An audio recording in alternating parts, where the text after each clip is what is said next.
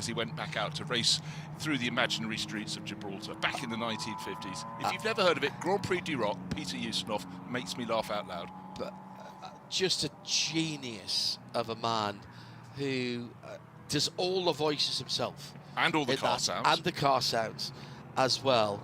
And it doesn't take a genius to work out, if you've got a little bit of knowledge of the history of motorsport, which teams he is talking about and which names have been slightly changed. He wrote it all himself. He did all the voices and all the sound effects. He also had that innate ability to just make noise in the style of, which was brilliant. But the thing that most impressed me about Peter Ustinov, and it's something that one or two other people very rarely can do, but I can think of one that I've interviewed in the past who made me laugh out loud when I was working for the BBC in Newcastle. But Peter Ustinov was the king of it, where he would mix two accents.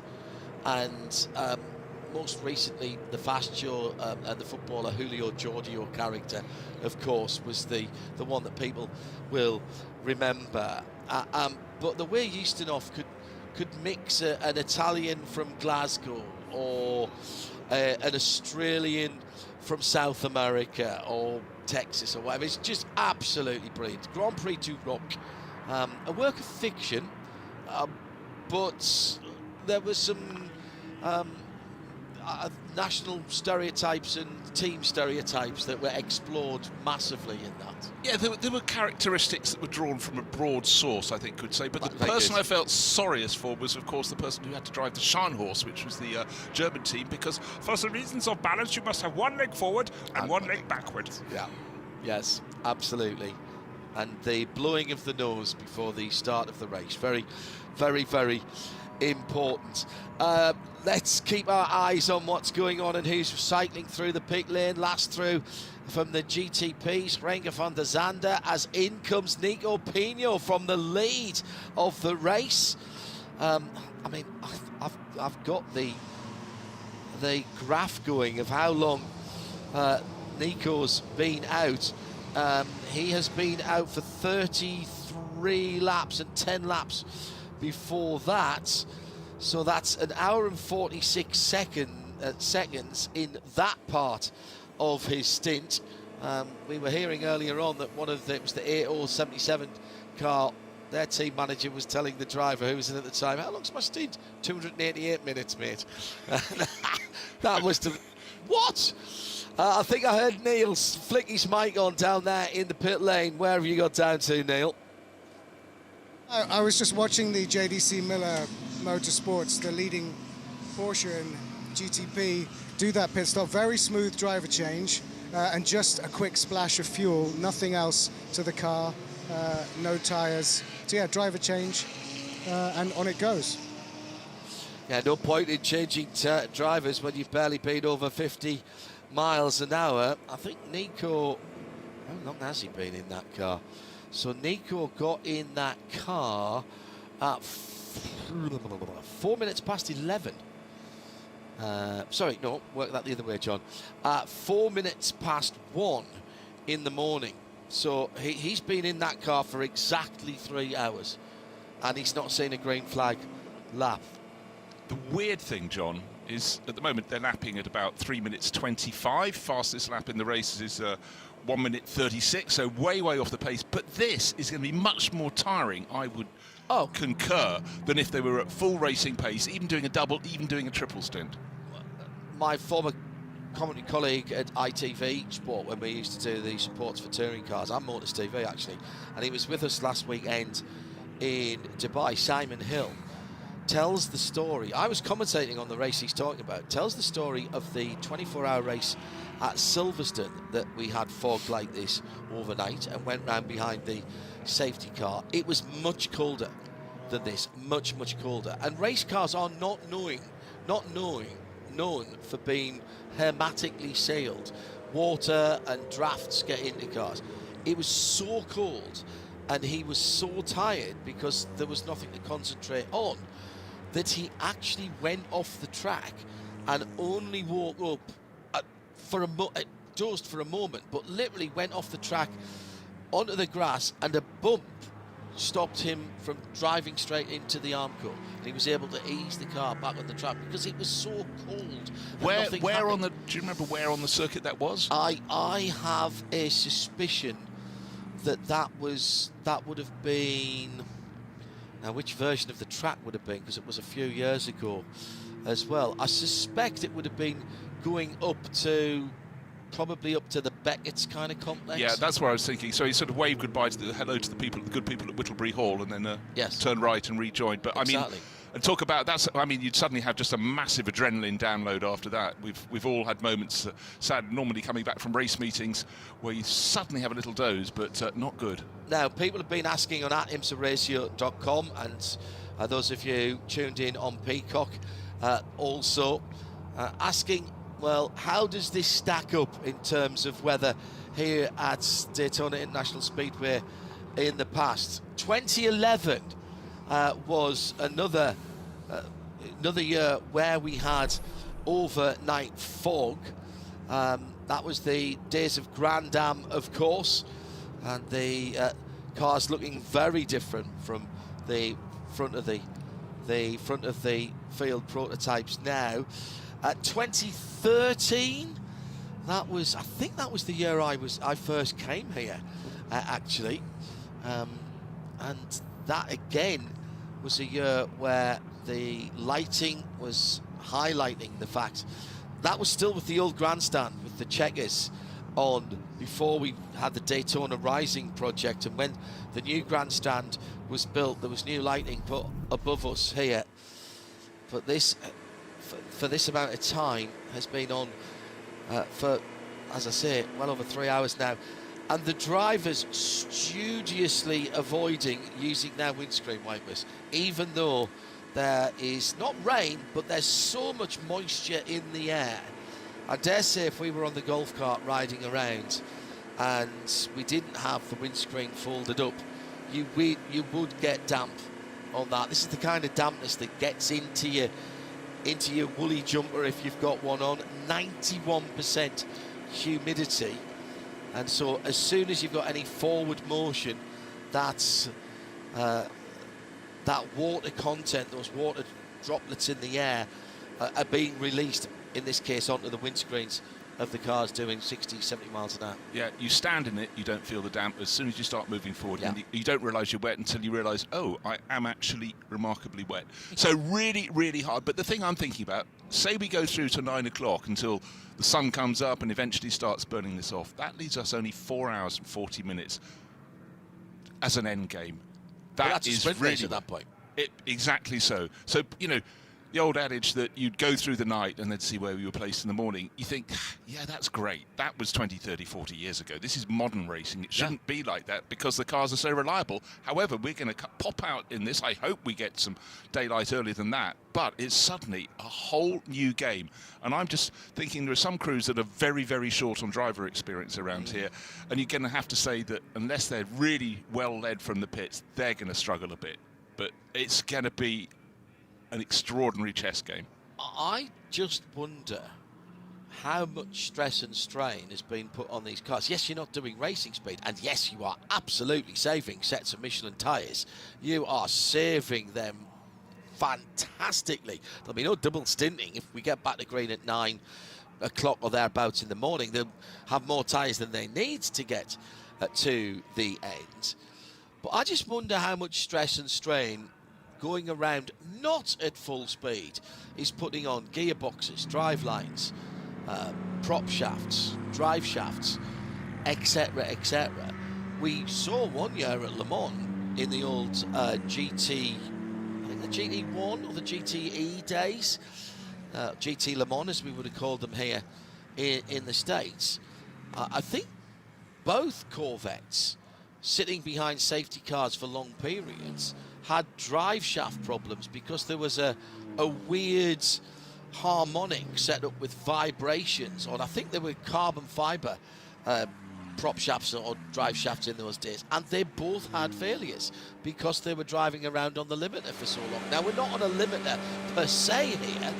We're not pushing a button as we heard earlier on from one of the teams, it's basically getting air gear and the car is just on tick over. But that cannot be good for any of these highly strung, normally high revving racing machines. No, they're made for a purpose. That's really weird. I'd completely forgotten that, and it's suddenly I can almost picture them, because I'd have been working in the pit lane then, patrolling the pit lane, sudden panic, and you know, particularly with Corvette Racing, one of the teams that doesn't really do panic at all. I thought, you know, what is going on? But yeah, very interesting point, and maybe someone mechanically strong, technically strong, could explain a theory. But I think you're almost onto something there, John. Yeah.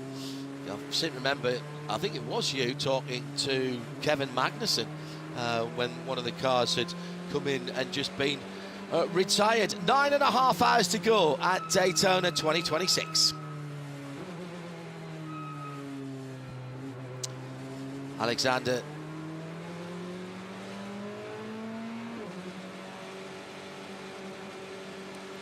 a quick mini update here. Alexander Sim sitting in third in his Corvette in GTD Pro, sorry, sitting in the number 3 car, which is 12th in GTD Pro at the moment, but they've been cycling through.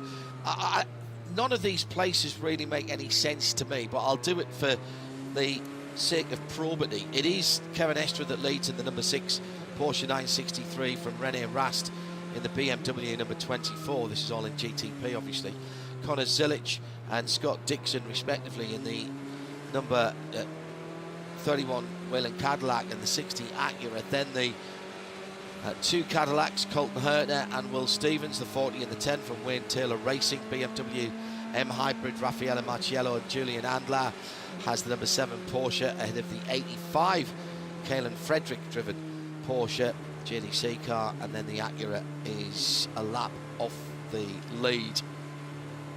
And 1 or 2 cars passing by at the moment to get back onto the end of their respective class trains. LMP2, this is CrowdStrike ahead of Brian Herter.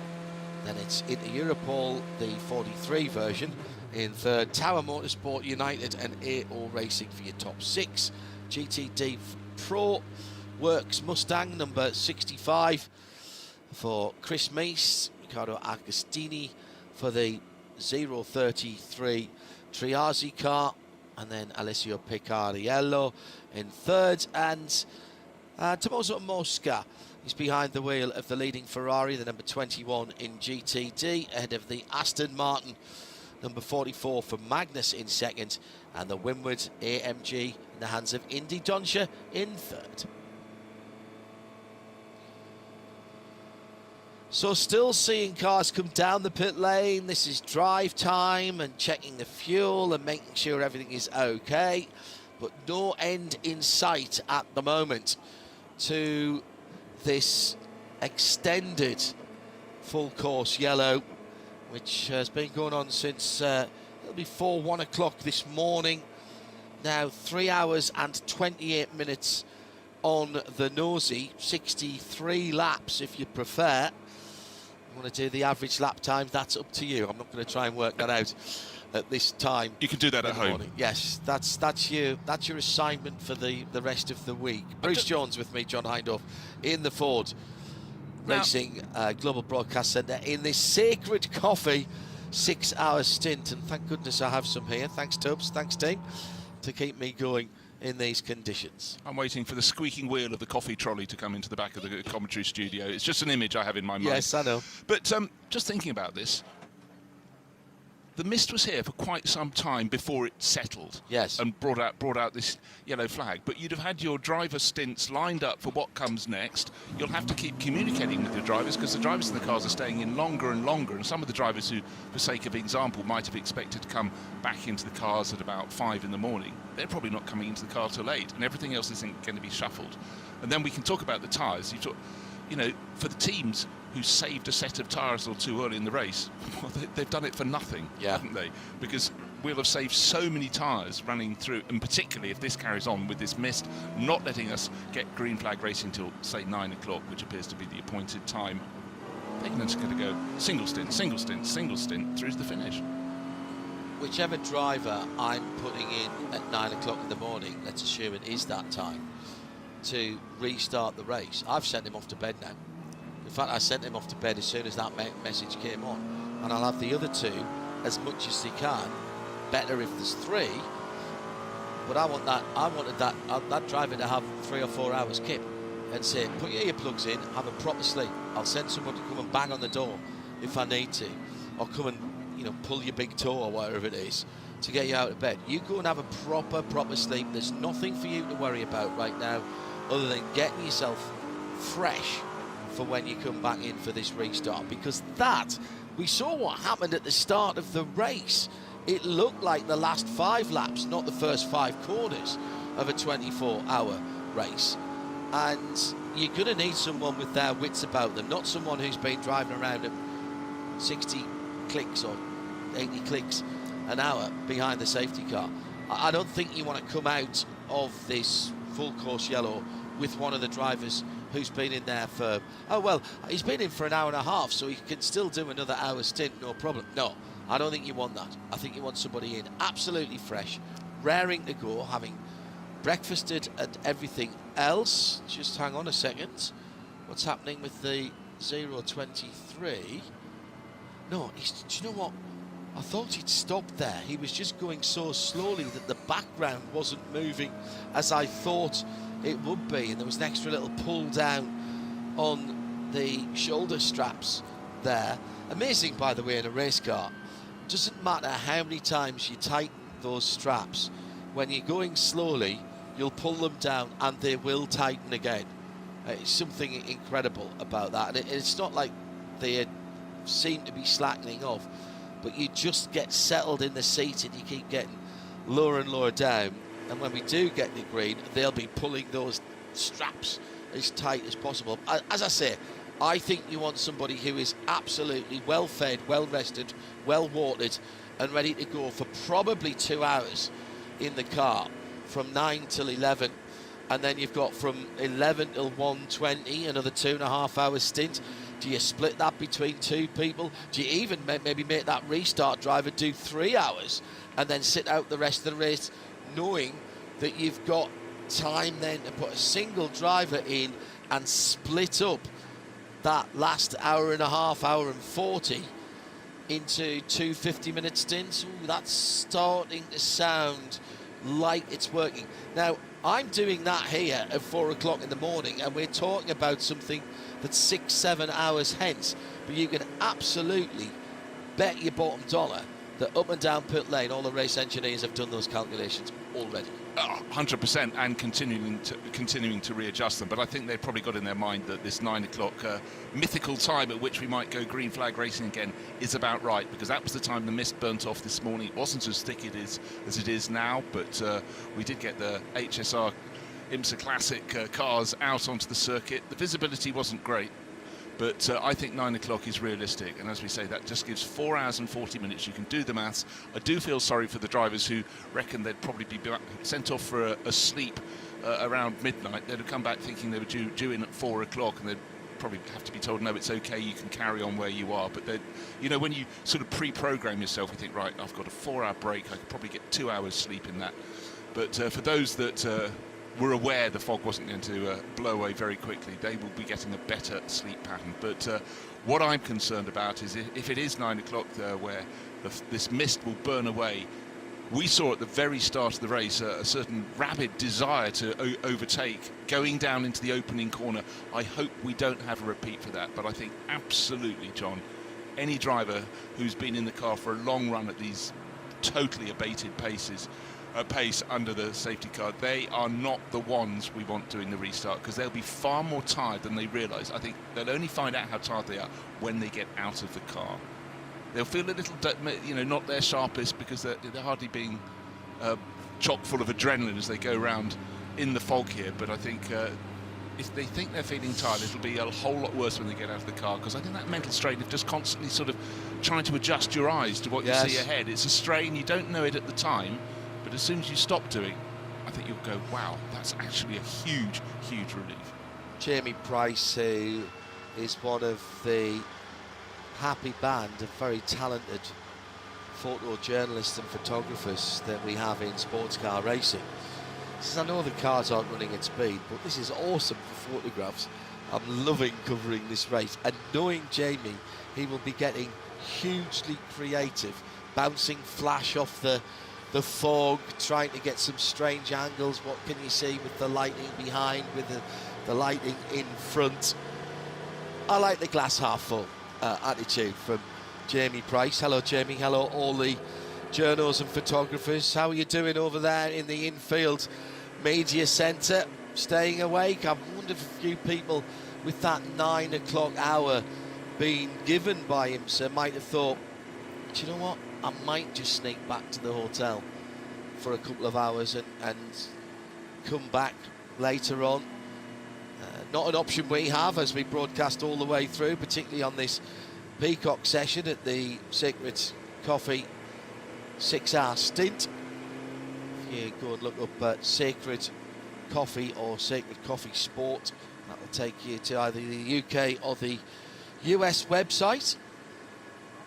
And the discount codes that we mentioned at Petit Le Mans have run out now, but I will find out from Tubbs, who is the man behind Sacred Coffee, who supports all kinds of motorsport, if there is another one for you. Stu Elkins says, thanks for the recommendation. So I'm listening for the walk this evening, the Grand Prix of Gibraltar, on, of course, Riverside Records, which is the other thing I should have said, because Riverside Records were also the people who put out the brilliant series of vinyl LPs called The Sounds of Sebring, which were not just the car sounds, but there's plenty of that, but some great interviews with the likes of Sterling Moss, as he was then, not Sir Sterling Moss, and the drivers of that era. Magnificent stuff. Riverside were more of a jazz label, really, back in those days, but they did some weird and wonderful stuff, like the Ustinov thing and like the Sounds of Sebring. And if you've got those on vinyl, they are starting to be worth quite a bit of money now, particularly if they're in decent condition. I'm fairly sure the one bequeathed to me is a 78. You're kidding me. Not 100% sure, but I'm 90-something% sure, because he bought in period at the time. My father was a huge fan of Peter Ustinov, as much as he was a huge fan of motorsport. It made me laugh so much as a child. Then you thought, it's not cool anymore. It's what I laughed at when I was 6 years old. But then I sort of revisited it, and it's a brilliantly entertaining, superbly crafted script, and the delivery. Yeah, it's the fact the car sounds.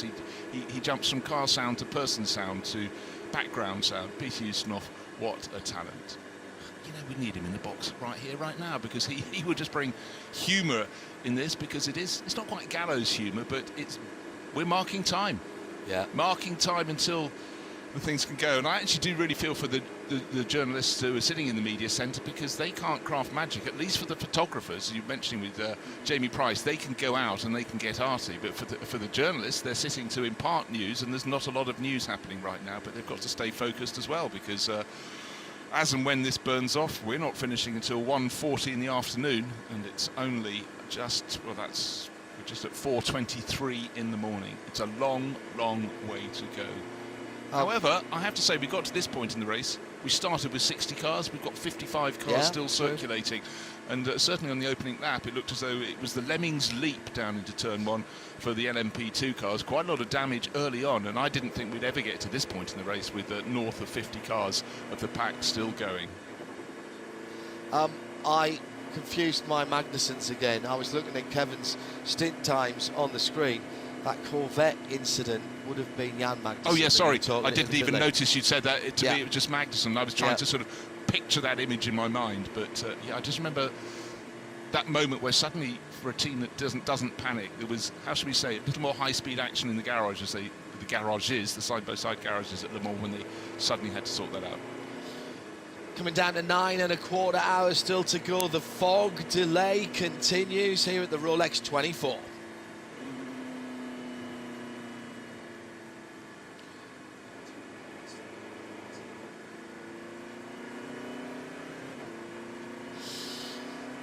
So the bright yellow light panels are what are most distinctively seen around the circuit.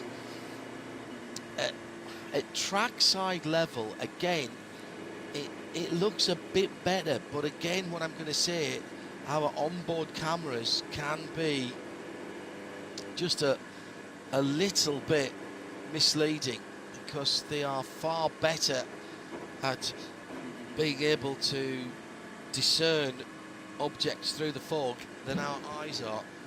Even your phone camera, if you put your phone camera out, you don't really get the sense of how thick the fog is. But I can now at least see the first row of garages, which I couldn't see before, the ones just behind the pit lane. The whole of everything behind the actual pit lane itself was gone to me 20 minutes, half an hour ago. And certainly when Bruce came in, it was a proper pea super. And yet there's still people in the pit lane who, in the bleachers in the main grandstand, who are enjoying what is a fairly temperate evening. And the track temperature remains as it has done for hours at 64 Celsius, 64 Fahrenheit, 18 Celsius, and 17 Celsius, 63 Fahrenheit in the air. At IMSA Radio, if you want to share stories of how you're staying awake, what you're doing, building Lego, building any other forms of kits, we would like to know. Through goes the Manthey GT3 RS again, and another lap is completed. 436 down now. Let's go straight down to the pit lane. Neil Cole is working hard down there for us, and he has found a driver, which are in pretty short supply because most of them have gone off to get a rest while their colleagues are touring around. But delighted to say that we can have a word with Ferdinand Habsburg. Yeah, I feel a bit like David Attenborough. And here, the lesser spotted actual driver, Ferdinand, is sitting, getting ready to go out in the car. You've not been out under full course yellow yet. How on earth do you prepare to go and know that you're going to sit in the car and drive around at this speed for how many stints? I was thinking I should have brought my Bluetooth speaker so I could listen to some music when I'm in the car, but my engineer, Hugo, has been motivating my teammate who's been in the car for almost 4 hours now, like a champ, like he's about to win an Olympic gold medal. So I take my hat off to all the engineers out there right now that are trying their best to just keep their drivers awake and focused, because yeah, of course it's not the nicest situation to drive in right now, but still it's kind of an important point to just keep cool and not make a mistake, and so just kind of keep it on the road. And of course it's the start of this new season. It's 24 Hours of Daytona, but congratulations for Alpine and for LMP2 last season. He's getting up. I've got to follow him. He's getting up. Yeah, so how do you carry that momentum into this season? And I feel like right now I'm not thinking so much about momentum, but just to try to find the joy in what we can do now. You know, it's the middle of the night, most people are sleeping, and I'm about to get in a racing car, so I count myself a lucky and privileged guy. Yeah, find the joy, because there's still plenty of people all around the world watching. You didn't bring your Bluetooth speaker, you're about to put your earplugs in, so it's about to happen. Yeah, exactly. I'm gonna get my engineer to sing some songs to me maybe, and but we have a good time at Era Motorsport, and we're gonna find a way to enjoy also these couple of hours here in the fog. Thank you for talking to us, Ferdinand. So yeah, he's licking his earbuds going into his ears, and the number 18 Era Motorsport LMP2 car is about to have a driver change. Right in front of me, Ferdinand Habsburg, getting in for the first time under full course yellow. Yeah, Neil alluding there, thank you Neil, to the Fuji outright win for Ferdinand and his teammates for Alpine. The French manufacturer's second outright win in the FIA World Endurance Championship, although their first one was with a grandfathered car, of course, at Sebring. Remember, I should have looked that up, shouldn't I, before I started that sentence, but somebody will put me right if I made a mistake. Huge turning point for a driver like Ferdy, who has had success throughout his career, but then comes into WEC in one of the, and I don't mean this is a nasty way, but not one of the bigger teams, one of the less fancy teams, you might say. That's fair. Alpine, a smallish manufacturer, not with the resources of your Toyotas or your Porsche Pensky Motorsport, BMWs that they were racing against, or even the French rivals Peugeot, of course. And for Ferdy and those guys to get that win at Fuji, it was a great race as well. That must be a big turning point, because at that point, Bruce, the drivers and the team know that you're a winner. I can win at World Championship level. Look, the way I liken it is when you have, in athletics, track and field, as you'd say over here, 100 metres race. The winner is possibly going to win by 0.1 of a second from the person who's coming home stone last in 8th. And so many drivers are there in that reckoning, but it's when you get to the line and what it does to your confidence. Motor racing is down to tiny, tiny margins. But you know what? If I wanted someone to be Mr. Motivator in my team, I'd have Ferdy Habsburg every single time. He seems to, I mean, I've never seen a driver celebrate more, motivate a team more, because he is just a very tall ball of enthusiasm. And actually came back from a nasty injury. Well, didn't he just? As well. And I wondered if his career was actually going to be over. And that rehabilitation towards that victory is an extraordinary story in itself. It's the dedication. Any sportsman who suffers an injury that can affect their career, it's the mental games as much as the physical rehabilitation that gets them back to the sharp end of the field. Not all of them make it.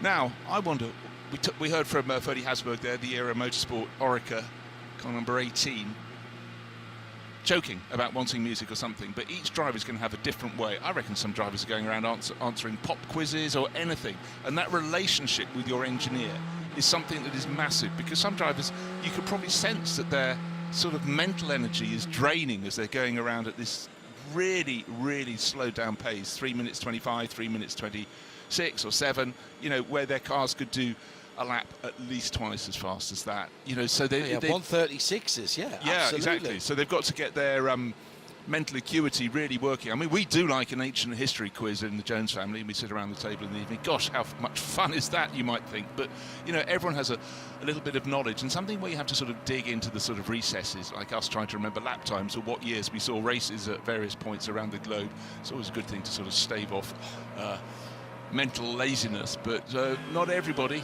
Actually, of course, don't forget, not all the teams have an engineer who speaks the same native language as the drivers. Makes it tricky. Southern California calling, literally actually, at IMSA Radio. Hello to Robert.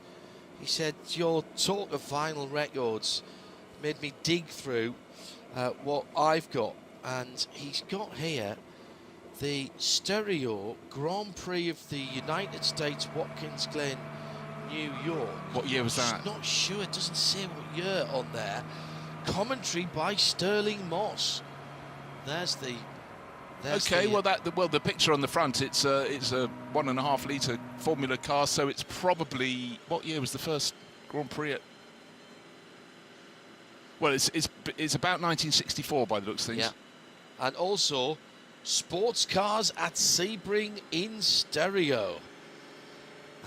That's a Riverside record, definitely. And that is just the engine noises. So that's Lister Jaguar, Aston Martin, Maserati, AC Bristol, Triumph, Morgan, DB, Lotus, Oscar, Abarth Fiat, Porsche, Austin Healey, and many more. Well, there we go. We don't need a quiz. The drivers just need to be played that, and every 10 seconds they have to guess round there, what am I listening to? So for fans of historic racing, you've got a leg up because you recognise some of those sounds. But John, we've talked about this a lot over the years.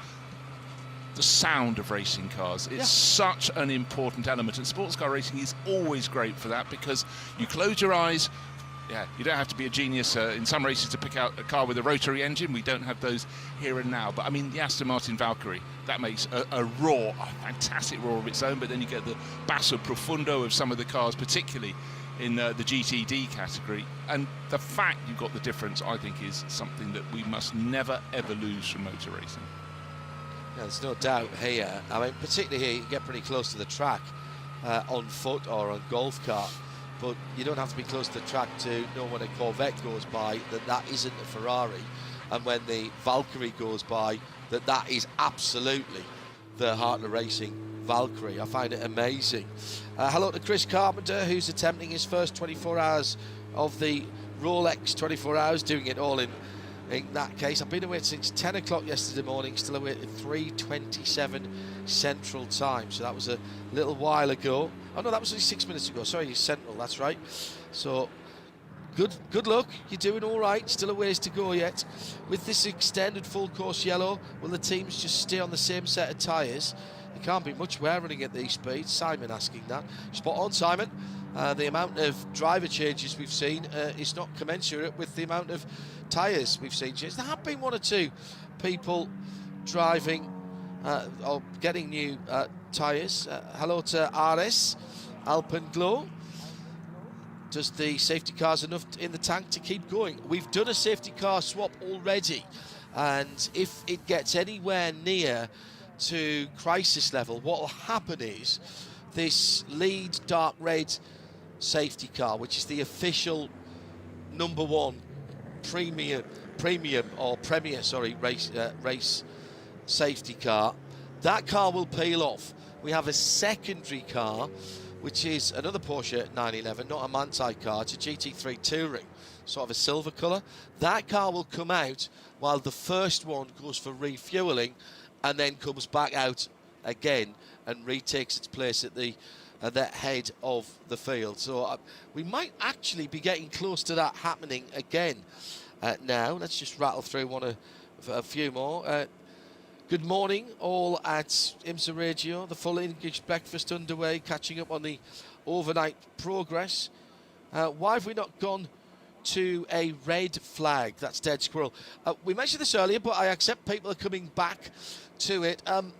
Two reasons. Endurance racing, the cars should keep moving, is one. And also, if we red flag this, it completely and utterly messes up the drive times. Now, there's a formula for that within the IMSA sporting regulations, but right now, IMSA believes that it's still the right thing to be running round. It's not so dangerous that under these speeds, it's difficult to see. Yeah, we're not going very quickly, but that means it's not dangerous. It's not as if it was wet and people were understeering off, even at safety car speed. So they'll keep it running so that they don't mess up everybody's drive time calculations. Let's go to Neil Cole now, down in the pit lane, catching up with some of the drivers, and with him is Connor De Filippi.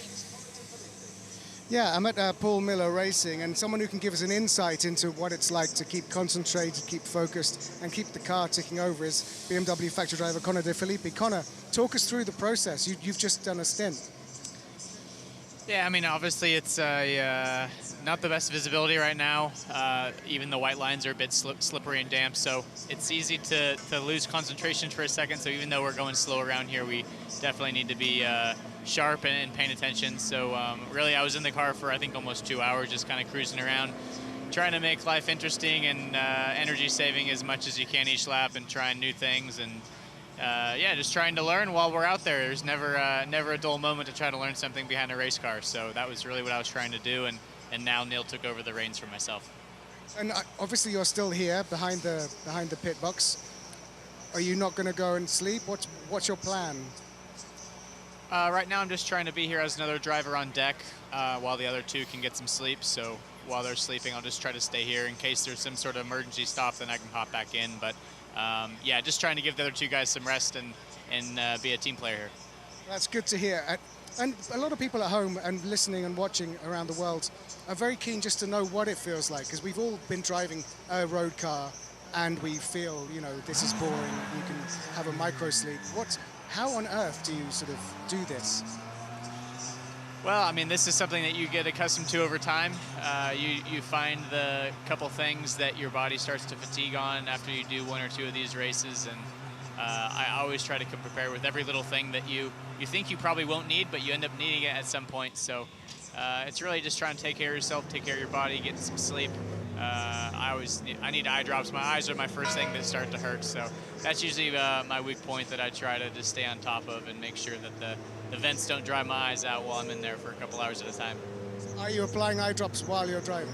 No, not in the race car. I usually, when I get out before I get back in, just to try to keep them ready and working. And yeah, I mean, it's tiring. It's a lot of work. These guys behind the pit wall as well, you know, they it's easy for them to kind of start to feel relaxed, but when it's time to go, they gotta be right back on it and be as fast as possible in the pits. So it's a big team effort, and you know, when it comes to preparation, I have to do my job because I know my team's doing theirs.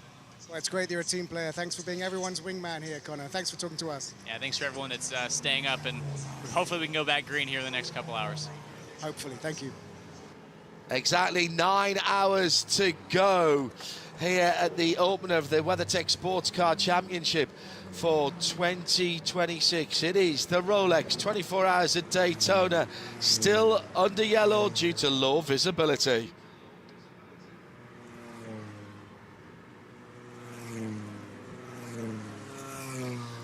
Let's take a quick look at how they stand whilst our colleagues at our audience at Peacock take a wee advert break.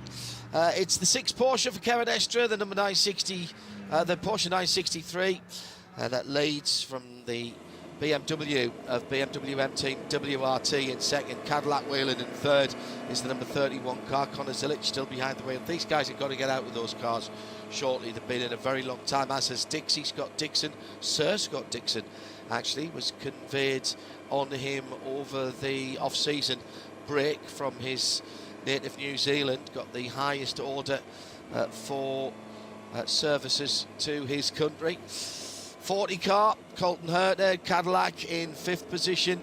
Then the BMW Team WRT, Raffaele Macchiello, driven number 25 car, makes up the top 6. Julian and Lowerston on the lead lap, or back on the lead lap, I should say, for Porsche 963. The 7 in 7th. 8th is the Cadillac Wayne Taylor number 10 car. 9th, Caelan Frederick in the JDC Miller Motorsport Porsche 963. That's the last car on the lead lap. Renda van der Zande in 10th for the Acura Meyer Shank number 93, the red, white and black car. And the Aston Martin still making its way through the field after some early problems. Leaders in the other classes, into Europol, lead LMP2. It's Ford Racing and Chris Meese in the number 65 that leads in the GTD Pro category. Tommaso Mosca in the number 21 AF Corsa USA, and is in GTD. And I should mention that Magnus Racing are leading the Bronze Cup there, the number 44, second in the GT overall.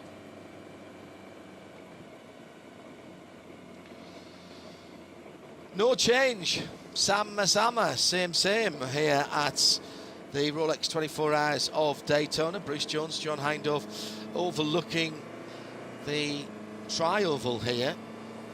To my eyes, from the Ford Racing Global Broadcast Centre, Bruce, that maybe has cleared a little bit, but every time I think of that, I can see more maybe in front of us now, but I look further afield and I can barely see the timing tower towards the end of pit out, and the Champions building is sort of phasey again. I couldn't honestly say that I could read that Daytona International Speedway signage on there, which is about 10 foot tall. Only in Braille, I feel, but no, I reckon it's getting a whole lot worse, because while you were just doing the rundown, the packs of cars were going through turn 1, the front ones were at turn 6. I could not see them. I cannot see the cars as they go, the headlights, they go into the banking. The only headlights I can see is the lead pack is now coming, and I can only pick them up when they're halfway down from Speedway 4 to our point right on the kink. So I fear it is getting worse. And again, I'm keeping on looking forward. If this clears by 9 o'clock, the ramifications of anybody making even a slight slip up, that will blow their chances. Into the pit lane for Kevin Estre and Renger van der Zande. I said that these guys would have to get out soon. Now I actually can't, even with the binoculars, tell you whether anybody got out of that number 6 car. So yes, it has got worse. And also coming into the pit lane is Kubas Merkovsky, who is the man behind the Inter-Europol effort here. That's the 343. Ben Keating has just got back in the number 52, wins Brian Herter Autosport LMP2. And right now, we are 4 hours or 71 laps in this yellow flag period. So a sixth of the race in this one yellow flag period. Incredible. So amazing to say that. So since 1:45 and 29, this one. So we are spot on at 4:45 and a half. Out comes the Porsche with the purple marker lights. That's the only reason I can tell you that that's number 6, because I can see those purple marker lights at the front. I'm going to be fairly bullish and tell you that Kevin Estre has got out of that car. I can't see who's in it. I couldn't see who got out of it, if they indeed Kevin did, but we'll find out when they go through the market. At 9 o'clock Eastern Standard Time is it's 4:45 now, so still 4 hours and 15 minutes away. The sunrise officially is about 20 minutes past 7 o'clock, and the reason that we're saying 9 o'clock is that's hoping against hope that the heat of the sun and the day will bring us some relief from this. And it is Lawrence Vanto who has indeed taken over that 31. I was just looking at their stint times there, Bruce, and thinking that they have to do something. Conor Zilic, though, stayed in the 31 Whelen Cadillac, so he's out there again for another couple of hours. That's interesting. That is very interesting. I'll need now to dive into my software and see how long he's been behind the wheel. That's 25 stints, 25 laps there, 25. No, sorry. Well, he's been in since Conor got in at 18 minutes past 2 this morning. So he's done well over 2.5 hours so far, but he's been sent out to do another stint. I've been keeping an eye on the wind. There is no wind. No, it's been going between 1.2 miles an hour, 0.6, and then 0.0. Yeah. Zero wind, and that is one of your key tools for shifting mist. Now, if there's going to be no wind, we've just got to rely on the sun. I have massive news. Massive news. The track temperature has dropped by a whole single degree Celsius to 17 Celsius. That's 63 Fahrenheit.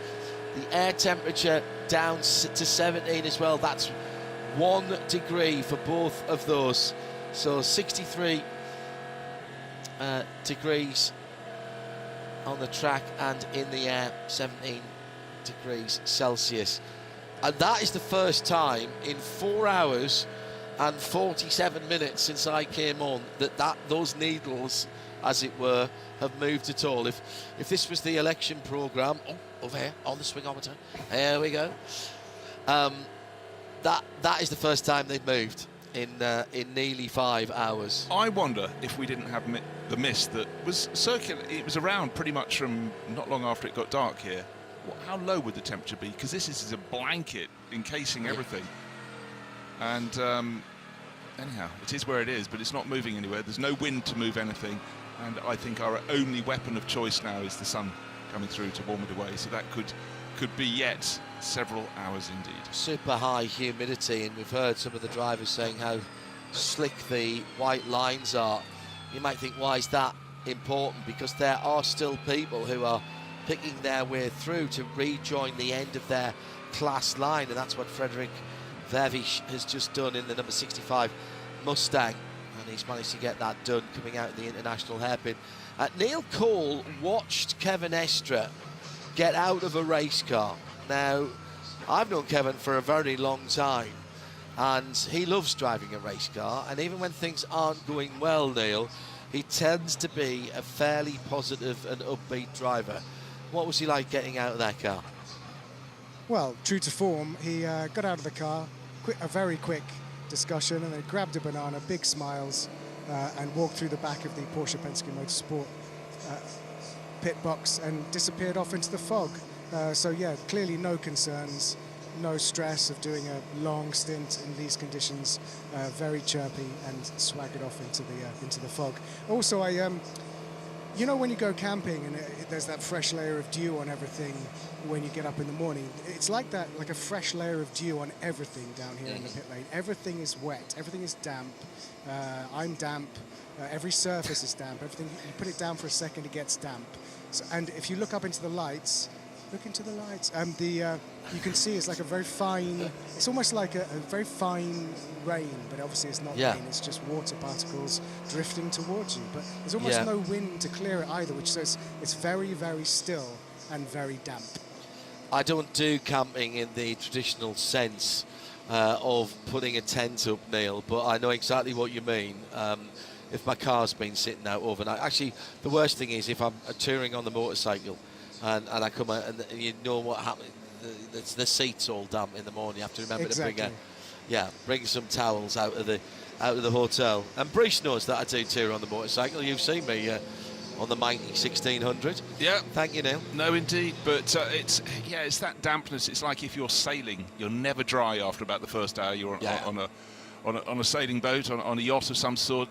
But, okay, it's not the salty element you get there, but there is that moment where you just realise, as Neil says, he hasn't been in the mist in the pits for very long at all. I think it was probably the top of the hour he came in, so nearly an hour. But in that time, sufficient dampness in the air, the moisture, and it affects everything. But I really do think for drivers who don't wear the car like Kevin Estre does. For Kevin to get out, I mean, driving that car, he wears that car. He does. It's second nature. For other drivers who are still feeling their way, maybe having their first time on the circuit here at the Daytona International Speedway, those are the ones that got to watch out, who may just drift towards a white line, just put a wheel slightly out, even at this really reduced pace under full course yellow conditions, and then suddenly you could have a mishap. You'd ask them, how did you have a mishap? It'd be the tiny slip of attention, and just suddenly, well, I can think of all sorts of famous examples where people hit white lines in dry conditions, but when there's been rain overnight and suddenly their car is facing the wrong way. I'm not wishing it on anyone, but it's certainly something that can happen in the blink of an eye. So the car's going around, but they will carry on going around, but we are begging the sun to come through as soon as it possibly can in the morning to burn this away, because for the drivers, they came here to race, but I think the point you made about an hour ago, John, or so, this is an endurance race, so you don't just park it up, you go through the endurance element, and you'd feel a bit cheated, frankly, if you took 8 hours out of this race to wait for the fog to shift and then just went back racing. You just got to do the hard yards and be there ready to go with all minds focused. One thing I just want to point out, majority of teams in this event are running with a 4-driver lineup. Porsche Pensky Motorsport are some of the ones that have issued that, so they've only got the 3-driver lineup, and that means one person will be getting a kip at the moment, but the other one, as we heard in fact from Conor De Filippi, most teams need another driver in the garage while their car is going around, just in case they need to swap over. That does make it harder for the teams, some of the teams in GTP, but anyhow, they are the drivers who are completely accustomed to their cars, so they are probably able to take the challenge more easily. Hello to Paul Jerd, who's back in the UK at, my goodness, 10 o'clock in the morning, of course, on a Sunday morning there. We're coming up to 5 o'clock. At least another 4 hours of this fog is what IMSA and their weather forecasting apps and individuals are telling us. At IMSA Radio, if you want to get in touch, thank you very much for generating some conversation here so that we can keep ourselves going as well. I really feel for all of these drivers. 8 3/4 hours of the race still to go. Will we get a 4-hour dash?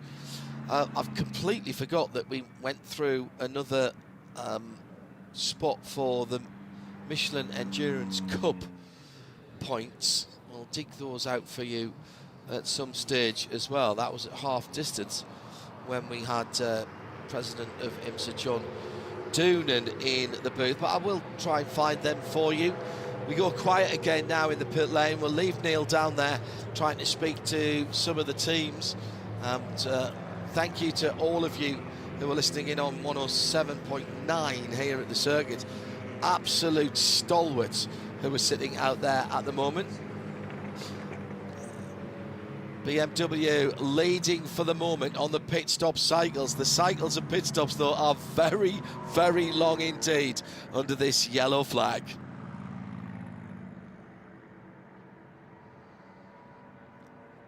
Yeah, pit stop cycles that seem to play out over hours rather than what is a normal stint. And once again now it's BMW M Hybrid V8 number 24 leading from the 60 Acura of Scott Dixon. Then Raffaele Marciello in the number 25, best of the Porsches, Julian Handler in 4th position. That's the car that's led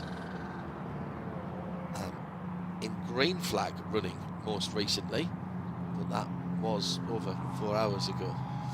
Okay, I'm looking forward. I was trying to find a positive thing to bring to the equation, but let's face it, in the early running up until the mist fell, through almost every cycle, the two cars from Porsche Pensky Motorsport, 6 and 7, have shown they've got the speed in hand in the conditions that prevailed.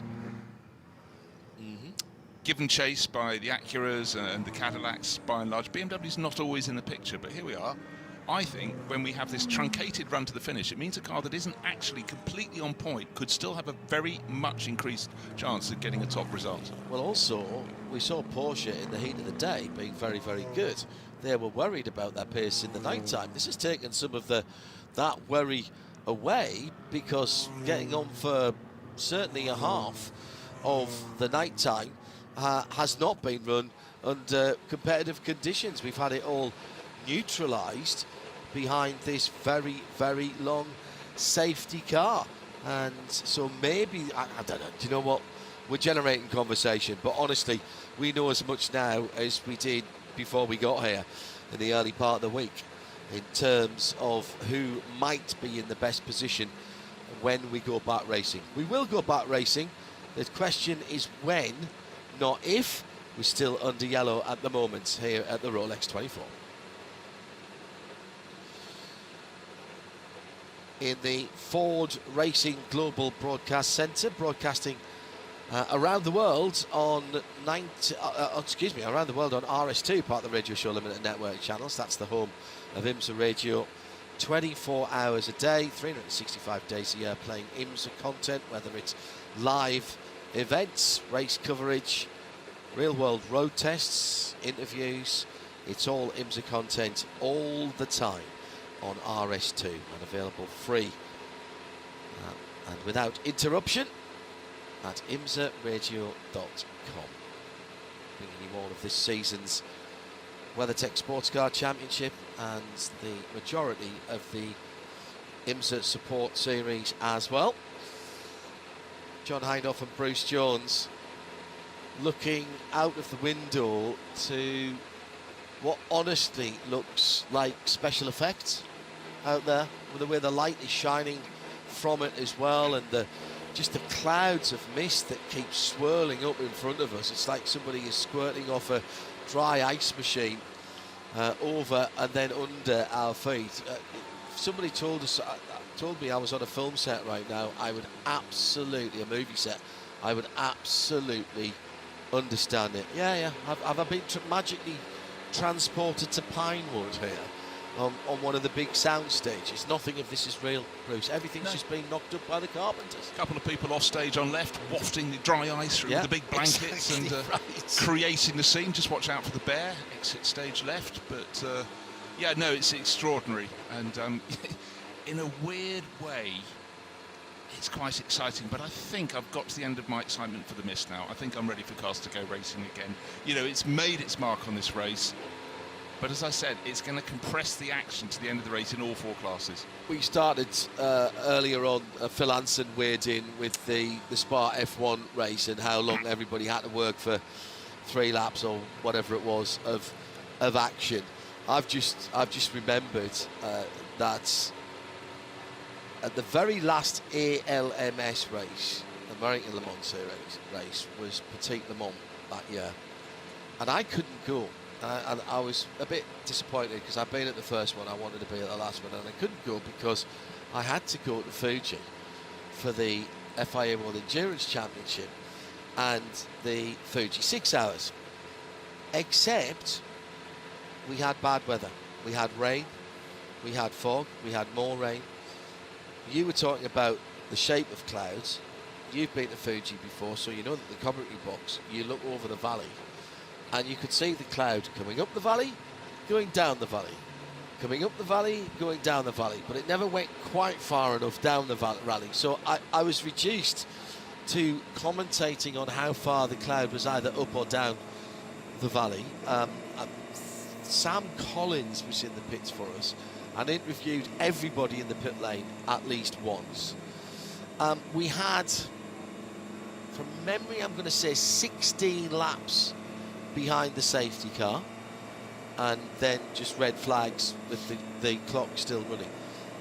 And yet, with no green flag running and only 16 laps behind the safety car, we did have a change of position, because one of the Audis, they had made a mistake with the car. And I think we can probably tell this story now. The statute of limitations has gone.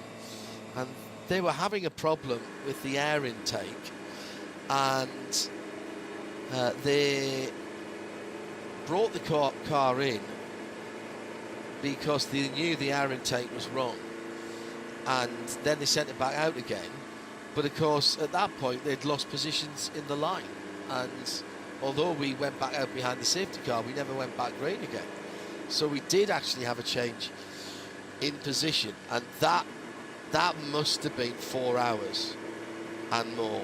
No, I think it was 4 or 4.5 hours of the 6-hour race before race control finally said, yeah, the red flag is going to be red and checker. And I really felt for, you know what the Japanese fans are like. They are absolutely fanatical about endurance. And then in a brilliant piece of PR, but also of humanity, one or two of the team's drivers, and Alan McNish was instrumental in this, he was still driving for Audi in those days, had said, I think we should do something for the fans. We still had a podium ceremony, and the fans stayed for that and cheered when they needed to cheer, clapped when they needed to clap. And so hastily, whilst that was going on, and nobody had moved, not a soul had moved from the grandstand, and they were right in front of us as they are here. And hastily, a few tables were brought out, and the teams went out and did another autograph session for people who hadn't been able to get to the one earlier in the day, or on the previous day, should I say. And the pit lane was packed for another hour, and it was absolutely the right thing to do, and fair play to the organisers and the teams for doing that. But that I think until this point is probably my most difficult fill. Simon Hill and I did a huge amount of filling at the first round of what was the then brand new Formula BMW in the UK. 2005? Yeah, would have been. In fact, I think Ollie Milroy might have been competed in that. I think you are. If he wasn't first season, he was second season. I remember going out to your closest circuit, Croft, to put together a sort of spectator guide for the season for BMW for that. And there were quite a few names in that. I'll tell you what, who was also probably there, Marcus Ericsson. Yeah, young Blomqvist was in that as well.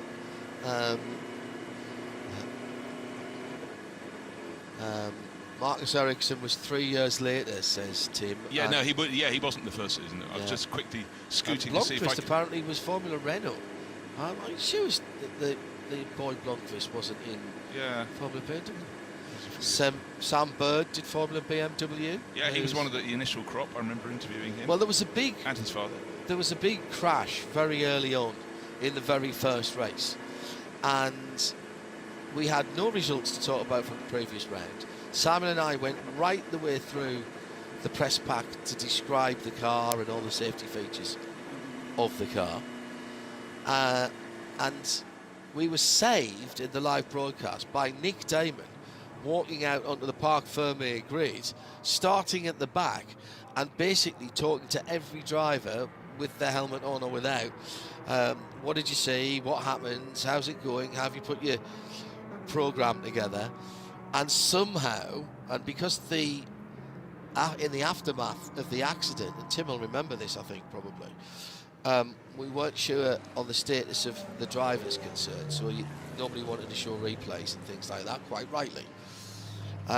and so we could talk about how the accident had started or finished. And Nick Damon saved the day that day, much as Duncan Vincent and now Neil Cole are doing down in the pit lane.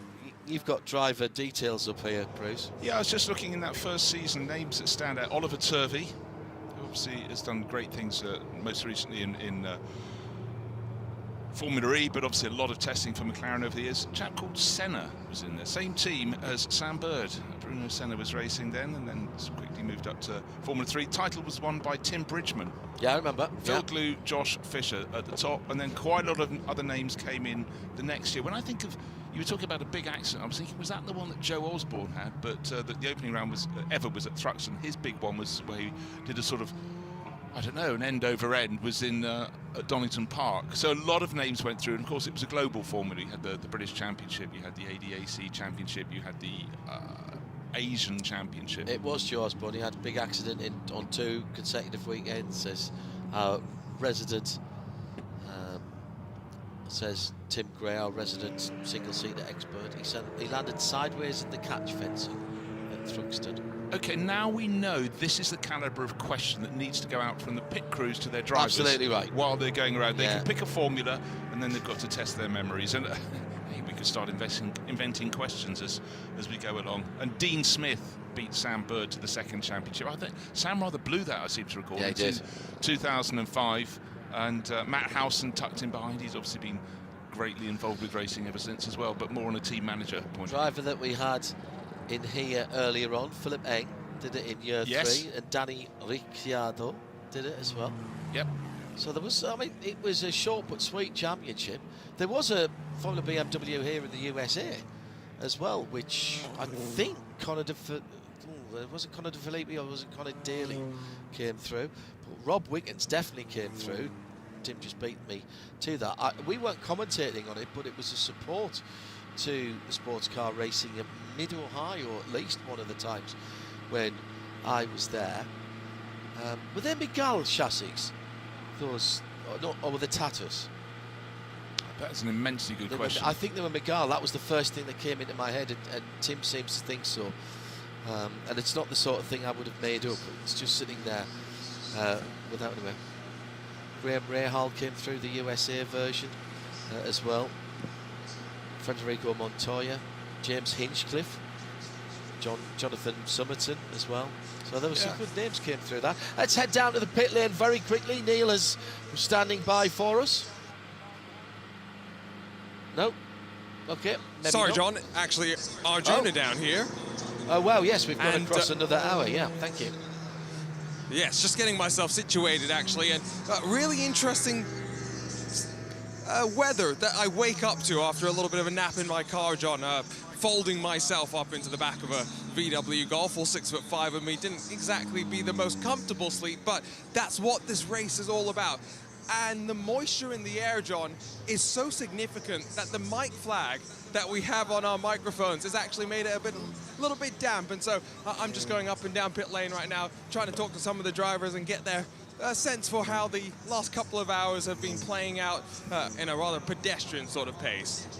You might have to resolve yourself to talking to team members rather than the drivers. Those who aren't in the car are in the land of Nod, I think, at the moment. 8.5 hours still to go.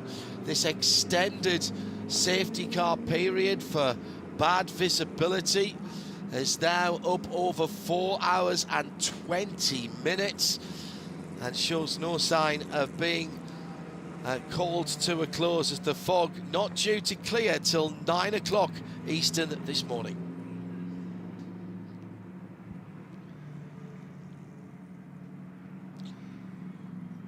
Being quiet down the pit lane in terms of people coming in for fuel, no tyres.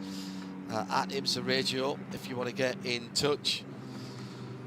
And thank you for all of those who do. Giving us a big hand that we can talk about something. Hello to Paul Markart, by the way, who I meant to say hello to earlier on. He was fleetingly in our booth earlier, but I was on the air and didn't get a chance to speak to him. AO Racing, This fog delay is dragging. They're chatting back and forth on the radio, trying to make the best of it. Oh, I wonder if they've linked their drivers between Spike and Rexy. Can you do that? I'm not sure about that, but that would be a good idea. Just want to give you a fog guide. It's like the Beaufort scale in some ways. Can we see Arjuna in the pits? No. No. Even the cars that came in the last half lap, hard to make out. Very, very hard. If they didn't have headlights, we wouldn't be able to see them at all. It has blown in that much. And instead of wafting, as it has been for quite some while, we are now more of a full sheet of mist, fog, call it what you will, an inconvenience perhaps. It's a stage setting, but unfortunately it's going to hang around for a long while yet. Yeah, if you weren't with us earlier, the projection from IMSA and their meteorological department using all the information at their disposal, including that from Daytona Beach Airport, DAB, which is literally alongside the back straight. You can see it quite clearly, the planes arriving and leading. That is, the sun will come up at just after 7:20, and by the time we get to 9 o'clock, there should be enough heat in it to burn this fog away. Let's hope that that is correct, because we have lost an awful lot of time. Just after 11 minutes past 5 in the morning, Bruce Jones alongside me, John Hindle from the Ford Racing booth, as we're working our way through the Sacred Coffee 6-hour stint on Peacock, as well in the US, Sirius XM 206 107.9 FM and RS2 around the world, part of the Radio Show Limited Network channel. What is the hand signals going on with people outside? Okay, I'll explain. The Hardy fans are out there in the stands, and they just showed me a phone. I've had to squint and focus on it. It's saying, what's your favourite race to commentate on? So they're keeping us getting the grey matter. You did that in hand signals? Yeah, I know. I did it in Morse code. No one understood. I didn't even understand it. But what is my favourite race to commentate on? Maybe not one with this much fog, I think we can safely say. You know, the great circuits are the ones I like to be at. Yeah, you know, and actually, you think of Spa-Francorchamps, Nürburgring, you mentioned Fuji. Actually, these ones have gradient change. Yeah. They've got history, but they can also have weather of all sorts. And some of the greatest races I remember in Formula One were weather affected. You think of some of the very top drives, whether Silverstone's your favourite circuit or not. That I think it was Hamilton's first season or second season, he just absolutely did a masterclass in changing conditions. Weather adds another element to circuits, but for me, the circuit I want to go to next is any circuit I haven't been to before, because that's what gives me a real buzz all these years later. And I do hope people all around the world do at some stage come here to Daytona for the 24 hours or the 500. I'm not fussy, do whatever, but just make sure you don't watch all your stuff on television. It's far better trackside, and also with the access you get from IMSA to the teams, I think this is something very special. But do make sure you don't get any sleep at all, because then you're not a real fan. That's what I'm being told from outside. Well, your first Le Mans, you stay up all night and then realise that was a really silly thing to do the next time you go back. But I think your first time, you absolutely have to. It depends what you're doing. If you're spectating, yeah, but working is a little bit different. And nowadays as well, with the fact that our broadcasts are global, then it's always prime time for somebody. So staying up all night and then being absolutely, you can't string a sentence together in the last hour of the race, that's when you've got to pull all those storylines together. So you've got to go away and have a little bit of downtime, even if it's not proper sleep. Favourite race to commentate on is either the one I've just done or the one I'm doing now. I'm with you on that. But because, actually, John, because that's the way my mind works. No, I mean, we very much, you do one project, you move on to the next. But I'm just going to blow your trumpet here. You think about 30 years ago at Le Mans, 40 years ago at Le Mans, no one really knew what was going on. You'd actually wait and to get that little newspaper that was published in the morning to find out who was in what position. But then something came along, Radio Le Mans, your gig, and that has transformed it for people. You can afford to go away, have a meal with your mates that you've travelled down to. You can take your eye off the ball, but you know, as soon as you turn your earpiece back on, or however else you're listening, you can find out exactly what's happening and have a refresher who's where, and you're not out of the picture. So it changes the way that people can enjoy that race when they're there, but also that element that people can be at silly o'clock in their own country, but they're still listening wherever they are in the world. Well, and give credit where it's due, the real father of Radio Le Mans was Harry Turner. and that was before I came along. I was a couple of, I think 1 or 2 years after Harry started it as a radio station only at Le Mans. If I added anything, then it was out of necessity that the ACO wanted more money for the licence, and I was tasked by our long-time colleague John Chambers to find a way to get more sponsorship money, and the only way I could get more sponsorship money was to have a bigger audience, so we had to be further out than the track. So this thing called the internet started to get talked about, and the first year we put Radio Le Mans on the internet, I think we got 500,000 people who logged onto it. We only did the race weekends.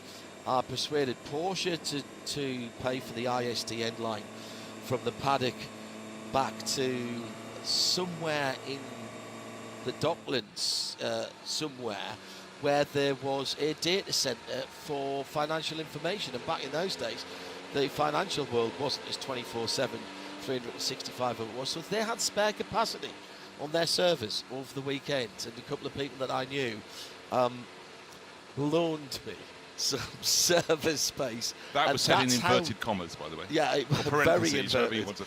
And that was, I think, that was probably 96 or 97.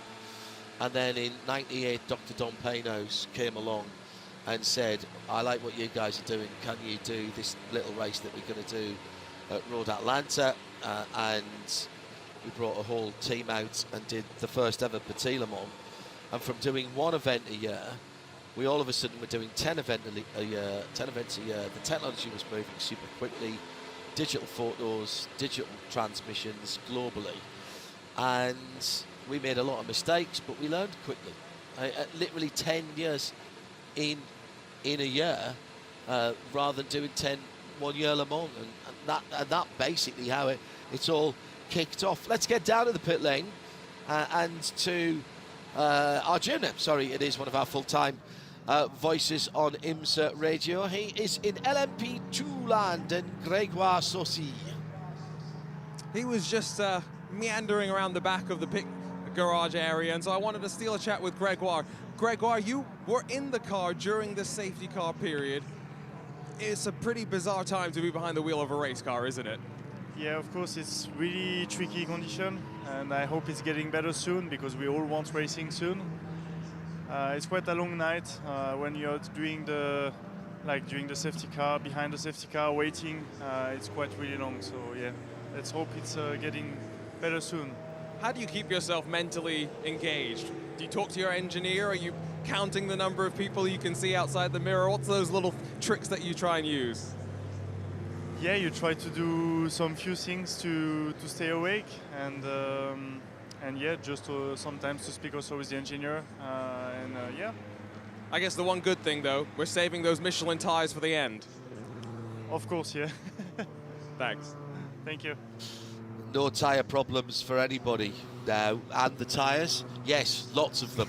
Big piles. Lots of them, huge pile. There'll be tyres not used here. I reckon there's some teams who've been on the same set of Michelin rubber since the start of this full course caution. Which is more than 4 hours ago. Yeah, but I mean, they're not taking anything out of them at all. It's got, by the way, it has got worse, and I'll tell you how I know it got worse, because I saw Julian Andlauer wipe the windscreen with the windscreen wiper on the number 7 Porsche Pensky Motorsport, and the drivers up until that point had studiously avoided doing that, but it just has got too bad now. They've got all the preparation on the screen, all of the plastic tear-off strips as well, but they coat those with the rain repellent, the water repellent, in between each of the individual layers. It's quite an involved process on these very highly curved screens, and you've got to get them spot on so that they're optically correct, because what a driver can't have at 200 miles an hour coming down through the tri-oval is picking his braking marker and realising that there's a kink in 2 layers of your tear-off screens, and braking too early is bad, costs lap time. Too late at 200 miles an hour you're travelling a very long way if that brake marker is slightly distorted to where its point is on your windscreen. No, it's a very good point. But actually, you know, they'd rather have full heavy rain than have this. Great.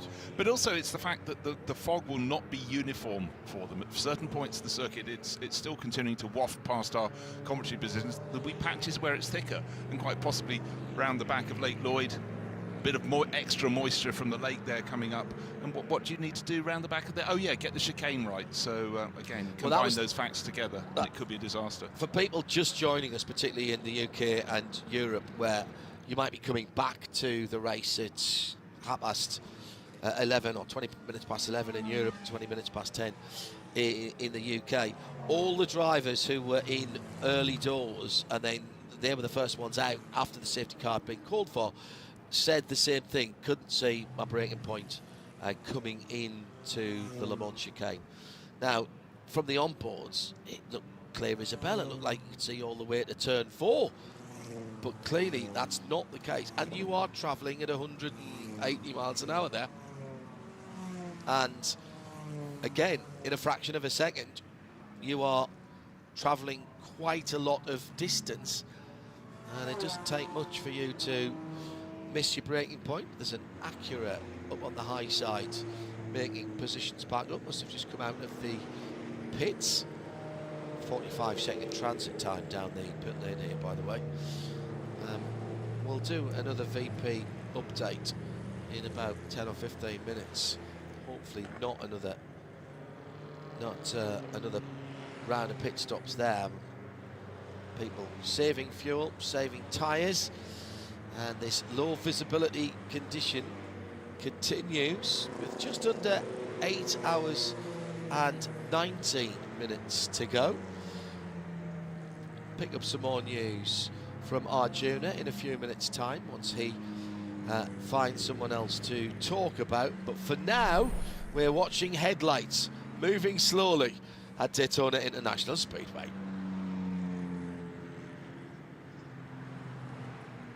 Seems a very, very long time ago, because it is. There's actually quite a lot of laps ago. Julian Andler has the fastest lap of the race with a 1:36.723. That was on lap 266, where we've completed 452 laps now at the front of the field, but of course at much reduced pace. I'm very impressed that nobody said, what about the distance record at this point? I sadly think that may have gone. Oh, they could put the foot down. They've got all that fresh rubber still to use, but actually I've just been feeling slightly less chipper for the simple fact I was thinking, I was awake at 5:15 this morning. Great preparation for going into the 24-hour race. Yep. Couldn't see out of my hotel room window because it was still dark. But I think the first time I could see was at about 7 o'clock, and I went, oh, it's misty. This, I would warrant, is a lot thicker than it would have been in the morning. And therefore, the mist, it was raceable at 8:45 on Saturday morning here at Daytona International Speedway, but it's so much thicker now, so I think it might be quite some while after 9 o'clock. But the big question is, it's a very warm day Saturday at Daytona, and maybe, just maybe, the sun will be strong enough to burn this off. But my concern is this mist is much thicker, because driving into the circuit at 7:15 yesterday morning, you know, it was a grey day rather than a misty day particularly. Got to the circuit, you can see the mist was hanging out over the lake in the middle, but I'm starting to think we may have to wait a little bit longer than 9 o'clock to get full racing conditions back again. Just when I think it's clearing up, another huge cloud of fog. Now, it's not cloud, it's water vapour, we know that, all about the dew point, etc., but it just blows across my field of vision. Standing up in the Ford Racing Global Broadcast Centre at the moment, trying to see a little further out. Yeah, it's just not consistent, but unfortunately it's 8 1/4 hours still to go. Welcome back to those of you on Peacock. We've got about another 35 minutes before Lee Diffie, Calvin Fish, Steve Letarte joins us in the booth. I'll rejoin us in their booth a little bit further down. Kevin Lee and Matt Yoakum will start off the run to the checkered flag in the pits in a wee while. Sorry, we haven't been able to bring you very much racing in this Sacred Coffee 6-hour stint. The coffee has gone down well though and kept me going. And the amazing thing to me is not just what's going on in the pits and the cars, but how many people are still out here in front. We don't never get huge crowds in the grandstand. Everybody's on the infield, and the bleachers were very, very full on the infield side of things earlier on. But there's been a smattering of people for all of the last 5.5 hours that I've been doing this shift, Bruce. And whether they're down towards turn 1, there's clearly a little enclave down towards turn 1, shooting back from turn 1 via pit lane out and getting the pictures there. There's some hospitality areas underneath us where there's been people there as well, and I suspect that some of the staff are coming in now as well. But I've been very impressed. I think probably helping out, it's now exactly 8 hours and 15 minutes to go, is the fact that it is still very, very warm outside.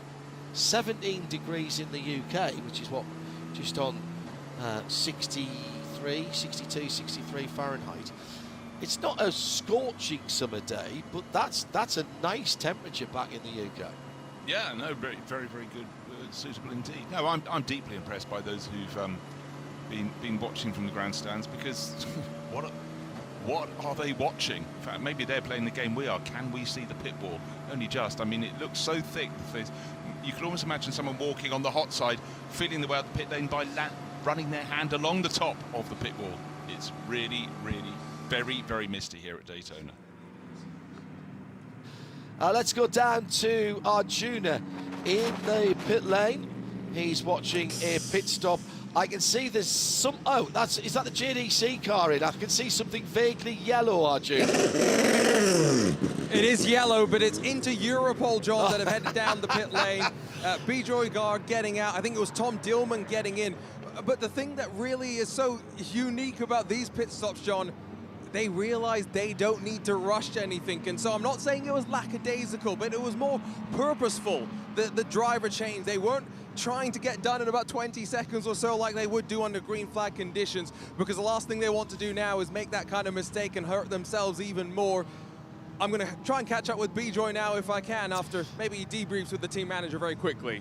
What I'd really like to know as well, Arjuna, from any of the teams is, are there any teams who have run the same set of Michelin tyres since they first came in under the full course caution some, 4 and a bit hours ago, 4 hours and 42 minutes since the yellow flag first flew. Maybe not on the race tyres that they were using before that came out, but maybe they have done, because there's just, there's no real issues in terms of degradation for the tyres down on that circuit at the moment. Go ahead, Arjuna. What I could tell you, John, is no tyres there for the driver change. So they are clearly recognizing that they don't need to burn those Michelin tyres. And as soon as I can talk to Bijoy, I'll ask that exact question, because I'd be curious how long they've been running the same set of the Michelin tyre. And I don't think, Bruce Jones, that I would like to put a stone-cold set of tyres on, even with the relatively warm track at the moment. I saw 1 or 2 people wiggling the front tyres. I think it was the Tower Autosport car, the Tower number 8 car, that I saw wiggling the front tyres. But that might have been actually a green flag pit stop. It's so hard to now break up the 50-odd minutes that I had of green before we've been under full course yellow. We have had to swap the safety car once. I would think we won't be a million miles away from having to do that again. Let's see which one it is that's coming round underneath us now, or whether they've sneakily done it. No, that's still the red car with the big rear wing, so that is the 992 GT3 RS Manti, because obviously a GT3 RS is not extreme enough for Peter Mackay, so Manti come along, tweak the engine, put more aero on it, etc, etc. When that does get closer to critical on fuel, that car will pull out. There's a very nice dark grey 992 GT3 Touring which is the non-winged version that comes out for a few laps whilst the principal safety car is refueled. We were promised Bijoy Garg. We can now deliver said driver. Here's Arjuna. Bijoy, this is obviously unique conditions. How was it behind the wheel? Very boring, to be honest. You know, doing 100k behind the safety car is quite boring after 30 minutes, let alone 4 hours. And we've been wondering, Michelin tires, you've been saving them? I did notice when Tom got in, no change of the tires at all. Have you kept on the same tires since the safety car period began? Yeah, it's not like we're putting too much energy through them or anything, so just keep them on. And I think we've had, one set in the last 5 hours. So let's see when we can start singling to the end. How long did you end up staying in the car? You said 30 minutes or so was boring, but how long did you have to kind of keep yourself mentally engaged?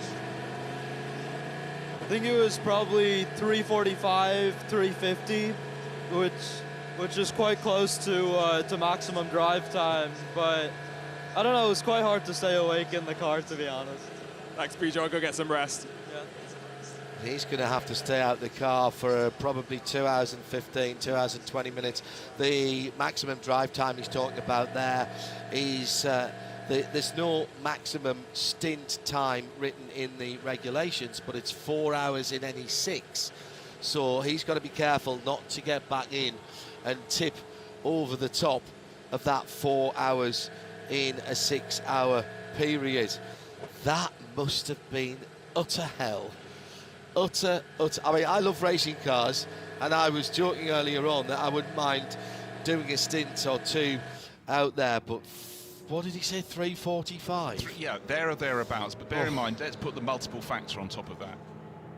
It's night time. Your body isn't primed to be at its very best in night time, because come what may, as much as you try to prepare, you can't preload with sleep. And the other thing, it's just a big strain. We've been discussing this a lot about just peering forward, even at, as he said, at 100 kph behind a safety car. You've still got to peer to see exactly where the corners are, exactly where the white lines are on the edge of the circuit. It's a massive strain. And we were discussing earlier, again, that basically, once you get out of the car, that's when you really feel how tired you are. But the fact that they were having waves of tiredness, Bijoy Garg, you know, did really well there, but he's quite fortunate in many ways. He's in one of the many 4-driver lineups, so he won't be expected to get back in the car for quite some while. 2 bronze drivers in that car, number 43 into Europol competition, Orica, and the other bronze driver, Jeremy Clark, who led the class very early on, but they've got some hot shoes, and most notably the one in the car at the moment, Tom Dillman. Well, he'd want to be in the car when it's all green flag, but it's not going to be green flag racing for quite some time, I'm afraid to say.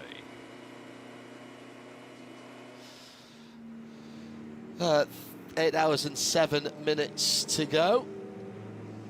And we're coming down towards the last 25 minutes of our 6 hour stint, the Sacred Coffee 6 hour stint on Peacock. If I look across to my... Now, see, I can use my binoculars for this, because I can look down the hallway and see if the NBC Sport talent have showed up yet. No, not quite yet. But there's some of... Oh, no, hang on. Yeah, I can see that they are getting their coffee. What are they having for breakfast? Yeah, well, breakfast I think might have to wait for me. I'll need an hour's kip or so. When we go back to our NBC Sports crew on Peacock, Lee Diffie will be leading the team of Calvin Fish and Steve Letarte in the booth. It'll be Kevin Lee and Matt Yoakum who were out in the damp, but not the cold. Steve Letarte is a coffee monster. A coffee monster. They could actually just rig it up and put it straight into his veins. He does love a bit of caffeine. So he says he should stop, you know, he should be coming back to normal by about Tuesday. Yeah, he'll be ready to go. I expect the intensity to be massive when the guys come back online. Had a good chat with Diff earlier on, off to cover the Winter Olympics. Oh, of course, he'll be doing all the sliding sports at Cortina. and that coming up on NBC throughout the next couple of weeks. NBC, the Olympic broadcaster here in the US. What's motor racing's connection with Cortina d'Ampezzo, the resort of which we speak? Well, there was a Ford Cortina. And how did they publicise it? They sent it down the bobsleigh run. Bobsleigh run. Yeah, with Jim Clark on board. Well, I didn't know it was Jim Clark. And what will motor racing's connection be with the Olympics this year? In that very same sport. Simona Di Silvestro has qualified to drive a bob. Well, I'm very envious of that. You've got talent, and it's a translatable thing, but well done to her. She was another form of the BMW USA. Tim has just set him by ear. We missed that one. That's annoying. And in fact, we've got a driver in this race whose brother used to race also, Duarte Felix da Costa. Yeah. So he was, I think, the second or third season. So lots of people were in there. In fact, they had huge grids at one point. I remember at Spa, I had to go up on stage and introduce each of the drivers, but the stage wasn't large enough. By the time we got to driver number 43, I mean, we were literally standing on tiptoes and trying not to drop down into the audience. Yes. Yeah, absolutely. Olympics coming up, Winter Olympics coming up, as I say. I'll be looking forward to those sliding sports. For those of you in the UK following along, it's Warner Brothers Discovery, of course, for the international side of things. That'll be Martin Haven who does that. Another voice that we all know. Everything I know about sliding sports, I've learned from Martin and listening to Martin. I genuinely believe it's some of the best work that he ever does. It's really very good indeed. And Diffie, of course, is good, annoyingly good at everything he does. It's not just about the preparation, all that is a very important part of it. It's the bedrock. He is genuinely enthusiastic about the track and fields that he does for Olympics and also the sliding sports. Ironically, I'm going to be down at Bathurst while he's doing that. So, I mean, I like the sliding sports, but for me, it's all about the skiing. Yeah, the winter sports, absolutely adore it. And I've had the misfortune to try some of the courses myself, and it doesn't take much to get a corner quite wrong, put it that way. And you're doing a fraction of the speed the good guys would be doing it in. Tim's just reminded me that a little while ago, at least, I think it stopped about a decade or maybe more ago, the US Bob team used Bodine sleds as well. Coming down to 8 hours to go here at Daytona. We went off on a little tangent there, but you're not missing anything on the track. We haven't even had a pit stop, so the lineups remain the same as the time ticks away. 8 hours, 2 minutes and 52 minutes to go.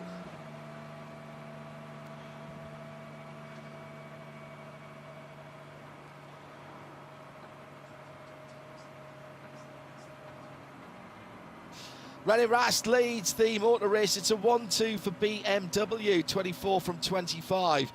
Raffaele Marciello. Then it's the Porsche 963 of Julian Andlatt, and the number 7 car in third position.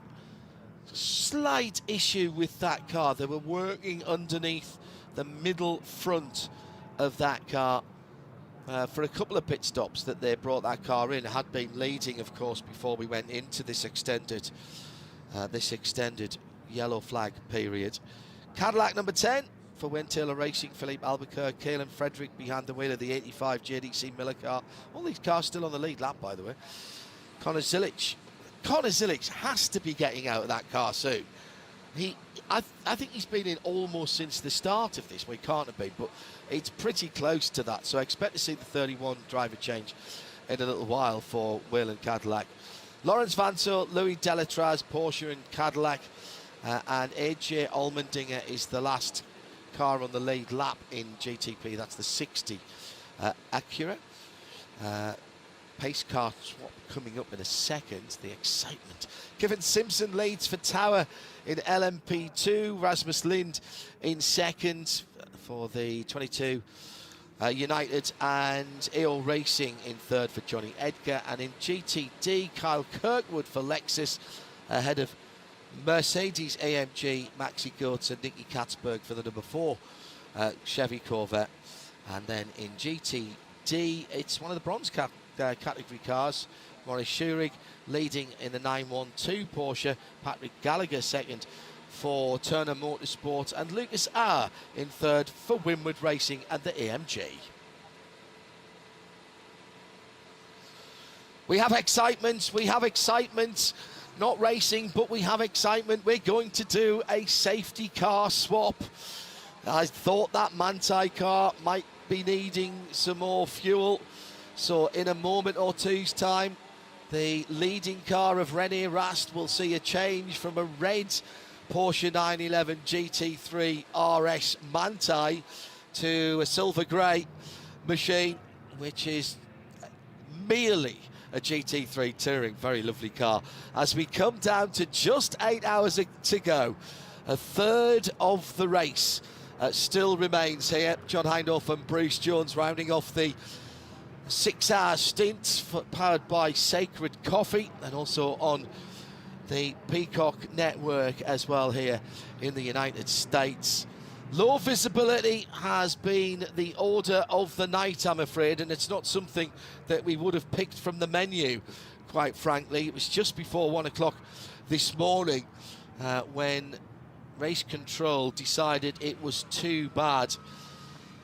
So that was 12:45 and 29 seconds. So that's 4 hours and 55 minutes ago when we started this extended period. This is the second time we've had to swap out the safety cars, and what will happen is that red Manthey RS 911 GT3 will go off the track for a few laps to be replaced by the grey one with the Daytona 24-hour logo on the doors.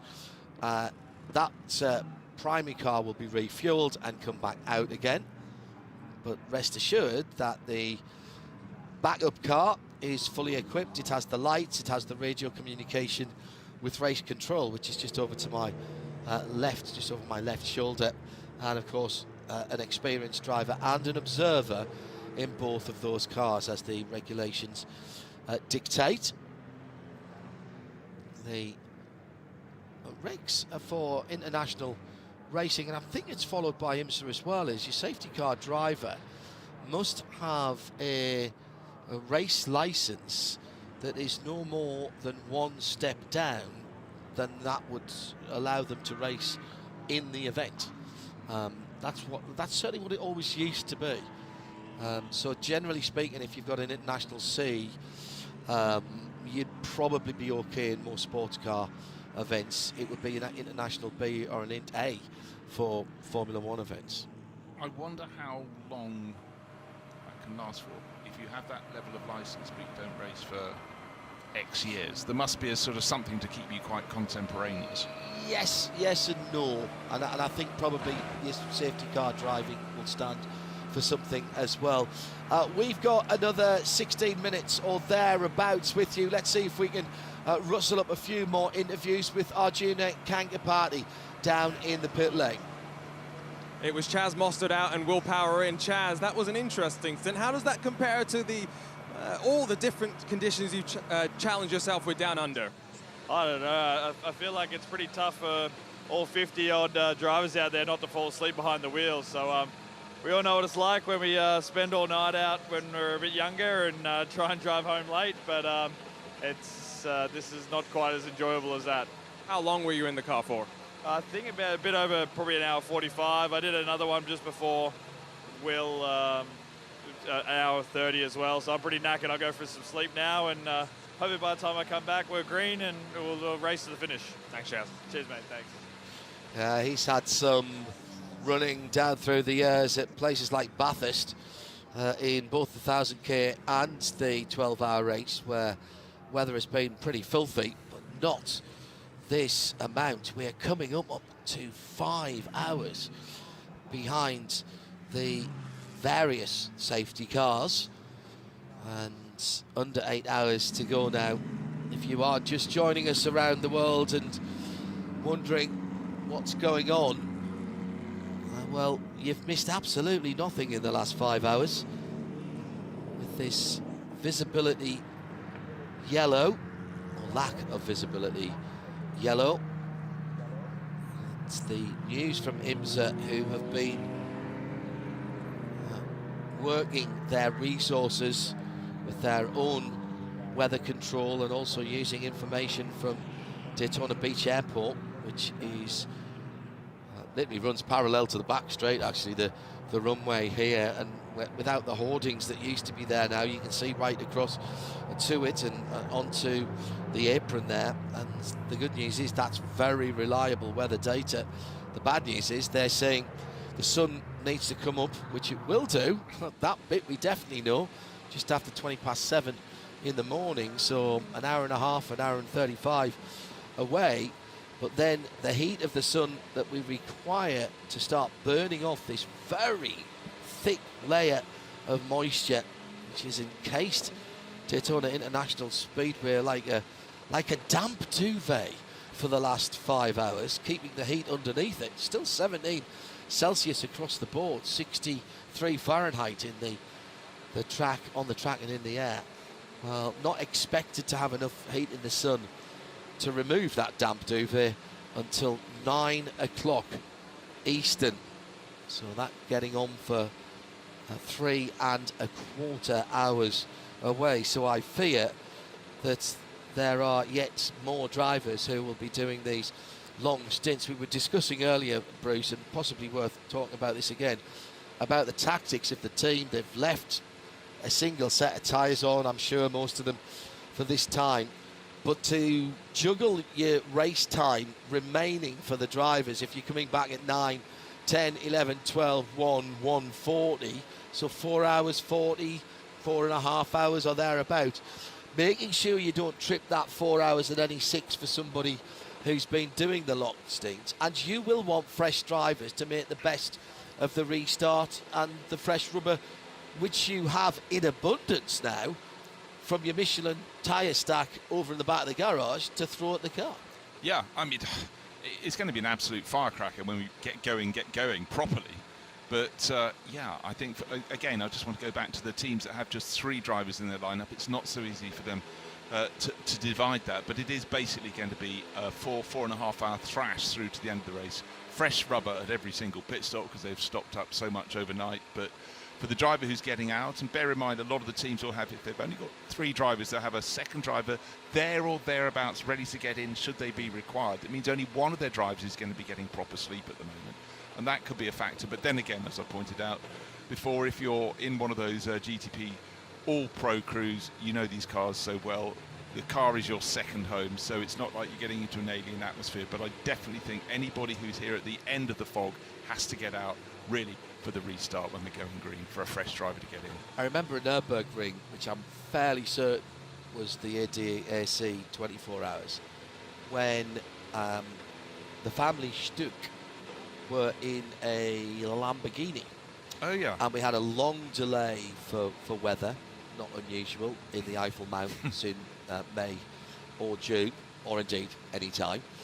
And they'd put the car cover on the car, and one of the Stuck children was helmeted, suited and booted and sound asleep in the driver's seat of the car, under the car cover, literally ready to spring into action at no notice. But rather than go away, he'd just rather sit in the car. I don't think he was belted in. It's about a 15-minute warm-up for the engines, or at least it was in those days.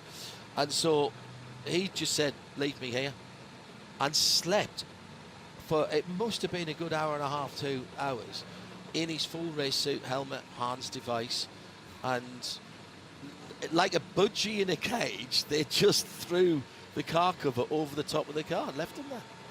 Amazing. That's chilled out, isn't it? Oh, yeah.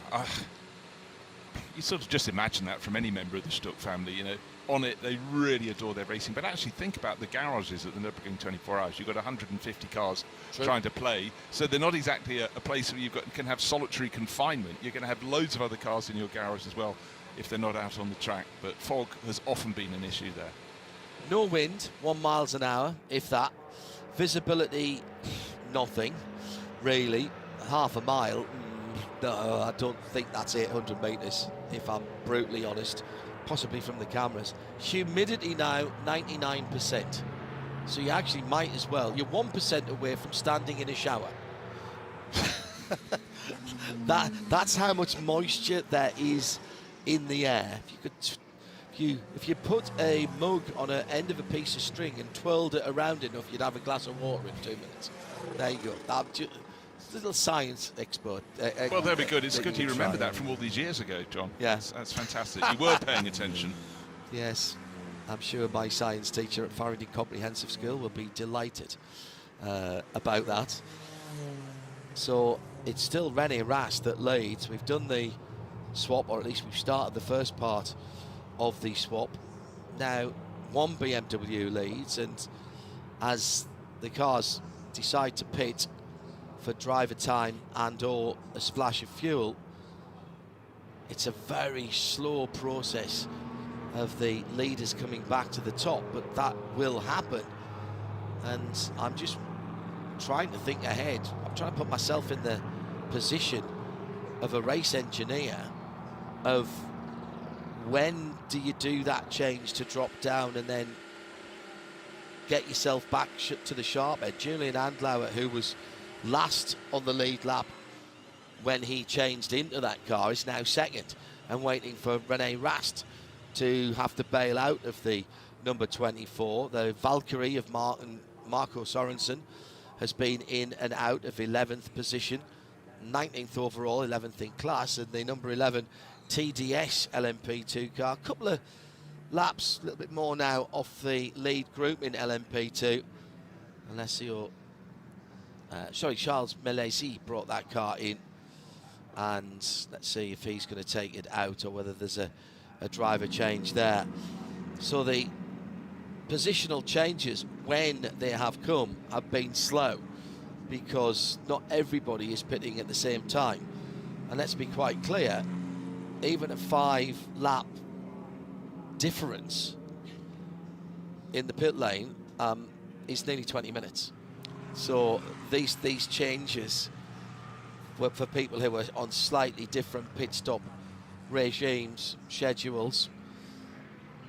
5 or 6 laps, 20 minutes, 3.5 minutes is what we're going round in, roughly speaking, at the moment. Arjuna Kankapati wants to throw in a conversational hand grenade here. What have you got?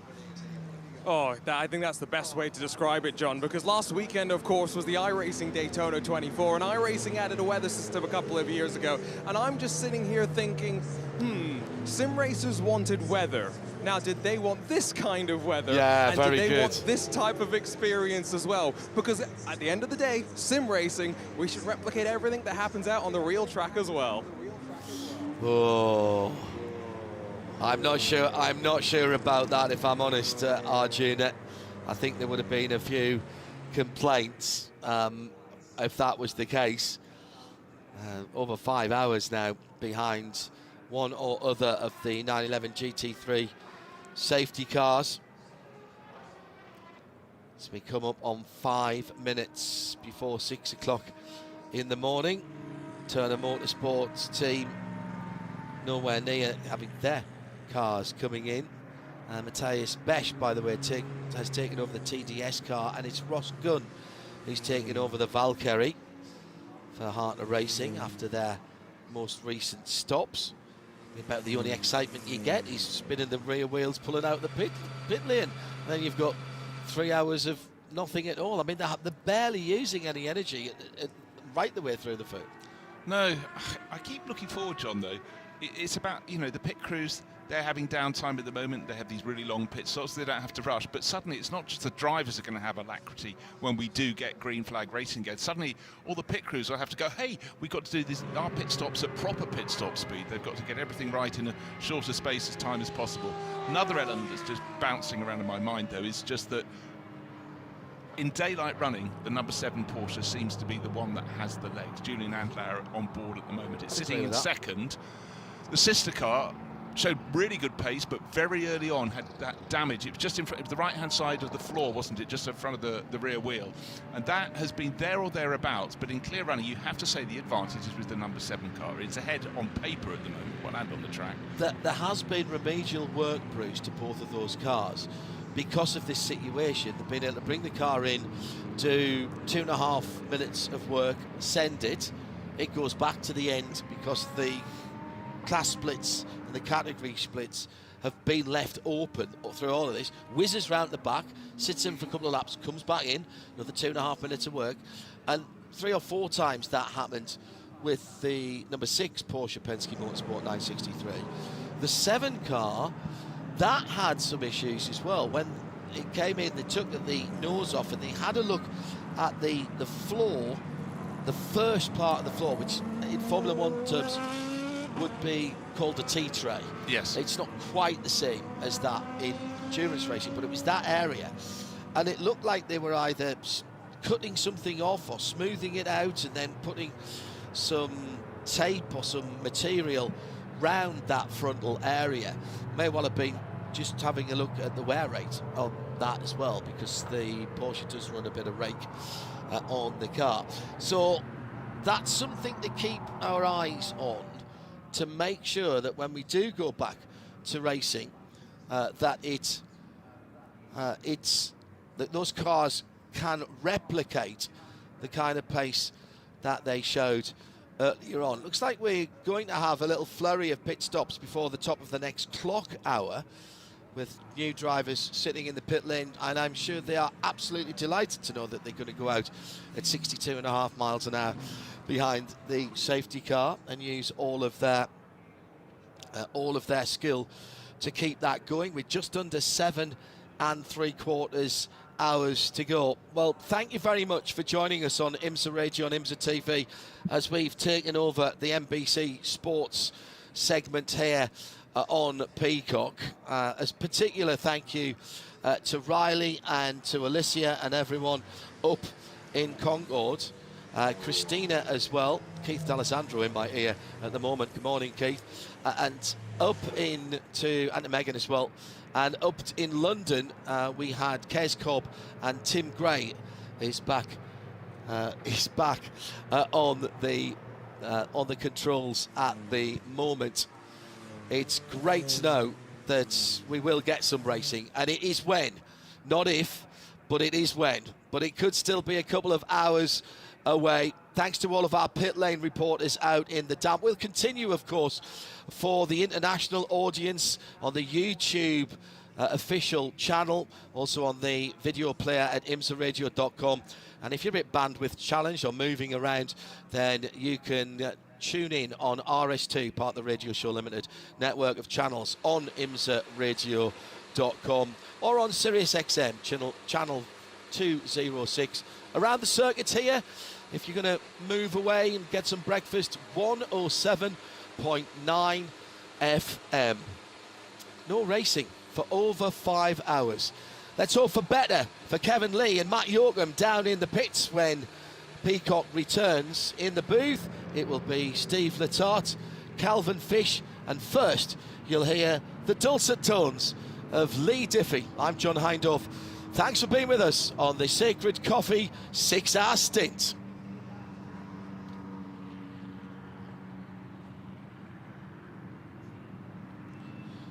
Well, Bruce Jones, now that our colleagues at NBC Sports have taken back over the airwaves of Peacock, give me some final thoughts for this clock hour before I disappear for a little snooze.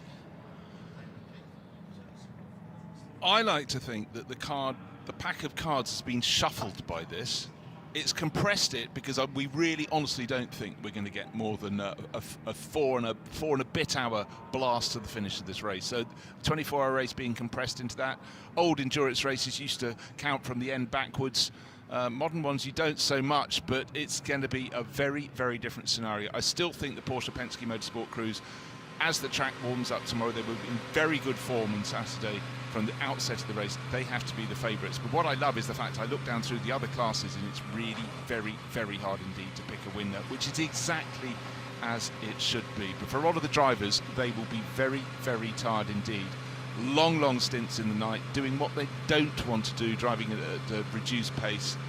I think we're set, but when we're set to go racing again, can't be told. But 9 o'clock this morning, the mist that we had, greeted Saturday at Daytona International Speedway did burn off, but I think this is rather thicker, so I think it might be closer to 9:30. It's very, very damp indeed, and I'm just concerned that when the sun does come up, the fog will burn off. That's good, but I think we could have some people having to be very careful not to become victims to curbing that's wet, and that we know over the course of the years leads to cars going for spins.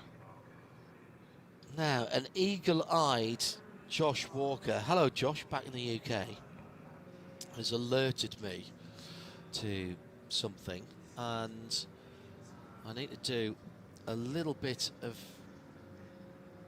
hustling around, because the 4 hours in NE6 is absolute here. Everybody has been talking about it when we've had them down in the pit lane. Let's go down to Arjuna. I need to do a little bit of research before PMAC comes in to take you through the next few hours. Arjuna's down at the pit lane waiting for more yellow flag pit stops.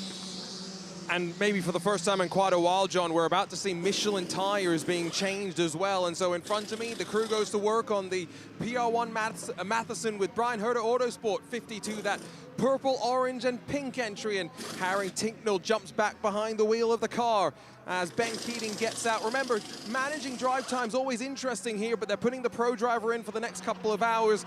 And hopefully as we get closer to the mist burning off, Harry will be in a position to charge that car forward. AO Racing as well, spiking its gold colors this weekend. They've fired off as well. Nice tidy stop for them.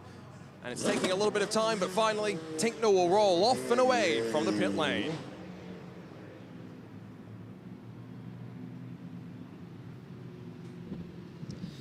Thank you, Arjuna. Arjuna Kankapati in the pit lane. Busy, busy boy throughout this weekend. Did I miss anything, Bruce? I thought you were here all along. Gosh. Well, it's a different car leading.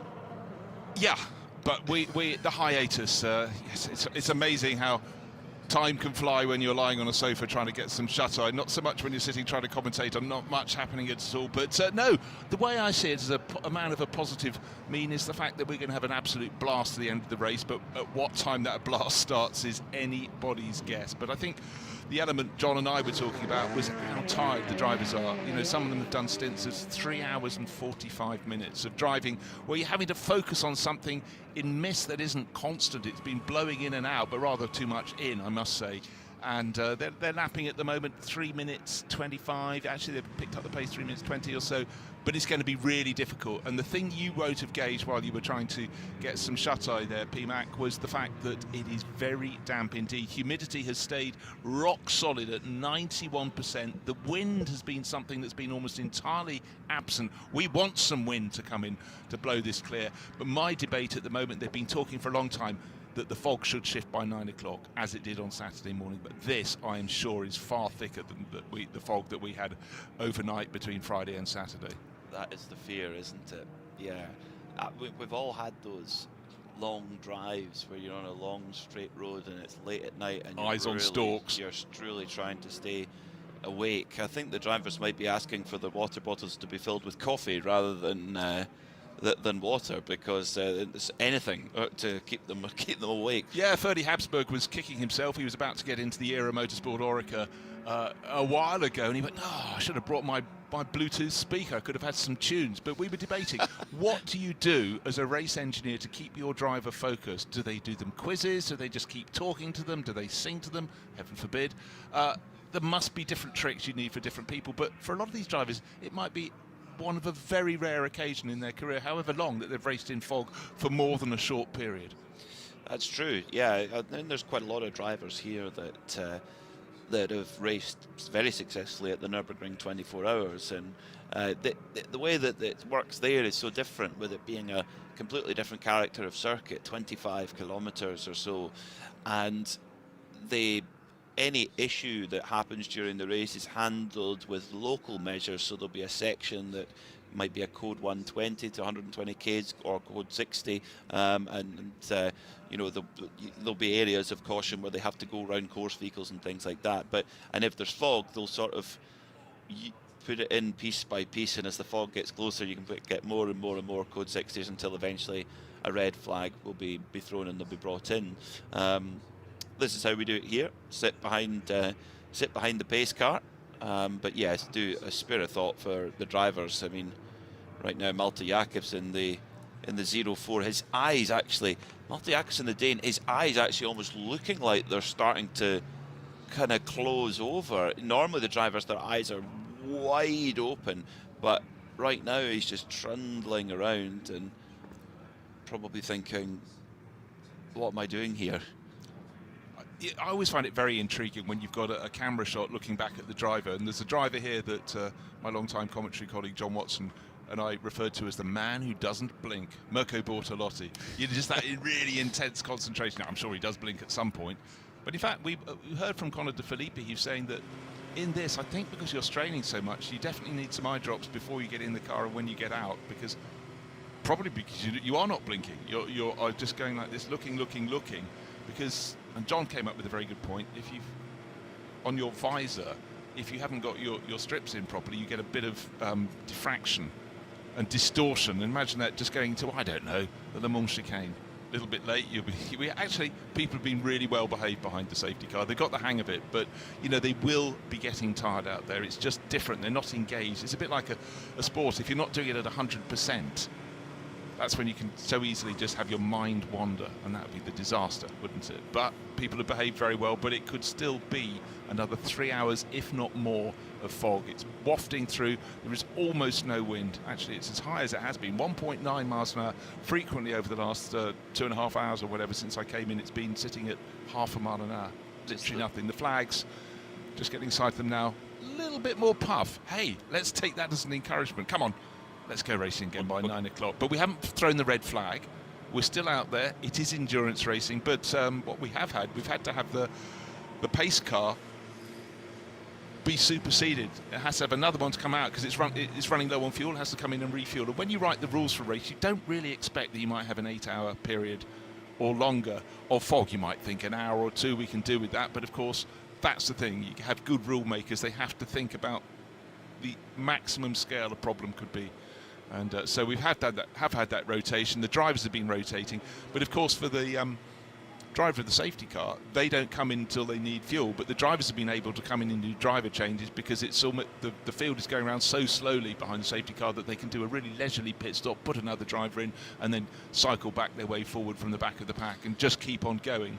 But already they'll be counting down to when they think we're going green, and that will certainly start to affect when they come in to make those pit stops. And think about that for the pit crews as well. They're totally. They need that adrenaline of needing to execute a stop perfectly under pressure. That's when they do their best work. And when they're not under that pressure, that's when mistakes can happen. So driver change going on in the Vasser-Sullivan Lexus at the moment. That is the... Now, which one of the Vasser-Sullivan? It's number 14. It's Carl Kirkwood getting out. So is it Ben Barnicott? Or yes, that's Ben it's Barnicott. Ben getting in. So he'll have had a long time out of the car because I don't know when he was last in, but because some of these stints, as I said, have been getting close to 4 hours, it does mean if you try and keep another driver near the garage just in case you need them, but it does mean you can send someone away for a long slumber. But now this one will take them through. It's 8 minutes past 6 in the morning, so Ben can do 1 stint, 2 stints, doesn't really matter. Get out, and then it means, therefore, Jack Hawksworth will probably be the one at the wheel when the flag is waved, the green flag beneath us, and we go proper racing again. I do remember having a chat with Nicky Katzberg back at the 2023 Nürburgring 24 Hours, which he went on to win with Fricadelli. We were talking about that earlier on this morning, weren't we? And it was very, very funny because we were talking about the potential for fog and a red flag. Did we have fog and a red flag that year? No, it was the year after, 2024. Yeah, it was 2024. That's right, yeah. So we were talking about the last time that Nicky had won that race, which was back in 2020 with Rover Racing, and he had this really funny video on his phone that all the drivers had sent to each other because the year that they won it in 2020, there was an 8-hour red flag break for fog. And the thing was, though, is that on the driver rotation, the next driver to go in had to be ready just in case they called it early. Just by, they said they wouldn't, but stranger things have happened. And that poor driver was Alexander Sims, and they had this video of Alexander Sims sitting there with the most horrible, glum look on his face, just so crestfallen, and the background music was Simon and Garfunkel's Hello Darkness, My Old Friend. It was very funny. Poor old Alex Sims. They won in the end, so they got the glory in the end. It was a happy ending, but poor old Alexander Sims had to sit up all night just in case while his teammates slept away in the Doran. Well, we just mentioned Vasser Sullivan Lexus, so why don't we catch up with one of their drivers, with Arjuna Kankapati. I'm sure that's one of the more riveting stints that Carl Kirkwood's ever done. Carl, interesting conditions here at the Rolex 24. Yeah, I mean, that was definitely wild. I mean, it's very foggy out there. Going very slow for 2.5 hours, whatever it was. I mean, we're just taking away at it. Hopefully it starts to clear up here pretty shortly and we can get back to some running, because it's pretty tiring at this time of night and not being able to go very quick. You rely on the adrenaline to keep you going, so it's pretty tough. Is it a bit harder as well because you're in a 3-driver lineup, so rotating in this period's a bit more tough? I mean, it would be tough no matter how many drivers you have. You get out there, you're used to going 180 on the straights, and now you're doing 70 in the pitch dark with radio silence and quietness. It's not that enjoyable. I'm sure it's not enjoyable for any of the fans that are still out there watching, but it's definitely not enjoyable for us either. Thanks, Carl. No worries, thanks. Appreciate it. Kyle Kirkwood there for the Vasser Sullivan Lexus team, and yeah, you've really got to feel for the drivers here sitting there, and that's where you feel every little ache and pain. And if nature's calling, it's probably a lot louder than it would be if you're at full maximum racing speed. It's just the waiting as well, and you know, all the plans you had for the race, the way you were going to run it, who you were likely to be racing against. But what it does do, it's going to compress the run to the finish. And I was saying just before you came in, at 6 o'clock in the morning, 10 minutes or so ago, is that at the moment, in terms of pace in daylight, the number 7 Porsche from Porsche Pensky Motorsports seems to have the legs. The early damage for the sister car hasn't helped it, but a short while ago, okay, pit stop cycle, we had the 2 BMWs at the top of the pack. They've shuffled down to 8th and 9th in the pack in the GTP class, but it does mean a shorter period in that blast to the finish at 1:40 this afternoon. One little slip up from one of the faster cars, and it does mean some of the others may have a little more hope than they had that they could go for outright victory. Right, I'm trying to make a scenario. It may be true, it may not, but you know, it is definitely a factor. You shorten the time in which a car that has an advantage has to use that advantage, and it definitely closes the pack up. No question it does. I mean, over the last few years, we've had some dramatic finishes. I mean, last year, Johnny Palmer and I commentated on the last hour and a half to 2 hours, and it's I think the most exhilarating stint of commentary I've ever experienced. The 4 classes going for broke, and no doubt we'll have exactly the same again today. But you're right, you're absolutely right, Bruce, is that there's definitely more characters brought into the script because of that, who may well have just started to fall off the wayside a little bit, maybe lost a lap or two, whereas now they're going to be going into normally the time when everyone turns the switch on. I can't remember which driver it was that said usually when it gets light, that's when it really starts to heat up. 5 to 6 hours to go, the pace ramps up, and then there's another switch again with about 2 hours to go, and then it's gloves off at that point. So if we go at 9 o'clock, the conditions are ready to go, that's 4.5 hours to the finish. It's basically going to be like that for the last 4.5 hours by the sounds of it. You really think so? We have to count on that. But we were talking about how you keep the pit crew revved up, because they're going to have, as soon as the green flag is waved, they can't have the leisurely pit stops anymore, so they've got to be absolutely on point.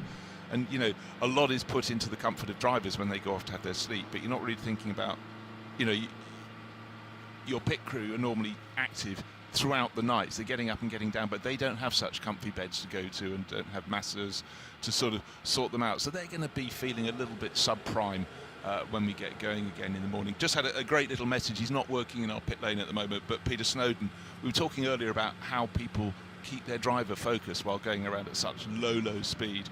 And Snowy was saying their engineer, who coincidentally is working with Inception this weekend, running that yellow Ferrari, he used to run a Radio 2 Popmaster style quiz to keep us, those who are behind the wheel, awake. You know, we all have different things, but I think anything that causes you not to lose your attention, but actually sharpen your focus in some aspect of your sort of brain capacity has to be good.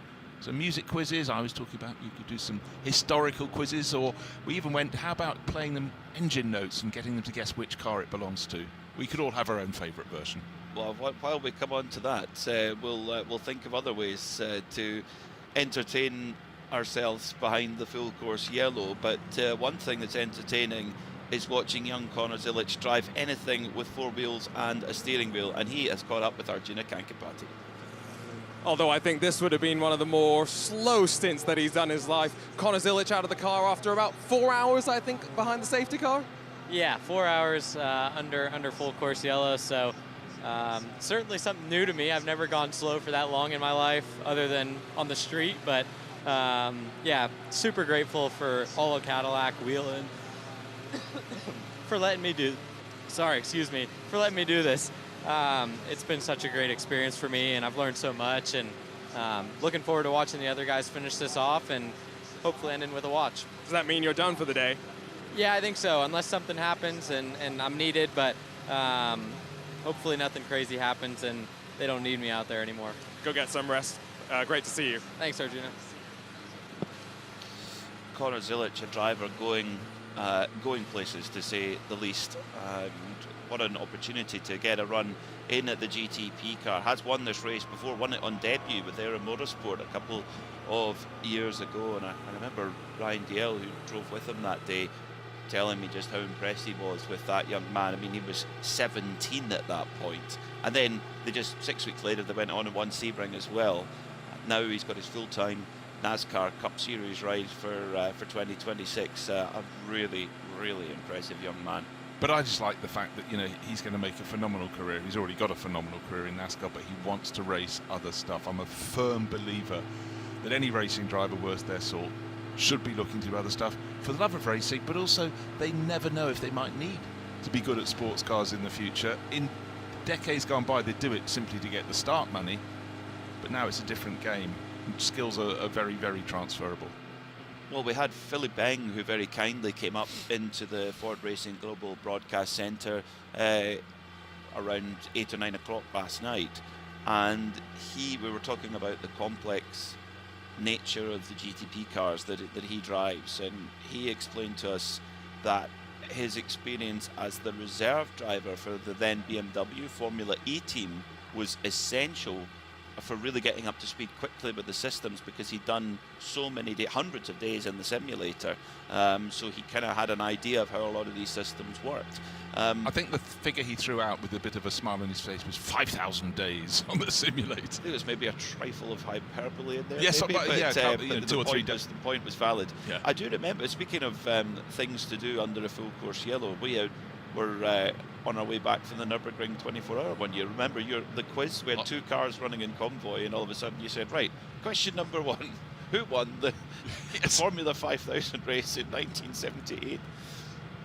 Oh, 76, it would have been Brian Redman. No, so it goes on. But no, it was a good way of staying awake, because that was the one. Yes, it was 2024. We left early because the race was finally called. They took 2 hours off the end of it, and as soon as they called it, the fog that was benighting the circuit lifted. But anyhow, yeah, everyone likes a bit of a quiz, don't they? They do, yes, they do. So if you quiz us here in the Ford Racing Global Broadcast Centre, send us a message on X at IMSA Radio, and we'd love to hear from you. Great to see. So I mean, I'm absolutely blown away by the viewing figures that we've had on the YouTube feed, also on IMSA Radio as well. Share, because I didn't see them. I knew they were good. Well, I came off my stint, we were I think 3 hours into the race, and they were still over 100,000 live viewers at that time. So it's very impressive. The whole team at IMSA have done an amazing job to put that together, and it's a real privilege to be part of it.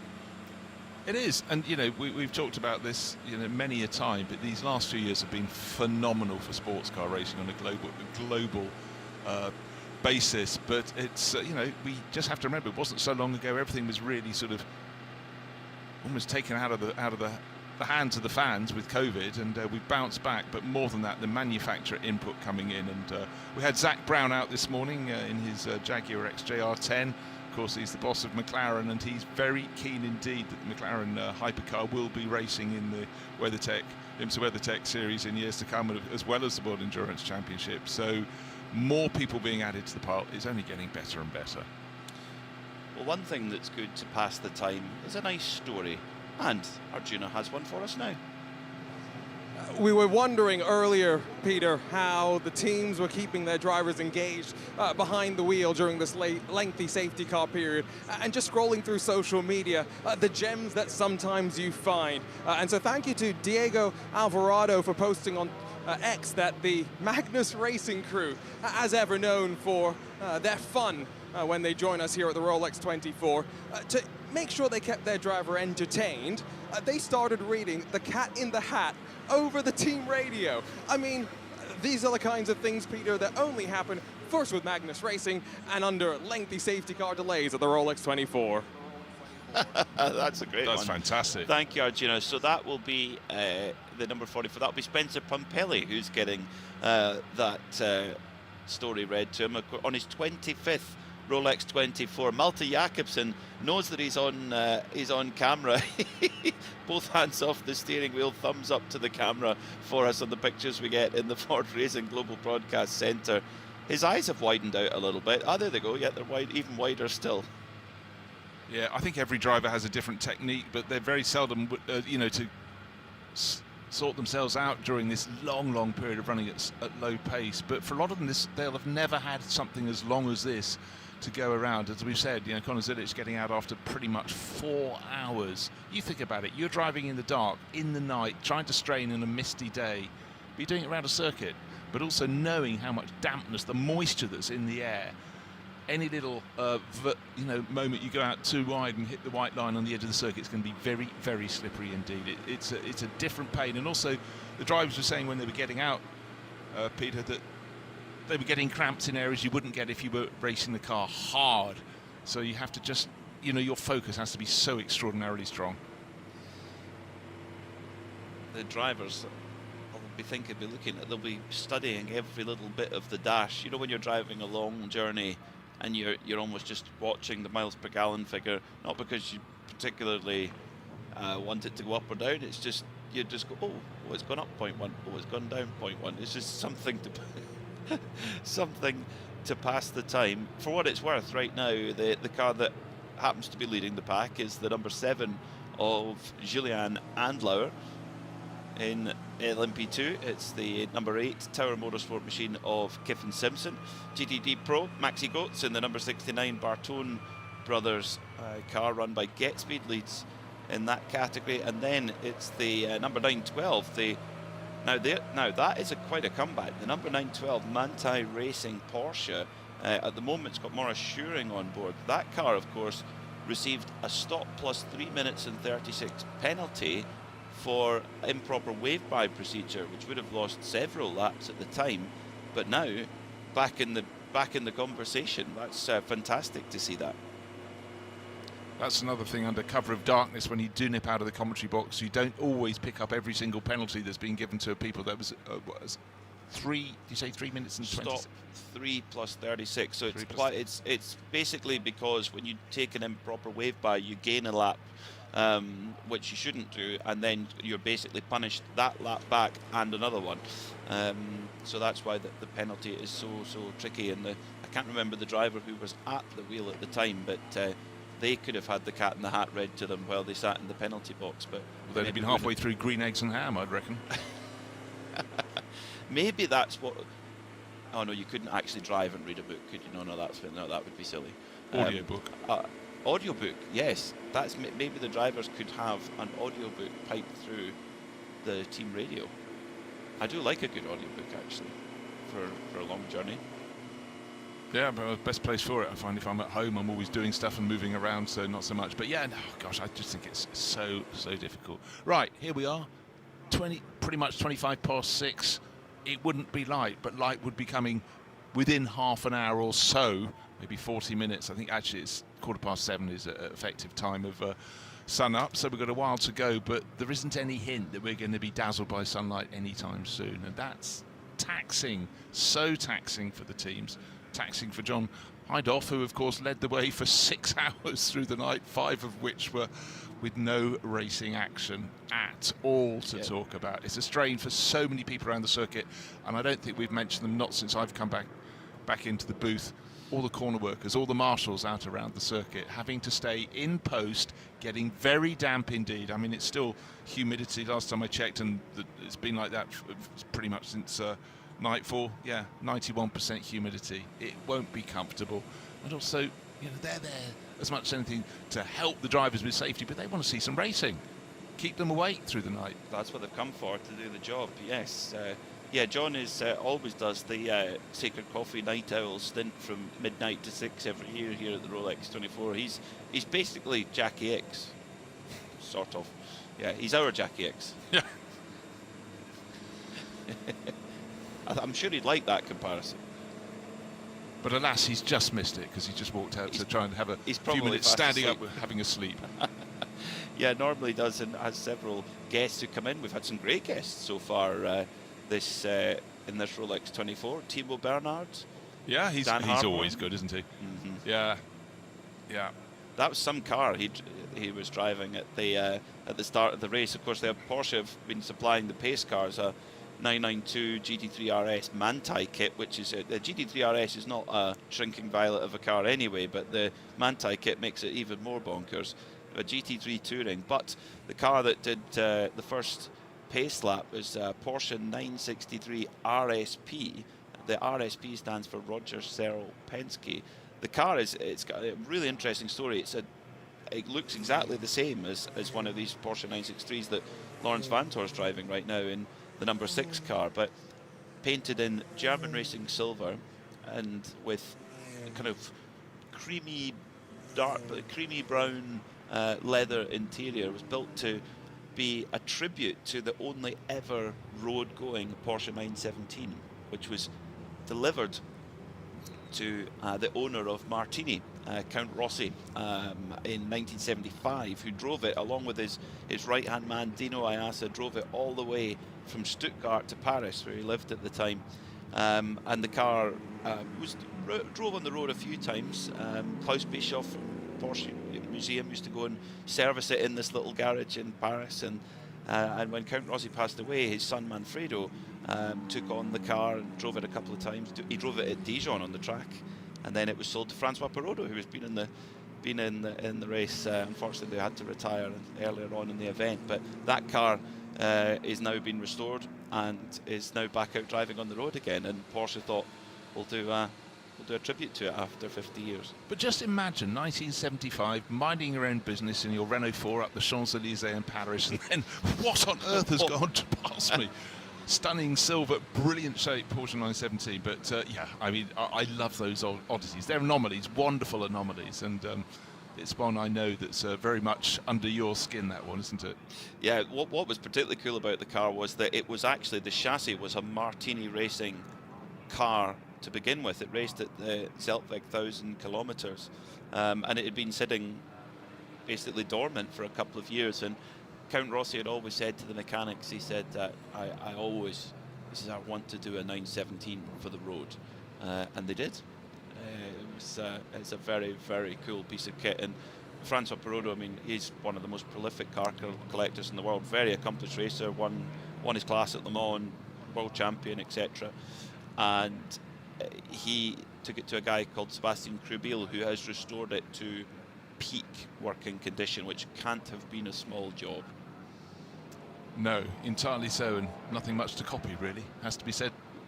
But I really admire, I mean, people who've got the finances to build a collection car. That's one thing, but whenever you listen to anything else that Francois adds, he's got a very, very good eye for the very best. And we were talking earlier about Zach Brown. It's not so his collection of racing cars is too shabby, and being of sort of, he's younger than me, but not by that much.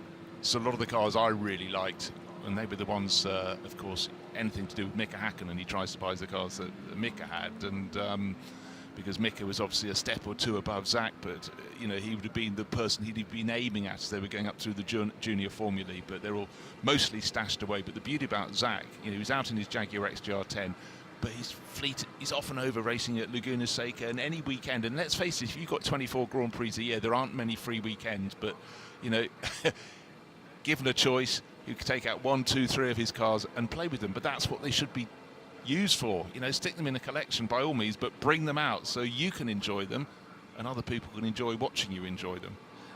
And we're so indebted to the owners of these priceless machines. Well, they're not priceless actually. When you look at the figures, it's eye-watering what some of them go yes, for. Alas, they have a price. Yeah, they do have a price, unfortunately, yes. But it's one thing to acquire them, it's quite another to prepare them, and it's quite another again to go and race them.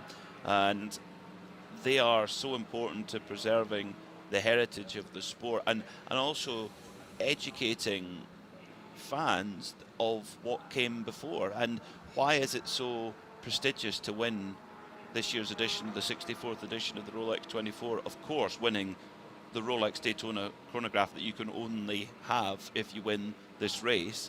But why is it a special event to win the 24 Hours of Daytona? Well, because the 24-hour race has been running since '66, the Daytona Continental before that. All the greats have won it, whether it be brands, drivers or teams. So, but without that heritage, does it have the same prestige? Of course not. If you start a race up from scratch, it doesn't have that prestige yet. It has to earn it, has to build it, and all of the characters over the years, all of those stories, they need to be kept alive, and that comes down to the work of private individuals who have such a passion for it to do it. No, absolutely 100%. And in fact, you know, it's always great if you've got an event with a lot of history. If some of the cars from the past don't even have to go out on the track, great if they can, to do a display or a race as we had this morning with the HSR IMSA Classic. But just to see people looking at them in the paddock when they're walking past, they're coming here to see the contemporary racing cars and the drivers and the teams, and then they get this history lesson just parked under the awning. Daytona always does it very, very well indeed. But yeah, long may that reign, because you've got to link the racing we see today with what went before to understand the great quantum leaps we've had in terms of technology and in terms of longevity, mechanical strength. And you know, it's a constantly moving stage, but also there's another element. There are some cars that just look right, you know, brilliant liveries. And for those of us, the cognoscenti who understand their racing histories as well, you know, that's another layer to lay on them. You go, oh my gosh, that was a phenomenal car, or a car that was a giant killer. I think 1991 Le Mans, where Mazda sort of did precisely what Toyota and Nissan had spent fortunes on and not managed to win Le Mans. They went through. So sometimes you get a car that comes from sort of left field and wins, and I like those as well as the sort of the steamrollers of when a particular manufacturer is on top in sports car racing. They might win for many years running. Fabulous achievement. The ones that are almost more outstanding than the ones that sort of broke the mold, did something different and got away with it. So, and Le Mans, I think, probably more than any other place has those stories, you know, of the anomalies. You know, the 1994 where Porsche were, you know, they were kind of, it was quite a while after the peak era of the 956 and 962. Things had moved on. Company was in a little bit of a difficult spot at the time, I think it would be fair to say. The McLaren F1s were coming on stream. In fact, it was when the Super GT cars were coming on stream, and they thought, right, maybe if we could take our prototype and make it into a GT. And there was a guy, Jochen Dauer, who wanted to make a 962 for the road, and that all worked together quite well, and they went and won the race by taking advantage of a loophole in the regulations with a 962 Dauer to win that with Hurley Haywood, Mauro Baldi, and I've forgotten the third driver now. Who was the third driver? 94. Yannick Dalmas. Dalmas, yes. But you know, the thing was, I was there at the time reporting on it and stuff, and it looked like a desperate roll of the dice, but it worked.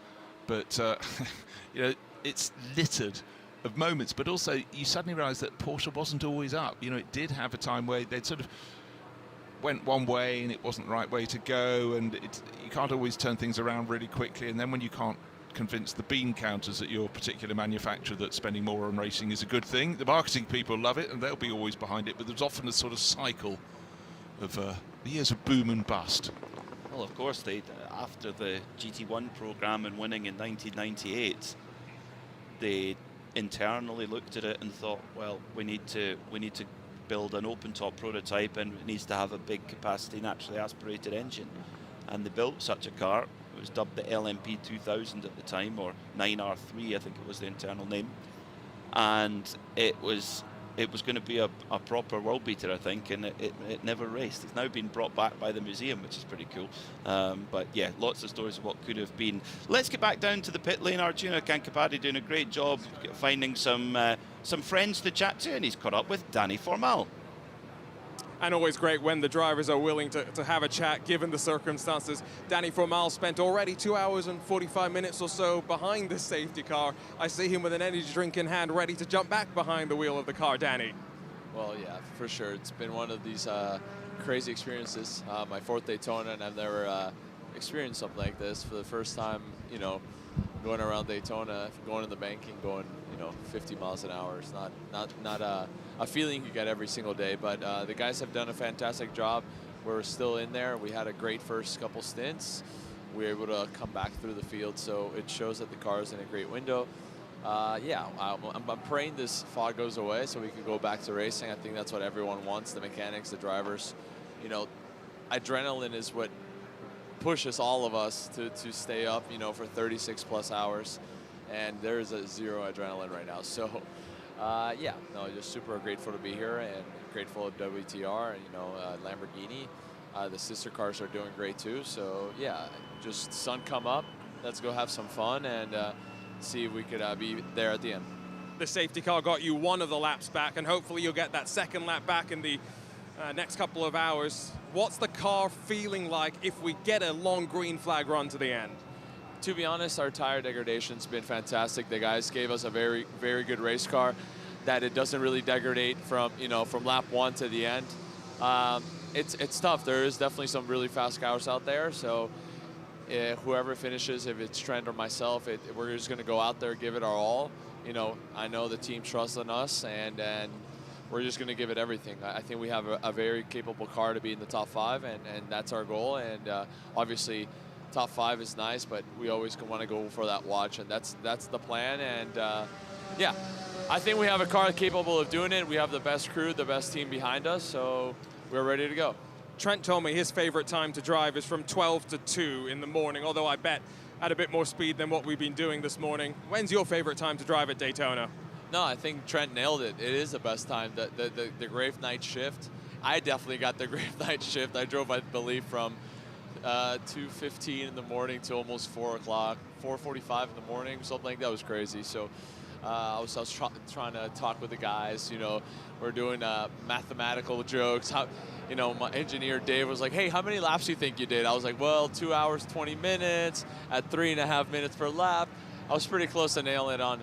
But yeah, it is the best time to drive, in my opinion, when, you know, everything is quiet, you get in your rhythm, focus. But yeah, now my favorite time will be at the end of the race, middle of the day, nice and sunny out, and hopefully, you know, we could do something cool. Thanks, Danny. Thank you so much.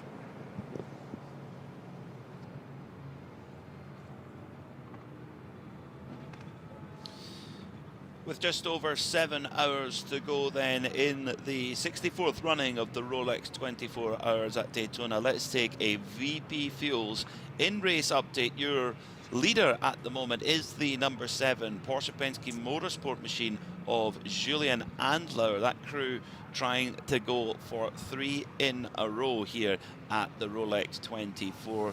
Then it's the number 85 JDC Miller Porsche of Kaelin Frederick and Lawrence Vantor in the number 6 Porsche Pensky Motorsport machine, making it a Porsche 1-2-3 as things currently stand, of course, behind the pace car under full course yellow due to the fog.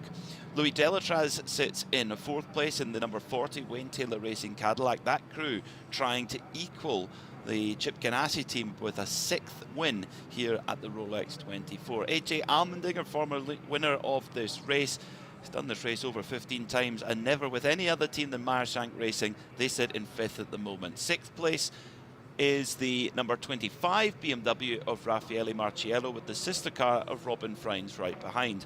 Frederick Vesti for the number 31 Whalen Engineering Cadillac crew sits in 8th, and then in 9th it is the number 10 Wayne Taylor Racing Cadillac of Ricky Taylor, and rounding out the top 10, Alex Palou, number 93 Meyershank Racing. In LMP2, it's Nolan Siegel for the number 343 Inter Europol competition car, with the sister car, the number 43 of Tom Dillman, behind him.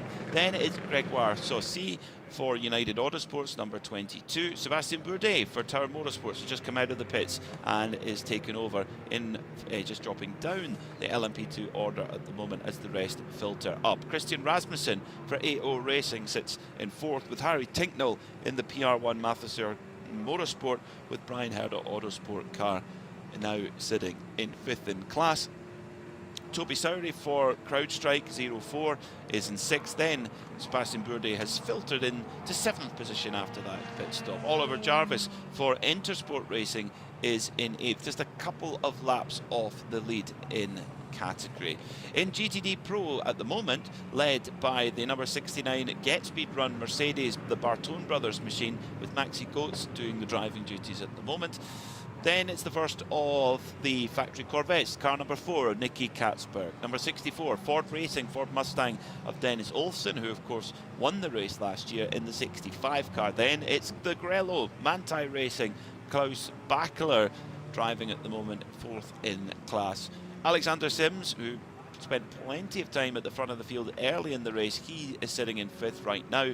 Then in 6th place, it's the BMW M4 GT3 Evo of Neil Verhagen. In GTD, it's the bronze class car, the 912 Manti Racing car, which recovered from a 3-minute and 36-second penalty due to an improper wave-by procedure, but they are right back at the sharp end. Patrick Gallagher for Turner Motorsport sits in 2nd. Then it's a trio of Aston Martin Vantages: Zachary Robichon for Hardest Racing, Carl Bennett for Van der Stur, and Spencer Pompelli for Magnus Racing. That is your VP Fuels in Race Update.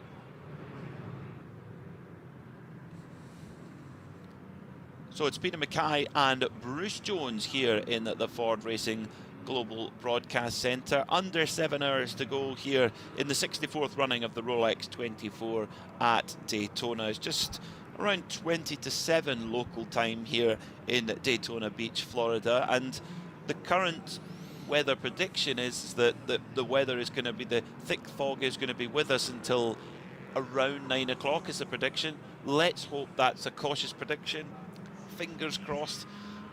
Or we really hope it's not an optimistic prediction. Well, there had been times in the last few hours I was beginning to think it was getting a bit optimistic at 9 o'clock, because it seemed to be getting worse and worse. And at various points, we've hardly even been able to see the pit apron across from our lofty position in the giant grandstand right on the start-finish line. Can't see the cars other than when they come halfway between Speedway Turn 4. That's the final corner of this tri-oval. We can see them go past us going down into Turn 1. We can pick up headlights sometimes as they come back out of the infield section, but not always. The fog is not constant, but my concern is I think this is a lot thicker than the fog that greeted us on race morning, Saturday morning at Daytona. It was foggy when we got to the circuit, but nothing like it is now. We came in through the gate, what time was it yesterday morning? It's 7:45 to do the historic race. The cars went out on track and we were looking at each other and going, do you reckon they'll race in this? But they couldn't see a lot down the back straight, but it burnt off quite quickly. But I think there were fewer cars in that. I mean, with more cars moving around it and stuff, at least that will help dry the track out. But I'm just concerned it's very, very thick fog. Will we get 4.5 hours of green flag racing through to the end of the race? I don't know. Will it be more? Can't be sure. Will it be yes? I fear it rather might be only 4 hours to go, which will make it a real thrash. You look at the last couple of 24 hours here, and the margins of victory haven't been large, have they? 2025, Porsche Pensky Motorsport, Felipe Nasr, Nick Tandy, Lawrence Van Tor. They won by 1 second from Tom Blomqvist, Colin Brown, Scott Dixon and Felix Rosenquist, which is half of what it was the year before. Dane Cameron Matt Campbell, Felipe Nasr, Joseph Newgarden by 2 seconds their victory. Let's catch up with Arjuna in the pit lane for more. A couple of things down on pit lane, a couple of driver changes, both in the prototypes and the GTDs, seeming as though the drivers have got their wake-up calls and being inserted into the cars to provide some relief. But in terms of the weather, Peter, you know how it is. We're both golfers. Sometimes we want to check tee time tomorrow morning. Is the weather going to be okay? And I've been analyzing my own weather app. I'm pretty confident that between 9 and 9:30, we should see the majority of this mist burning off. The forecast I've got in front of me says by around 10 a.m., the visibility will be good enough to go racing for sure. And so hopefully we are getting closer and closer to that. But talking with some drivers, of course, this is a very, very different Daytona 24 to the one they expected, but also, Peter, to the one we had last year where it was very cold, but no fog to interrupt the proceedings. That's true. I've been coming to the Rolex 24 at Daytona for the last 5 years, and yeah, never really seen a wet race actually, but have seen it be nice and warm, like it was at the start of the race, and I've seen it bitterly cold. I mean, around freezing centigrade temperatures during the night. I always have this image in my mind of Elio Castroneves fully suited and booted up, hands device, helmet the lot, with a massive sort of double duvet wrapped around him to keep himself warm before jumping into the car. So yeah, you can get a bit of everything here at Daytona. Come to Florida, they said. It'll be lovely, they said. Well, it was, and it will be. It will be later on, I'm sure of it. We're going to have a sun-kissed finale to the Rolex 24 this year. Not so long ago, I was quickly flicking back to look at some video footage from the start of the race, and I'd sort of forgotten it was glorious sunshine. But ironically, you know, the drivers have behaved impeccably in the misty conditions before we went to this full course yellow that's been running for 4 hours and more. But they didn't behave impeccably at the start of the 24 hours with quite a few cars, notably in the GT2, it's LMP2 class, getting it really rather wrong, over-ambitious into the first corner of the opening lap. And a few cars have been sporting damage from that early stint. But that said, well, obviously we wouldn't have lost any cars unless there was mechanical failure behind the in the full course yellow period. But we started with 60 cars, we've got 55 cars still running. But that looks that there's going to be a very high figure to still have running at this point with the way people were behaving on the opening lap. So, and I love that. My phrase of the race so far was came from Kenny Harbaugh, the driver of the 75 Express car, when he described the antics of some of the other drivers as they were a load of pelicans. We knew what he meant.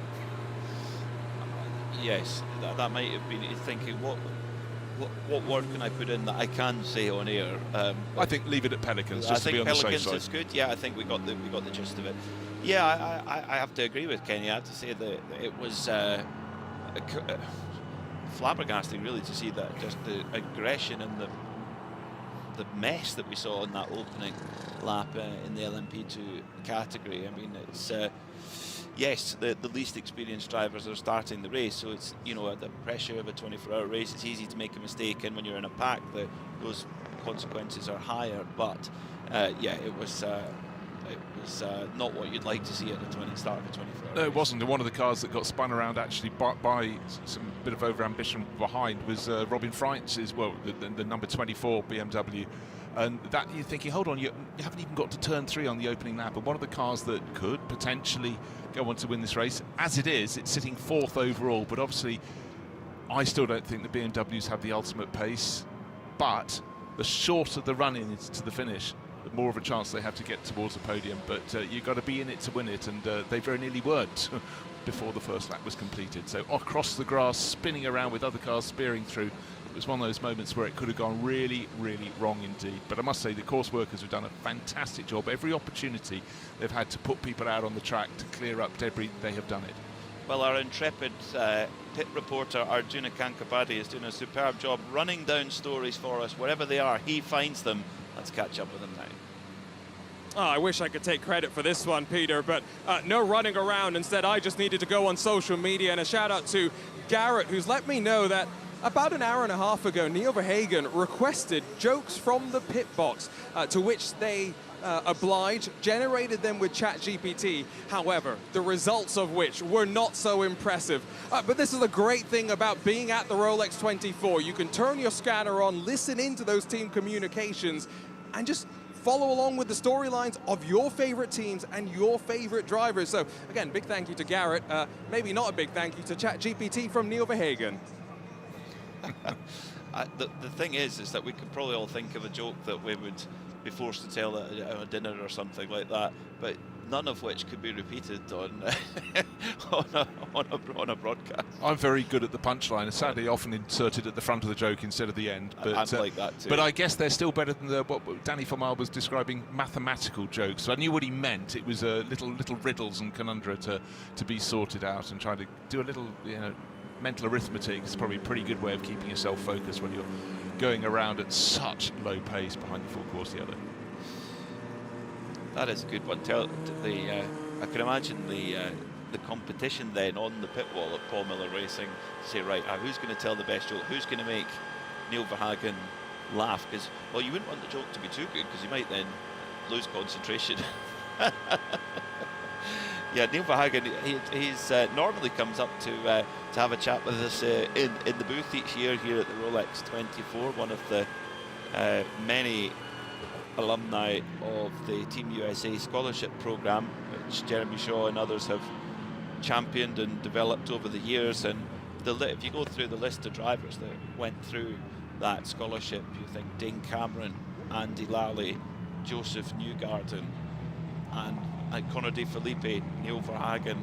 Max Esterson, was he one of them? I think Yep, he probably Max was. Esterson, Aaron Johnson in Carrera Cup, and more and more and more. There's so many drivers that have come through that project. But to explain what it is, it's always in Formula Ford. They come across and they do a couple of races in the UK, normally one at Silverstone, like the Walter Hayes Trophy and the Formula Ford Festival.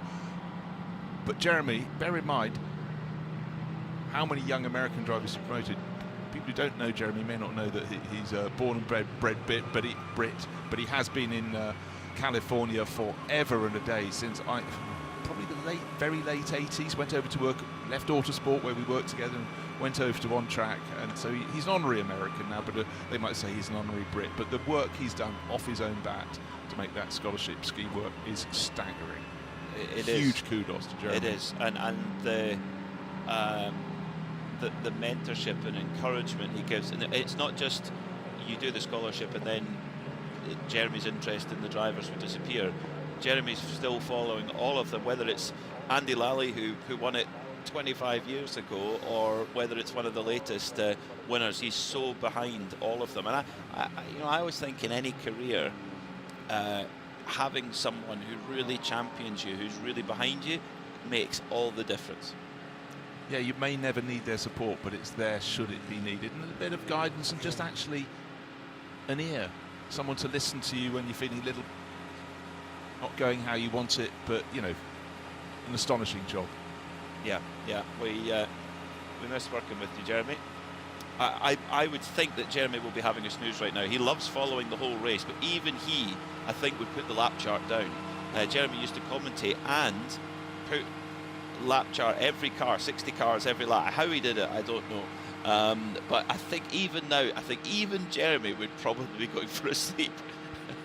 I think, yes, in this occasion he may allow it. He just put a straight line across his chart and he could adjust it accordingly later, go back through some data. Cars are still coming in and out of the pit lane, but there is no great hurry. The mechanics don't have to do a very speedy turnaround. It does give them a chance to just keep on checking the sort of damage you can't always identify if you're trying to be quick through your pit stops. Alexander Sims at the moment at the wheel of the number 3 Corvette. In fact, the thing is, you can't really tell the difference between Alexander Sims behind the pace car and Alexander Sims at maximum attack, because he's just so calm behind the wheel. We will have been, by the end of the race, even if we went back green now, a quarter of the race behind full course yellow. I know it's true. It's truly astonishing, surprising, but actually some of the shots, just to emphasise how slowly the cars have to go behind the yellow. There was one point where John thought the car had pulled to a halt, but it was actually just pulling up onto the banking, coming out of turn 6, but because there's not much to see on the banking in terms of coloured background, it seemed constant. But also, it was a point where there was an onboard shot, and the driver's looking just so cool, calm, and collected. Because, well, let's face it, they're running at such a low pace. Their main focus is just not slipping up and making a mistake, losing concentration, let alone nodding off.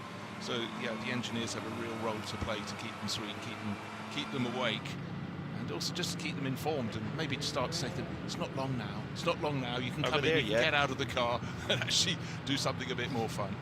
Yeah, definitely back of the car and the driving to go on holiday. Are we there yet, Mum? Are we there yet, Dad? No, not yet. keep going. This is where the drivers, you know, this is where they actually earn their crust when they're driving at a pace that I think even you and I could just about manage. Well, it's good to blow our own trumpet, I guess. But you know, bear in mind that in some of these crews with a four driver lineup, some of the drivers won't have had a run in the proper fog. Won't have had it because it was hanging around for a long time, about 2 or 3 hours before, but it was staying up mainly at the height of where we are, high in the grandstand opposite the pits in the Ford Racing Global Broadcast Centre. But there will still be some who haven't had to do any of this full course yellow period, and they might get the very tail end of it. Because if I was a team boss, I'd probably try and cycle everyone through. But there'll be some who would dodge the bullet entirely and get to play. What do you mean there was fog overnight? It didn't affect me. They've been sleeping away in their motorhome, absolutely oblivious to what's going on now. From our position in the Ford Racing Global Broadcast Centre, which is just pretty much, maybe if you went 20 metres beyond the start-finish line and then look straight up to your driver's right-hand side, we're in the amazing grandstand and hospitality building here at the Daytona International Speedway. To our left, to our immediate left, we have the race control, and what's cool is that we have a clear glass partition, so we can see all the goings on in race control, and it's it's a calm place. Normally it's particularly calm right now. Then the next booth along is our TV colleagues for NBC Sports. If I look to the right, we have all of the technical department for the PA, and then further along again some of the spotters who are probably quite quiet right now as well. But the reason why I mention that is I can see the Ferris wheel for the first time in quite a wee while. The Ferris wheel just the other side of the International Horseshoe. Yeah, that was starting to disappear before I went. When did I stop this evening? I stopped at midnight, and it was blowing in and out. But yeah, literally about 5 minutes ago, I just saw its outline for the very first time. And that, from us, you have to look across the track, across the pits, across the entrance to Turn 3 and the exit of Turn 3, which is the International Horseshoe. In the area that's absolutely packed with giant RVs. You go a little bit towards turns 4 and 5 as you go to the Western Horseshoe, and then you've got a whole gaggle. Well, your spiritual home is out there. A whole load of Porsches all corralled together. The ancient, the modern, the great, the good, and the others. All up there. That's where you should be hanging out. All the cars I can't afford. Yes. There's a little white Porsche 356 which is here at Rolex 24 every year. Always parked in the same spot, so if you're the owner of that car, you haven't left your lights on, but we salute you because the dog needs a walk. Yeah, the dog's needing out by this time. Hello to you all tuning in and writing into us on X at IMSA Radio. Hello to James O'Donnell.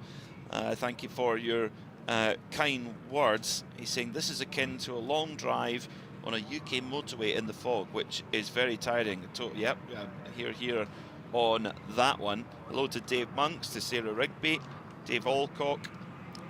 Thank you to you all for your support and for tuning in as well. And to you all still joining us on the IMSA YouTube stream. You're joining in the fun here. We are doing our own little driver change, circling through in the Ford Racing Global Broadcast Centre. Bruce Jones takes a very well-earned break.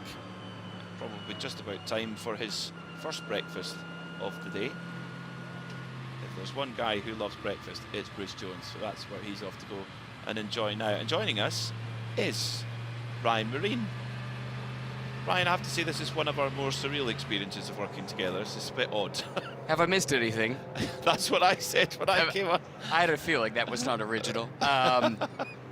Yes, surreal explains it really well. You and Bruce doing your best just to keep on paddling, keep this canoe going on down the river, proverbially. But we're all at the end of our tether, I think. It's safe to say.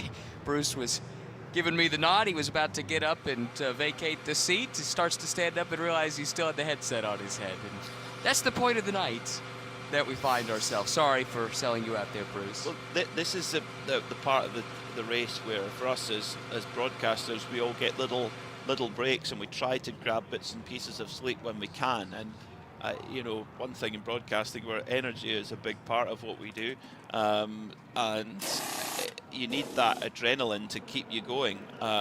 It gives us just a little glimpse of what the drivers go through, and we get to the last couple of hours and you don't even notice you're tired because the race is always so exciting. So without that adrenaline, it's it makes the job a little more difficult. The flip side is usually with the adrenaline, it's quite difficult to go and actually take a nap. That and a desire not to miss anything. But I had a degree of confidence about 3 hours ago when I wandered down to the car and tried to get a little bit of shut-eye that it was unlikely that anything of significant consequence was going to transpire. So I actually got some of the best middle of a 24-hour race sleep I've ever had in the front seat of my rental car. In the Buick? In the Buick, yes. You've had 2 IMSA weekends in a row with a Buick. What's the model of Buick? Yeah, so you earlier called me a Buick factory driver, but if I was, I've now been fired because I honestly don't know. I don't know what the model is. I won't name the Corvette driver in question, but there is one Corvette driver who has to do a lot of polite nodding as Corvette owners tell them very passionately about their cars, and he's not as well geared up on it as well, so he's got to get his books out and study about Corvette. I should have pulled the manual out and brought it in. I could have read from it a little bit here just to pass the time. That was an oversight. Now, we'll know that something's up if we go to the Mobil 1 12 Hours of Sebring and you also have a Buick again. Yeah. I think 3 in a row would be impressive. Yeah, it would have been. And it's a comfy place to sleep. You know what? It helps that I come in a relatively small package, so I can curl up most places and be rather comfortable, and that was definitely the case. I got my feet up on the dash and kicked the seat back. That was not a bad way to spend a couple of hours, all things considered, and burn through this lengthy full course yellow. You're a feet on the dash man. I see. My back would implode if I tried that. I did try it very briefly in our Volkswagen Atlas, which we've got for the team, which is probably being slept in by either Neil Cole or Peter Snowden or both at the time. Oh, move on quickly from that one. And yes, I can't put my feet up on the dash because my lower back will just go pop if I do that. But I'm not club sport specification like you are, Ryan. Team, I very nearly said RLL there, but that's a habit. Team WRT BMW come in for a pit stop. This isn't the way to welcome WRT to the IMSA WeatherTech Sports Car Championship. No. I mean, this is not the way any of us drew up this particular event. But for Team WRT, I think they knew that IMSA throws a few things at you that they're not always used to. That said, they've run enough European 24-hour races. They've probably encountered some lengthy stoppages. I mean, I'm certain they have at Spa in some of the 24 hours of Spa that I've worked over the years. So maybe in a way, we're making them feel like they're back in the Ardennes in their native Belgium, and this is actually a way to ease them into the full-time IMSA experience. I like that. That is glass half full sunny thinking that you bring to the only table, sunshine we're going to get for a couple hours. At least for a little while, but we definitely are going to get sunshine. I'm convinced in it. The split livery, Turner Motorsport BMW comes in for a pit stop and a driver change. That car was brought in. I'm just looking around on my times. Here we go. That car was brought in. Oh, I've lost it again. By Patrick Gallagher. So we'll confirm the incoming driver in just a moment when that 96 BMW goes over the timing line at the pits, end the pits. But a split livery with long-time partner Liqui Moly on one side and the regular Turner Motorsport livery on the right-hand side is a colour scheme that they've had since the very beginning of their racing in more kind of showroom stock BMWs many moons ago, in that blue and yellow colour, which is was inspired by the Renault Laguna that raced with Williams in the British Touring Car Championship in the mid-1990s, and Will Turner just loved the bright colours, wanted to stand out, and that's where the colours came from, was from that British touring car, which I love that. I love that story of where those Turner, because as soon as you see that car, you know it's a Turner car. It's one of those most recognisable liveries. And that's what Will wanted when he picked out that livery. It was the livery he was always drawn to immediately. It caught his eye in British touring cars on the Renault, and that's why he mimicked it on the BMW, and it has become something of an iconic livery, I think it's safe to say, in not just North American sports car racing, but global sports car racing, because no team has started more sports car races representing BMW anywhere on the planet than Turner Motorsport has. A couple of years back, they overtook Schnitzer for those honors. In fact, it was the WeatherTech race at Laguna Seca back in 2024 where they took the top honors from Schnitzer. Think about that. That's a team that is synonymous with BMW in a way that Turner is as well, but has a history that goes back quite a ways. And Turner is there matching, surpassing even a team like Schnitzer. And more often than not, that was the livery they were carrying. The pits have been closed. The pass around is complete. Are we about to go back racing, Ryan Marine? Well, that has made my day already. It's only 7:05 in the morning. It has improved significantly in a short amount of time. I'm looking next door, as are you, to race control, trying to get some sense as to whether or not we should read anything into the pits being closed here. That's the first time they've been closed in however many hours, whenever this full course yellow began. Basically, we've been in a cycle of class split and category split for the duration of this extended full course yellow due to visibility concerns. But I have to say, I've only been awake for 20-30 minutes. The conditions have changed in a massive way in a very short amount of time. It wasn't long ago we couldn't see the Ferris wheel. I can see the backstretch now, Peter. Me too, yes. That is a huge difference. Even in the last hour, there's been a dramatic change. So the fact that the pits have closed is a very good sign, I would think. So we'll try and get an update on if there is a chance that we're going to go back racing. Let's hope so, because with 6 hours and 33 minutes to go, we're poised, hopefully, to have that typical run to the flag. Now, on a typical Rolex 24-hour weekend, where the race runs green all the way through, it's normally about 5 to 6 hours to go, where everyone just flicks the switch and really goes for it. Now, I reckon, Ryan, the fact that they've been held like, caged animals, that's going to be now.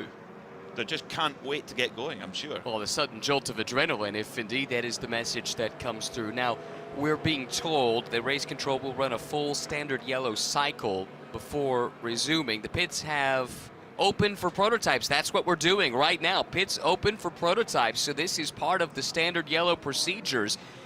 Leading the race, by the way, JDC Miller Motorsports, Kalen Frederick in his IMSA WeatherTech Sports Car Championship debut leads the GTP field into the pit lane, which suddenly is a busy place once again with a number of the front runners, but by no means all of them coming into the pits. The 7 from Porsche Pensky has stayed out. Lauren Heinrich then will cycle through to the lead. Kevin Magnussen also staying out. I'll check their pit situation in just a moment.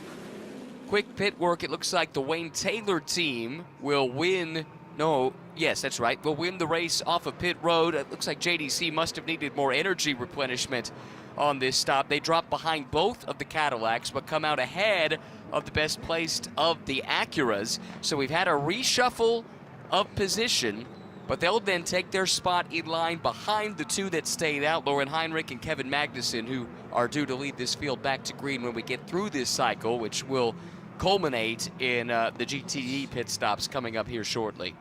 Now, one essential tool, if you're joining us from now until the checkered flag in 6.5 hours time, one essential tool for your viewing experience is IMSA.com/telemetry. So go onto your web browser and get that loaded up, because that website allows you to see exactly how much energy each car has remaining in its stint allowance, and that could be critical to the outcome of this year's Rolex 24. So the two cars, as Ryan rightly mentioned, that have not pitted under this cycle here are the number 7 Porsche Pensky Motorsport machine of Lauren Heinrich and the number 25 WRT BMW of Kevin Magnussen.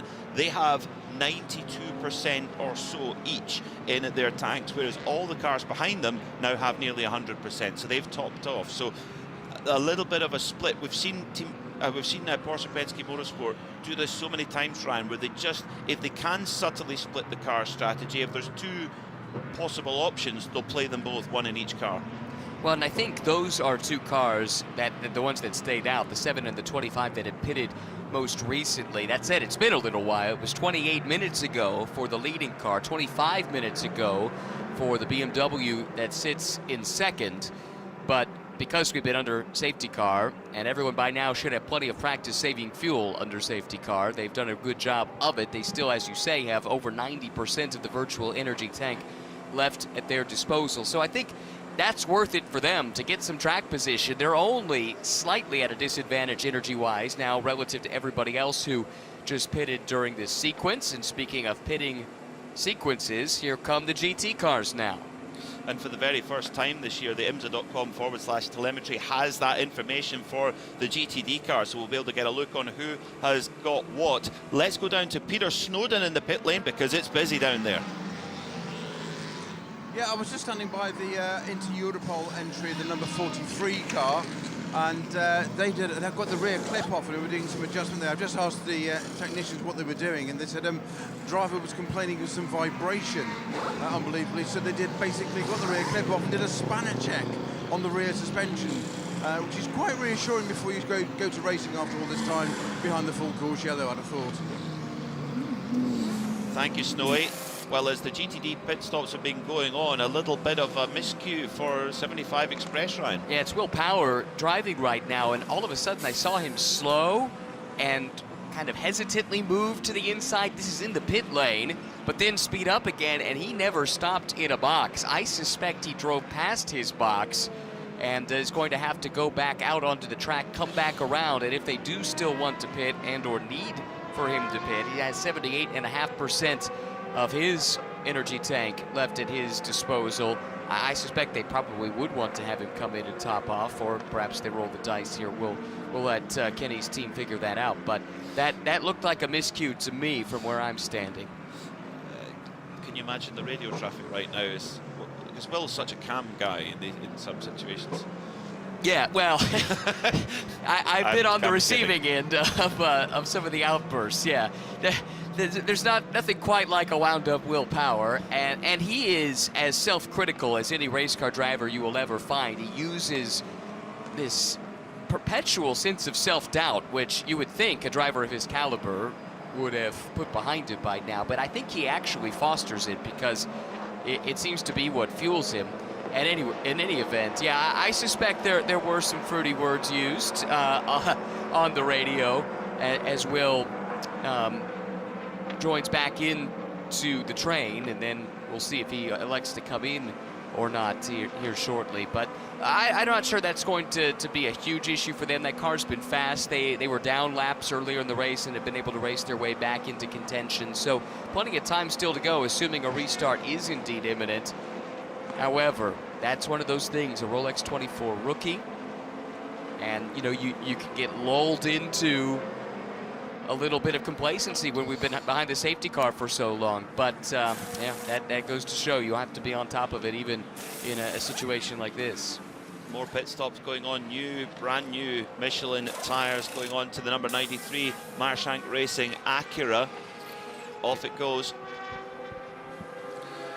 So the tyre going on has that kind of slightly spidered pattern, and the tyre coming off actually still has a little bit of it left because it actually hasn't been worn off during the stint. And that car's on softs, we should point out. Ooh. We're still in the window here for the next 2 hours, 45 minutes where GTP teams can use the soft tires. And by the way, just to put a bow on the Will Power story, they are in now and going ahead and doing service for 75 Express, but that will drop him to the back of the lead lap in GTD Pro. One last piece of minutia, trivia, whatever you want to put it. Got a message from Lee Driggers. This is good stuff.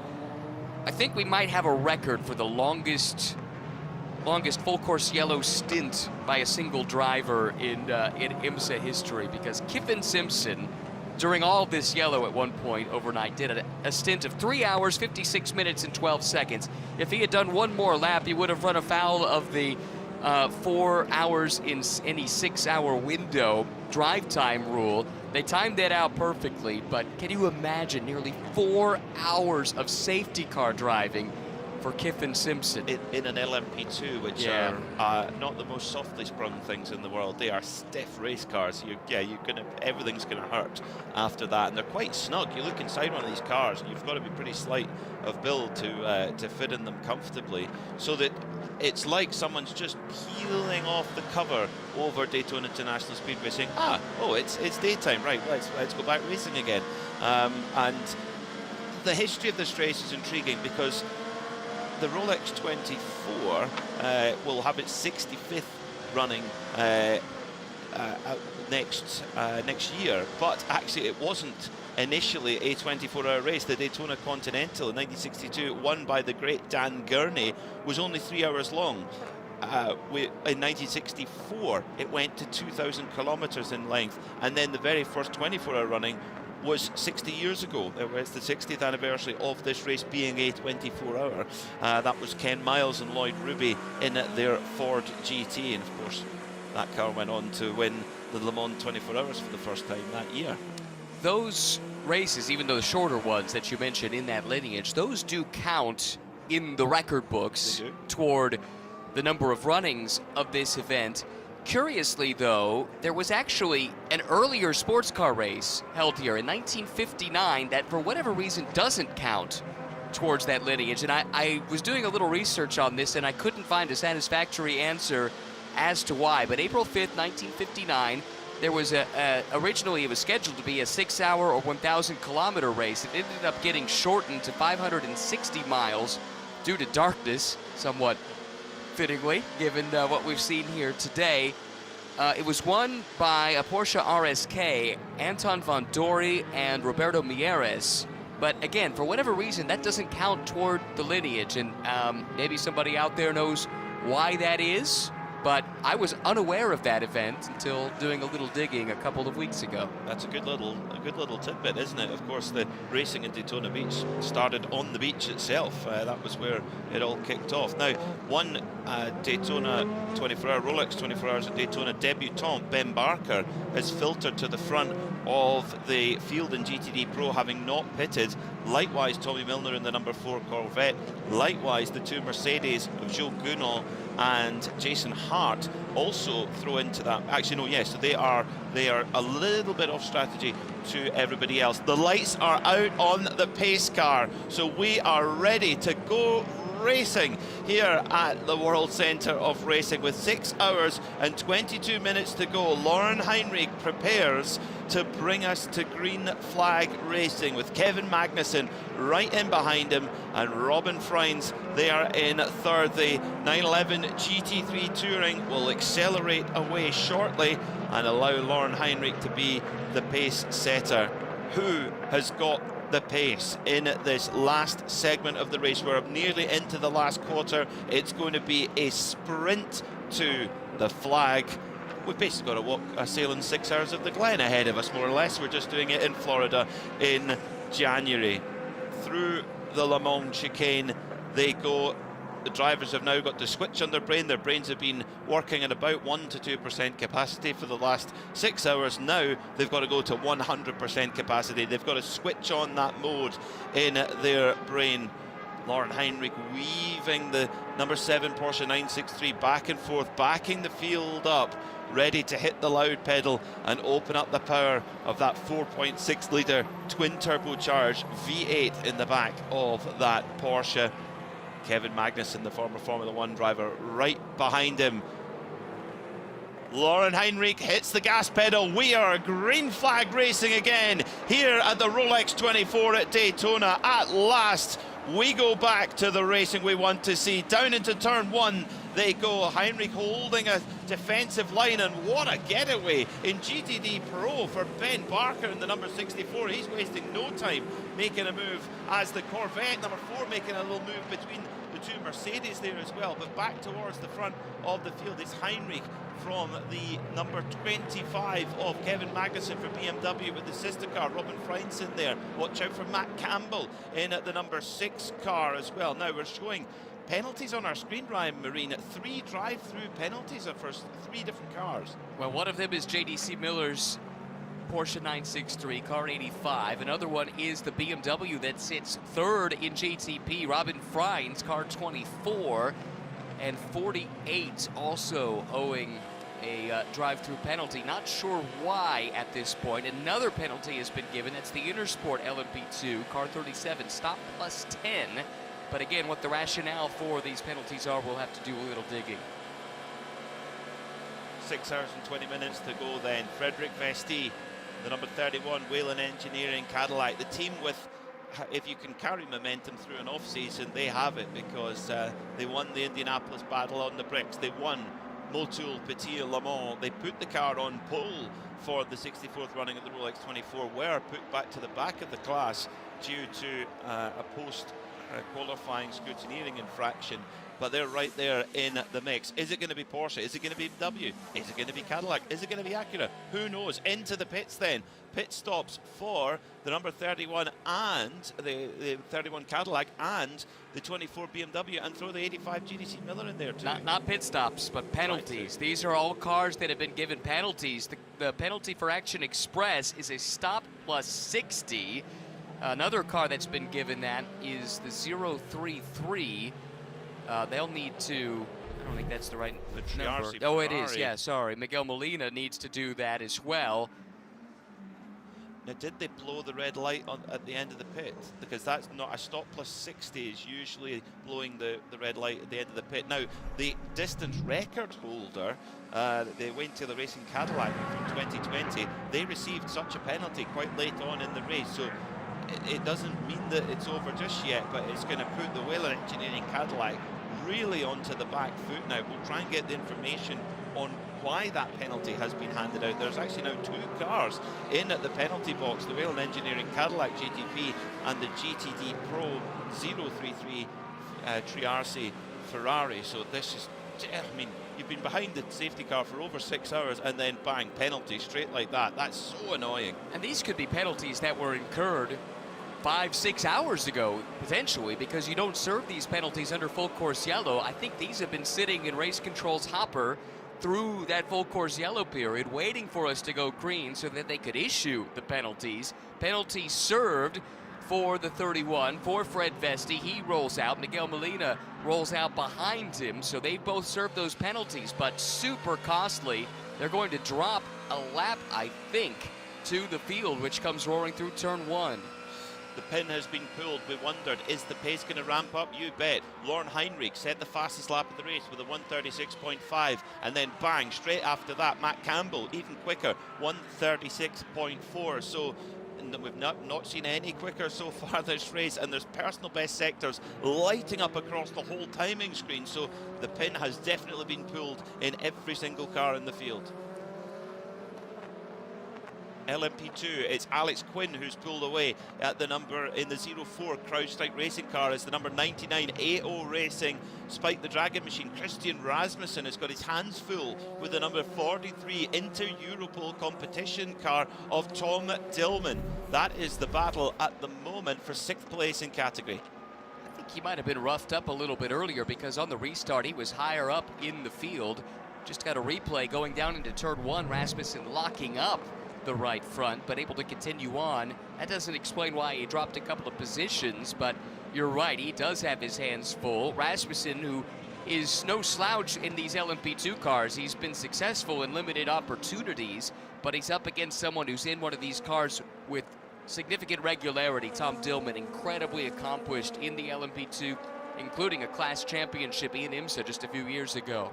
Yeah, and Inter-Europol, both Tom Dillman and Inter-Europol have grown together, haven't they? But the one thing that Tom Dillman doesn't have, and Christian Rasmussen does have, is a Rolex watch for winning this race. Of course, Rasmussen won it with the Era Motorsport team a couple of years ago.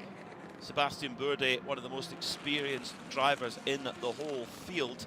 He is sitting in second at the moment with Parker Thompson behind in the PR1 Matheson with Brian Herder Autosport car right behind the Wins liveried car, number 52. Then Nick Cassidy in at the 343 has got the Era car in between those, which is of course running several laps down. But Nick Cassidy, I have to say, I'm super impressed with the pace that he's extracted from that car. Yeah, he's the real deal. Current points leader in FIA ABB Formula E at the moment, and also contested the opening couple of rounds of the Asian Le Mans Series for Inter-Europol in LMP2. So it's a chassis that he knows. He just got back actually a couple of days ago. He was over in Europe again to do some simulator work for Stellantis, who he represents in a couple of different championships. He'll have a busy season with a full Formula E program, a full World Endurance program with Peugeot, but then sprinkling in a couple of sports car starts on the side in Asian Le Mans, and then here with the Rolex 24 at Daytona. I'll tell you though, he is quality, he is class. You think about what he's accomplished, championships in Japan, championships in the junior formula, race winner, nearly a champion in Formula E. He is really, really good, and right now he's got Inter-Europol on the fringes of a podium here with 6 hours 14 to go. It's a 1-2 now for Porsche Pensky Motorsport at the Rolex 24 at Daytona.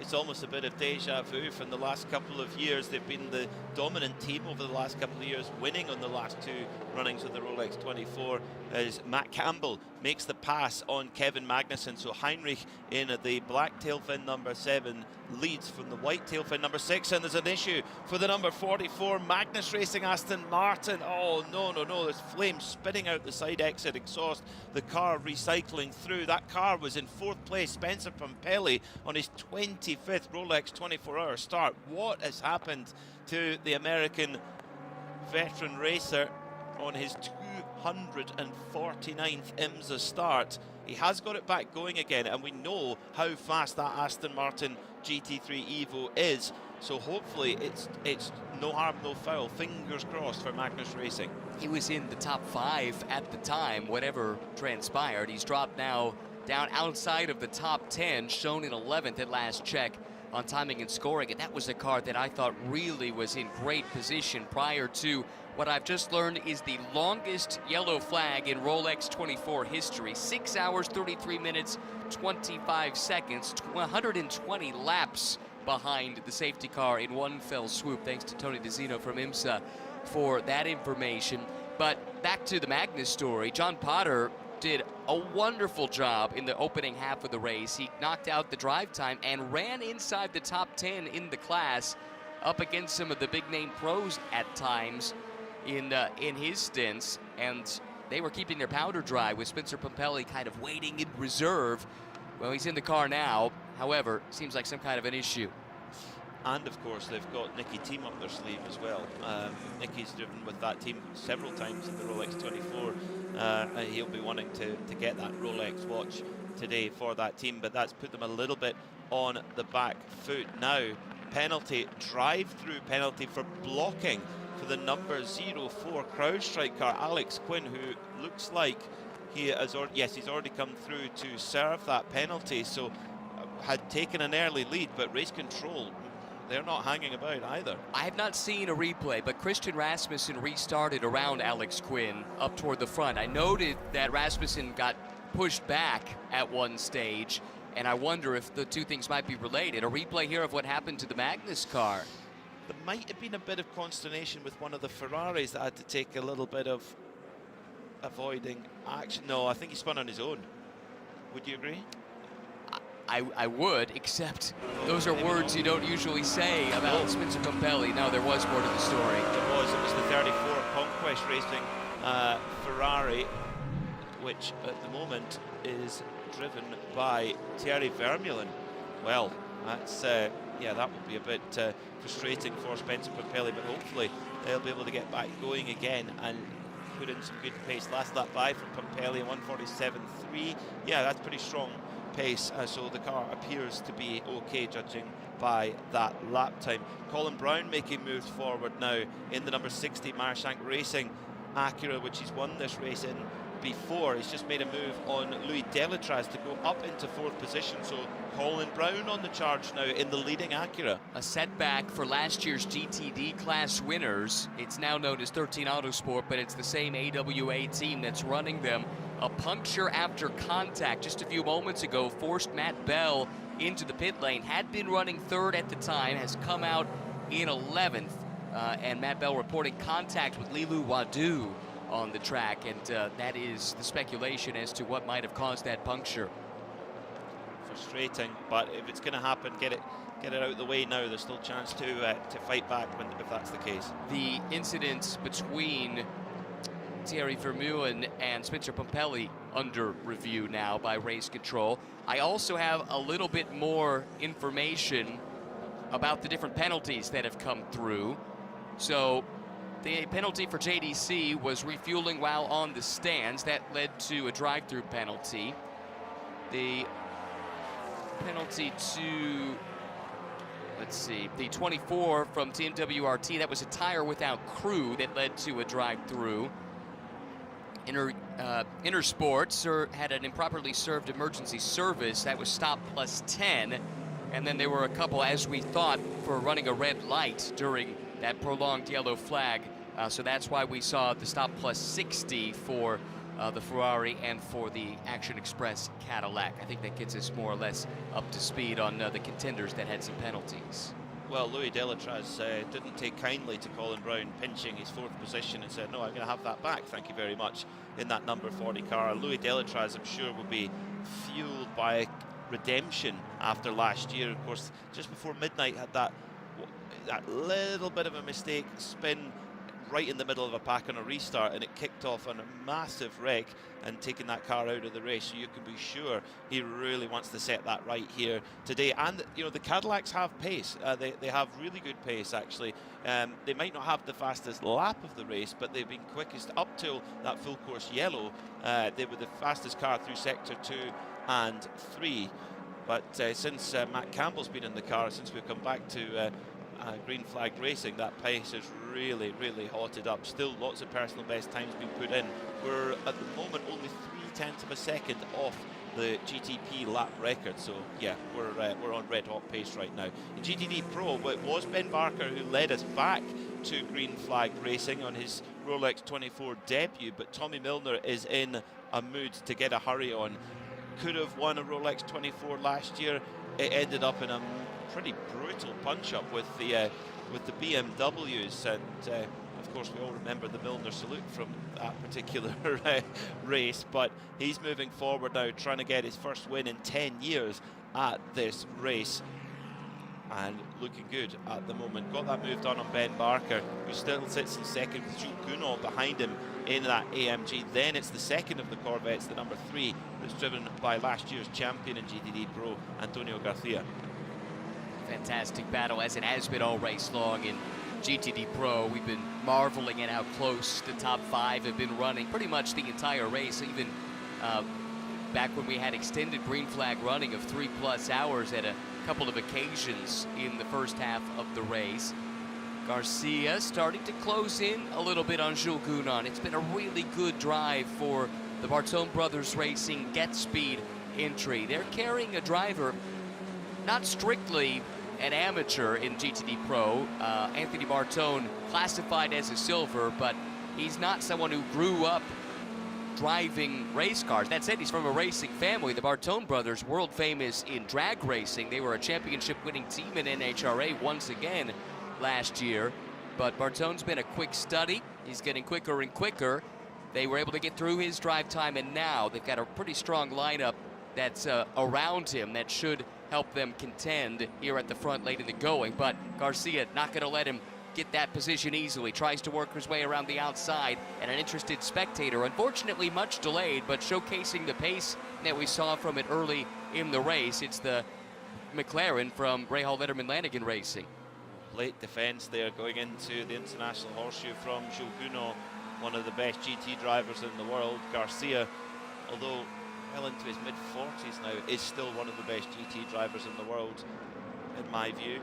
And his results show that. And Dean McDonald, unfortunately that number 59, Rahal Letterman Lanigan McLaren, was running so well early in the race, and then a tyre pressure monitoring system error or failure cost them 22 laps, taking any chance of a victory out of the question. I think it's the last car still running, shown 55th right now. They've completed 449 laps. The leader in class, 469 laps, 20 laps down. Too much to overcome with just over a quarter of the race to go. The incident between the Conquest Racing Ferrari and the Magnus Aston Martin has been deemed no further action, incidental. So they both got to crack on and get on with it. The 31 Whelen Engineering Cadillac now has got a big job ahead to try to get back onto the lead lap. Frederick Vesti was the driver who unfortunately had to serve that penalty for running the red light. So now we've got into the clutches of one of his fellow Cadillacs ahead, which of course is running on the lead lap. Both Wayne Taylor Racing cars running on the lead lap, the number 10 and the number 40. Meanwhile, Manthey Grello in IMSA trying to make a move on the 75 Express car with the number 1 BMW on his outside as they come down towards turn 2. That's battling over 5th position at the moment, and the 75 Express of Maro Engel making big moves forward, because they were a little bit on the back foot after Will Powers missing his pit box in the last full course yellow. But now Maro Engel has really got the bit between his teeth. I said at the time, I thought that car was quick enough to overcome that miscue. This was really close through the tri-oval. 18 degrees of banking until you get down on the apron, and Engel was about half and half. Sparks flying from underneath that car, kind of matching the livery, quite frankly, and he was able to make it 2 for 1 to the inside of the BMW as well as the Porsche while they were scrapping for position. And look at this, Maro Engel checking out, leaving that Porsche and BMW pairing in his dust. And he put Ricardo Feller in that 911 Manthey Porsche in a position saying, I'm coming through, you can make this difficult or not, your choice. And Ricardo Feller just opened the door, and Engel went through. Engel's really got a full head of steam on at the moment. Double winner of this race, once in GTD, once in GTD Pro. He'd love to get a third Rolex watch to add to his collection. So he's a bit of a smiling assassin, this Maro Engel. When we chat to him, he's such a gentleman, such a nice guy. And in a car, he's, like I say, smiling assassin. That was a move of a driver that's not thinking about points at all. They have one mission. They are here to win this race. This is not a full season entry. They might run a handful of races in IMSA this year, but that doesn't matter to Kenny. He's out there to hunt trophies all over the world. Kenny shows up at the biggest races with his team, Kenny Hobble that is, to try and win. He wants a wristwatch. A couple of years ago, 3-4 years ago, they were runners-up in this race. Since then, they've had just horrendous luck. So he's changed the livery on the car. That's why it's that shiny blue. They had blue as a big part of the team 4 years ago. I think all the drivers dyed their hair blue when they were runners-up in that race, and they thought maybe we can recapture some of the magic and put the misfortune of the last 3 years behind us if we can put the blue back on the race car. And all the drivers, barring Kenny, came out in driver intros with blue wigs yesterday as well. So they're leaning into it. Hey, it's working for them right now. They're up into third. The pace of the Scotsman from Kelty, Dean McDonald, in the RLL Team McLaren it's making it even more frustrating for McLaren fans that it's a story of what could have been. Dean McDonald running the pace of these top cars, top GT drivers. He's right there, and that's showing that the McLaren has the pace to win, but a mechanical or technical problem stealing that away from them. It must be frustrating. It is on one hand, no doubt about it.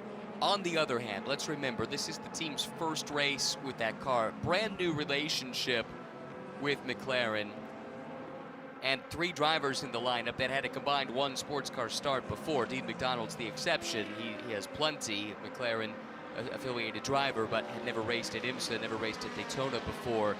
And yet, all throughout the buildup and in the early stages of the race, until something out of the team's control went wrong, they've been quick. They continue to be quick once that issue has been rectified. If anything, I think that actually, while frustrating in the moment, they might be able to leave this race feeling like they can be invigorated about this partnership. On the McLaren side, too, they were searching around for a partner team in IMSA for a while. They weren't on the grid last year. This came together. Maybe the 11th hour is a bit of an exaggeration, but it was close in order to get to the November test at the tail end of last year. This, to me, even if the result doesn't show it, I think actually is a rather auspicious start to the partnership between Rahal and McLaren. That is the blue sky thinking we need, Ryan. Well, we need blue sky. Yeah. Somebody's got to think about it. Yeah, let's do that. Yeah, you're right.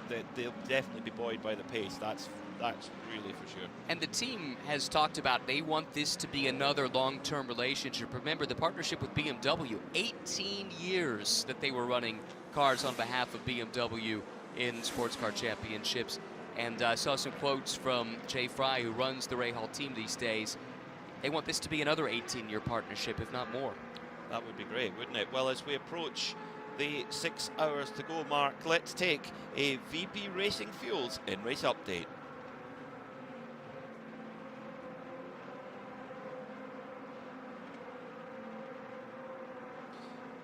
At last, we are racing at the Rolex 24 at Daytona after over 6 hours under a full course caution due to thick fog.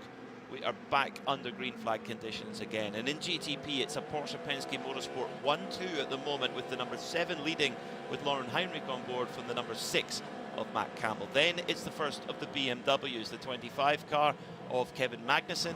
Louis Delatraz for Wayne Taylor Racing, number 40 in their Cadillac, is 4th, and Colin Brown rounds out in the top 5 in the first of the Acuras, the 60 Marshank Racing entry. Then it's Ricky Taylor for Wayne Taylor Racing, the number 10, a car that's been in victory lane several times before at the Rolex 24. Robin Freinz in the second of the BMWs is 7th.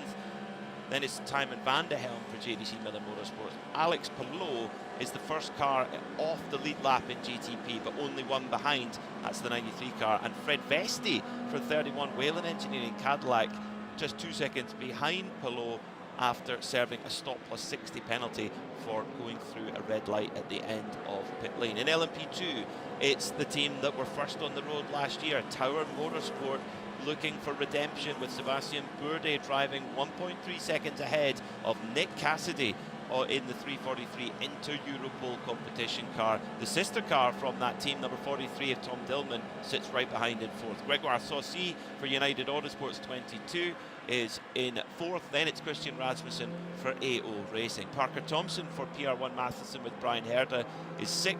Then it's Alex Quinn, car 04 for CrowdStrike Racing by APR, who served a drive-through penalty for blocking on the restart. Oliver Jarvis just off a couple of laps off the lead lap for Intersport Racing in 8th position. In GTD Pro, it's as tense as always. The number 4 Corvette for Tommy Milner leads from his teammate who's just got through, Antonio Garcia. Now it makes it a Corvette 1-2, as it has been many times in this race. Garcia's managed to sneak his way past the 64 of Ben Barker for Ford Racing, who now sits in third position, excuse me. Jules Gounod, the first of the AMGs, is in fourth, but right behind him, his old teammate Maro Engel, right in there in fifth place. Then it's the first of the Porsches, the Grello Porsche Manthey, digging in with Ricardo Feller in sixth, the first of the only BMW GTD Pro, Neil Verhagen in car number 1 from Paul Miller Racing. The Lexus RCF GT3 haven't quite had the ultimate pace, and yet they grind on in 8th position. Ben Barnicoat on board right now. Then it's Nick Tandy for AO Racing. Rex, it's been a fairly tough race for them so far, and yet they're there on the lead lap. Rounding out the top 10 in GTD Pro, it's Frederick Verbisch for last year's winning car, the 65 Ford Racing Mustang. In GTD, it's the BMW M4 GT3 Evo for Turner Motorsport, Robbie Foley, who currently sits 3 seconds ahead of Lilo Wadou-Desilliers for the AF Corsa team, who of course are on a bit of a roll. They won their class at Petit Le Mans at the end of the 2025 season. Russell Ward, last year's champion in the 57 Winward car. Surprise, surprise, they're there in the mix, as they always are. They are relentless. They sit third. Fourth for Lexus, the number 12, Vassar Sullivan machine with Aaron Thielitz on board. Then it is Charlie Eastwood for DXT Corvette, Lynn Hoddenhuis for Lone Star Racing. Then it's Valentin Asclo for the 19 Van de Stoer Racing Aston Martin. Number 912, Richard Leeds, former winner of this race on several occasions in the Manthey Racing Porsche with first form. Then it's Dudu Barrichello for Hardif Racing, and Spencer Pompelli rounds out the top 10 after a little skirmish with the 34 Conquest Racing Ferrari. That is your VP Racing Fuels in Race Update. 5 hours and 55 minutes to go at the Rolex 24, and in GTD Pro, normal service has been resumed, Ryan, with Corvette 1-2. The only difference is that they're more than a car length apart for a change. That's the first time we've seen that under green flag conditions in a while. That has been a great, fierce battle all throughout the course of this race. I think, though, the car on the move at the moment, it's Maro Engel. And he's bringing Ricardo Feller with him, it should be noted. They have dropped Neil Verhagen here in recent laps. He's reeling in his Engel, his old teammate, fellow Mercedes factory driver, Jules. They know each other extremely well. Engel closing in now within 0.6 of a second. But he can't fully focus on the offense because he has that Grello Porsche filling up the mirrors. He was opportunistic to get by the Porsche in the first place, and something tells me that Ricardo Feller isn't exactly thrilled to be sitting behind the 75 Express Mercedes. Would love to get that spot back. Nothing wrong with the straight line speed of the Team RLL. McLaren drafting past Ben Barker, but of course running many laps down after losing so many laps early on with that tire pressure monitoring system issue, but mixing it with those GTD Pro leaders who would probably rather that the Papaya machine wasn't there. I have noticed, I mean, the amount of fans we've had here this weekend is remarkable. I have noticed a lot of McLaren shirts, a lot of McLaren F1 shirts around this weekend. And do you think, Ryan, that maybe means, as we'll pause on that thought for a moment, is this a move for the lead in LMP2? Nick Cassidy makes a move on Sebastian Bourdais. You're at two different ends of the experience spectrum in terms of prototype sports car racing, and well, Cassidy showing that class is permanent. I would say that also was a move that is a driver that's not thinking about points. That's the one-off entry from Inter Europol. They split Neil Verhagen on the 18-degree banking on the front stretch. He just inched ahead of Sebastian Bourdais, and quite frankly, if Sebastian weren't the gentleman that he was and he had kept his foot in it, that could have ended in tears. Instead, Sebastian recognizes, hey, we still have just about a quarter of this 24-hour race to go. Backed out of it, might have hit the brakes a little more than he would have otherwise down at the apex of turn one. The two come out on the other side, but that was awfully close in the fight for the lead in LMP2, which does change hands. Nick Cassidy now at the points. Nick Cassidy, what a start to 2026 he's had with that win in Mexico. Fantastic. Let's get some atmosphere in the pit lane. The weather has been the talking point all the way through the day, and Peter Snowden has an update for us. Well, you say atmosphere, Peter, and that is exactly the appropriate word. Don't want to be the bearer of bad news or anything, but I'm just going to say that as I look down to the pit in, there's quite a lot of that fog and mist reappearing down in my eye line 4. So just thought I'd mention that at this point. Thank you, Snowy. Yeah, I had been thinking that over the last few laps, but didn't actually want to say it. I didn't want to tempt fate. We stay green flag racing for now, but the headlights more struggling to cut through the gloaming as they come through the International Horseshoe. LMP2 leaders and GTD Pro leaders intertwining at the moment. We have two voices down in the pit lane. You just heard from Peter Snowden, but let's catch up with Duncan Vincent. Duncan, good morning. Good morning, Peter. Good morning, Ryan. Good morning, Harry King. How are you? I'm relatively refreshed by 24-hour race standards. You know, the long pause meant all of our drivers since were triples, so it meant, you know, I did my triple quite early, just before the fog, and then I had to do an hour into the full course yellow, but it meant I got a good amount of rest, and I'm now in the pit lane. You know, I was fast asleep about 15 minutes ago, and I'm going to be on the bank in, sending it nice and high in about 5 minutes' time. So, yeah, good way to start the morning. Yeah, it's probably the quietest we've had Daytona through the night when everybody's rumbling behind the pace car. Great for you managing to get that shot out that you need. Yeah, it's critical. I mean, we're only a 3-driver lineup as well, so, you know, it enhances everything that's required from us. So, yeah, it's well received, that's for sure. Thanks for your time, buddy. Thank you very much. See you. Yes. Harry King, a driver I am delighted to see come to the IMSA WeatherTech Sports Car Championship, because he really came on the radar of a lot of people in the UK with his amazing performances in Porsche Carrera Cup Great Britain. Not just the speed and the results, but the style of his driving is so instinctive. He dances the car around. In those days, in the old 991 Porsche Cup car, you could really have it dancing on its toes, and he's a proper hard racer. And if there's any championship in the world where that is the right set of skills to have, it's here in the IMSA WeatherTech Sports Car Championship. He's quite a driver. Delighted to see him get this opportunity, and to be paired up with Nick Tandy. It's a pretty ominous thought for the rivals, Ryan, because you know when that green Rexy dinosaur appears in your mirror, you know it's someone who's going to have a go. I think you're right. Definitely, that's the full season pairing, and then Alessio Picariello, the Belgian, joins them for the endurance races. Just a 3-driver lineup, like you heard him allude to. And Harry's driven with Alessio before. They won their class at Bathurst together a couple of years back. Cut his teeth, did Harry, in GT World Challenge Europe in terms of GT3 racing. Won a gold class championship last year, but I know he's excited about this opportunity, and I think he can look at what AO Racing did for the career of one Lauren Heinrich and think, well, why can't that be me next? A relative unknown coming through the Porsche pyramid gets a chance in the big show in the IMSA WeatherTech Sports Car Championship, and look how his star has risen. I think Harry can follow that trajectory.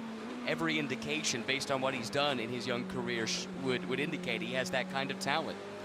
Number 22, United Autosport, Gregoire Saucy sits in 5th at the moment, but there may be action on the pit wall. Duncan Vincent. There is definitely action happening, Peter. Some big hitters are getting themselves ready to jump in for a stint now that we've got the daylight, and I can actually see almost a little bit of blue sky behind your lovely centre that you're in. But Paul Di Resta is on the pit wall. If you look across from where you are, you'll see the Rolex gantry. On my left, we have got United Autosports. On my right-hand side, we've got Interpol Europe, and they both are expecting a driver change. Here comes the 22 towards us just now. He rumbles past. Very quiet. Gregoire Saucy stops on his marks, as you would expect. Clinical from him. No rush between the drivers. I had a quick word with Paul before he got in. He says, I'm ready for this. And he put together a meteoric stint earlier on, Peter. And I think you picked up on that. He was taking chunks of time out. It was a 20-second gap here to break down, and eventually got it down to about 4 seconds. So what can PDR do this time? A great stop as ever, as you would expect from the United team. Tyres are done. We're just waiting on fuel. A little bits of housekeeping getting done at the front of the car to remove the rubber, to remove any pickup. And this will be a good stop for Paul Di Resta. Also pitting at about the same time from second place in LMP2 was Sebastian Bourdais, and I saw he stayed in the car. They threw fresh tires at it. I'm not sure anyone is happier about the fact that tire conservation's no longer an issue after that 6.5-hour yellow flag that we had for fog in the overnight hours than Sebastian Bourdais. We had an interview with him earlier in the race, and he talked about the car getting extremely pointy on the second stint of Michelin's for his team. Sebastian Bourdais does not like a pointy car. He's talked about this a lot in the press. He likes a nice, stable rear end that he can count on. That's how he extracts speed from a car. He's even admitted it's sometimes to his detriment. He has a very narrow window for where he wants the car to be from a setup perspective. But if you can get there, I mean, you look at his career, 4-time Champ Car champion. If you can put him in that window, he's as fast as anybody. The fact that he's been able to run towards the front with a pointy car that he's not that comfortable with is an encouraging sign for that team. And now they don't have to double stint tires the rest of the way, nor does anyone else.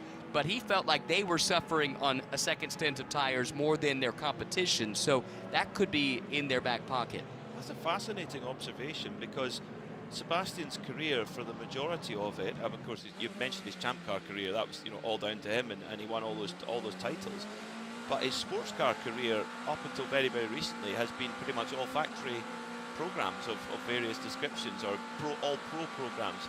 This is a slightly different kettle of fish. You know, when you're in a Pro-Am class, the LMP2 class has to have a mandated bronze driver.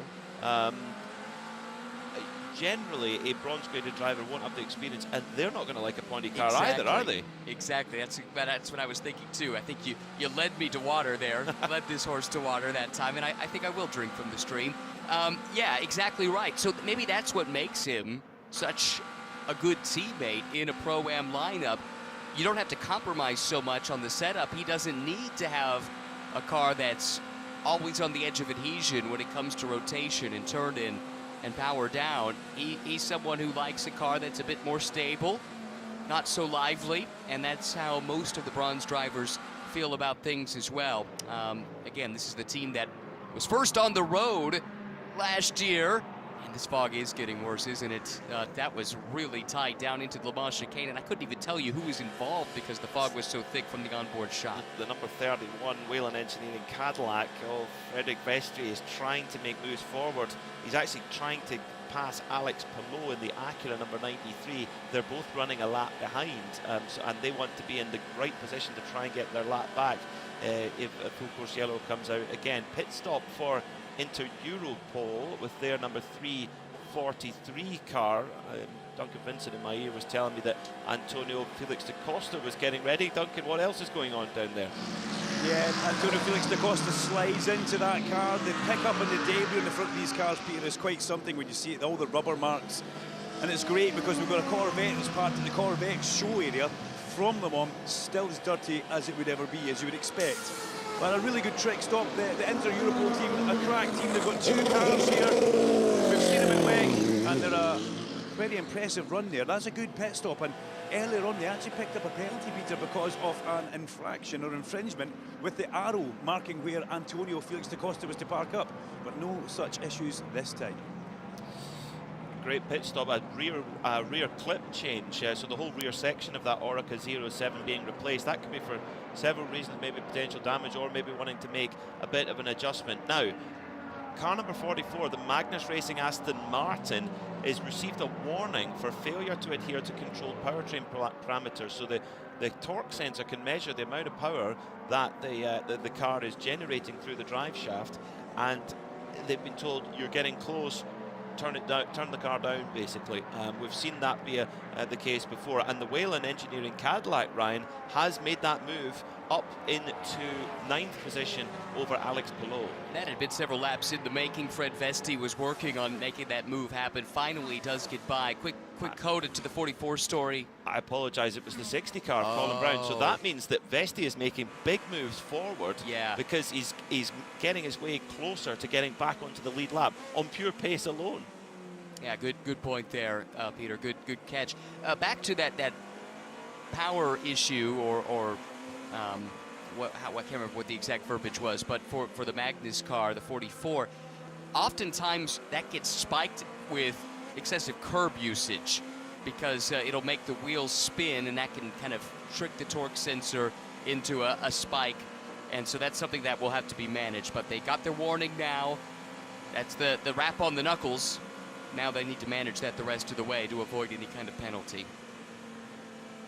Well, we've got a couple of interviews to pick up on down in the pit lane. First of all, let's go to Peter Snowden. I've just caught up with Christian Rasmussen, who's just come out of the AO Racing number 99 car. Obviously, masses and masses of time behind the safety car. We get a short run. I've just commented that the fog is coming in again on the pit-in side of the track. What's it like out there? You're the one just been out there. Yeah, no, right now it's fine. It's still clearer than when I jumped out last night. So for now it's okay. It's definitely, you can see it's coming back in a little bit, but visibility is still good enough to drive, in my opinion. And when you say good enough to drive as you wish or with caution? No, it's no. I think it's pretty straightforward. It was kind of a leading question, flat out. If in doubt, flat out. Flat out. Car feeling okay now? Because we've had so long with the car, all of us have, sitting there doing just behind the safety car, and then it must take a while to get your brain back into action again to go and drive as you train to do normally. You're not trained to drive slowly, are you? Yeah, I think if you jump into the car completely cold out of the RV, or if you jump in it out of a safety car, it's about the same. So that part of it is fairly easy. I don't know, I just struggle to get the car fired up on the new tires. I think we're okay on race pace, deeper in the stints, but it just takes us a while to get the tires fired up. But obviously it's going to be a lot warmer later today, so I think it seems like, at least judging off earlier in the race, it seems like the heat kind of plays into our favor, so hopefully that's the case. I think we're going to rebrand it the 6 hours of Daytona. Yeah, right. Christian, thank you so much for your time. Thank you. Enjoy. Thank you.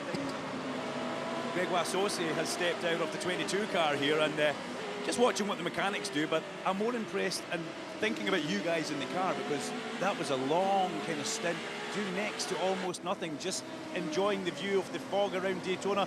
But when did you get the call that, yes, we're going for a restart, and obviously how excited did you get with that? Yeah, so first of all, we have quite a long start of the stint with under safety car.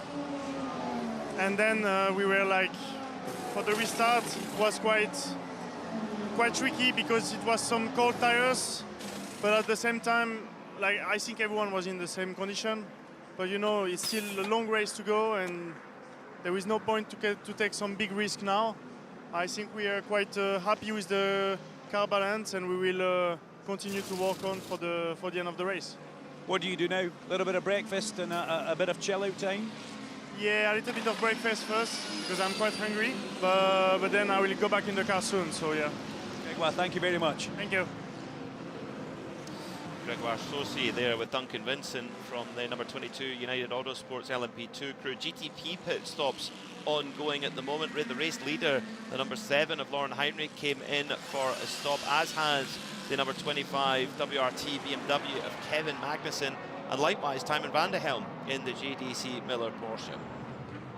Well, the Van der Helm one surprises me slightly. The other two made plenty of sense. They were the ones that had stayed out during the tail end of that lengthy 6.5 hour yellow, so they were down on energy by 5, 6, 7%, something like that, at least at the restart, and then maybe they were able to narrow that gap with a little bit of fuel save, but they were always going to be slightly off sequence. Matt Campbell now in the lead. He's down to 2.3% energy in the virtual tank. Louis Delatraz in second at 4%, and then Colin Brown in the first of the Acuras up to 7% still, and Matt Campbell, because he was down to 2, he's peeled off and now brings the 6 car to the attention of Porsche Pensky. A fresh set of Michelin Pilot Sport medium compound tyres being placed on there for Matt Campbell, driver who knows how to get it done at this race, driving with the number 6 crew as the Endurance Cup driver alongside full season drivers Kevin Estra and Lawrence Van Tor. Interesting, a little bit of tape going in there, taping the wiper to the windshield there. What's going on there, Ryan Marine, I wonder? Oh, you put me on the spot. Maybe it was coming loose, flopping around or something like that. Now, sometimes in the old days in NASCAR on road courses, they would configure their windshield wiper in a certain way to procure a performance advantage. I have no idea if that could happen here or if that's even a consideration, but anyway, just something that I picked up watching NASCAR races years ago. That's subsequently been kind of taken out of the equation with some rule changes, but there was something with the positioning of that windshield wiper that could actually help with the performance of the car. Big battle going on for second position between two veterans of IMSA, Colin Brown and Ricky Taylor, battling over second position at the moment, with Louis Delatraz a little bit up the road. They will be due in the pits any moment now. Colin Brown may actually make an extra lap.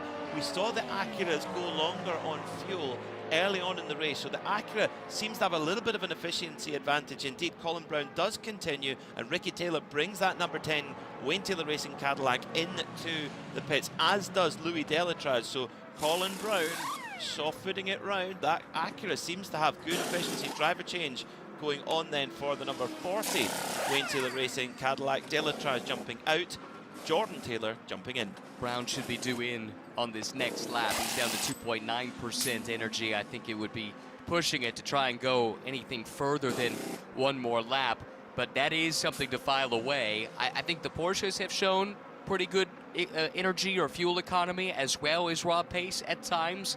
The only other car that's been able to match them, in my opinion, has been the Acura, and they've been there or thereabouts on pace, but I think they have been there on the fuel economy side of things.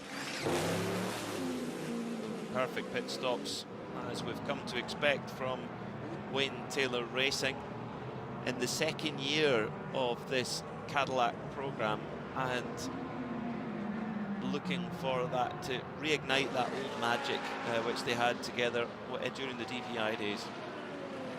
Penalty in the LMP2 ranks. This is for a car that's a little ways down the order, but Logan Sargent's going to have to serve a drive-through penalty here in a little while. Wheel rotation while the car's up on the jacks. That's a safety issue. It's been a penalty for a long, long time. Doesn't really matter why it happened, but that car will lose even further ground. Unfortunately, they're down in 9th in class, 20th overall, and a few laps off the class leader. We've got quite different conditions now that we've been racing in for the last just under an hour or so than we did when we went under full course yellow around 7 hours ago. And the drivers will be under discovery of how the balance is shifted in the car, how things are behaving. Duncan Vincent, he's eagle-eyed in the pit lane. He's been watching one of the most established teams in the business, United Autosport, playing a few little tunes in their pit stop. Duncan, what did you spot? It's tweaking, isn't it, Peter? Because drivers will have an idea of what the air density is going to be like, and as this clears up, do they need to tune the car to that? Well, yes, they do. And I just caught United Autosports just taking a little bit of rear wing out the spare wing that sits in the back of the garage. It's not on the car, but it is there. So maybe at the next pit stop, they're expecting to change that just for a little bit more straight line speed in the 22. And in a battle for the win, in LMP2, we've seen it before a couple of years ago with Proton Competition and CrowdStrike, literally drag racing to the line like it was a Daytona 500 finish, winning by a wheel length. So if you could eke that tiny, just 1 or 2K more, could be the difference. And as Duncan said, the air is thick. We had humidity up over 90%. Thick air creates more downforce. You don't have to be running as much wing angle to create a similar amount of downforce if the air is thick as it is here. So I think that's really clever, thinking ahead. And why are they making the adjustment on a wing that's not even on the car? It's quicker, safer, easier, less mistake prone to do the change on the wing that's sitting in the pit box, wait till the next pit stop. The rear wing assembly comes off and gets reinstalled very easily on these Orica LMP2 cars, and they'll have plenty of time on a normal pit stop where they're putting a full tank of fuel into the car to change that wing assembly. They'll know it's exactly where they want it to be. There's no worrying about a mechanic having to rush to make that change during a live pit stop. This has been common practice for many years now to go ahead and preemptively make the change to the wing assembly. And sometimes when you see those bodywork changes, it's not necessarily because of damage. It could just be the team's making some slight aerodynamic adjustments. Into Europol changed a rear section. They did. We wonder, must be a fairly similar idea. And of course, you know, when you've got Paul Di Resta in the car, who's so well known to the team and who knows that platform so well, if he said, yeah, we need to trim a little bit out of it, you can you can be sure that that's good feedback. The leaders coming through then, through the tri-oval, still a Porsche Pensky Motorsport 1-2 after that cycle of pit stops, but there's been a switch. The number 6 machine of Matt Campbell now leads from the number 7 of Felipe Nasr. So interestingly, the 6 car for Porsche Pensky Motorsport keeping Campbell on board, with the number 7, the sister car, swapping Heinrich out for Nasr. And Campbell, not only does he lead, he has around 3% more energy available to him at the moment. So the number 6 car now, which was so strong early on, forging his run. But also that's the car that picked up some damage in the early stages. Remember, they had to do the repair to the right-hand side bodywork, and then they took, I don't know, a half dozen, 8, 10 opportunities during the 6.5-hour yellow for the fog to do some more repairs to that car. It was already at the back of the class, so they figured, what the heck, we'll just keep bringing the car into the pits. They kept working on the underbody of the car. That's something that Lawrence Vanthor, one of the drivers, he put it on social media earlier in the race. They picked up this damage. They were able to repair the bodywork, no problem, but it was the damage under the car that was difficult to get to, and it was causing a handling imbalance. But Pensky took full advantage of the yellow flag. We talked about the fact that the way that IMSA played it out, keeping the pits open, constantly doing the class split, it was not going to disadvantage anyone, but it did provide opportunities. And Porsche Pensky took that opportunity to get that car back in the window once again. And now Matt Campbell out in front and starting to ease away a little bit, or is he? Felipe Nasr now closes in to within a second once again, possibly traffic aided, but nevertheless, these two cars that have been the class of the field, they found themselves once again. We'll follow it closely. Certainly after the full course yellow, immediately Matt Campbell put in the fastest lap of the race. So whatever they did, it might have worked. They wouldn't be able to set that lap time otherwise. Yeah, I think you're right. It was really interesting to watch them work. And then similarly, the 7 spent a bunch of time leading the race under that full course yellow until Felipe Nasr was up against the maximum drive time rules and had to come in. That then shuffled that car from first to the back, and then they too replicated that strategy, coming into the pits on multiple occasions, doing a little bit of remedial work just to make sure they have as sharp a weapon as possible to take to the fight when it really matters the most. Formation flying has resumed with the pair of Pratt Miller Corvettes after that opening stint of this 6-hour sprint to the flag that it's become after that long full course yellow under the thick fog, which is stubbornly sort of hanging around in the early morning sunshine, trying to burn it off and trying to cut through it, but almost creating a kind of real brightness effect. It's strange conditions here at the Daytona International Speedway. Nasr, though, giving chase to his teammate, and Felipe Nasr trying to win a 3rd Rolex 24 in a row. Meanwhile, we'll speak to Van der Steur team, who have had a pretty solid race so far, sitting in 8th at the moment, and Duncan has caught up with their superstar, Valentin Asclot. Yeah, the Van der Steur racing team, car number 19, he's just fresh out of the car, dripping with sweat, but oh so good, Val, to be back racing under proper race speeds. Yeah, it's very weird because I was kind of asleep for 8 hours and suddenly it goes green. Was a bit shaken at the restart, but then found my pace and made my way up to the top 4, so it was a good stint. What do you guys do now for the end of the race? Do you already start to plan how you're planning on finishing? No, I think we're already flat out and we'll see in 6 hours.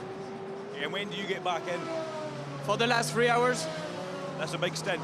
Yes. You're the man for it. Thank you. Thank you, thank you.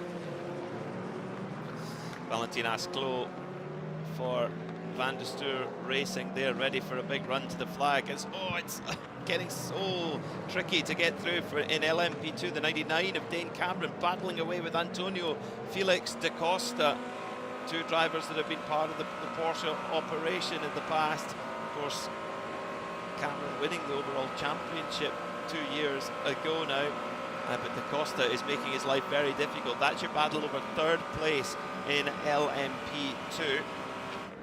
send in your tweets to @IMSA Radio. We'd love to hear from you. A good question from @BlipMatch, who said, why did the tyres on the GTPs look all cracked on the surface during that last stall? That's a great question. It's a new tyre this year from Michelin. It's effectively got it's called the Vision pattern. It's a pattern that's put over the tyre, and when you feel it, it almost feels like a kind of suede material.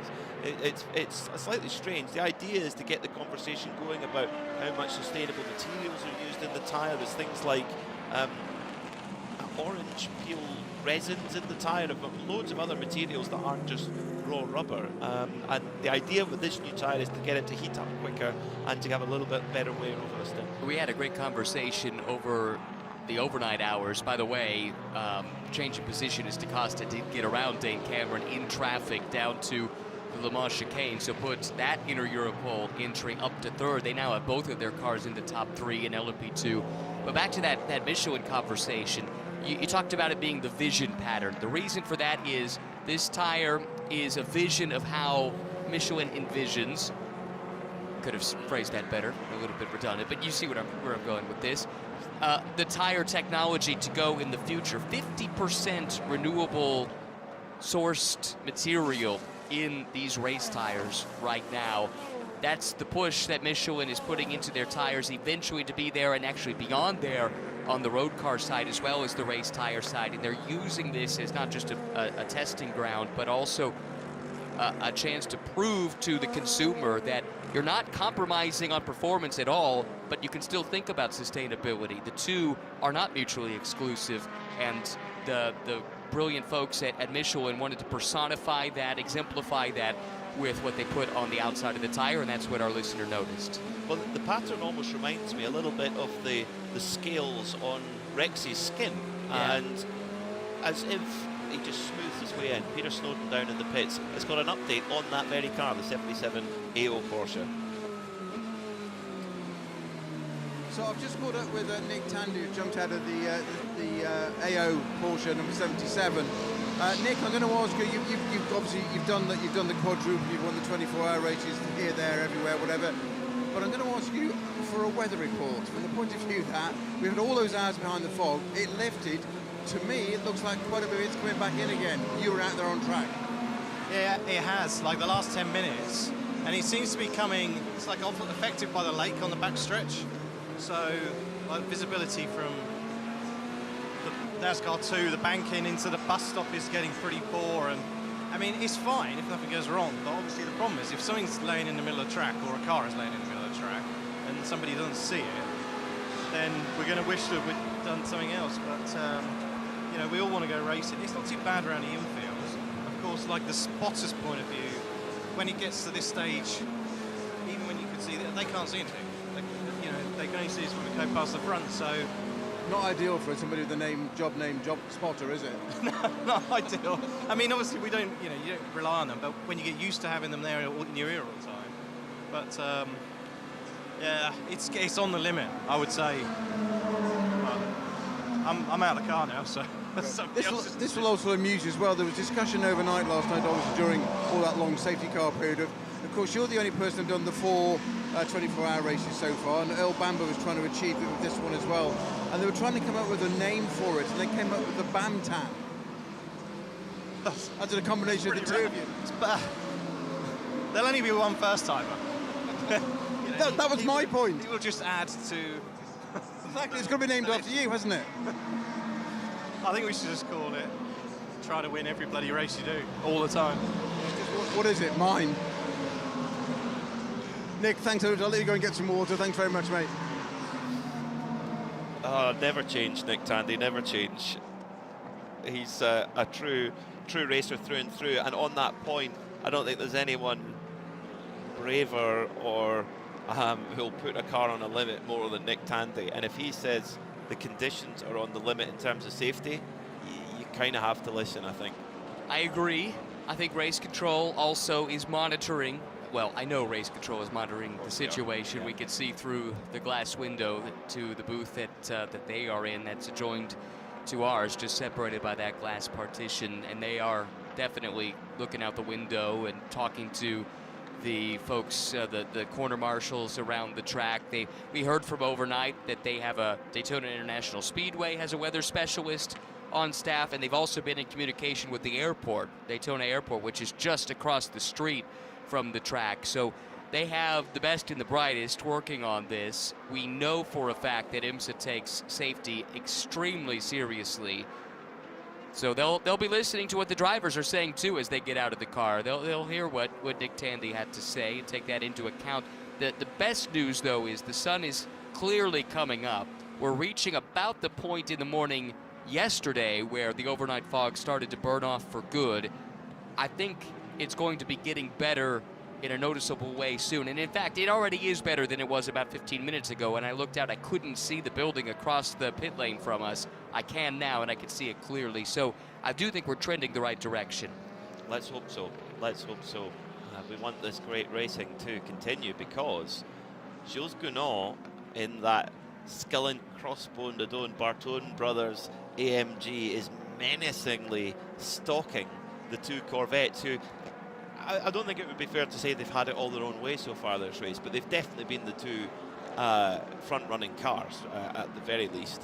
And meanwhile, that number 69 Get Speed AMG we haven't really mentioned it much, or certainly we didn't mention it much at the start of the race, but now it's just starting to forge to the front. And if there's anyone who's going to have a go at making a move on the leaders, it's Jules Gounod. He is such a hard racer, and he's trying to chase down those two Corvettes. In the last lap, he was, he was about 3/10 slower actually than the two Corvettes, trying to run them down. And yeah, the Corvette's looking strong, but Gounod there if they slip up at all.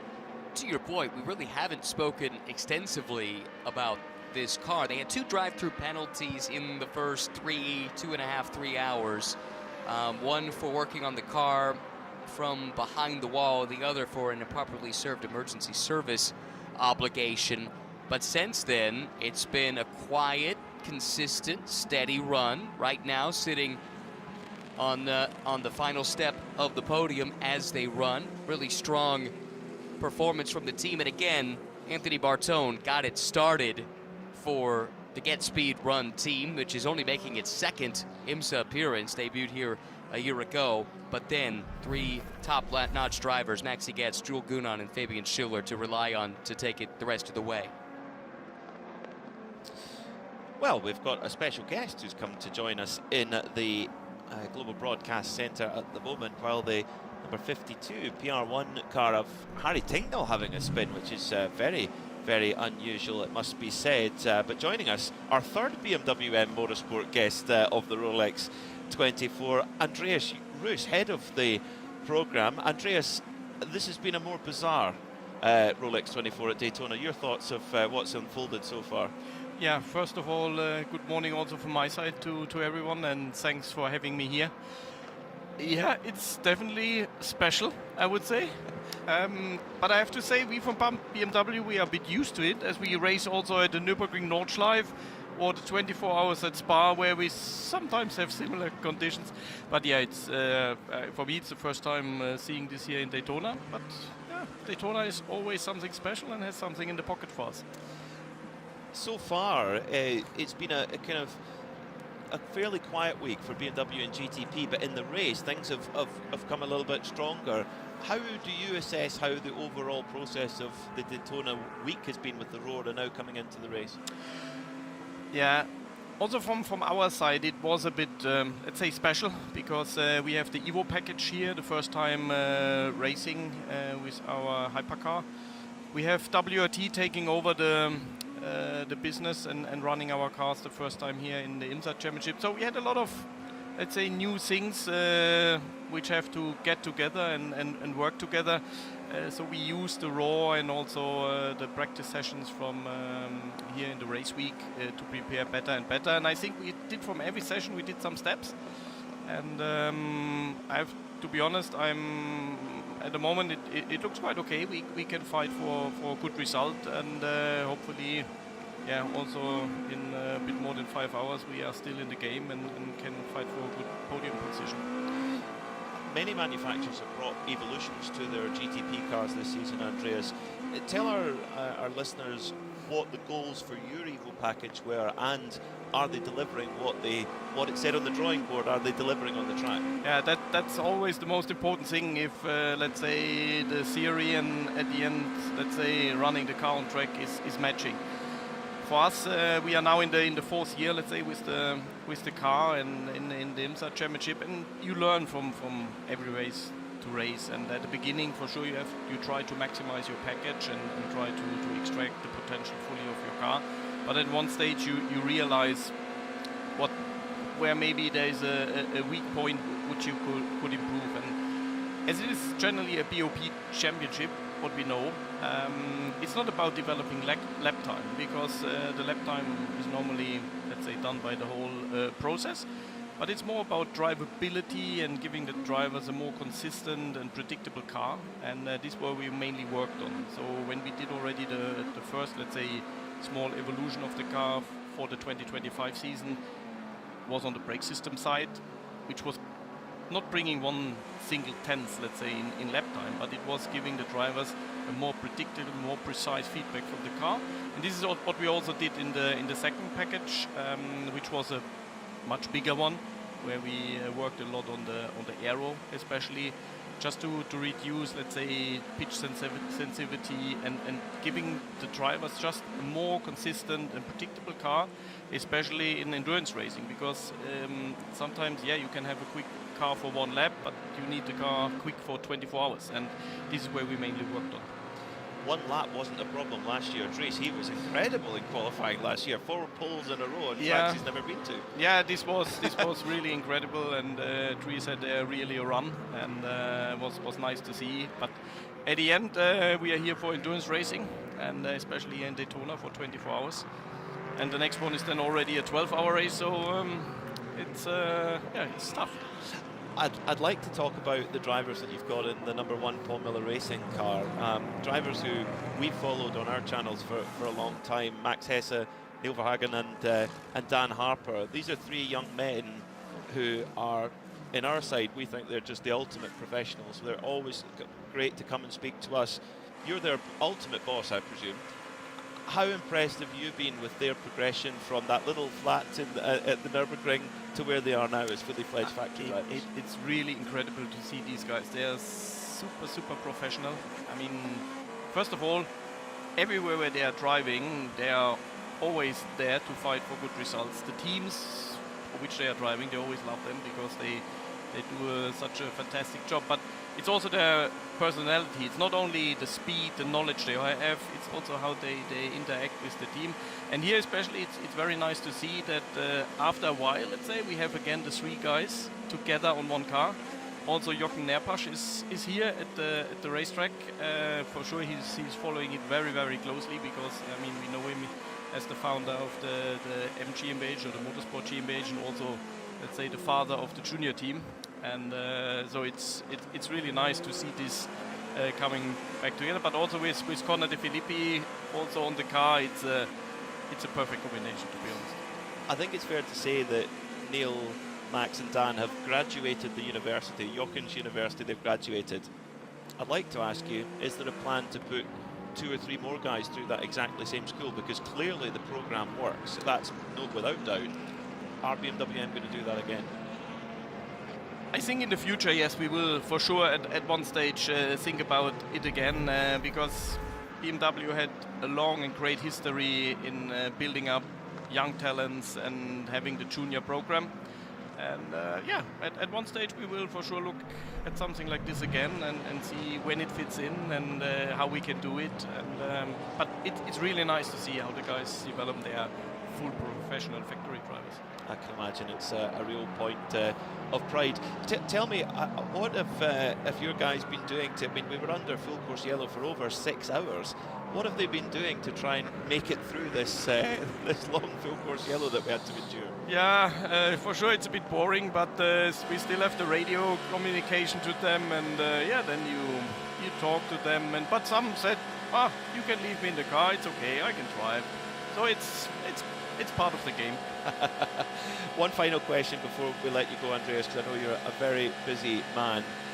Bringing WRT into the mix internationally now, of course they've been running the World Endurance Championship program from the beginning, but to run the IMSA program as well, if you look at what Porsche have done, having the same partner for both, that's clearly been successful.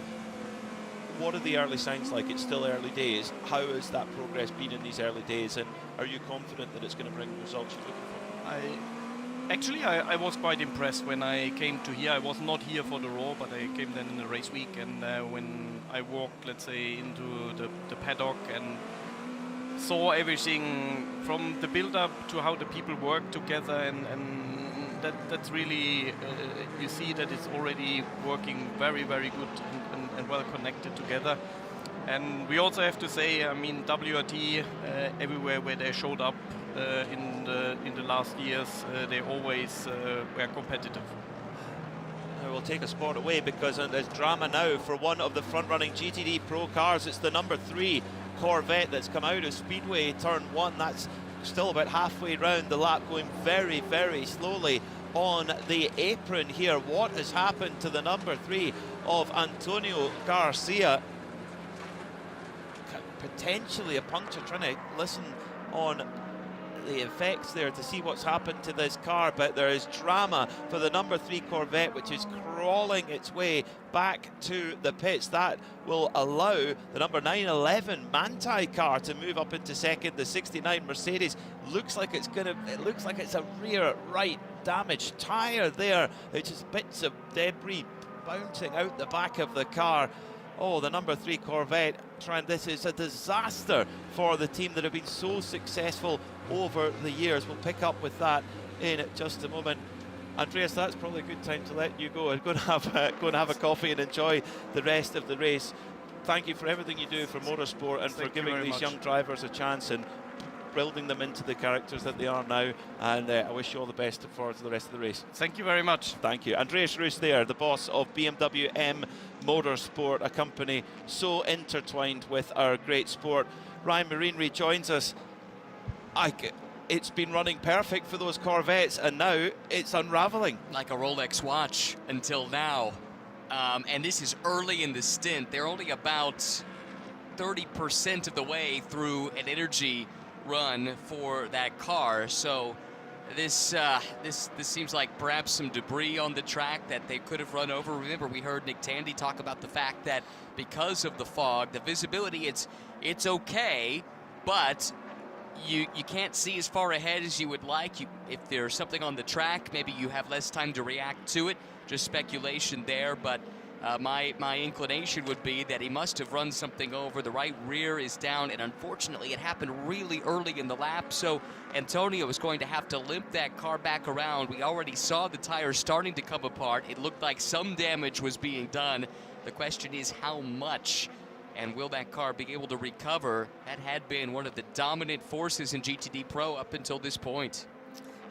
Poor old Antonio Garcia looking for his 4th Rolex watch. That may be slipping through his fingers. Meanwhile, we'll catch up in the pits with Peter Snowden. Yeah, just to let you know that I've just hot-footed it from one end of the pit lane to the other to have a look, get eyes on that Corvette when it comes in. So I'll come back to you in a second when it arrives.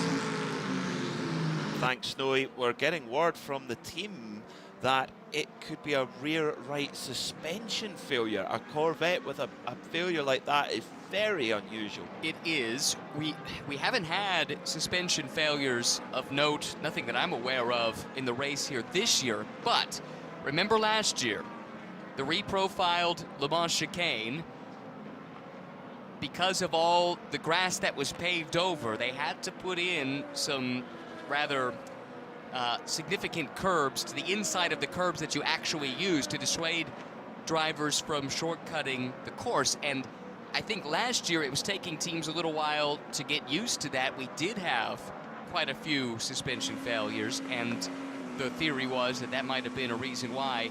Look, again, just speculating here, but it's very unlike a Corvette to have a failure full stop. Now, if there was too much curb usage, something like that, that could, again, my speculation, could go away to explaining what has happened, but whatever the case, this is heartbreaking for one of the front-running cars. Well, let's try and put a little bit more meat on the bone, and Peter Snowden has some more for us on that very car.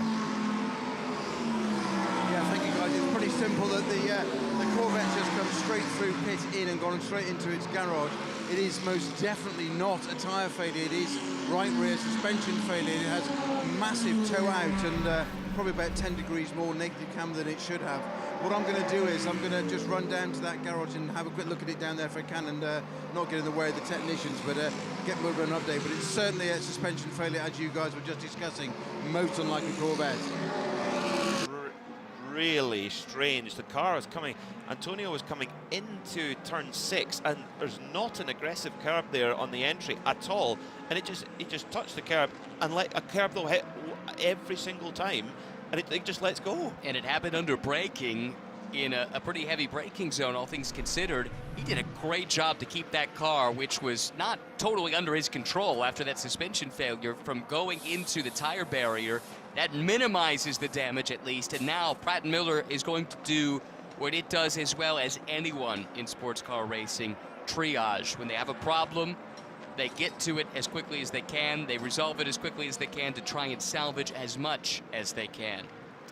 Well, while the Pratt Miller mechanics go to work on that stricken number 3 Corvette, let's go down to Duncan Vincent with United Autosports. Yeah, PDR has stopped on his marks, and true to United form, off comes the rear wing assembly, and here comes the updated, fresh rear wing for today's running, with the one with a slightly reduced angle on it, which is ultimately going to give them some more top speed down that back stretch. The fuel's going in, the tyres are done. Paul putting together another pretty good charge here, and he's got work to do, and it's a little bit like that for Paul every time he gets in his car. But he and his teammates are fighting very, very hard, but that's how quickly it can be done. We've had the rear wing on, we've had the tyres done, we now have the fuel going in.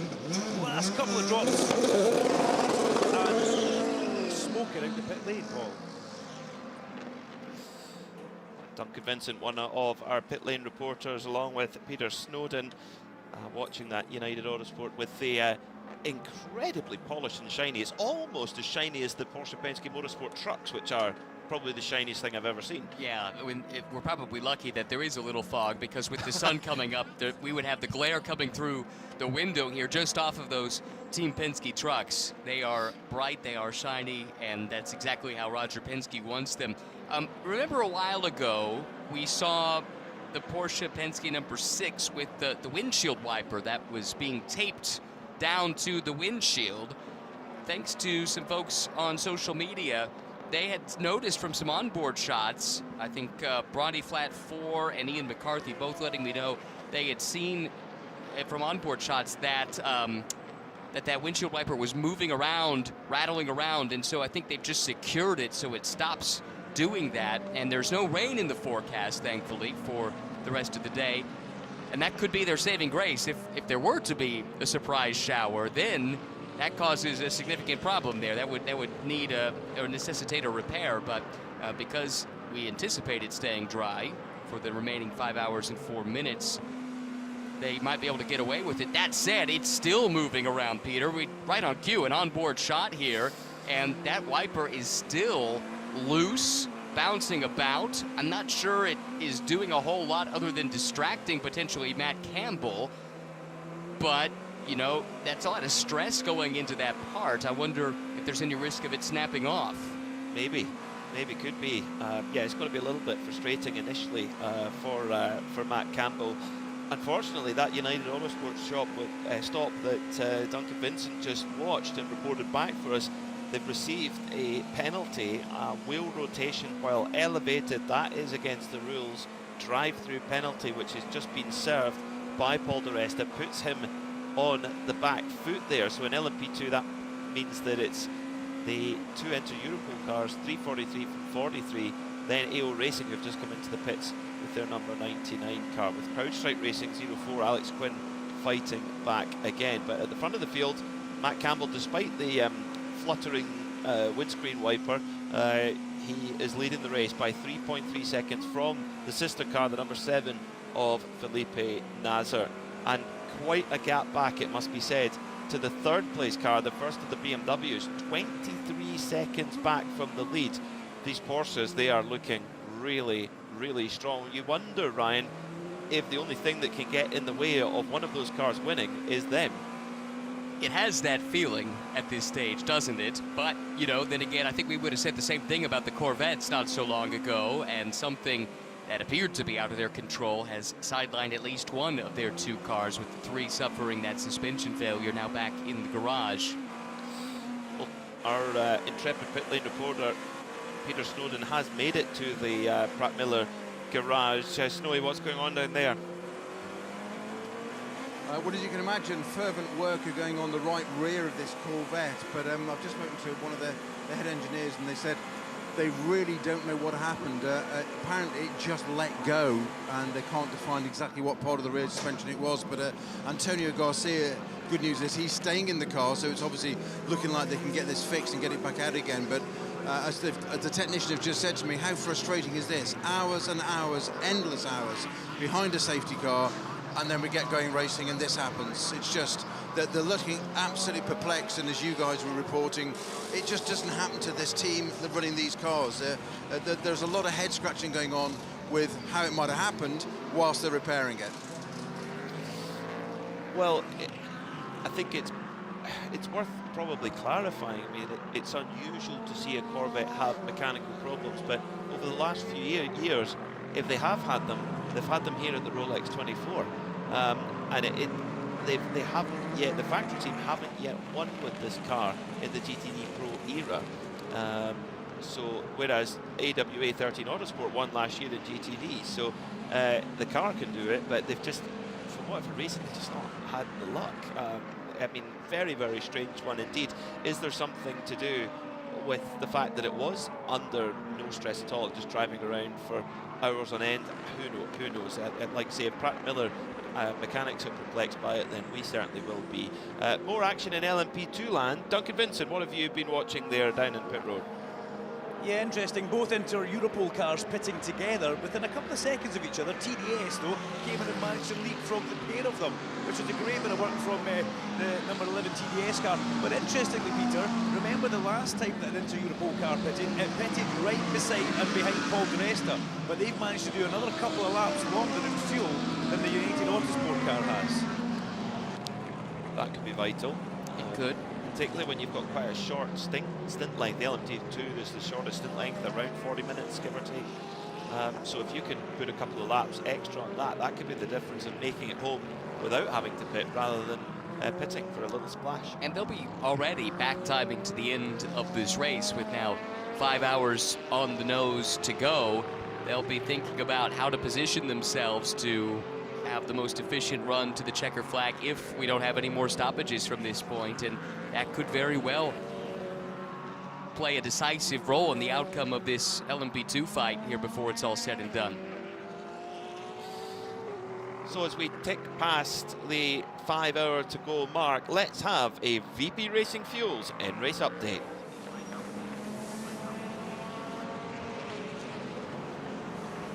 Yeah, so I'm just having a look at this number 3 car still, and it's I can now identify exactly what it is that's failed. It's the lower wishbone that's just sheared at the front, literally in half, and it's come out to the having to strip so much of the side of this car. They've got the rear wing off, the inner wheel arch, some of the floor's got to come away, the side pod's got to come off, the door's coming off, and as I'm speaking to you right now, Antonio Garcia is getting out of the car, so I will see if I can get a word. I may not be too popular trying that, but I'll give it a go to see. But apparently it's the lower wishbone, it's completely gone. There's a new one there ready to go on, so mechanics working away, as you can imagine, flat out to get this sorted. I'm going to go across and try and catch Antonio Garcia, so I'll come back to you in a minute, guys. Perfect way to kick off our VP Fuels Racing in-race update. Let's start with GTD Pro, because that number 3 Corvette, which Peter Snowden has just talked about, was in the lead along with its team car, the number 4, and now in the garage with rear suspension failure that needs to be repaired. So that is the story in GTD Pro. Let's go through this VP Fuel in-race update from the top, though, because it's Porsche Pensky Motorsport that lead the way, 1 and 2. Matt Campbell in the number 6, from Felipe Nasr in the number 7. Kevin Magnussen is third in car number 25. Jordan Taylor sits in fourth in car number 40. Then it's Ricky Taylor, his brother, in car number 10. Both of those Cadillacs for Wayne Taylor Racing. Colin Brown in the first of the Acuras sits in sixth right now. Then it's Timon van de Helm for JDC Miller Porsche. BMW number 24, Robin Freitz. Alex Palou in the number 93 Acura in 9th place. And rounding out the top 10, it's Fred Vesti in the Whalen Engineering Cadillac. In LMP2, Alex Quinn is just taking a pit stop for the 04 CrowdStrike Racing machine, but will circle back behind the two Inter-Europol machines, 343 and 43, who are having a great run since we went back to Green Flag Racing and just over an hour ago. Number 99, AO Racing, Spike the Dragon sits in fourth. Then it's Tower Racing in fifth, the number 52 of the PR1 Matheson Motorsport with Brian Herter of Harry Tinknell, that's sixth place. Seventh is Paul De Resta for United Autosports, having just served a drive-through penalty. Then it's the 37 Intersport car, the 11 TDS and 18 Aero Motorsport machines round out your top 10 in LMP2. GTD Pro, we just mentioned, right now is led for now by the number 911 of Ricardo Feller, who's just hopped ahead of the number 4 Pratt Miller Corvette of Tommy Milner. Then in third it's Jules Gounon. Max Hesse, number 1, sits in fourth place for BMW, and rounding out the top 5 it's Ben Barker for Ford Racing, number 64 with their Mustang. And quickly through GTD, it's led at the moment by Robbie Foley for Turner Motorsport, followed by the 21 AF Corsa Ferrari, the 57 Winward Mercedes, the 3060 XTD Corvette, and the number 44 Magnus Aston Martin of Nicky Team, who's back on the charge. Let's get down to Peter Snowden in the pits, who's caught up with an Antonio Garcia. Yeah, I had a very quick word with him. He's got his lid on still. He's obviously got out of the car, sitting there looking a little bit dejected, but he's got his lid on and his anti-fire still. So therefore, I'm going to relay what he's told me, because it's not the best interview with the crash helmet on.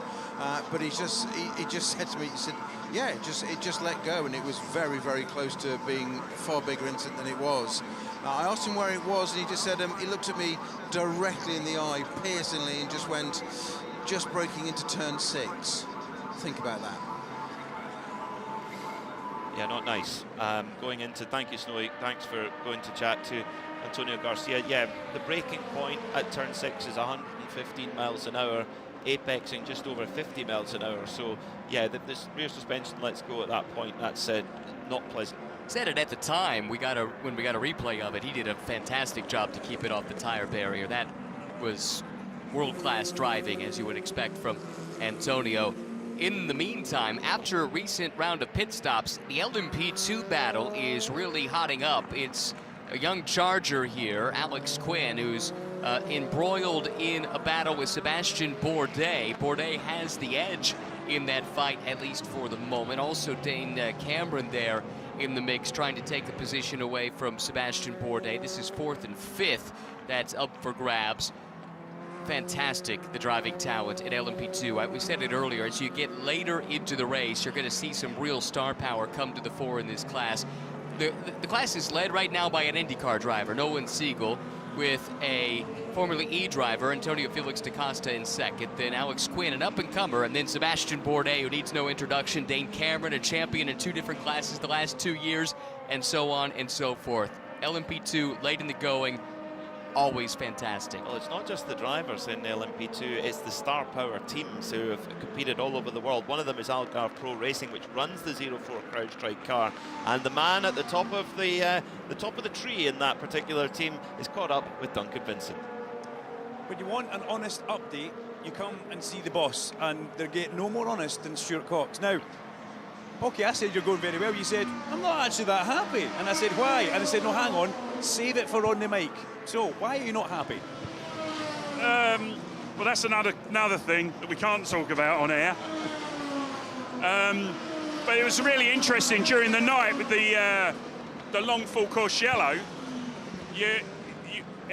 We were told by race control that there'd be the wave around and the pits are open right before they restart. So what you want to do is there was a massive amount of strategy to play there and guessing. So we were working, what you wanted to do was be able to come into the pits when you did the last stop, wherever you were, but have the shortest time to refuel the car at the last possible moment to get track position. Because so during the night everyone's going round, but we were actually saving fuel there as well, which is what I spoke to you about earlier last night. So that worked out well. So we came out and we had one in front, and then basically at the restart took the lead. And I thought, you know, we just got past, but you know, you're just starting to go, so you're making sure your tyres are hot going in the bus stop because you want to get a good exit. And it was sort of the first time we said to Alex, well, to all the boys, you can actually open her up now because we've been playing, as you can see, we're doing quite a lot on the lot laps with the fuel we've got in the car. I think we're doing one more than most. But we really are playing with the fuel and the strategy we can use on the fuel. So I was a little bit disappointed, which is why I said to you I wasn't very happy that we got, you know, we're off in the lead, said, right, Alex, you can have a play, one lap, see what it goes like, and that was that. And then we got a penalty, so we got sent at the back of it all. So all the hard work we did, because we did a little bit of a weave into the bus stop to make sure the rear was going to stick when he sent it through properly for the first time. And got a penalty, but we're back up in the third, I think, now. You know, we just chug away with it, quite comfortable, just telling the guys not to make any risks. Crew, because of the interesting night we've had, they've actually managed to get some rest. So where you're just normally running the 24-hour on adrenaline because you've got to be ready every minute, when there's a 6-hour 33 full course yellow, all right, we were doing pit stops, but they were very leisurely, and, you know, because everything was, we knew when the car was coming in. So you're refreshed and ready to take this to victory lane? Well, I wouldn't say refreshed. It's actually put a different spin on it. Is where you know, like I said, you run on adrenaline and you just push through and you don't notice, you don't really feel tired, you're just in race mode. We've had a bit of a kip and it wasn't really long enough, so we were all feeling a bit weary. So it could be really interesting on how we finish the race. So already I'm not onto the boys, you know, are you awake? Make sure plenty of coffee down you. Let's liven up and get in a race mode again. Well, if you're offering coffee, I'm staying. Thanks very much, Stuart Cox. Love an interview with Stuart Cox from Algarve Pro Racing, who have run that Nut 04 CrowdStrike program for several years now, and they know how to get the job done, that's for sure. And I love Stuart Cox's comment last year after they'd had to take the car behind the wall, fixed it really quickly, and he said, it's okay, we'll just put Malte Jakobsen in and he'll just clean them all up. I love that. Full faith in his young driver. not much filter. He tells you exactly what's on his mind, and I think that's delightful for us in the storytelling business, and I think the fans listening appreciate the candor as well. Little stream of consciousness, I think, from Stuart as he recapped their last 6 hours or so in the span of about 6 minutes. Really enjoyed that. And that the one thing that's missing from their CV is a Rolex 24-hour win. I'm sure that they'll be more aware of that than anybody, and they are right in the mix. Alex Gwynn is doing his job right now, sitting in third, 7 seconds off the lead, just a handful of seconds off Antonio Felix da Costa in the 43 into Europol car. Moves in GTD Pro now because the 69 car of Joe Gunon is trying to defend now from one of the Ford Mustangs. It's number 64 machine at the moment, driven by Ben Barker, who's been in since we came back to Green Flag Racing. The Pfaff Lamborghini is in there on track, but is several laps down, unfortunately. Then in the mix, there's Chaz Mostert, former winner in GTLM 6 years ago in the big BMW, the big M8. He's now aboard the Mercedes AMG, so the reigning V8 supercar champion from Australia is now aboard that Sun Energy car, looking to channel what his teammate Maro Engel did on the previous stint and charge forward. I think Maro showcased just how strong that car can be. I expect we'll see Maro in that car at the end of the race in the run to the checkered flag. There's no reason that they can't be a contender with the lineup that they've got. Chaz right now just needs to keep them within striking distance, and as we saw, Maro more than capable of doing the rest. Fog starting to lift up over Lake Lloyd in the infield as John Hindhaugh rejoins us in the booth. Good morning to you as well. Tell you what, you drew the short straw that 6.5 hour Rolex 24 record, by the way. Yes. Longest full course yellow in the history of the event. Doesn't surprise me. And you were on for all of it, I think, or just about. No, I bailed out with about, I think, an hour of it still to go. And just to let you know how tired I was, I went onto the front seat of the Hertz hire car and went to sleep, and I could hear them gently going around every 3.5 minutes. And I didn't even wake up when we went back to green. And I was only in the car in the Undercroft. You know where I am. Let's go down to Duncan Vincent, who pulled a brilliant stint in the pit lane when that yellow flag first came out. Interviewed half the pit, I think. Dunk, good morning. How are you? Good morning, John. I'm fresh and I'm ready to go, and I'm absolutely loving it. Turner Motorsport number 96 stops on its marks, and out steps Robbie Foley. This is the leading car in GTD. Jens Klingman gets in, and that's a lovely stop. The car you can hear burbling away behind me. They've actually got a unique way of blowing some of the debris out from the front kidney grills on this big BMW. They use an airline from the pit wall, so they're not using an extra body, which they're not allowed. But that's clever work from Turner Motorsport. Good stop. Had a message on the socials overnight that I didn't get to before we handed back, and I disappeared before we handed back to Lee Diffie and the rest of the NBC Sports team at 6 a.m. this morning. A query about Scott Dixon driving time.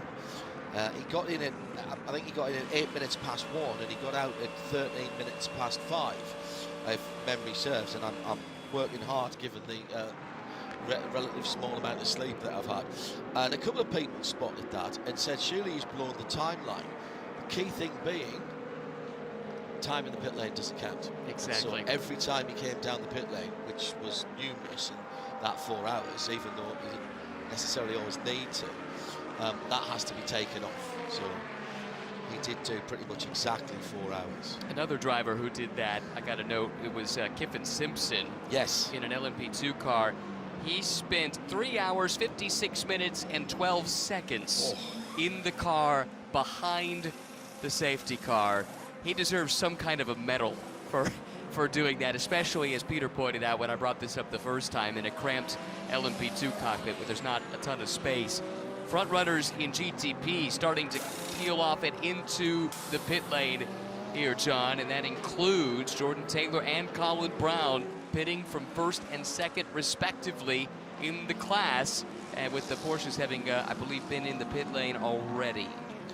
Our second voice down in the pit lane alongside Duncan Vincent is Peter Snowden. Morning, Snowy. Got a bit of sunshine on your face now. Does that make you feel better? Yeah, absolutely. Finally, yes, it does. It's wonderful. Although, of course, I'm in the shady bit down at Porsche. But there you go. It's the fall. Thank you. I just noticed during the pit stop, you know, it's me, the detail things that probably have no interest to some people, but I thought you would, John, because you're a Porsche man. But the 6 and 7s, obviously, they just pitted line astern.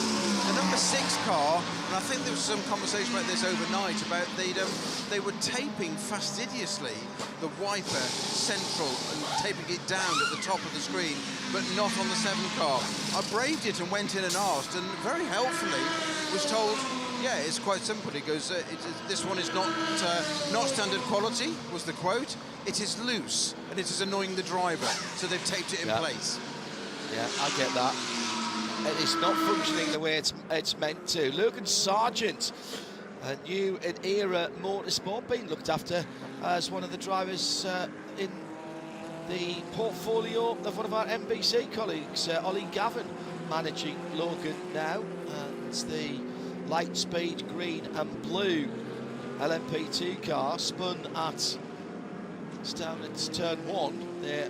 Actually, kind of 1.5, isn't it? Because he's slightly further around the corner. He's well onto the runoff area, but of course, if he can get there, someone else can. Race control to our left, giving Logan the opportunity to cycle through if he can and try and get that car restarted. He's tried a few times. Yeah. You've seen the lights come on, off again, on, off again. Hasn't made any progress yet. That car already quite delayed, shown 10th in LMP2, several laps down, and they had an issue I don't know, an hour or so ago, where they were given a drive-through penalty but didn't serve it within the 4 laps that they're allocated. So that became an even worse situation. When it rains, it pours, even in a Rolex 24 where we haven't had rain, unfortunately, for the 18. And it looks like he's not going to get moving, John. Race control doesn't feel comfortable with where the car is situated. No progress being made, and the full course yellow is out. Look, race control is one of the jobs that I think we all think we could easily do, and none of us really would want to do. And I don't say that in a bad way, but decision making, the way they have to work it, and even just coming out that long full course yellow, making sure no one is disadvantaged. So the plan was, and I presume they did this as I was slightly in the land of Nod, that they actually closed the pits and then opened it for prototypes and then opened it for GS before they went back to green. That is exactly what See, happened. that to me, that is genius thinking. And what they're doing here is not jumping on the big great orange button that says full course caution. They're letting the team talk to the driver. They're probably talking to the team as well, which they can do, and giving everyone the chance to go past the car. It was being covered by double yellows and the panels. If it had been halfway on the road, or the wheels had been pulled off that Logan Sargent LMP2 car, then different matter. At that point, the number 18 era motorsport car in distress, yellows would have come out straight away. I want to say a very big hello to Chris Lazenby, who was with us at Dubai last weekend, taking his usual stunning photographs. Chris is on his way to Bathurst, the long way around. Well, not actually the long way around, he's just taking some time off between time. He's listening and watching down in Queensland. He's going to do a little bit of a photographic journey up to Bathurst in a couple of weekends' time. Oh, it looks like Sargent had some help from the Tower Motorsport car. Was that the Tower number 8, that bright yellow car? Yes, or I thought it was. There's 2 that are very similar, and that was my, even in my befuddled state, that was my first thought, that was the Tower car. But there is another orange, black and white car. So we'll wait to see what race control come up with there, because they are already looking at it over my left shoulder. Now, I suspect that will be under review as we wait to see the emergency service go down there. AMR safety crew with their new F-150 Raptors are already, well, one of them's down there. We've also got one of the tow trucks posted right in front of that to make a safety barrier, if you will, and the clean-up truck as well down there, which is another Ford. And of course, because he's listening in and he knew exactly what I was going to ask him to do, Duncan Vincent has already plotted up at Era Motorsport and can have a word with Kyle Tilley to see what's happened to his car. Yeah, let's talk with the boss. He was sitting in front of that large television screen. You were watching that, and you could see the unfortunate circumstances for poor Logan there. Yeah, I think Logan, pretty innocent party there, turned around by the 8. Unfortunately, as a result of the hit right at the start of the race, we haven't had a starter motor all race. So engine stalled, and yeah, nothing Logan can do right now. So I've been seeing you guys push starting him on the pit lane. Has that been happening? Because a couple of cars are doing that. Yeah, honestly we've had to do it since about the 3rd pit stop. So it's been a long night for the boys, and honestly it's what can you say? It's just been one of those races. I mean, some years it is kind to you, and this year is certainly not one of those. Thanks for your time, buddy. Thank you. There's a certain sense of resignation in the voice of Kyle Tilley there. The starter motor not easy to get to necessarily on these cars. You might think, well, hang on, they're endurance cars, it might go wrong. Yeah, but what you think about there is by the time you've pulled the floor off or got underneath the engine, you've probably lost any opportunity of a decent result in, let's say, a 6-hour race. Could maybe, if there was a quick release. I have seen in the past endurance cars run 2 starter motors. sometimes 2 coil packs as well for cars. That's the belt and braces way. And Duncan has got a little more on the LMP2 category. What you got, Dunk? Yeah, I remember being at the 24 Hours of Le Mans, John, and the same thing happened to one of the Rebellion cars in the P2 class at this time. And what they had to do was they drilled a hole in the back bodywork and they would hit it with a hammer. And it unfortunately came back to haunt them in post-race tech, but it got them through every pit stop. But yeah, giving the old starter motor a hit, you'll remember that from the old days.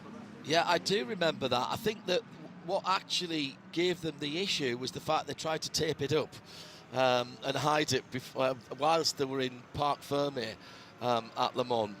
I think they might have been able to argue their case before that, but touching the car in post-race tech wasn't in Parc Fermé wasn't easy. Into Europol 343, I'm being told from London, with Nolan Siegel leading at the moment, is one of the cars that we've yet to hear from a team member from, so we'll try and put that right in the next couple of hours, and I'll give a couple more. Duncan likes nothing but a challenge. I rattled off half a dozen numbers to him in the middle of the night, and he pinged them off with the ease of a sharpshooter sniper picking off floating ducks at the fairground. I mean, it was a joy to listen to. He knows his business, doesn't he? Oh, does he ever? Yeah. Under review, it was indeed the Tower car number 8 that made contact with the left rear of Logan Sargent. And we saw the car being flat towed away. I wonder if Logan was sort of saying, "Can I just drop the clutch and then you can let me go?" So the sun is well and truly up to the point where I have gone into the kit bag and pulled out what would now be known, I think, in fashion circles as a vintage IMSA cap. Is it vintage because of its age, or is it vintage because it's made to look old? No, this is an old one. Okay. No, I noticed the logo, yeah. That's the old school IMSA logo. Very nice. Used to. This has got to be a decade and a half old at the very least, possibly even a bit older. And you know when you're not looking for something and find it, you look for something else entirely. I was looking for something else entirely, and I found this and threw it in my haversack, and thought that's a handy thing always to have with me. And it's when a cap gets broken in, you want to keep it. It's got a nice feel, cotton. I used to play cricket in this one as well, so it's been in the wars a bit. 343 in the pit lane, is it? No, that's the other in the Europol car, Antonio Felix da Costa, but Duncan is down there anyway at the pit. Yeah, the 343 is directly in front of us just now. Nick Cassidy is beside me. He's just put his hands on his head, though. He's not liking what he's seeing in this pit stop. That wasn't ideal. So let's get a bit of a rundown from Nick there. Nick, it looked good, but you were not happy with that. Hands went on the head. I'll wait till these cars leave the pit lane, John, because everyone is right in front of us. Yeah. So Nick, you didn't like the look of that pit stop. I cannot hear a word you said. You didn't like the look of that pit stop. I never like losing the lead. Yeah, I mean, still 4.5 hours to go, but we're in a good position there. So, yeah, hopefully we can get back to the front and keep pushing. Your Inter-Europol car has been strong all day, so a minor blip in the pits. You have got the space to come back. Definitely got the pace. I felt super good in the car. Really, really happy with the balance and the team, the strategy. Unfortunately, we've got a starter motor issue. So last stop, we lost 6-7 seconds not being able to turn on the car. This one looked like just something maybe with a tire change. But I think strategy and stops depending, we should still be in the fight in a good position to fight for this thing. When do you get back in the car yourself? Don't know, but I love your honesty. Yeah, you're still thinking about that pit stop, aren't you? Oh, just a race in total. But I mean, I think I'll do three or so more stints.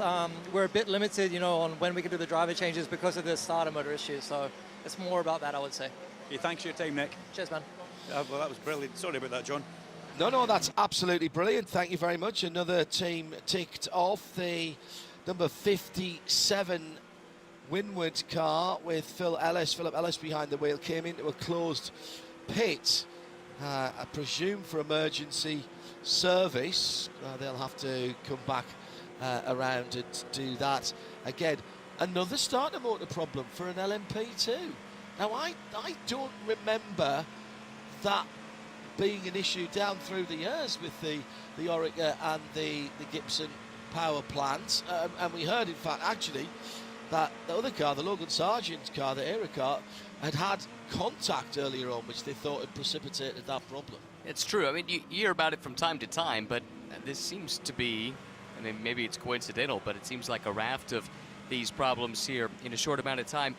We covered the LMP2 pit stops a moment ago, but we've had a little bit of a shake-up in GTP with some pit strategy here. A few cars staying out under this yellow. They were on a different sequence, so that has cycled Marco Wittmann to the lead for BMW M Team WRT. Jordan Taylor up into second. Will Stevens to third. Those are two Cadillacs from the Wayne Taylor Racing stable. They're at 81, 90, and 84% energy respectively. The rest of the field now somewhere around 97% as they cycle around behind the safety car. So a slight throw of the dice by the top three. They were in a position where they were a little more energy rich than their competitors. They elected to stay out. That gives them track position. We'll see if that's enough to help keep them in contention. And then a couple of GT cars, as you pointed out, John, that entered a closed pit for emergency service. Conquest was one, Windward was another. Windward now back in to complete the mandatory service here on this time around. So 4.5 hours to go, 9:10-ish in the morning. We were talking there about splitting the strategy. We have got to start thinking now, with just a sixth of the race or thereabouts left, about our BDO Nose Strategy Awards. One in the prototype classes, one nomination in the GT classes. Now, you might think, having taken a quarter of the race out sitting behind one or other of the Porsche GT3 safety cars, that took all the strategy out of the race in the middle of the night. True, but not quite that easy. No, because the interview we had with Stuart Cox a little while ago was really enlightening on that account. You were talking about the fact that IMSA elected to do their normal full course yellow procedure at the end of that 6.5-hour yellow.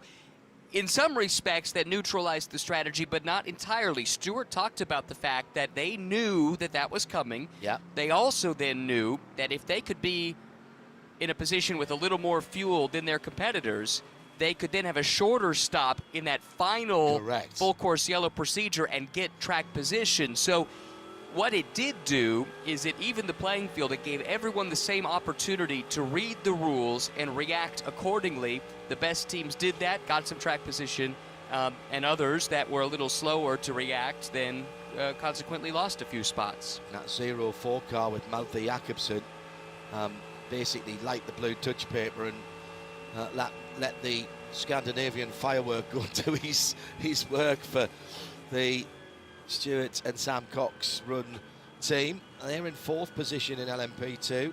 Nolan Siegel now behind the wheel of the 343 with Inter-Europol, and the 43, which is the other Inter-Europol car, has Antonio Felix da Costa. And behind them, by the way, in fourth in the AO Racing Gold Spike is Kiffin Simpson is Dane Cameron. Kiffin Simpson in the Tower car, which may be getting a penalty in a moment, so we'll not prejudge that.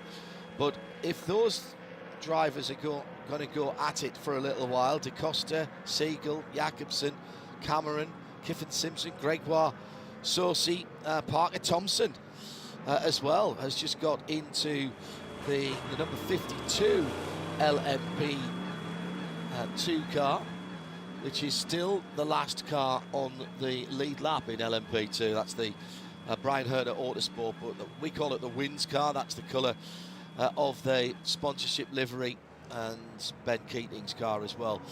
57 Winward car coming out of the pit lane, having been down the pit lane again. I think this is their third time under this yellow. They had the entering a closed pit for emergency service. Then by regulation, they had to come in at the first opportunity to do full service on the car. That dropped them then to the back of the lead lap in their class. So then, as the class split is happening, the pit's open for all cars. You're at the back of your pack anyway. The class splits and separations are going to happen. So you might as well top off on fuel. That might open a window a little bit later on. I think that's exactly what they've done. I'm not counting that car out by any stretch of the imagination. With 4 hours, 27 minutes to go, it's Indy Dancia in the car right now. I think that Mercedes has plenty to fight with in both of the classes. And that Windward car, we know they can win this race. They've done it on 2 occasions before in GTD. Even though they're on the back foot slightly right now with the timing of that yellow and having to take the emergency service, I think they're in a pretty good spot still to contend before it's all said and done. And everybody at the moment who is on or near the lead lap is going to fancy their chances at the end. Red light at the end of pit lane for the current crop of cars that have come to a halt, and that just delayed for a moment, maybe 10 seconds, Sheldon von der Linde. And also Logan Sargent actually coming out the pit lane. But fair play to Sheldon to notice that. It's the easiest thing to get all excited about rejoining and blast straight through the red light. And a couple of cars were penalized for just that. That happened in the overnight hours and set back Whelen Engineering, for example. I think there was one other car that ran afoul of that too, but that was the most noteworthy one. Speaking of Sheldon van der Linde, for the first time in a little while, unless I missed something, I think both BMWs are now back on the lead lap once again in GTP. Right. It's been an uphill climb for the 24 car. That's the Sheldon van der Linde car.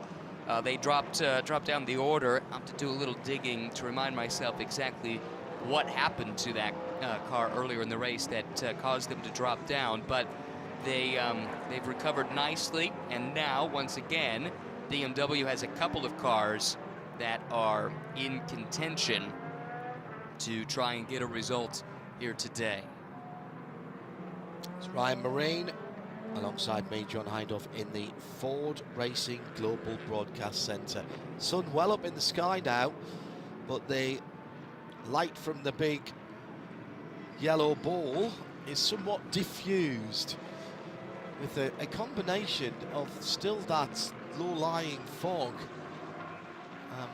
Looks like there might be a bit of low cloud in that as well, to be honest. The track temperature, with a bit of the energy, the light energy from the sun, has gone up to 19 Celsius, which is 66 Fahrenheit. It's around about 17 when I went off air at 6 o'clock this morning. Still the air temperature holding solidly at 63, which is 17 Celsius. Pits are open now for all cars as we're ready for the category split. The other thing I liked about IMSA overnight was from race control was the decision during that long yellow really early on to basically have the category split and the wave by operational at all times, so nobody was disadvantaged however many times they came down the pit lane. All they ever did was go to the back of the line of their class, and I thought that was an early decision made by IMSA when they knew it was going to be a relatively long neutralisation. Let's go down to United Autosport, and Duncan has found another Scotsman. This is Paul de Resta. Yeah, as I was heading towards Ford Racing, which is at the other end of the pit lane, I bumped into Paul de Resta. Paul, you're just fresh out of the car. Good couple of stints, but unfortunately a drive-through penalty in one of them. But talk us through how exactly the whole thing went for you. Yeah, I mean, I don't think we're quite as happy with the car as we'd like to be. We were definitely a lot more comfortable in the night and yesterday, even in the day. But the track evolved so quickly here. Temperatures coming up. Hopefully it'll put us back in it, but we're just trying to see what downforce level we want to be on at the end. So there's some very fast cars. Yeah, unfortunately the pit stop, I was a bit confused. Started it, they said the wheels were spinning, so you've got to take it on the chin. There's a long race to go. Slight mistake on my behalf. Don't like to do that, but ultimately you're trying to maximise performance. Three drivers were having a bit of a chat there. What were you all discussing? Just where we are. You know, obviously your co-drivers are interested. Rasmus has also got to go back in, so we'll see where he does. But you're just trying to feed the information through to try and put it to use. Thank you very much, Paul. The United Autosports 22 car update live from Daytona. With Duncan Vincent and Paul di Resta in the pit lane there. Class splits now starting. If you're just joining us, that means all the GTPs go to the front of the field. Behind them, it's all the LMP2s, even if they're lapped cars. And then it's all the GTD Pros in class order.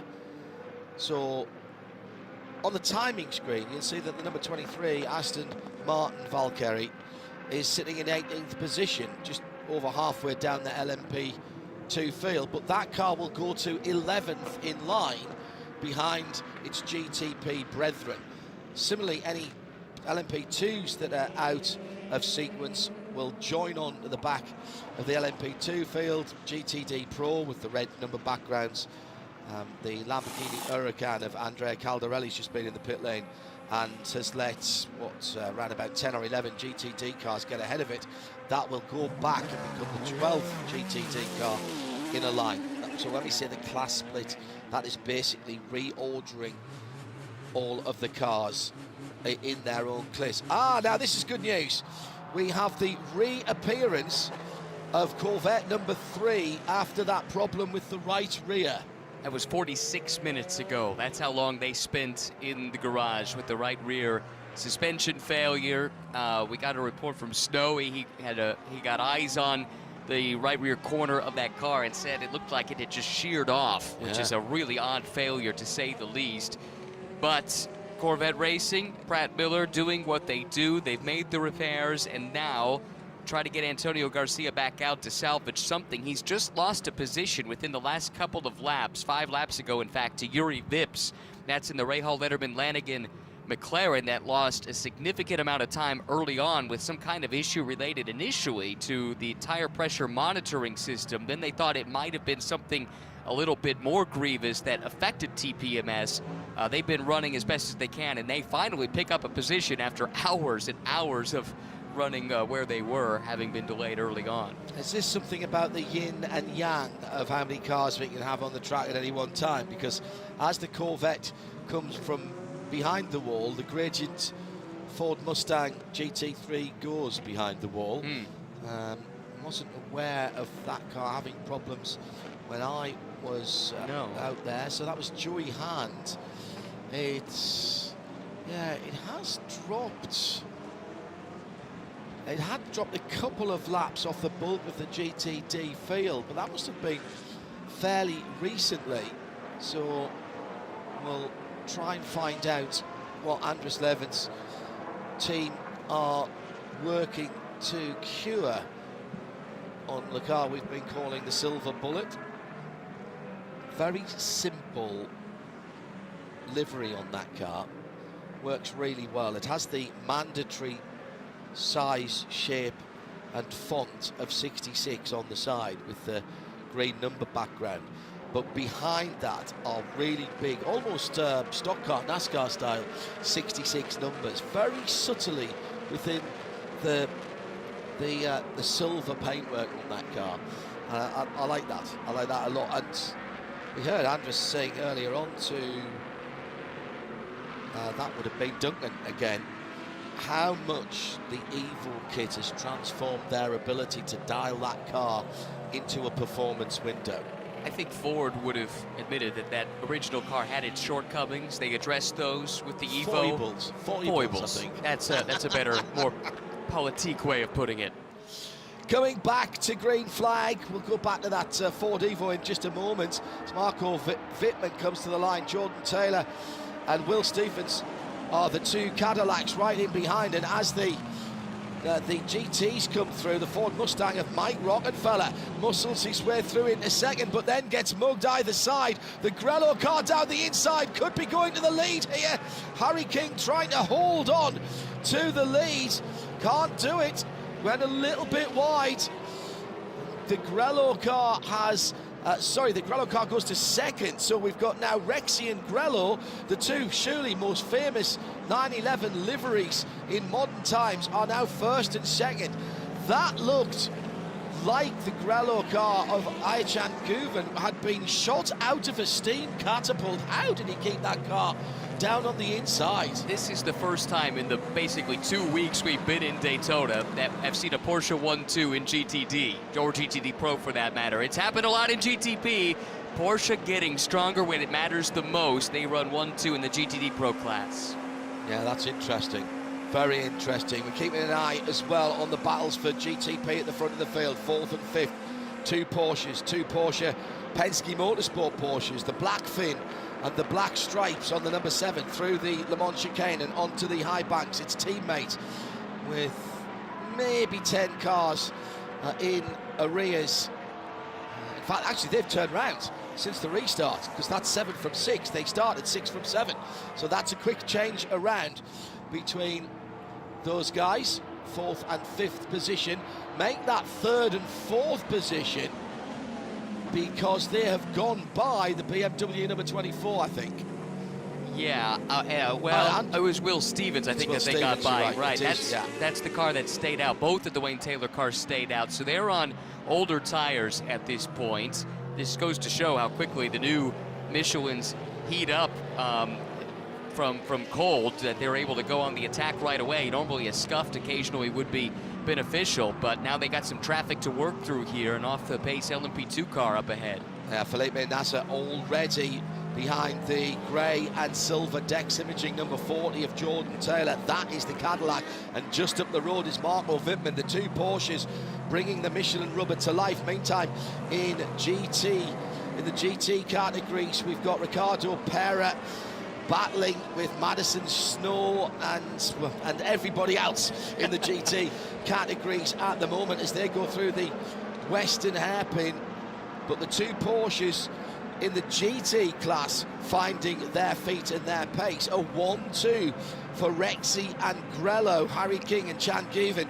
And at the front, it looks like the two prototypes, the GTPs, only running at IMSA, remember, this year. No WEC, no Le Mans program for Penske and that Porsche program.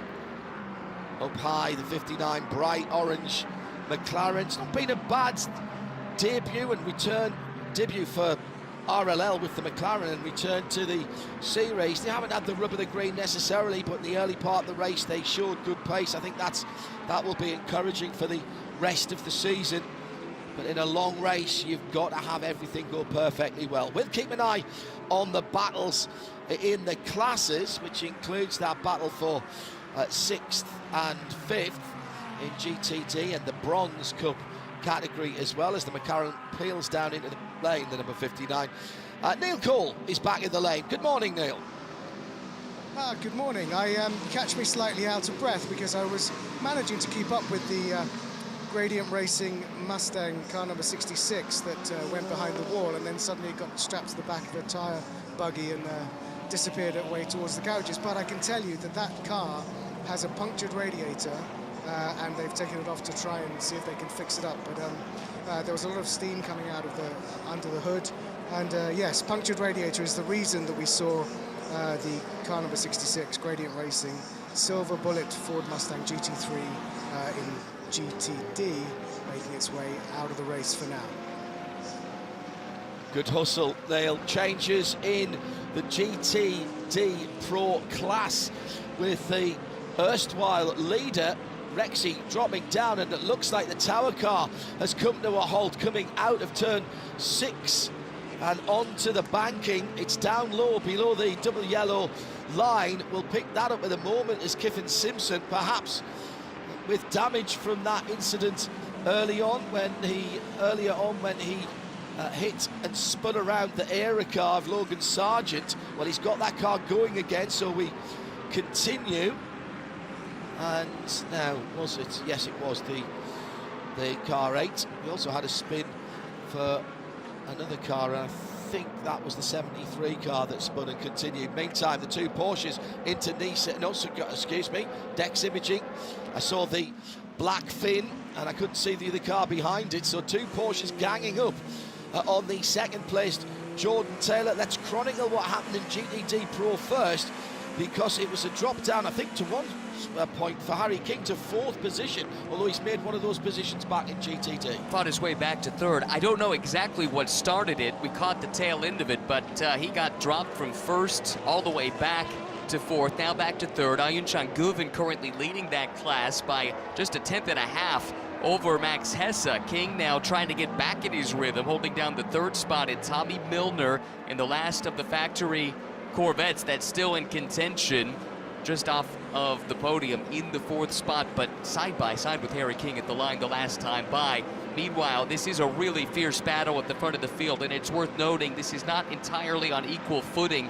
Jordan Taylor on older tires, not much, but a little bit relative to Felipe Nasser, and Nasser now closing in through the tri-oval, John, looking to take 2nd place. Goes down, dummies down low, goes up high to drivers right. They cross the line almost together. He'll get the wider line into turns 1 and 2, takes the pace in. There's a variety of lines that you can take there, Ryan. That outside line allows you to brake just a little bit later because you've got a wider turn in, and that means you can take more pace than you've had, over 200 miles an hour, before you brake at that point of the circuit. And it looks like the Jordan Taylor car is fighting an unequal battle at the moment as they come down towards the International Horseshoe, the first of the 2 right-handed hairpins on the infield, as now the number 6 Kevin Estra driven Porsche Pensky Motorsport 963, excuse me, that was at the western end. They do get through that infield quickly, don't they? Weather update, fog over the speedway at least, gone. In the last 5 minutes, like someone has turned it off. We've got an overcast sky. In the distance, we can still see some vestiges of the fog, and certainly a little more inland to the west. That is one of the most extraordinary things I have ever seen. It's as if someone's brought out a vacuum cleaner, turned it on, and it's just gone completely. Totally clear now. Smoke machine ran out of dry ice. There you go. I think. Here comes Kevin Estra now. They got a great run through the infield that time. This is the fight for 3rd place. Jordan Taylor doing what he can, getting the elbows out, but really with no recourse left. That Porsche is so strong coming onto the back, on the front stretch rather, and able to grab the position away. Harry King made a mistake somewhere in that battle, made a bigger mistake on the restart. The 77 Rexy jumped the restart, and that will be down pit lane, not just for the 45-second transit, into the pit lane, into the penalty box, and then stopped for 1 whole minute. That is an absolute killer for that car right now. Oh, this is one of those penalties that early in a 24-hour race is survivable, but we're getting to the point now, just over 4 hours left. These penalties become that much harder to try and overcome. Another big penalty as well to a front runner potentially in GTD Pro. The 75 Express car was not centered in his pit box. That's something we talked about at the start of the show. Chaz Mostert's in the car. He's not used to driving in this series with that regulation. Maybe that tripped him up. In any event, they also have a drive-through penalty. What did we say at the Michelin Countdown to Green yesterday? Within our Porsche keys to the race. Trouble, stay out of it. Penalties, don't have any, particularly when it counts. Drive through, you can live with a little bit, but my goodness me, stop plus a 60. That's going to drop that number 77 car in the pits now, and in the penalty box. IMSA official with the stopwatch, Harry King. That 1 minute will feel like an hour for Harry sitting there. He's allowed to leave the engine running, and he'll be waved out by the IMSA pit official. And now they're at a point where their fate isn't entirely in their own hands anymore. They need a full course yellow to get them back in the fight. If this thing runs green the rest of the way, there's no overcoming that penalty unless there's something completely unforeseen that transpires. That's why it matters so much as we get deeper and deeper into the event, because your chances to get in to the race once again with the full course yellow diminish with each passing minute. Yeah, that's going to drop them down to the bottom end of the top 10.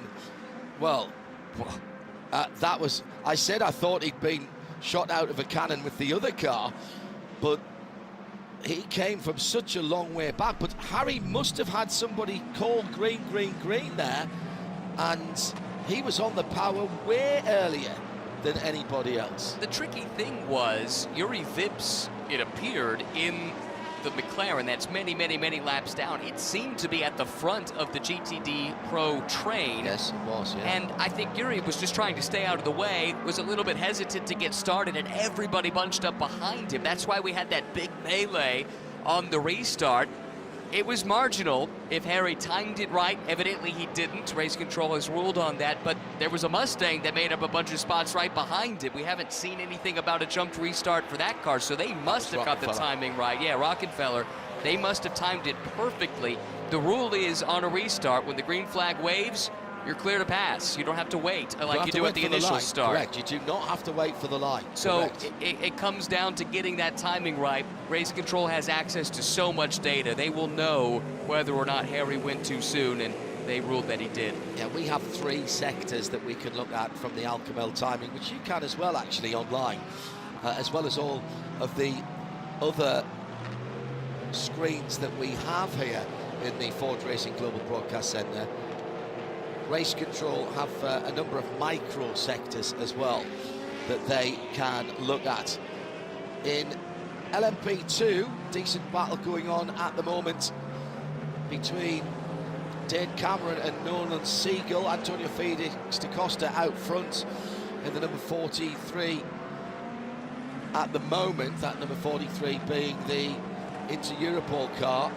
Dane Cameron for AO Racing has got ahead of Nolan Siegel, and in fact is right on the tail now in that battle for the lead. We've got an inter-manufacturer battle with Whelen Cadillac and Fred Vesti closing on Jordan Taylor. He's on the flasher there. I'm pretty sure Jordan in the number 40 WTR Dex imaging car knows he's there. Good exit from the Le Mans chicane from Vesti. He'll stay in the slipstream. Now this is going to be interesting. 2 identical cars, performance potential identical. Slipstream, the draft giving the advantage to Vesti. He goes to the high side, coming into the tri-oval. They're going to be side by side, and nose ahead at the start-finish line for Vesti, and that will turn into a 4th position for the Whelen Cadillac, which, remember, all those hours ago they were expecting to start on pole position. They lost their lap times after qualifying on Thursday. They'd worn too much of the underside of the car away, but this car now coming to life as the track temperature starts to climb. Now that we've got some solar energy, track temperature now 70 Fahrenheit, 21 Celsius, air temperature holding steady around about 64, which is 18 Celsius. That move was 3 or 4 laps in the making. Fred had been sizing him up. No, it wasn't. Jordan didn't make it easy on him. I think part of the reason is they are in the same cars, and there's not going to be performance disparities at the various points in the track. The one thing that Fred had at his advantage, I talked about this a few times, he's at a tire advantage. Jordan Taylor stayed out at the end of that last yellow when the others came in and got energy and tire replenishment. So Taylor doing his best, but he and his teammate Will Stevens both have dropped back since the restart, perhaps not surprisingly. But on the flip side, Marco Wittmann also stayed out.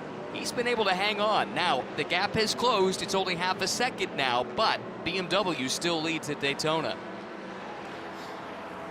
Let's go down to the Get Speed pit, the Get Speed AMG pit with Duncan, and just watching what's occurring with 1, 2, 3 Cadillacs battling for position 4, 5 and 6, and for the moment it's the number 10 that holds sway, having been 3rd across the line of the 3 Cadillacs. Is now first in the queue and goes to the right hand side of the GTD number 12. That is the green number plate on the Lexus RCF, the Sailmaster car. I suspect that these positions will continue to change. Actually, it's the 40, isn't it, not the 10 that's got to the head. It certainly was. I have bad news. We have another retirement, and unfortunately for Andres Levin and the rest of the Gradian team, that hold radiator has caused the retirement of the number 66. Duncan. Well, it's busy in GTP, as you're saying, John. It's also very busy in GTD Pro, and I've got the Get Speed 69 representative who's wanting to speak to us, Pascal Moskop. You guys are right in the middle of the fight here. This is a good run for the 69 car. Well, I mean, we had one plan to save the car for the last 2-3 hours, and at the moment we are running quite good. We are in the pack at the field, at the top of the field, so everything as planned, and let's see what the last few hours can bring. I mean, the competition is quite heavy at the top, and you see how the cars are shoveling back and forth, and we just want to stay there in the front, and let's see how we can finish. Jules just stepped out of the car. What did he have to say about the conditions? Say again? Jules just stepped out of the car. Was he happy? Well, it's Jules, you know, when he comes out of the car, he's never happy, so that's good. Thank you very much. That's the number 69 Get Speed Mercedes. Yeah, excellent stuff. Shilkin on is who they were talking about. What a career he's having, and has turned into a very, very good driver. I think we always knew that the potential was there. After a 6-hour stint where I only got 43 minutes of green flag racing, all in the dark and the gathering Stygian gloom, as Bruce Jones so aptly described it. Seeing the pace differential up on the high banks between the GTPs and the GTDs is actually quite breathtaking again. The onboards are incredible. Just seeing the high banks again well, is nice. That's we went about 6 hours without being able to see them. Are they still there? You had that existential question, didn't you? I was starting to question a lot of things in those overnight hours, John, but happy to report the track is still there. The 31 degrees of banking as daunting as ever, and you're right. After so long running at safety car speed, yeah, we definitely enjoy seeing the cars racing at pace again. Ryan Marine auditioning for a race direction. I hope I didn't accidentally tip somebody off about this when we were talking about it earlier. Well, but go ahead. The restart was being replayed next door to us, and we saw it on our screens here, courtesy of our colleagues at NASCAR Productions. They help us see all the way around the circuit, and of course you see it around the world as well. So we had a jump start penalty for Harry King, which was a stop plus 60. Mike Rockenfeller also a jump restart, but only a drive-through, so slightly less egregious in terms of the amount of gain. Side-by-side action, BMW and Porsche, two German manufacturers, and it's the Grello 911 car fighting off the number 1 Max Hesse car. This is the battle for the lead. They've got traffic coming through.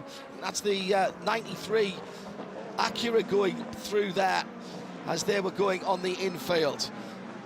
Meantime, Rexy is almost a full lap down to this battle, and after a little bit of side-by-side through the infield, the BMW of Max Hesse takes the lead of the class. That was a pass for GTD Pro class lead. That was awesome. No quarter asked, none given between those two. Side by side. Exactly. And you know, when push comes to shove, Ayunchan Guven is going to do whatever he needs to do to get the position. Remember how he finished his season in DTM last year. This was a little cleaner, no contact there. Really good respect between Hesse and Guven, but nothing that Guven could do.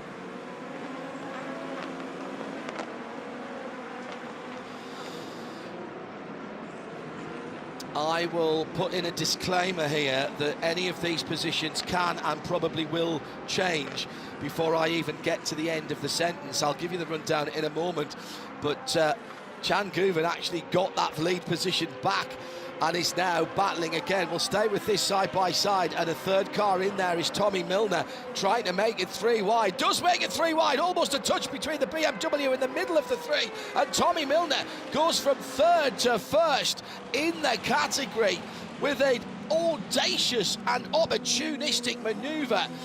Tommy Milner, take a bow. If we had a move of the race, for me, that's it so far. I have literally got goosebumps. That was so close to disaster. When we talk about making split-second decisions, that was it. And Milner read that situation perfectly. Fabi Schiller is right in there as well in the number 69 Mercedes AMG for Get Speed.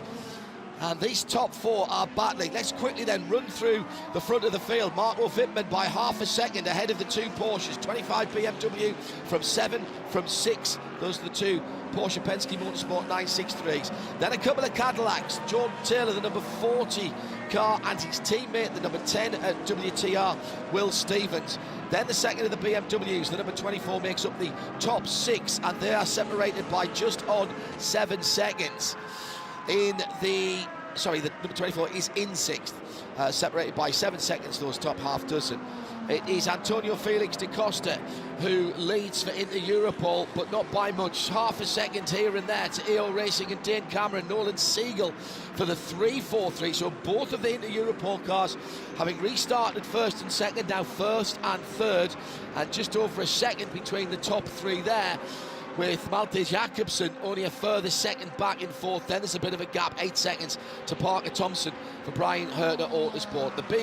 The GTD Pro battle we'll get to in a moment, because I'll describe that for you. That's still absolutely hammer and tongue. In GTD, it is the Chevy Corvette of Scott McLaughlin in the number 36 DXDT, Corvette Racing, DXDT car, the 36 car. The blue, shades of blue car is leading, and then it's another blue car, the Manthey First Form 912, with Ricardo Perra, the best of the Bronze Cup car. Hearts of Racing in 3rd place. Tom Gamble behind the wheel of the 27. Jens Klingman is next up in 4th for Turner Motorsport BMW, and the top 6 AF Corsa, Tonio Fueco, the number 21 and 13 Autosport. Damage to the number 73. That's the car that I keep confusing with the number 8 Tower car. You could throw the Intersport car in there too. There's 3 of them that at a glance it could be any of the 3. The Intersport one slightly less similar than those, but yeah, Pratt Miller, their LMP2 effort with the brothers Fittipaldi, Manuel Espirito Santo, and Chris Cumming, they have had several delays over the course of this race. He's got us to the pit lane. It's Pietro. Okay. That was stopped at Speedway Turn 4. That's your VP Racing update. I promised I'd tell you what was going on in GTD Pro. Everything. Somebody has literally pulled the pin there. Tommy Milner with that outstanding manoeuvre. 2 for the price of 1. Pass 1, pass another.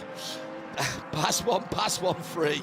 That number 0, that number 4 rather, leading then from Chan Guven, who's got Max Hesse all over the back wing of the number 911 Grello Manthey BMW. Behind Max Hesse is Fabi Schiller.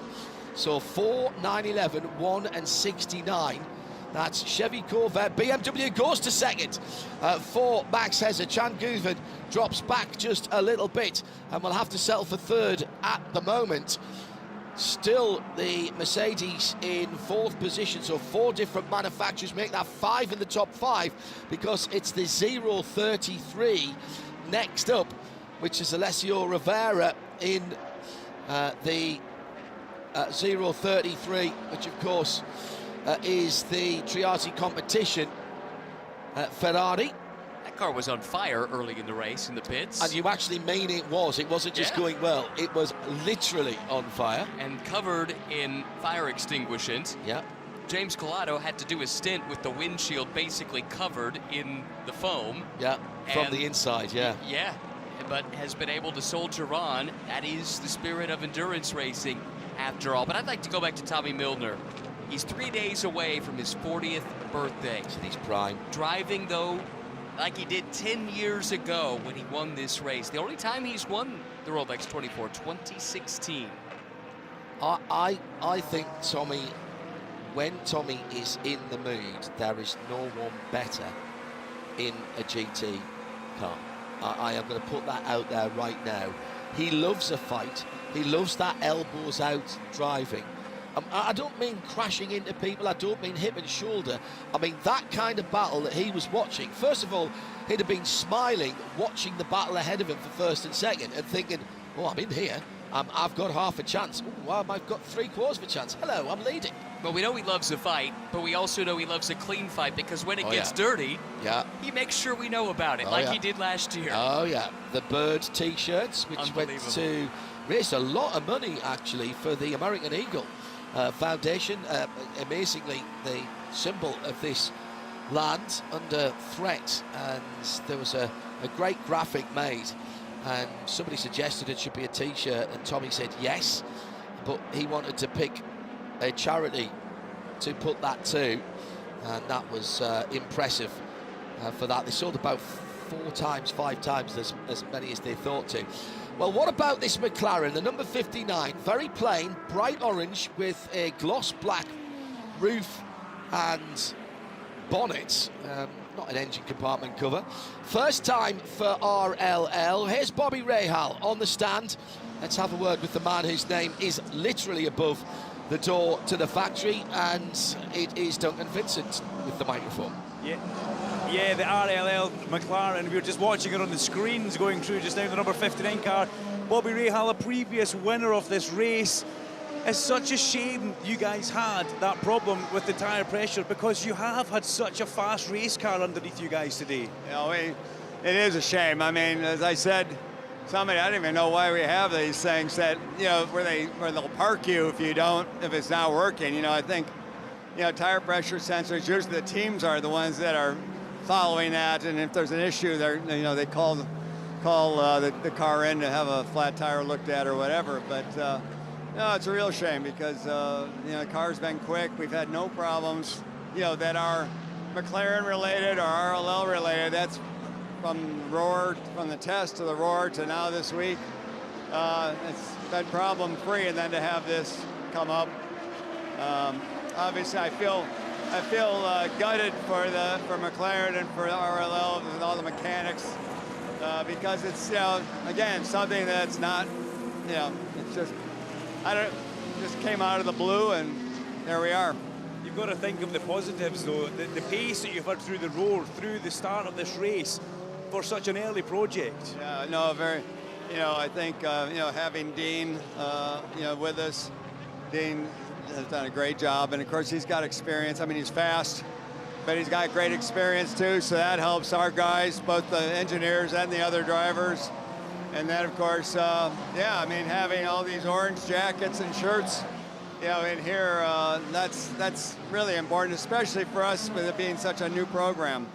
So in any event, it's been a great relationship so far, and we'll recover from this and on to the next one. And what do you think of the other young drivers you've got? You've got a young American hopeful superstar in here, Max Esterton. Where did he come onto your radar? Well, I've known Max for a while, and, you know, of course, he raced in England and in Europe most of the last 3 or 4 years, I guess. And, you know, he's always stayed in touch, so, and I personally like him. I think he's a good driver, and got a lot of runway ahead of him. He's a very young guy. And so, you know, to me, it made sense. And I think for him, it made sense to perhaps try to build a relationship, not just with RLL, but with McLaren. And he's done a great job you know, these last couple of weeks as well. So I really can't complain, because we have Yuri Vips in there, who's never driven a car like this, and, you know, now has. And then Nikita Johnson is a really young 17-year-old kid that does well in IndyCar, in the IndyCar, you know, junior categories. So I think we got some good guys for the long term if they want to stay. Bobby, thanks for your time, and thank you very much for bringing the sunshine with you on Sunday. Yeah, thank you. All down to Mr. Rahal. Very successful RRDC Road Racing Drivers Club dinner as well earlier in the week here in the Champions Club, all driven by Bobby Rahal. Puts on a good show. Now, big battles in LMP2 just a few minutes ago. The top 3 absolutely together, being Antonio Felix da Costa, Dan Cameron and Malte Jakobsen, and a spin for Malte Jakobsen. Or was that the earlier incident? That was the start of the race. The start of the race. Excuse me. But goes to show what this team has fought back from. They were pointed the wrong direction at the end of the first lap, or at the end of the first corner of the first lap, and now with Jakobsen driving, they clawed their way back into third. I want to pick up on what Bobby Rahal was saying there about his young drivers. Goodness me.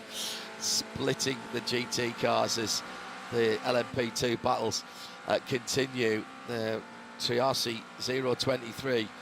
LMP2s to the left, LMP2s to the right. One of those being the Brian Herter Autosport wins number 52 car.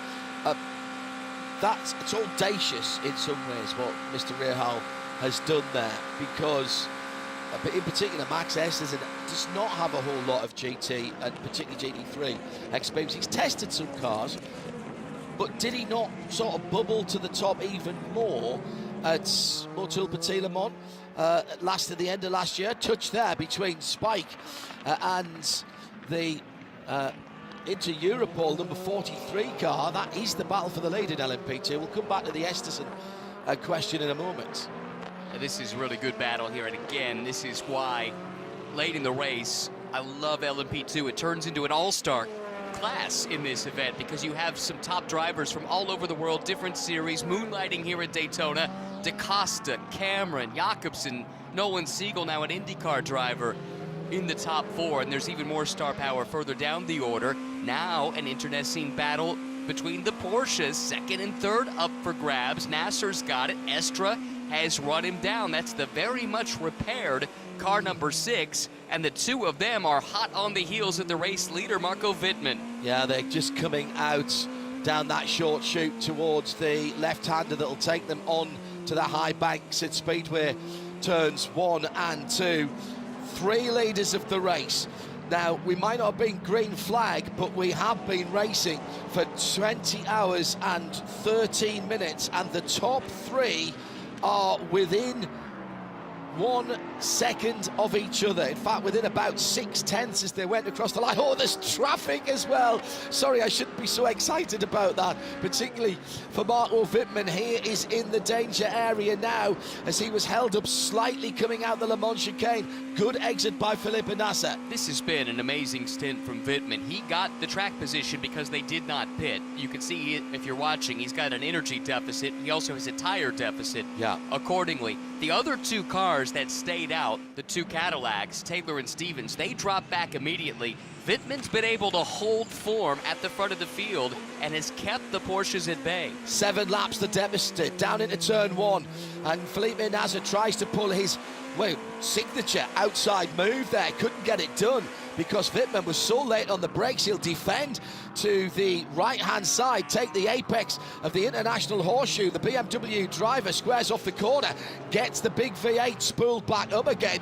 Kevin Estra in behind there, just with a watching brief for his teammate, has dropped back a little bit now to the western end. We look right from the Ford Racing Global Broadcast Centre. This is the battle for the lead.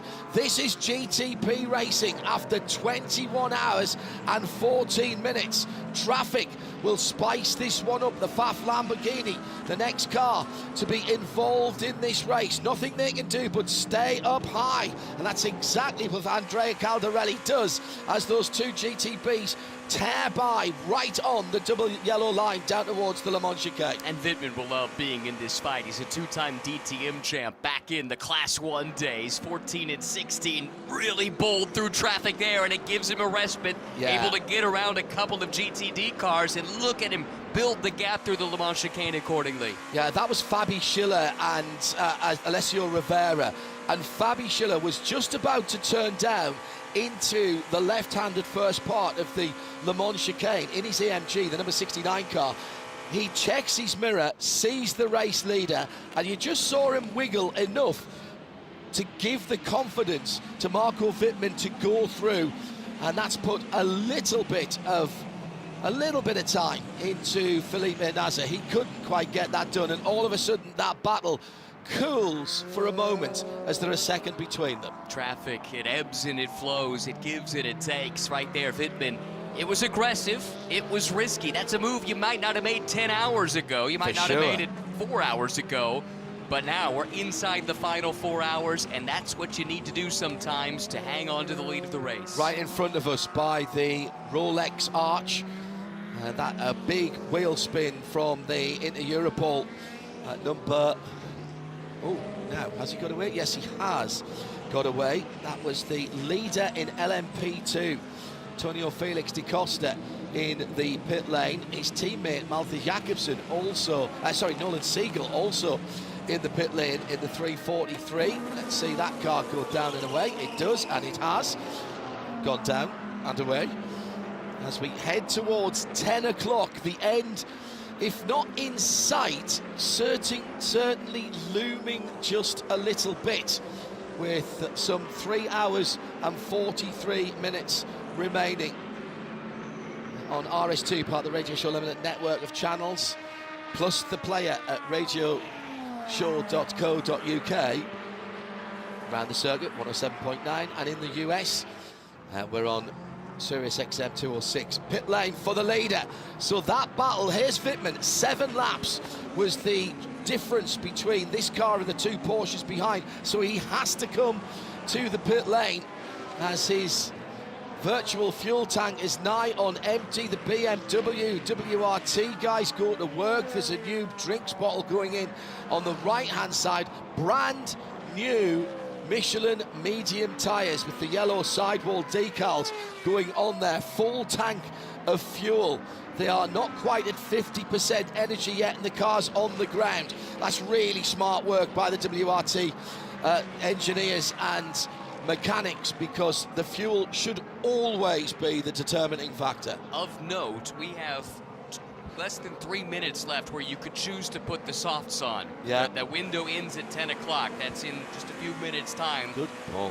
I don't think that anyone would do so in this weather anyway, but just wanted to close that loop that any tire strategy effectively goes out the window here in just a couple of minutes. Track temperature continues to rise now, 72 Fahrenheit, 22 Celsius. Air temperature beginning to rise now as well at 68 Fahrenheit, 20 Celsius. Almost a touch as the erstwhile leader goes out of the pit lane as they were heading out with the Kevin Simpson driven Tower Motorsport car right alongside, through the RFID readers for the Michelin tyres that will say 0000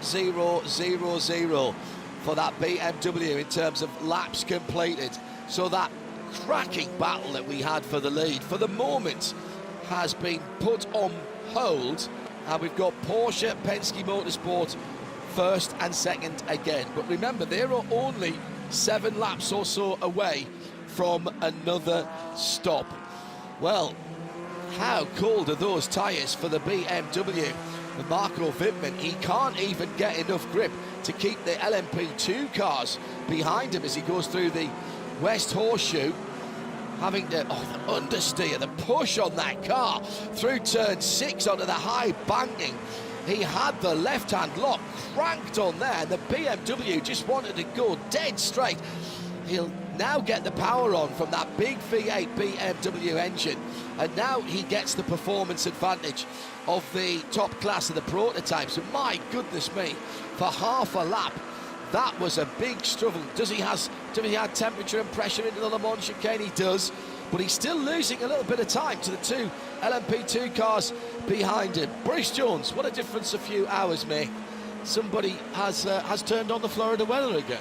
Well, the big difference is I couldn't see last time around. Now I can't see, not because it's foggy, but because the sun is shining bright, strong and hard into our faces. But in fact, it's so galling. You had, what, 5 and a bit hours of your 6-hour night stint with running on full course yellow. I had 3 and a bit hour stint, and as soon as I left the booth, what happened? It went green. You feel so frustrated, but I'm delighted it's gone green the way it burns off. But this is bubbling along very, very nicely.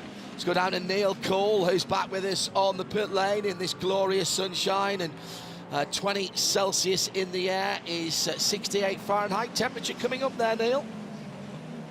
Yeah, it's considerably warmer in the pit lane, and both sides of the wall, I can certainly feel it, and visibility much better now, thanks. I just wanted to report that while the pit lane was very, very busy, and I ran down towards pit exit, and the number 2, the United Autosports LMP2 car, needed 2 attempts to bump starter. They tried it with 3 people pushing the car, then it came back and they waved the 4 fingers of one hand to bring out another person, and the 4th person made the difference, and they managed to get it pushed off the apron, and then it fired up, and then it rejoined the race. So clearly a starter problem with the United Autosports number 2 car. Thank you, Neil. Top two are both Porsche 963s. It's a really important season, I feel, for Porsche Pensky Motorsport. For reasons we won't delve into now, they've stepped away from the World Endurance Championship, which means stepping away from the opportunity for Roger Penske to try and win Le Mans. So this is it for Porsche and Penske as far as the top class is concerned. The number 73 again, one of the yellow, orange and black rather, cars in LMP2. The 73 is the Pratt Miller car. Again, stopped on the far side of the circuit, but has done the control alt delete. It's been quite a lot of that today, and that's sort of surprised me, because we haven't had extreme conditions in terms of running fast in big heat or fast in bad weather, rainy weather, but we've had a few cars with little electrical gremlins. Welcome back to the lane to our Junior Kanka Party, who brings us this pit lane report. And well, it's, I don't think an electrical gremlin here at Tower Motorsports, John. I think it's a gearbox-related issue. They've got the back of the car completely disassembled almost, and they're really getting to work on the internals. Driver's been sat behind the wheel for a little bit, so clearly they feel like this is an issue that can be resolved, but it's not been an easy day for Tower Motorsports. Already down a couple of laps and hopefully back on track soon. 9th position for the car that took the checkered flag first last year. They didn't get to keep the win, the points, or the watches. Whelen Engineering Cadillac in for a new set of Michelin mediums, the yellow decals on the sidewalls, and a new nose. How does your Cadillac smell? No, that's the old joke, I know. It was Fred Vesti that brought the 31 Cadillac in from the top 6 position. I think he'll hold on to that because Marco Wittmann had pitted as well and dropped slightly further back down. The two Porsches should be due in.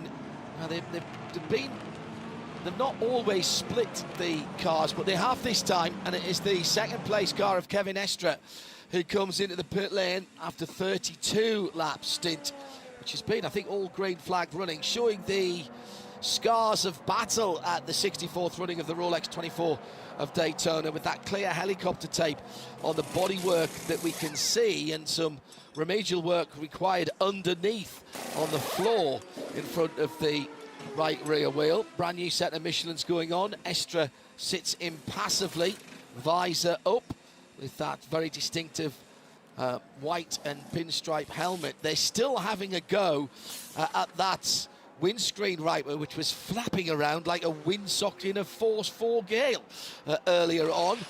The fueling is completed. That is what determined the pit stop. Good work there by the Porsche Pensky mechanics to do a little bit of remedial work without losing any time, and the Salzburg coloured car is back in the race, Bruce. Richard Atwood taking it out. Oh no, sorry, I've slipped back in time a little bit there. I say. But, you know, that was remedial work done in the pit lane, but we've just had a message on screen that not one, but 2 cars have gone back behind the ball. It's the GTD entry DXDT Racing Corvette. That's gone back behind the ball. And car number 69 for the GTD Pro class. And that's been running very nicely indeed. That's the Get Speed car for the Bartone brothers. But Anthony Bartone, Maximilian Goetz, Jules Gounon, who've been going super well, and Fabian Schiller.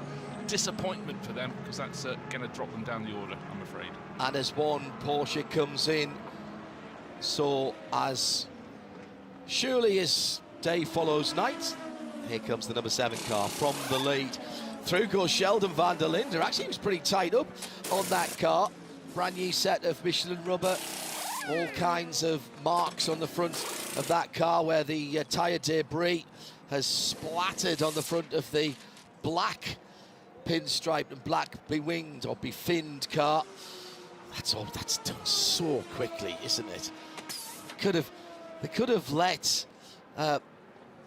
Philippe Nasser get out, walk around the car, have a slice of toast and marmalade, and get back in again. And still, we're waiting for the energy to be replenished. Viz, the fuel going in. Wait, go on the electric. Zzz, bang. Love it. neat, tidy, and I tell you what, the cars that are listed first and second, the number 24 BMW, Sheldon van der Linde, and 93 Acura, Nick Yellowly, only 2 and a bit seconds between them. They should be coming into the pits this time around, so the pack will be given a good old shuffle at the top of the field. Yeah, so 32 laps for both of the Porsches. I don't think that's 33 actually, of course, for Felipe Nasser. He went one further. The first and second place cars as it stands at the moment have a 3-lap differential there in their favour. So they've just completed their 30th lap. This is the 24 BMW Team WRT Hybrids V8 and the 93 red, white and black, the Phillips Lubricants, 66 Phillips Lubricants car, and Nick Yellowly behind the wheel of that. So they've got another lap or 2 before they need to come in. It's new Michelin rubber all the way to the end because of the long yellow flags. They have just come in. They were down to the vapour. Right, really? That's interesting. That is not good news for the guys up and down the pit lane, that the Porsches are quick, and mark my words as I say this, the Porsche's getting good gas mileage as well. And here comes the number 6 car on its teammate with the advantage of 3.5 miles further on its brand new Michelin tyres. 3.5 miles more heat, more temperature in the rubber, more pressure in the tyre carcass itself. And for the virtual lead of the race, Julian Andlar goes past, Kevin Estre goes past Julian Andlar, who just got into the car. Kevin Estre then making use of that additional warm-up lap that he's had on the tyres. Remember, new tyres, no tyre warmers, so Andlar is still struggling with that half a lap or so warm-up phase, particularly on the front, and you see it so obviously in the left-hander at the end of the infield going up onto Speedway Turn 1. Just push, push, push, push, push. Yeah, it's... I'm going back to yesterday when it was at its warmest. The 2 Porsche Pensky motorsport cars, 6 and 7, were fastest. What's happening now? Air temperature is rising, track temperature is starting to push its way up as well. Let's make a call to the pit lane, and Duncan Vincent, who's got some news on that DXDT Corvette, which has been in trouble and had to go behind the wall. They were running well, I remember, from our VP in-race updates, mentioning their name in the top 6 pretty much throughout that long night-time neutralisation. What's going on down there, Duncan? I hate to disappoint you, John. It's not Duncan, it's Arjuna, but I just had a quick chat with very sorry. Scott McLaughlin, who's still got the helmet on, the suit on, but he's out of the car. Transmission fluid beginning to leak is what has brought this car back to the garage. There's about 4 crew members under the car right now and trying to get to work. And for a car that's run so strongly through the course of the running, a heartbreak for them, to say the least. If I could say my eyes were tired, that would be one thing, but my ears being tired, possibly not. Sorry, Arjuna, coming through on the talk back there. And the battles at the front of the field then, with Sheldon van der Linde and Renger van der Zande coming into the pit lane and restarting. Kevin Estre and Julian Andlauer will come round this time around and should lead. Here they come onto the tri-oval now. They'll pop back to the top of the timing and scoring monitor. There they go under my feet, and then we wait for the 3rd place car. That is the number 25 Marco Wittmann driven car. Now he stopped about 6 or 7 laps before the 2 Porsches because he's on a slightly different, only slightly different, mind you, pit strategy. He stopped just before the hour, so maybe 6 or 7 minutes rather than 6 or 7 laps difference between the 2 963 Porsches and the better of the 2 BMW M Hybrid V8s, the number 25 of Marco Wittmann. Just remember, we went green not long after 7 o'clock this morning, just as I came off, but 10-15 minutes earlier. Let that go, Bruce, let that go. No, I will eventually. I'll be in a darkened room, I'll have been slapped around a bit and I'll be fine. But the whole point, it did seem as though that the restart wasn't going to be for some while longer, and they obviously all the time, as we had the full course yellow running for hour after hour, the teams were readjusting what tactics they'd do when we went green, when we got out of the mist. And I just walked out and then suddenly saw a break in the clouds, and in an instant engine notes were up and off we went. But all along it's a sliding scale of how you're going to do the run through to the end. But effectively we've got the next closest thing to 6 hours of racing to the flag from when we went green. Near enough. 6 hours, not tyre limited, not fuel limited. It is a 6-hour dash, a World Endurance Championship race to all intents and purposes. It's been a while since there has officially been a World Endurance Championship point scoring race in Florida, should I say. We had them down in Sebring for a couple of years with the Super Sebrings. Was Daytona in years gone by WSC round? I think it might have been. Yeah, probably in the late 60s, up to the early 70s, but not for long. I mean, I always felt this was a more natural fit than Sebring. May I not be struck down by lightning for saying that? It's just it's my considered opinion. Bruce Jones with John Hindhaugh in the Ford Racing Global Broadcast Centre. AF Corsa USA has just pitted, and Tommaso Mosca has got in. Neil Cole is down there, and after this interview, we'll hear from Arjuna again. Neil? Yeah, it's fascinating in GTD because the top three all pitted at exactly the same time. As you said, Tommaso Mosca got into the number 21 AF Corsa USA, and Antonio has just got out, Fuoco, Tony Fire. So you're literally just straight out of the car, drinking some water. How was that stint? Yeah, I think overall quite good, but we are missing a bit of speed, so it's quite tough to fight with the others, but I mean, we still have 3 hours to go, and we will try to see if we are able to improve something on the last three hours, maybe with tire pressure, and we try to fight with them. But it did well. It was in a good podium position, and it was all tight in the pit stop there. What's this next stint going to be like as the temperatures rise? Yeah, I mean, as I said, the temperatures are growing up, so for sure we will have a bit more tire degradation through the stint. And 3 hours to go, as I said, it's really tough. We try to do our best. Will you be back in the car again, or are you done? I don't know yet. Grazie, thank you. Couple of pit stops at the other end of pit lane where both Ford racing the 65. Chris Meese in and out with just scrub tyres thrown onto his Ford Mustang Evo GT3, and also the Lamborghini for Wayne Taylor racing in for a set of scrub tyres. No driver changes, John. That means I'm expecting one more change about an hour from now that will see the driver push to the end. Yeah, that's a very good point, Arjuna. Thank you. The 1982 World Sports Car Championship did not have Daytona in it for the first time for quite some time. It didn't make the calendar there, so all the way up to 81, I'm told, by the voice of Tim Gray in my left ear from London, Bruce. So there you go, right the way through the 70s. Longer than I remember. Yeah, me too. I'd certainly have lost that.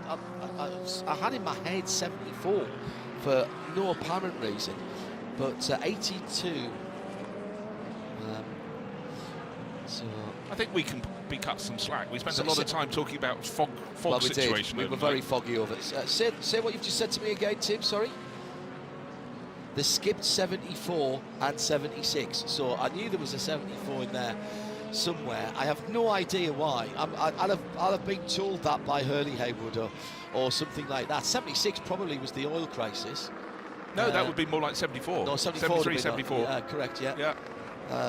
Hurley Haywood will have told me at some time in the past, and it being one of those strange things.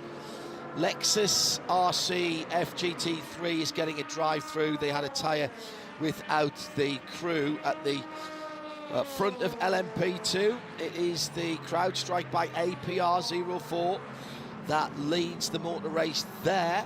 Second place for the number 43. Third place for the 343. So the two Europol cars, the green and yellow opposite quarters of those cars, running very well, as we might have expected, because the Europol team have really established themselves as one of the real powerhouse LMP2 teams wherever they turn out, and along with people like Sam and Stuart Cox for APR as well as United Autosport, they can hold their own against the best in that category. Yeah, they really can. They were sort of a bit of a slow burner, but then suddenly the last few years it's like they've had some accelerant in, and then suddenly there they were up on the podium at Le Mans, and that's the biggest boost. But then they went and did it all over again. So, really stepping forward, and also moving up from having one car to having two. That helps very much indeed. Just a note that Kevin Estre is ahead of Julian Andler. So the 6 is back in front of the 7. Julian struggling a little bit with that tyre warm-up when he came out. The 6 car with the extra 3.5 miles, and that was all Kevin needed there. And we're waiting for the BMW to come across the line. That's 5 seconds now between the Porsche and the rest of the field. Meantime, in the other classes, the number 96, the twin livery Liquid Moly stroke Turner Motorsport car. On the right-hand side, it's the classic yellow and blue, the red, white and blue of Liquid Moly on the left-hand side for the number 96 car. That leads in GTD by 2 seconds from the Aston Martin of Heart of Racing, Tom Gamble chasing down Robbie Foley, who's leading, and then the first of the Bronze Cup category cars, Ricardo Pera in the number 912. That has to be a Porsche, of course it is, and it's the Manthey first form car. That's your top 3 in GTD. Will Turner's team been working hard this weekend, had cars out in the Michelin Pilot Challenge, the BMW M Endurance Challenge for the 4-hour race on Friday. Turned out to be a little bit unbalanced, a little bit untidy in the first 2 hours, and then an absolute cracking second 2 hours. If you haven't seen it, it will be available for playback, and we've already got the audio archive up at imsaradio.com, thanks to the hard works of Tim Gray and his team up in London. 2 Porsches then through the tri-oval again. They'll click off another lap. 589 now completed. Good news. I was just looking to see what was happening with the stricken Chevrolet Corvette, the number 3 entry, and it was in the pits for a very long time. Remember, it had that right rear suspension failure. Yeah. More remedial work. Marvin Kirchhofer, stone last now, and that's how far they plummeted, but he's back out onto the track in the past minute or so. So they're going to go on going around, but at least the sister car, number 4, Nico Varone, has just moved into the lead in GTD Pro. It's chopping and changing and providing an absolutely stonkingly good battle. We've got a great battle in GTD Pro again, with the number 4 Corvette, Nico Varone, the Argentinian Italian, often has 2 flags on his race suit. Chan Guven and the number 911 Grello Porsche from Manthey. Then the number 1 BMW, Max Hesse, for the BMW M4 GT3, get that the right way around. Then another manufacturer, it's Ferrari, Alessio Rivera in the 033. And there's only 5 seconds between that top 4, so plenty to play for there. And we've just had the Sun Energy 75 coming in as well to make a pit stop. Yeah, and just to say, actually, you go for that little bit further down in 5th place you've got a 5th manufacturer, which is Mercedes and GTD Pro. And better Yes. of the 2 Fords still running is in 6th. And actually, for all of those, they're covered by 1st through to 6 manufacturers in 15 seconds. That's just how GTD Pro should be. Right, let's take the 6 hours out that we didn't race, but that is still 14 hours of actual racing that we've had here. That is... I honestly don't understand why people think that BOP in particularly the GT classes is anything other than absolutely superb, because it gives us the variety and the ability to have different manufacturers racing on some of the biggest stages in the world, and in cars that have in their street car variant, their road car variants, very different philosophies, layouts and design philosophies, and no one knows better about that than the CEO of BMW, Frank van Biel. Frank, good morning as it is. I've got to keep looking at my watch because it seems like a very long time since I last slept. Well, things have been exciting in the road car categories. You've also got the 2 one of the two GTPs right at the sharp end as well. A decent race so far for BMW. You're enjoying what you're seeing? I'm enjoying what I see. Of course, the fog was a little bit boring, but the rest of the race actually was great. I think the drivers are just doing a great job, and we told them to stay in one lap, give it all you have, and don't make any mistakes. And the GTP got a new car, a new team, so it was quite a challenge, but we're happy with the way it's going on. Let me explore that with you in just a moment, if you don't mind. I'm going to take a driver who's not long been out of the car. It's one of your competitors, Lauren Heinrich, for a Porsche at the front of the field. Let's have a quick word with him. Neil Cole is on the spot down at Porsche Pensky Motorsport. Yes, here at Porsche Pensky Motorsport, I'm with Lauren Heinrich. Lauren, talk us through how things have changed since the fog, since the full course yellow. How is everything going? It looks like it's going exactly as you would want it. Yeah, I mean, it looks like so far it's a great day for Porsche Pensky Motorsport. We are 1 and 2 at the moment. The race is pretty intense, you know. Once the fog went away, I think everyone switched on and realized, okay, it's not too long anymore. So you really feel this nature of the race, you know, as the sun comes up, it's really ramping up, it's getting really intense. But yeah, we try to stay at the front, see how it plays out with the strategy. I think it's still a very dynamic race, anything can happen. And I mean, everyone is giving more and more risk. So yeah, it's very intense. Julien's in the car now. I just saw Felipe Nasr getting out. Do you know what your plan is? What's your next stint? Yeah, I mean, we need to see how it plays out with the full course yellow. If I go into the car again or not, because it's a little tight, you know. So any full course yellow can extend stints or shorten stints. So we all stay ready. We're all ready to fight for the end, but yeah, we need to just stay adaptive. Okay, good luck. Thank you. Thank you. Lauren Heinrich from Porsche Pensky Motorsport in the studio. The CEO of BMW M is Frank van Meel. Lauren there, one of this new breed of sports car endurance racing drivers, youngsters deciding to come into our area of the sport. I say that because this is the part of sport I love as well. That wouldn't have happened 10 or 20 years ago. That have been off trying to do something in single-seaters. BMW have recognised that, and you've got a very well-defined junior programme, and quite a lot of your protégés from that programme are here racing well this weekend.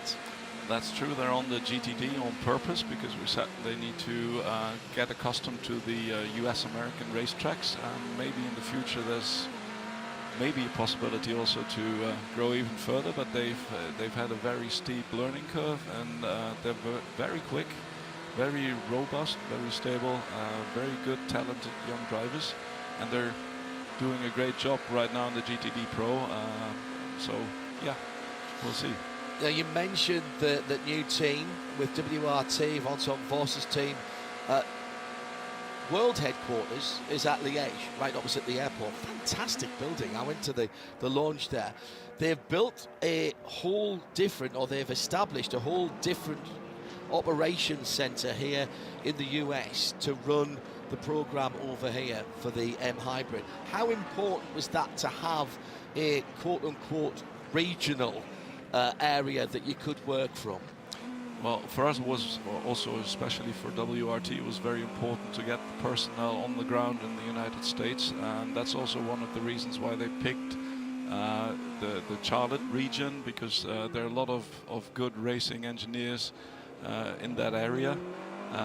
So that was, let's say, the main reason to get that running. Of course, we're still, or WRT is still in the build-up phase, but I'm quite happy with how the race is going, how the strategy works. I think it's quite a good first entrance. So is the intention, Frank, to have that as a completely separate operation? I mean, there's always going to be data going backwards and forwards and experience going backwards and forwards. At the moment, I've seen some faces that I recognise from running in the WEC, but is it the intention to ramp up to the point where it's almost a full, complete, separate operation? Well, that is the main target, because we can't travel all over the world, or WRT can't send the whole team from the WEC to IMSA, especially since some of the races like Sebring or the Prologue for Qatar are very close to each other. Tell me about it. I'm just booking flights for that at the moment. And actually, right now it looks like it's even more clashing in 2027. So that's very, very big challenge. So it makes sense to have two teams on the ground, one in the States and one for the WEC. But of course, in regards to the learnings, in regards to setup, there is a good collaboration and a good know-how build-up, and especially also since the drivers drive in the WEC, and also at IMSA. The track to street, track to road technology transfer is pretty obvious with the BMW M4 GT3. The car has the same basic architecture. It's built for racing, and therefore it's optimized. What do you get out of the prototype program that you can funnel back into your BMW M road cars? Well, I think the biggest learnings in two directions, by the way, to the road cars, but also coming from the road cars, is the M hybrid system, the V8 hybrid. Because in road cars, it's all about efficiency and performance, and the same goes for racing. Sometimes I meet people that say, well, in racing you don't need to look at efficiency. I say, well, you're wrong. If you can stay out one lap longer, that is worth a lot, especially in endurance racing. So it's all about the control of the combustion engine with the electric motor and how you can optimize that in regards to energy saving. And it's the same like in the M5 or the BMW XM, where we have a V8 hybrid system. So we do use our engineers from series production cars to help with the race cars, and vice versa. If we find new ideas and possibilities in the race car, we transfer them to our series production cars. So it might not be exactly the same engine block, but you are learning about the integration of systems and how they work under difficult conditions in a race car. It's about the harshest set of conditions you can have for anything electrical, particularly, and getting those systems to work together seamlessly in a race car probably means it's quite easy for those systems then to work in a road car, because none of us drive the way any of your drivers do here, and neither should we, I should say. I hope our series development engineers don't hear this interview, because they would say it's the other way around. Oh, but really? Actually, no, both. It's a hybrid system is quite a complicated system, and there are a lot of different modes for hybrid systems. So it gives you a lot of opportunities, but also a lot of challenges. And looking forward, as head of CEO of BMW M, you have to think about the future all the time.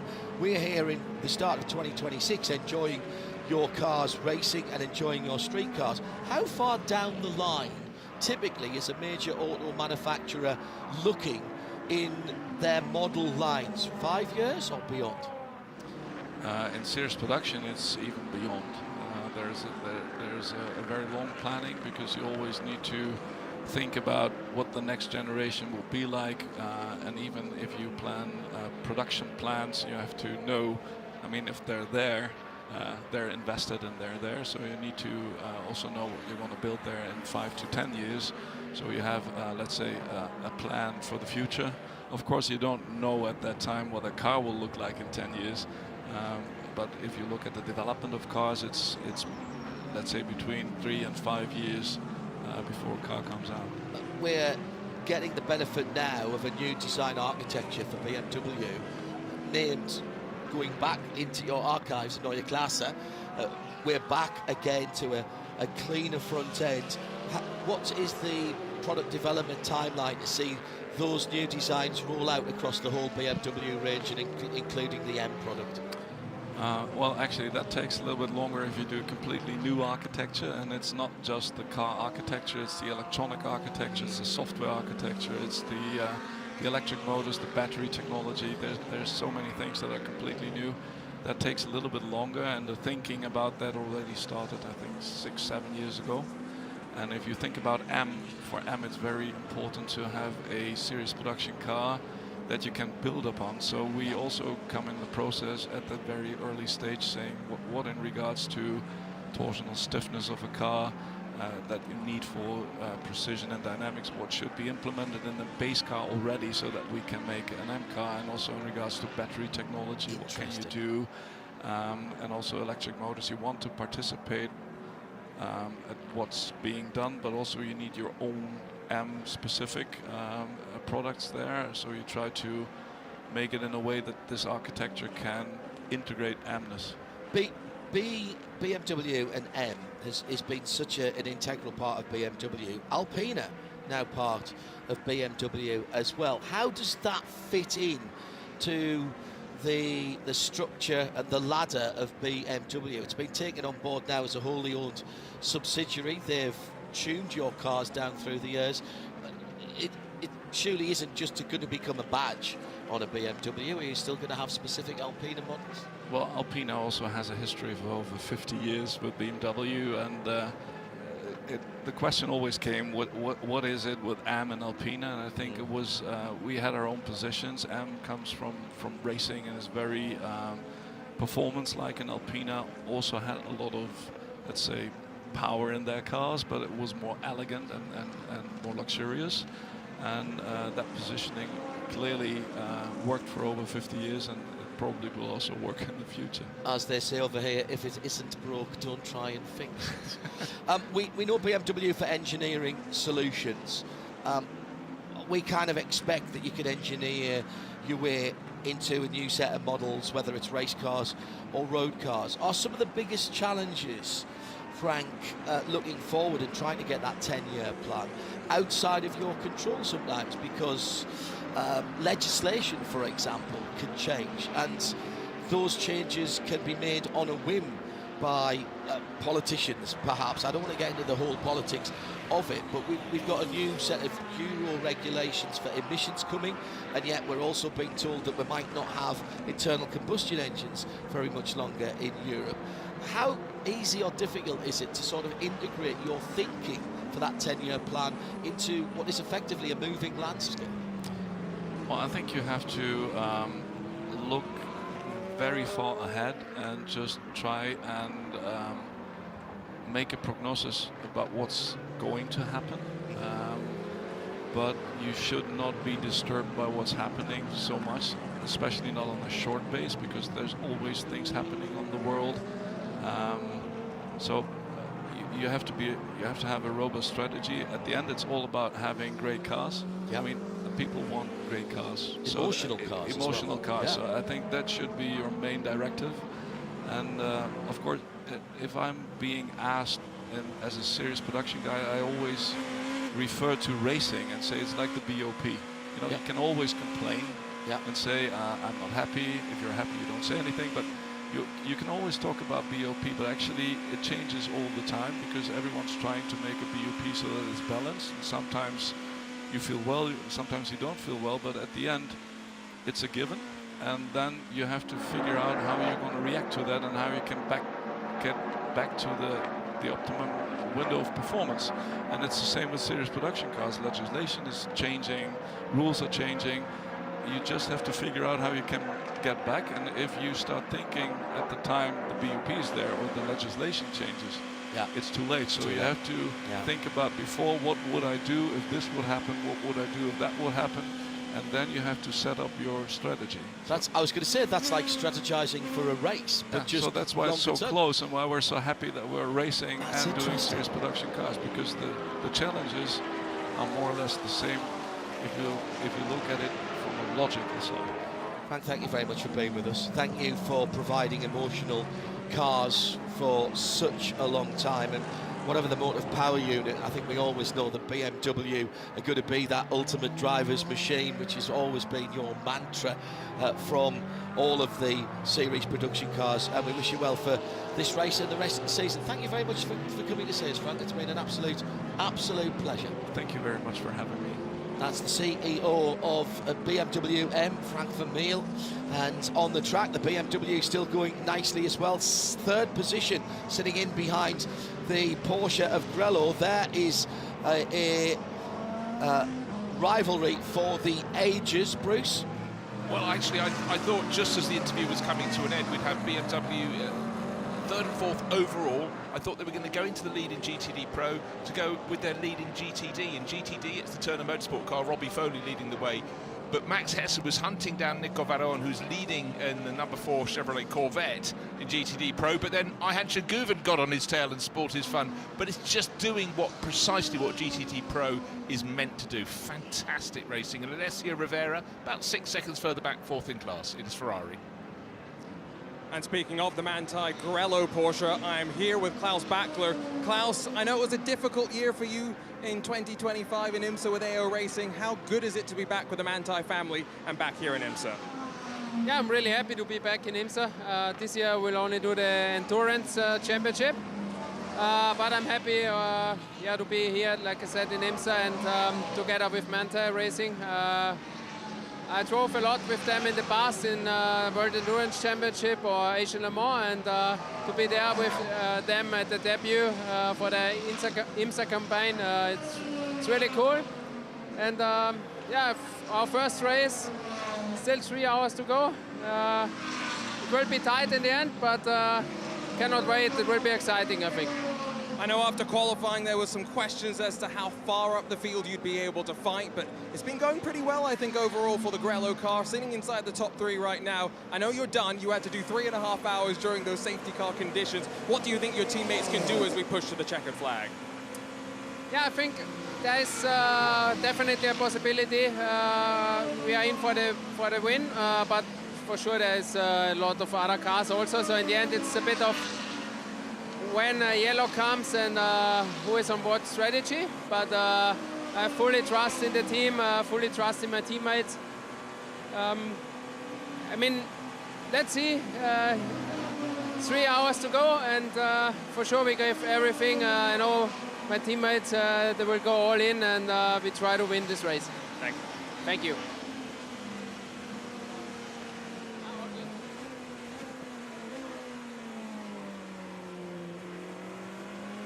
601 laps completed with just over 3 hours to go. That's 8 laps more than you saw here in 2019, Bruce. 593 in 2019, the last time you were here. I'm still drying my clothing. Yeah, I'm sure you are. Let's have a look at the classes. We'll start in GTD.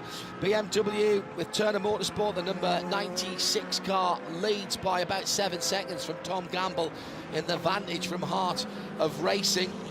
That's the number 27 car, and he in turn is around about 4 seconds ahead of Ricardo Pera for Manthey first form. So that's BMW, Aston Martin, Porsche. Then Chevrolet Corvette, Ben Green for 13 Autosport. And that's another literally Phoenix from the Ashes story there. There's a couple of those in the field. The 13 car on fire at the end of night practice on Thursday. Then Mercedes-Benz, another 3/10 further back. Lucas R pushing Ben Green as hard as he can in the Winward Racing machine. And then the Ferrari of Tommaso Mosca, 2 seconds further back in 6th position. So there's again a top 6 with 6 different manufacturers in. In GTD Pro, Nico Varron, Corvette Racing, quietly going about the job in the number 4 Chevy Corvette, 3 seconds ahead of Chan Guven in the bright Grello Manthey. Number 911, Paul Miller Racing BMW, 0.020 at the line.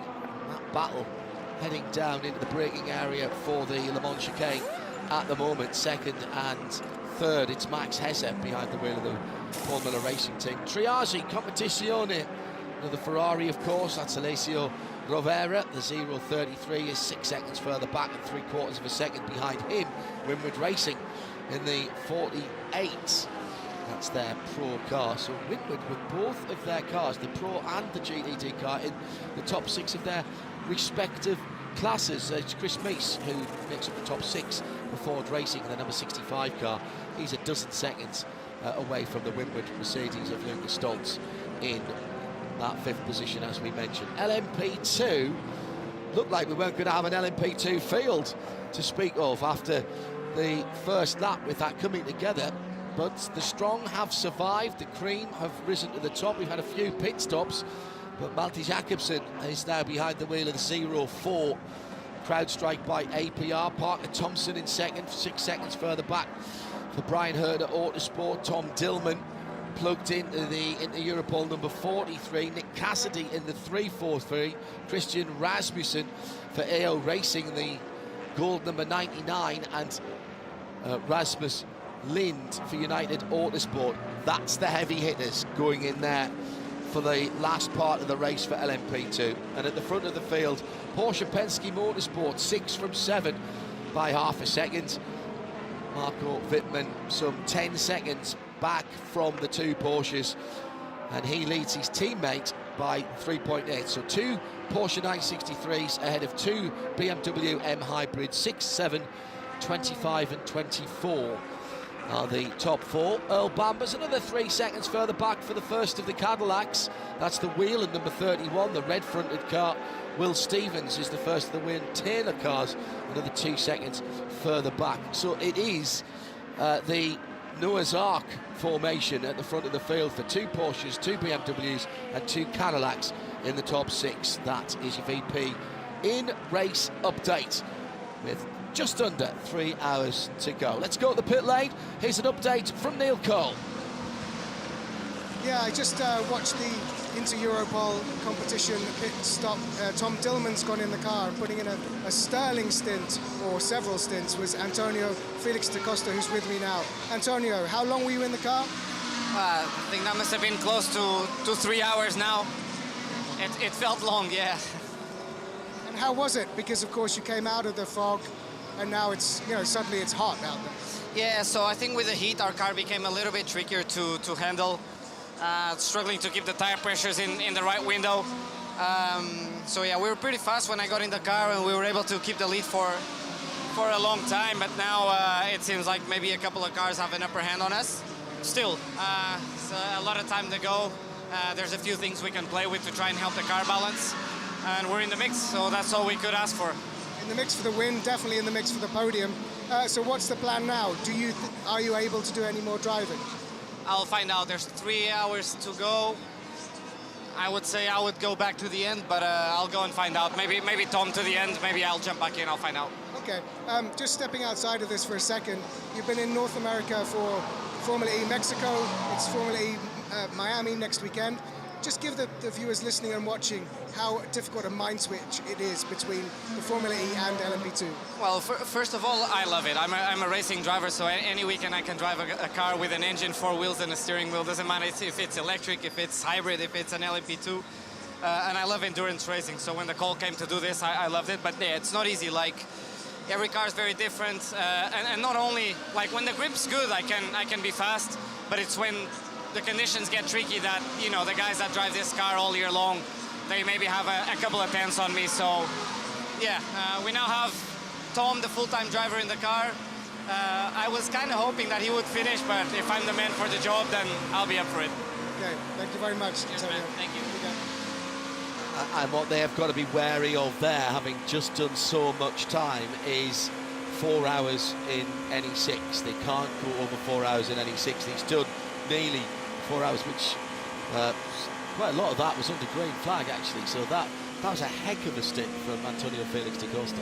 Yeah, we had some stints that long. If not, well, we had one that was the best part of 4 hours. I think it was 3 hours and 56 minutes. I think it was Kiffin Simpson during the fog. This is a different equation, but in that number 43 Inter-Europol competition car, Bijoy Garg and Jeremy Clark, they burnt their way through their laps early on, and obviously for them, you know, every driver wants to be out there when they can see, but they do it in the first part of the race. 2 bronze class drivers get their driving time, then you can choose if you put them back in, but when you've got Tom Dillman and Antonio Felix da Costa, you keep them out there. Now, I've got another question for you. I was talking about driving Formula E one weekend, coming to drive this one weekend.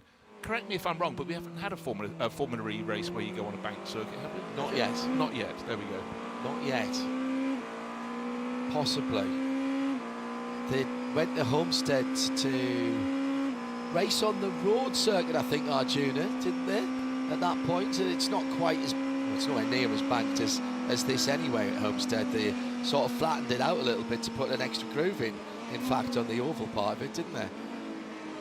Yeah, and I think actually they also ran the slightly altered final sector where you don't go through NASCAR turns 3 and 4 and instead go onto the road course. But, you know, there is some banking still when you head off the start-finish straight down to turn number 1, so I thought I'd throw it out there.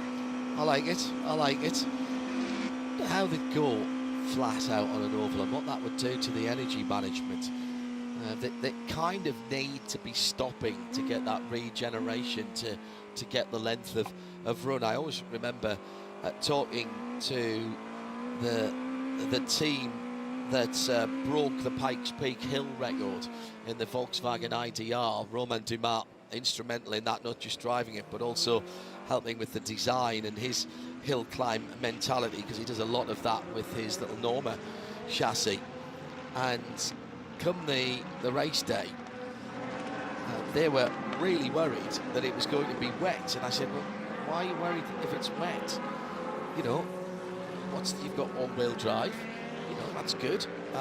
If it's wet, we won't be able to get the amount of braking and regen, and we won't have enough power to get to the top.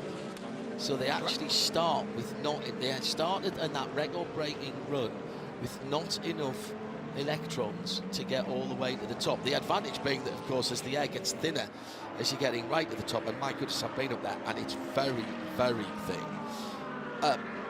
There's no performance drop-off because electrons don't care whether it's thin air, whereas internal combustion engines, whether they're forced induction, certainly naturally aspirated, fuel injected or whatever, the air getting thinner affects the fuel-air mix and the potential power.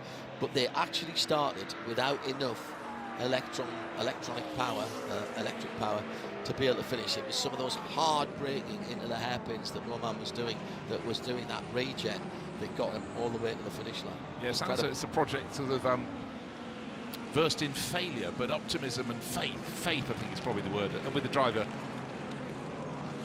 who can do whatever he wants on a hill climb course, you know, just ideal. He's so enthusiastic, Romain, about all things hill climb. He's fantastic. I was actually there with Bentley when they took the stock SUV record with the Bentayga, with Rhys Milne driving the car. But that IDR was otherworldly.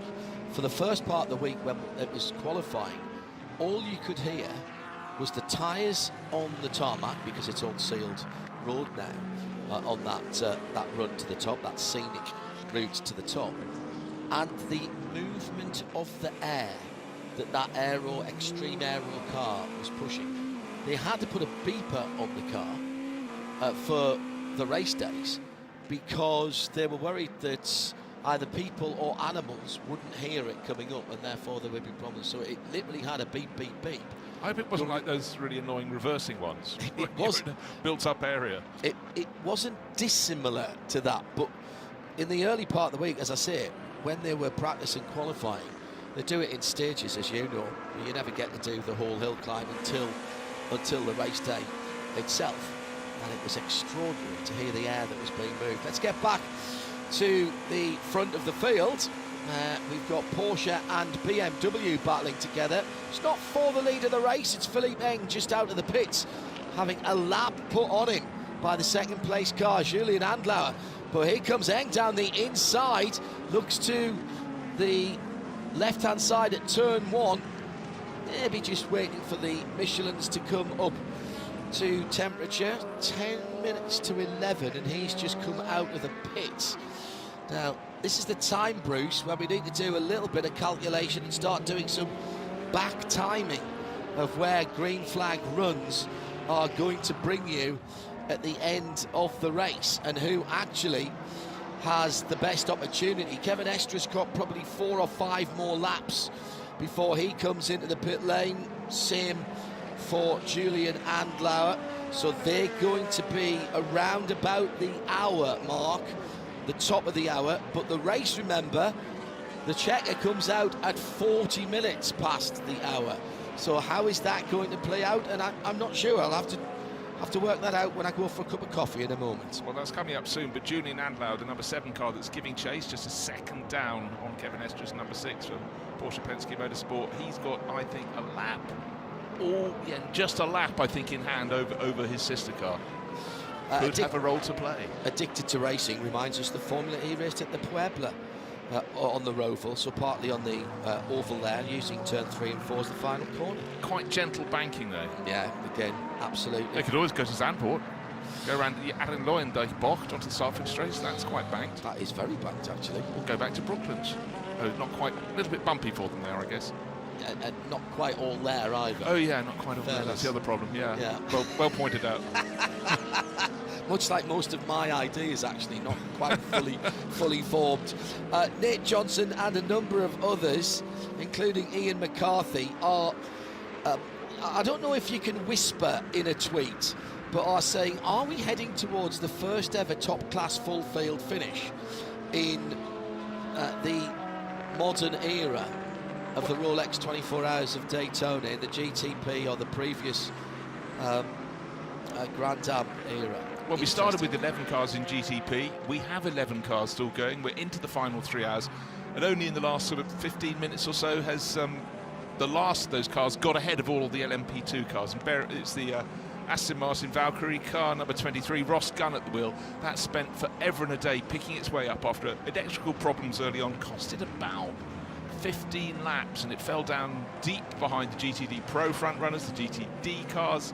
Then it got up to the LMP2s, but of course all the time through the night when the fog was there, they weren't able to make up the ground. They could have done otherwise, but anyhow, it looks much neater on our timing screens to have all the GTP class cars at the front of the field. Yeah, finally, yes, that car 15 laps off the back of the field.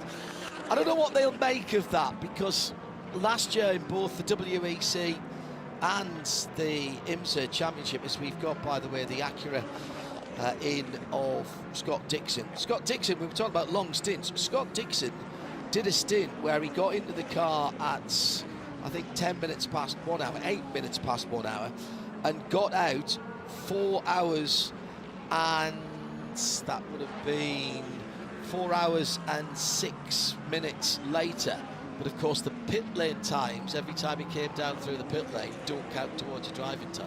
And you get special dispensation if you've recently taken the Sir prefix. Title for services to the New Zealand sporting world, and he's really been astonishing representative for the last 20 plus years. And pretty much all of that with the same team as well. That, to me, is outstanding in a sport like single-seater racing in particular, that's, you know, is fickle.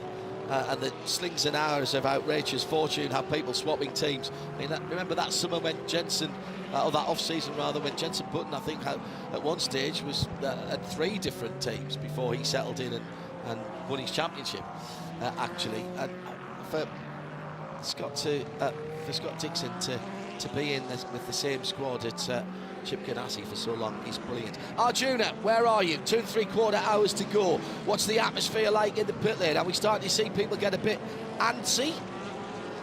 I would think so, John. We're almost at a regular IMSA WeatherTech Sports Car Championship race length to go to the checkered flag, and I made my way down to the CrowdStrike by APR team that have just taken the lead in LMP2, and standing with me is Alex Quinn as we watch Malte Jakobsen charge up through the front. You're the one who's going to be taking this car to the checkered flag. How's the balance feeling? What's Malte saying on the radio?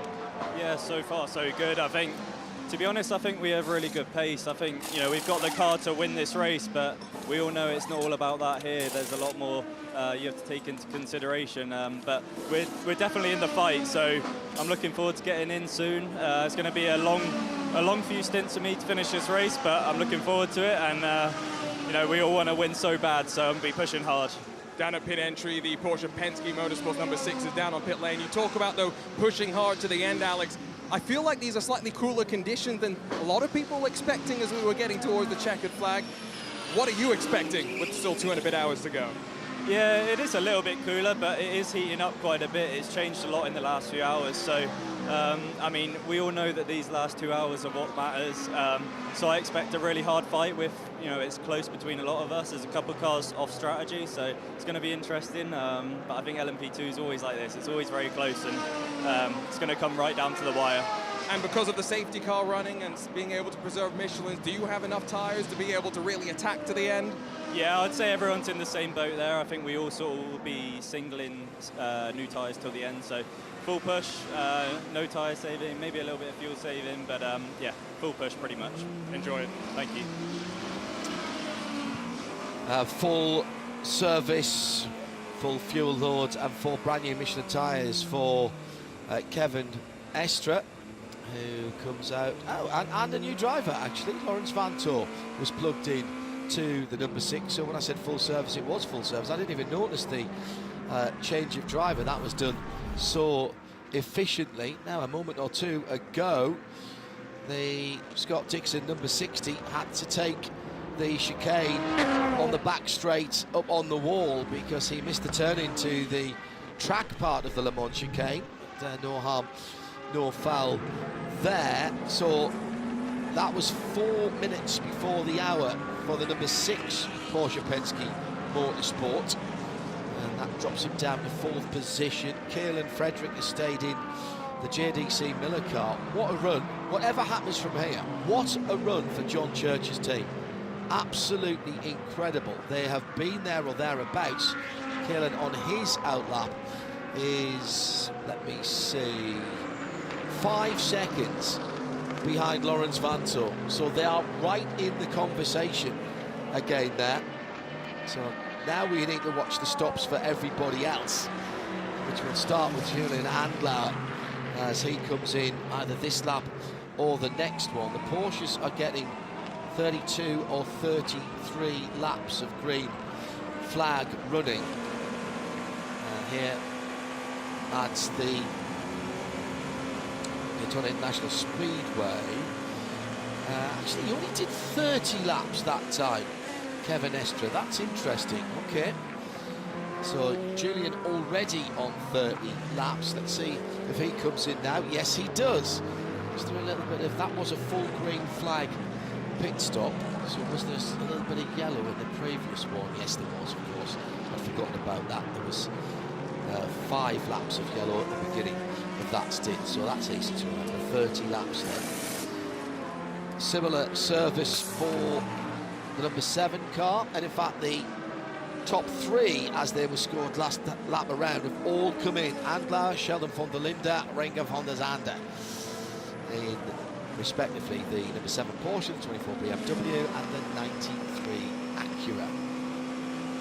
So around the banking for Lawrence Vantor. Down in the way fairly sharpish for that black-finned number 7.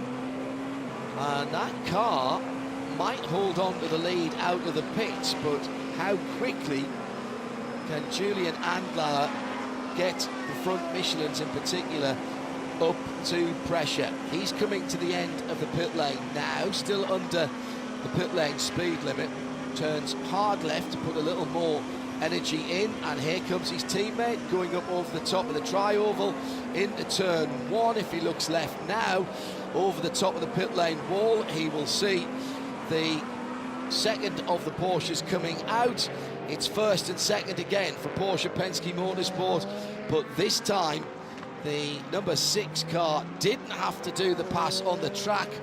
It was actually already ahead before Julian Andlauer rejoined the track, Bruce.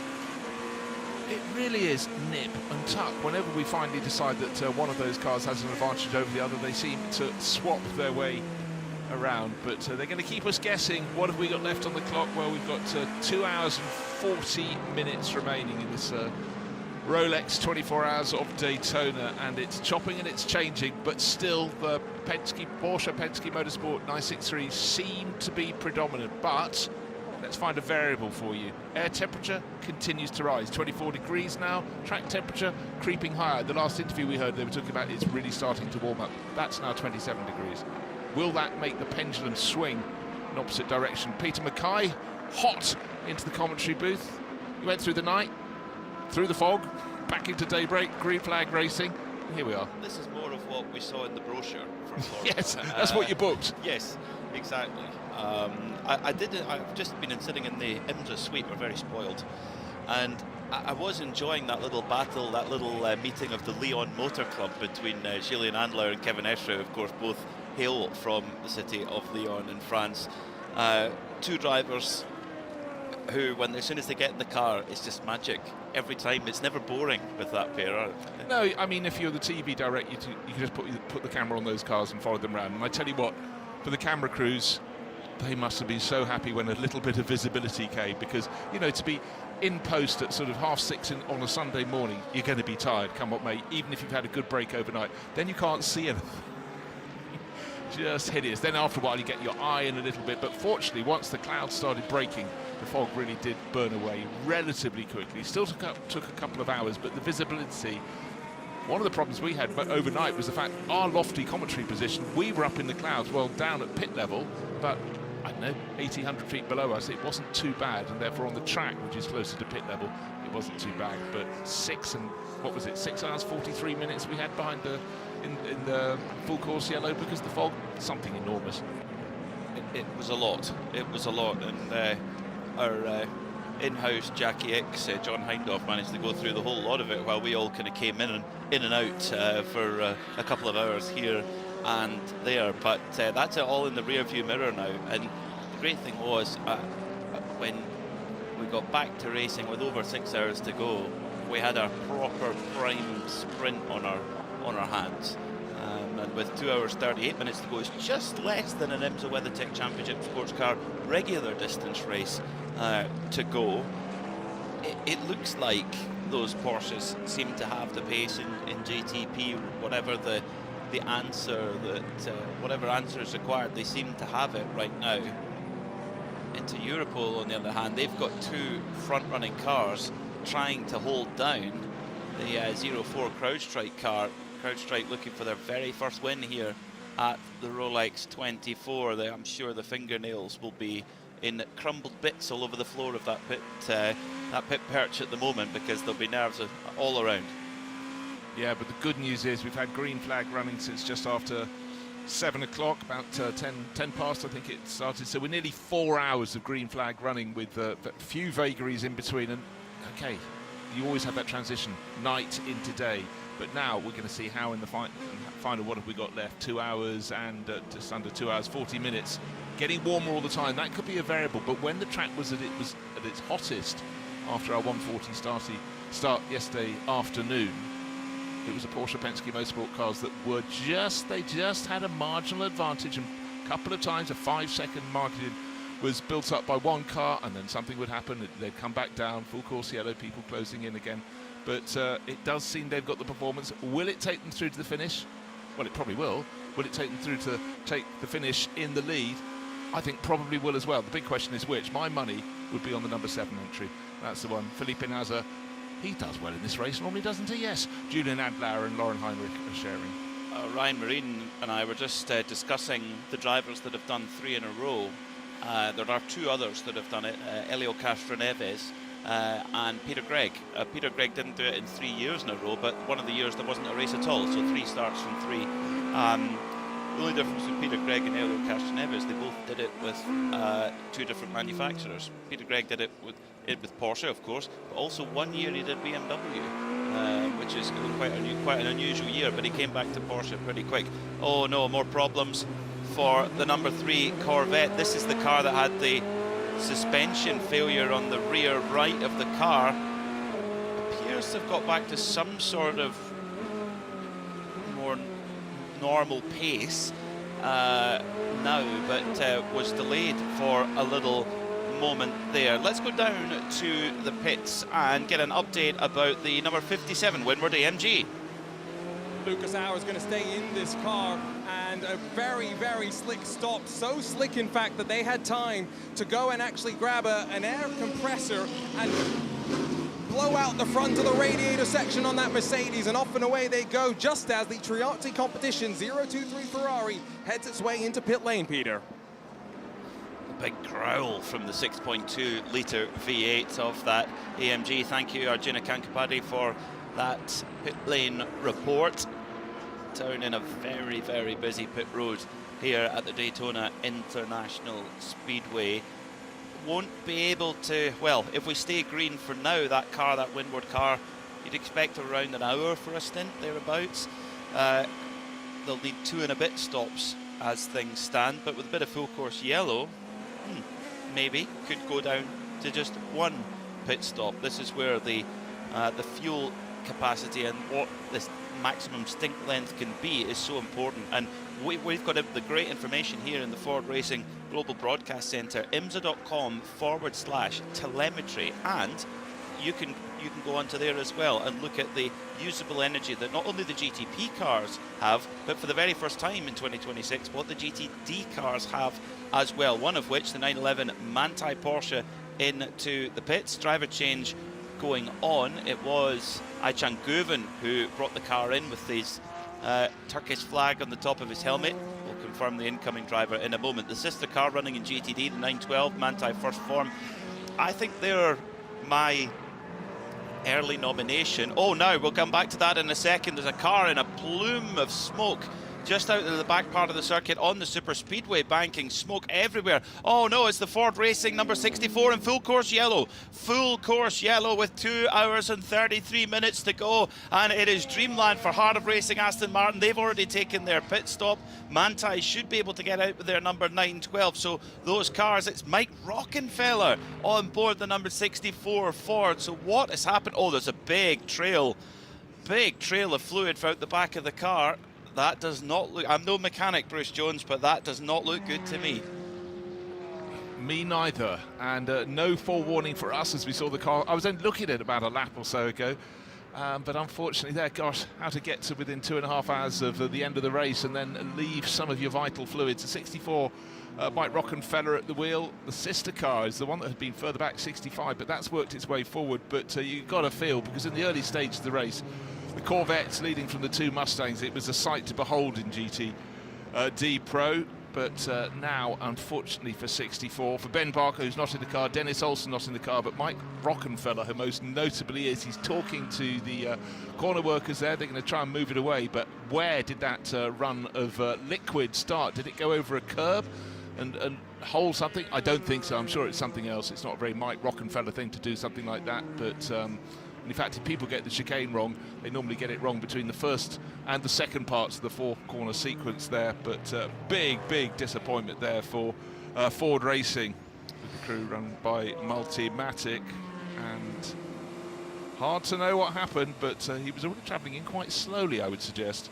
Unfortunately so. Well, in GTD, let's get a catch-up with Onofrio Triarsi from the 023 machine in the GTD class. Yeah, thank you very much for your time. You just jumped out of the car there. That was a pretty slick pit stop there, but even by your standards. Yeah, I mean, listen, I think it was a great overall session. To be here, towards the end of the race is a big deal, and obviously it's elbows out now for everybody out there, and the crew just did a phenomenal pit stop. No mistakes from tire change to fueler, and the release was awesome. And what are the conditions like now for you guys? It's obviously perfectly clear, but how's the track? How's the car? How does that all working? Having had to be so patient all night and just sit around, playing music in your head or games or chatting to the engineers. What did you guys do to stay awake? Yeah, it was definitely a long time driving around under yellow, 2.5 hours in there. Safety car speed was pretty brutal, but we kept each other entertained. They were talking to me the whole time. So dare we ask how, or is it broadcastable? There was a few jokes here and there, but overall it was good fun. Because that's got to be mentally, that's got to be one of the most difficult things, isn't it? Because it is frankly just boring, isn't it?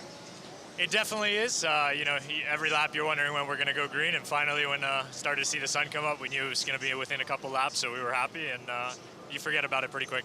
Well, you're nearly there now. Yeah, definitely. Anything could go wrong, but we're feeling good about the car. Crew's been doing a fantastic job, so we'll keep pushing in the last final hours. Thank you for your time. Thank you.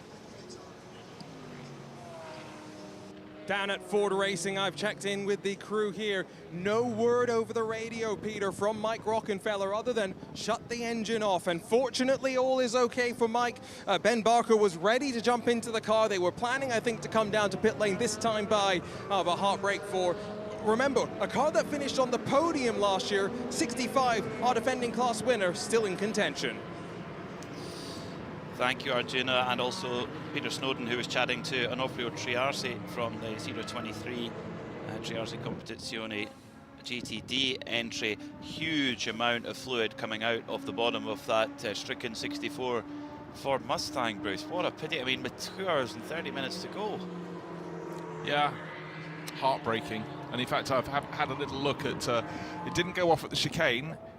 So Mike Rockenfeller went through the four-part corner, left, right, left, and then halfway between there and Speedway Turn 3, the penultimate corner on the track, it presumably went pop, because then you could see a run of oil all the way from that as he dropped it down onto the apron below the start of the banking of the circuit over there. And there was an awful lot of smoke. You could see it in the distance as we looked out of our lofty commentary position. Split strategy for the Porsche Pensky Motorsport machines. Now, interestingly, the second place car of the two of them, the number 7 of Julian Andlauer, had more energy in the tank but came in, whereas the number 6 car of Lawrence Vantor had less energy, about 77%, did not come in.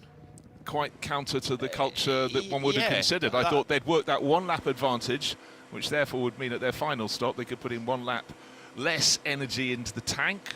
However, I think pretty much through the story of this race, Porsche Pensky Motorsport have kept on swapping them around just before their likely pit stops, and we kept on saying they're running pretty close together, and when they come in you want the car that's going to the further pit area to go in first, so you don't have to drive around the nose of a sister car. But they've chopped and changed and kept us guessing, but at the moment they're sitting on a lead of well, the best part of 5-6 seconds or so ahead of the best of the rest. But a lot of the other cars that are chasing had just also come into the pits, including the number 24 Sheldon van der Linde driven BMW M Hybrid V8. That's holding down 3rd place. Cadillac in 4th, that's Earl Bamber. I still fancy the number 31 entry to get up onto the podium, because it's had good speed in parts, but obviously the race has been so stop-start, you haven't really got to see it. And that's the one that started stone last in class, because remember they had their pole position time taken away from them.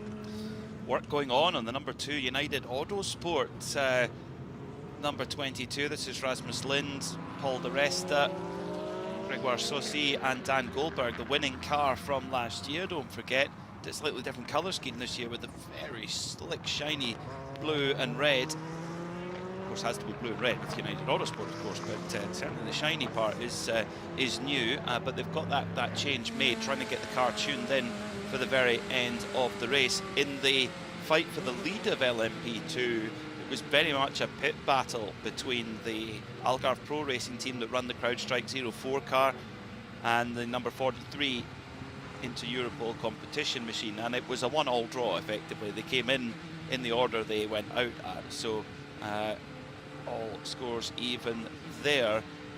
Now the GT cars will be next to come in. That's how it works here in IMSA. You have the prototypes get their first shot to come in for pit work, and then it's the GT cars. Speaking of GT cars, the number 64 Ford Racing Mustang, never ever where you want to see a galloping pony stricken on the back of a flatbed truck. What a shame for that crew. That's bound to be day done, you would think.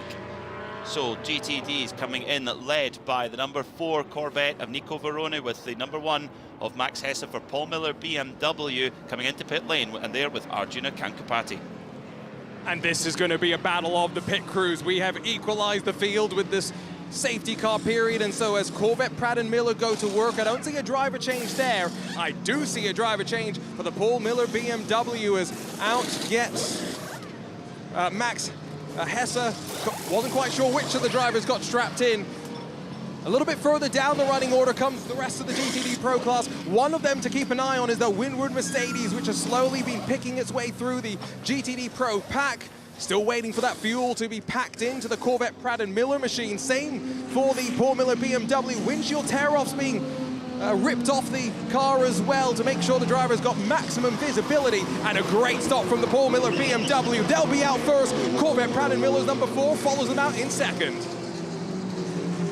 So that's a switch of position there for the Paul Miller Racing BMW. So Paul Miller, that crew, multiple Rolex 24-hour winners, of course. They have got that car out ahead of the number 4 Corvette. And one of the stories of the race, you have to say, the number 48 Windward Racing Mercedes.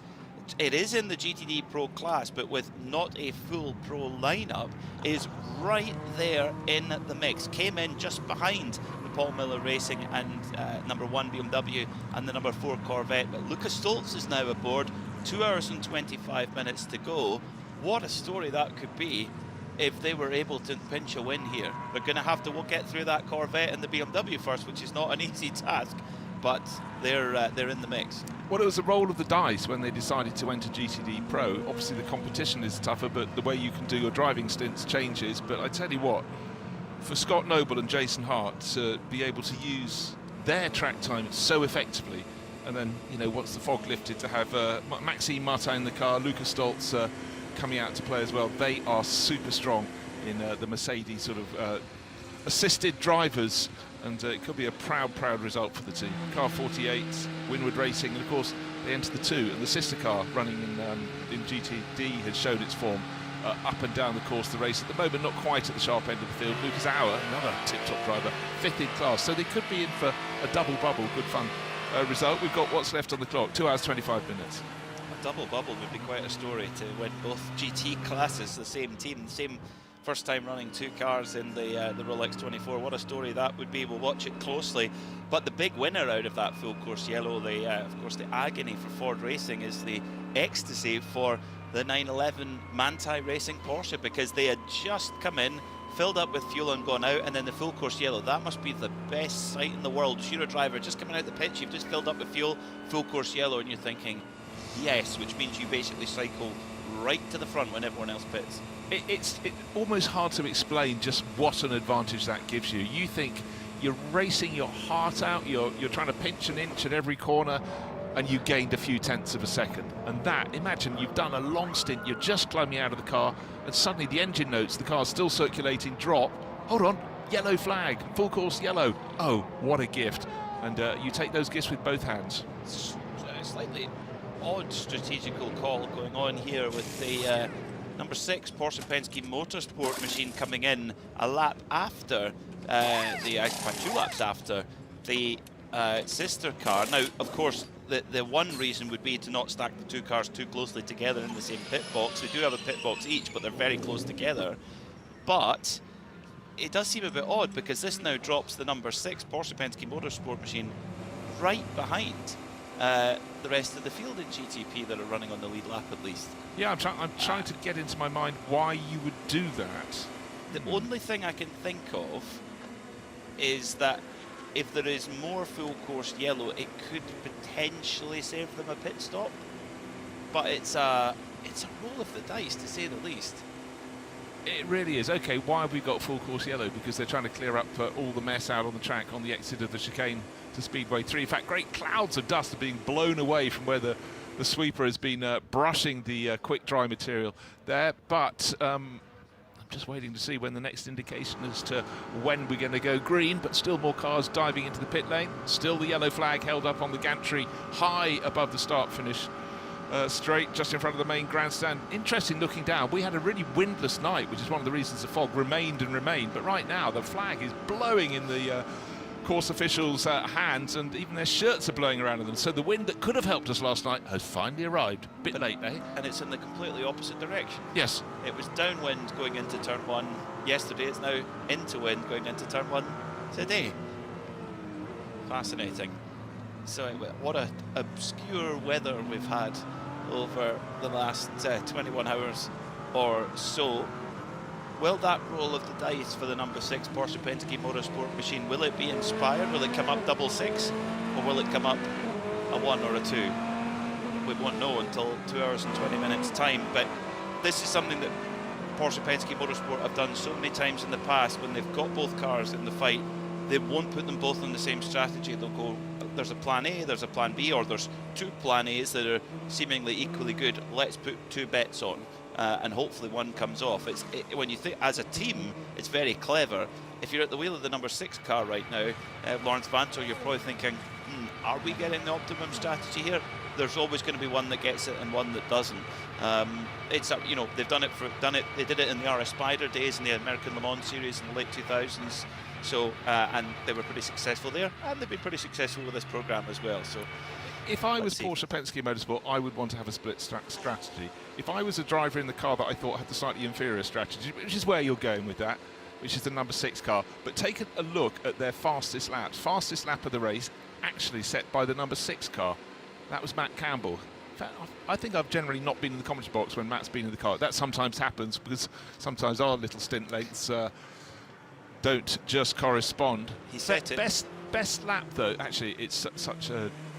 It was an enormous difference, actually. Julian Andlauer's car, I thought they'd got into 1:35s. They're 1:36.4. I think that lap from Campbell must have been just the optimum lap. It was right after we came back to green flag racing after the long full course yellow under the fog, and loads of other cars set their personal best lap times in this little 2-3 lap window where everyone just went for it. It was like they were just caged animals ready to go after being held behind the pace car. And in fact, I forgot he'd done that lap, because up until that point and all the way through the fog period that we try not to talk about, 6 hours 43 minutes, it was the number 7 which had been the fastest car. But I think in terms of average stints, the number 7 just seems to have a marginal advantage.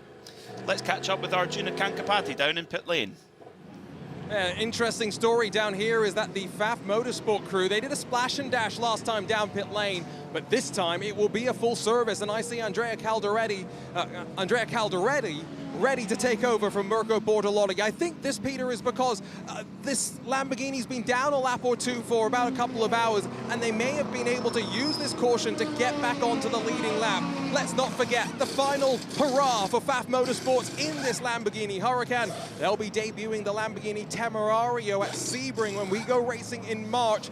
It's a bit of a couple of seconds extra for Andrea to get his seat insert in before Mirko can then strap the belts on, but they're going to be able to put the car down off the air jacks before the fuel's even in and continue to work on the driver change. Doors shut, and now cleaning up all the build-up off the radiator. Final bits of fuel go in as that V10 starts to sing out, and Andrea Caldarelli is given the charge from FAF to take this to the checkered flag.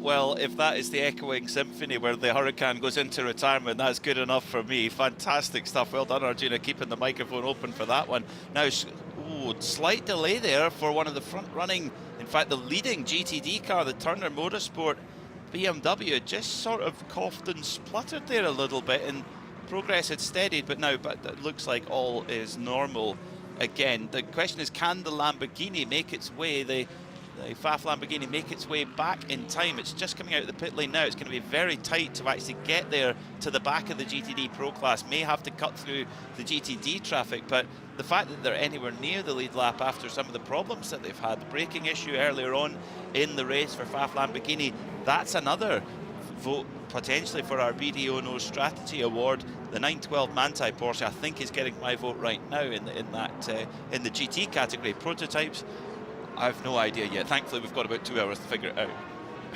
Exactly so, and just double checking that Turner Motorsport BMW is still going at the right sort of pace, because that was a little concern then. Car number 96, of course, coming out under full course yellow, and the glass splits are still going on until turn 7, which is basically where you go onto Speedway turn 1. As they go back up onto the banking. In fact, the first point of the banking they use in the course of the lap. Actually, that said and done, it's slightly banked when you come sweep from the start-finish line down towards turn 1, where the car goes on. The car's gone to the infield circuit. And of course, when you have the Daytona 500, they don't go down onto the infield circuit. They just stay and go all the way around the lap on the high line around the outside. So the Porsche Manthey 992 GT3 RS safety car rockets away from the field and heads back towards pit road. That means we're about to go back racing here in the 64th Rolex 24 at Daytona. There are 2 hours and 16 minutes left on the clock. It will be Julian Andlauer who leads us back to racing, with Sheldon van der Linde right behind him in the 24 BMW, and all of a sudden Tom Blomqvist in that Meyershank Acura. A man who knows how to get it done here at Daytona. Green flag in the air. The cars weave back and forward to try and generate a little bit of operating temperature and pressure as they head down towards turn 1. Andlauer getting a good jump from that restart, with Sheldon van der Linde filtering in behind him. Then it's the number 60 Meyershank Acura of Tom Blomqvist in there as well. And whoa, a little jump over the curb for El Bamber in the number 31 Whalen Engineering Cadillac as they head into the International Horseshoe on this restart. Bamber trying to be the second driver in history to win every major 24-hour race, and he makes a little rubber contact with the 25 of Philippe Eng, who has a look at the kink there as they head up into the Western Horseshoe. Then Eng just loses a little bit of momentum but manages to shut the door on a charging number 10 machine of Ricky Taylor. But out front, it's Julian Andler who leads. Well, what a really, really clean restart across all 4 classes. Very, very competitive. Of course, here we are with 2.25 hours remaining in this race. When you have that full course yellow, what does it do? It bunches the field, it gives them all a chance. And unfortunately, one of the Corvettes, it's the 4 car, is number 4. That's the one that still counts. That's the one that's 4th in class. Nico Varone, remember, he was leading that class before the full course yellow, or a short while before that. Shoveled out onto the grass, he kept going, but places lost. So things are changing. But for everyone else who'd been chasing the number 7 Porsche, it's given them a chance this full course yellow period. Now we're out of it and they're hunting him down, but these next few laps are going to be vital for Julian Andlauer, the absolute flyer of a Frenchman. He's got Sheldon van der Linde in the number 24 BMW for company, but not for long, because he's already starting to stretch his legs, coming up to complete the first lap under green for some while. Over the finish line he goes. It's going to be, I would reckon, about a second on the nose between them. It's pandemonium in GTD as well, as the front of the GTD field melds with the rear of the GTD Pro field. But the number 44 Magnus Aston Martin making great moves forward with Nicky Thiem on board and the fellow Aston Martin, the heart of racing car of Mattia Drudi, also making some moves there as well. Now, what happened to the number 4 Corvette? Oh, a pretty rude hip and shoulder of the 033 of James Collado. James saying, well, I'm a world champion, get out of my way, I want to win this race. And Nico Varone, he will not have appreciated that one. Yeah, just left absolutely no room at all, ran him off the road. I think race control will be looking pretty closely at that one. And Corvette maybe a little bit concerned. You don't really want to be bounding over the grass right at this stage of the race. You get all sorts of stuff trapped in the air intakes and all sorts. You wouldn't want that. Totally. When I saw the flash of yellow going on the grass, I thought, I hope for their sake, for Corvette Racing, it's the number 3, the car that's been delayed by so many problems. But I must say, Nicky Thiem now leading that GTD class. Got ahead of Maurice Schering, the second of the Aston Martins, a bit tired, Drudi in 3rd place. So it's Aston Martin, Porsche, Aston Martin, but that was a case of get your big guns in the car for the run through to the finish. The pin has been pulled from the grenade, no question about it. GTD in Pro, and GTD is absolutely on fire at the moment. Magnus Racing lead that GTD class with their Aston Martin, and Heart of Racing now coming in behind them. Meanwhile, battle between 2 cars that aren't actually even in the same class. The 21 AF Corsa Ferrari battling away with the number 4 GTD Pro Corvette, trying to get as best a track position as they possibly can. While it's really, really hot out on track, the number 6 machine of Lawrence Vantor sends it up the inside of the number 93 Acura. That's the move for 6th position, so Renger van der Zande has to give best. So Lawrence Vantor trying to fight back at the Porsche. Let's get a quick update from the pit lane from Arjuna. Been talking to some of the GTD teams, and this is a really interesting time for the caution to come out, Peter, because as we know, getting a full 60 minutes out of the tank is going to be hard. Is there going to be anyone that commits to a fuel-saving gamble and maybe hopes for a safety car to eliminate a pit stop here? Very, very marginal here as we head into the final 2 hours. Okay, thanks very much, Arjuna. But just looking at the cars at the front of the field in the GTP class, the one that's got the least virtual fuel in, or fuel in its virtual tank, is the car driven by Tom Blomqvist, running 5th overall. Meyer Shank Racing, but that's only got about 60%, under 60%. All the rivals are sitting on about 88% tank capacity. So there is potential, how should we say, Achilles heel, the car that's running in 5th place overall, the number 60 entry of Tom Blomqvist. But he's a man who's had considerable success, 2 years running taking victory, 2022 and 2023, may yet do it. But what's happening? The clock continues to count down to those sitting at the front, and it's just 0.9 of a second between Julian Andlauer leading in the number 7 Porsche and the chasing BMW, Sheldon van der Linde. This could be a real turn up for the books. BMW came here looking to progress, but suddenly, due to these fairly late race full course yellow periods, they are in the mix. Right now, Julian Andlauer trying to swat away the challenge, and swatting away the challenge of Porsche is Renger van der Zande in the number 93 Acura. Gets a great run. Those Acuras have been very, very strong in the 3rd sector all week, as I have to say, but the 2 Wayne Taylor Racing Cadillacs also side by side, holding each other up a little bit. And here comes Vantor up the inside. It's Belgium versus Holland. We've heard of that battle before, haven't we? Fantastic stuff here as Vantor. Oh, hard racing between him and Renger van der Zande. And a very quick decision from race control, Bruce. James Collado drive-through penalty for that incident with the 4 Corvette. Well, I'm afraid I can't necessarily disagree with that, because there was nowhere left for that number 4 Corvette to go other than onto the grass there. It was that run. You're coming out of turn 3, you're jockeying for position, trying to get the traction, and then you've got that left-hand kink, and yet before they got there, the Corvette was on the grass, and that really didn't help its form. But for Collado, that will be a big setback for the Ferrari racer. With 2 hours and 9 minutes to go, that is really not what he needed. Needs a full course yellow now to try and get back into the mix. At the front of GTD Pro, you've got 2 of the most exciting talents in GT racing fighting for that Rolex watch right now. You've got the number 911 Manthey Porsche of Thomas Preining, the former DTM champion, very well thought of in the Porsche circles, and Dan Harper, likewise, over in Munich with BMW M, right there behind Preining in the Paul Miller Racing BMW. This is superb stuff in GTD Pro. And then the 48 Windward Racing Mercedes of Maxime Martin is right behind Dan Harper. Then you've only got to go a couple of car lengths back, and it's side by side between the 75 of Maro Engel and now the 65 of Seb Prio up on the high side in the Ford Mustang. He's channeling his inner NASCAR driver here as they rush down towards the Le Mans chicane. Who is going to be last of the late breakers? Is it going to be Prio? Is it going to be Engel? Engel leans on the brakes and goes through then into 4th position in the Sun Energy 1 Mercedes. Wow, it's great to see GTD cars driven absolutely to the edge of adhesion there. Talking of adhesion, the Dragon Speed Corvette lost a little bit. Henrik Hedman had a spin just a lap or so ago. That's the white Corvette. Corvette, not Ferrari anymore. Dragon Speed have changed their ride for this year. But anyhow, Henrik got going again. But this is fast and furious out there. The front of the field, 9/10 of a second, 8/10 of a second now between Julian Adler and Sheldon van der Linde. Porsche ahead of BMW, and everywhere you look, 2, 3, 4 abreast on the start-finish line. There's that's in the GTD class, so every single lap and every single place, every single corner seems to count right now. Getting words that James Collado's been fairly vocal on the radio about the penalty he received, but it's served now. That's it.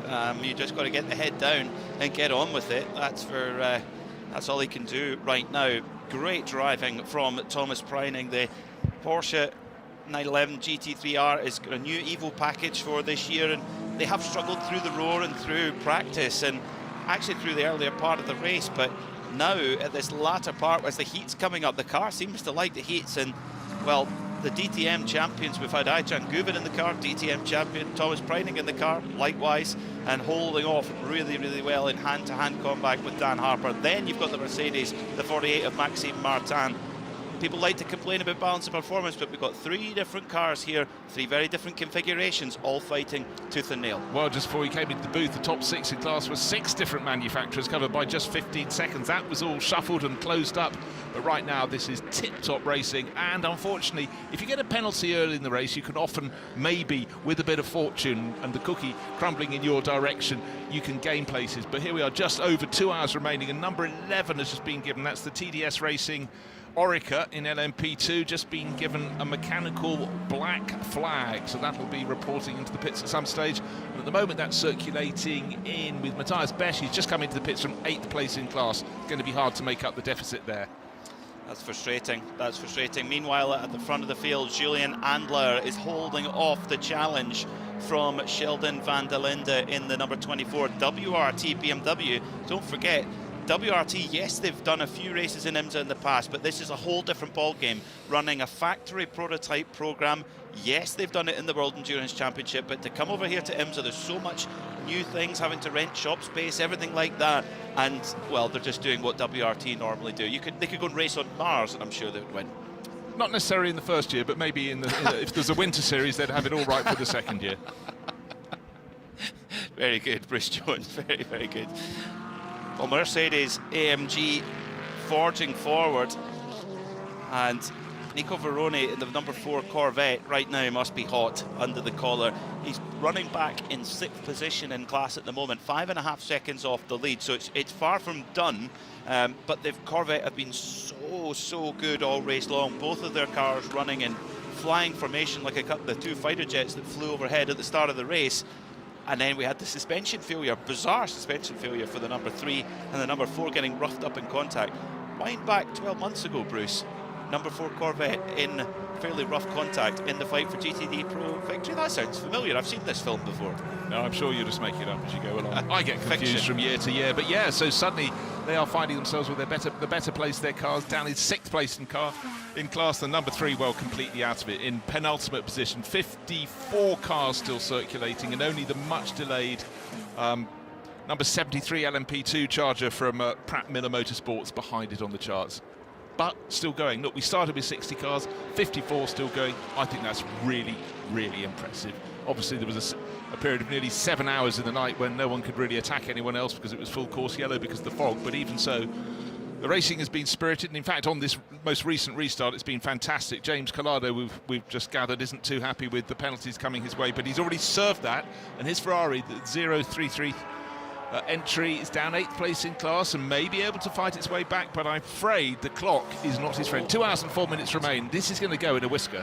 Smoke pouring out of the back of the number 10 Wayne Taylor Racing Cadillac. There's a fire. There's an engine fire for Ricky Taylor in the number 10 Wayne Taylor Racing Cadillac. He comes into the pit road now. Surely this might require a full course yellow. The flames spitting out the back, and Arjuna Kankapati is right there. And straight away the extinguishing fluid gets thrown onto the car. Ricky jumps out. It's billowing out the airbox as well. Oh, heartbreak for Wayne Taylor Racing. Their 2nd year back at the Rolex 24 with the Cadillac V-Series R. And yeah, this is done. But fortunately, Peter, Ricky was able to bring it down to pit lane just in the nick of time. The bodywork at the back's actually melted slightly. Oh, frustration.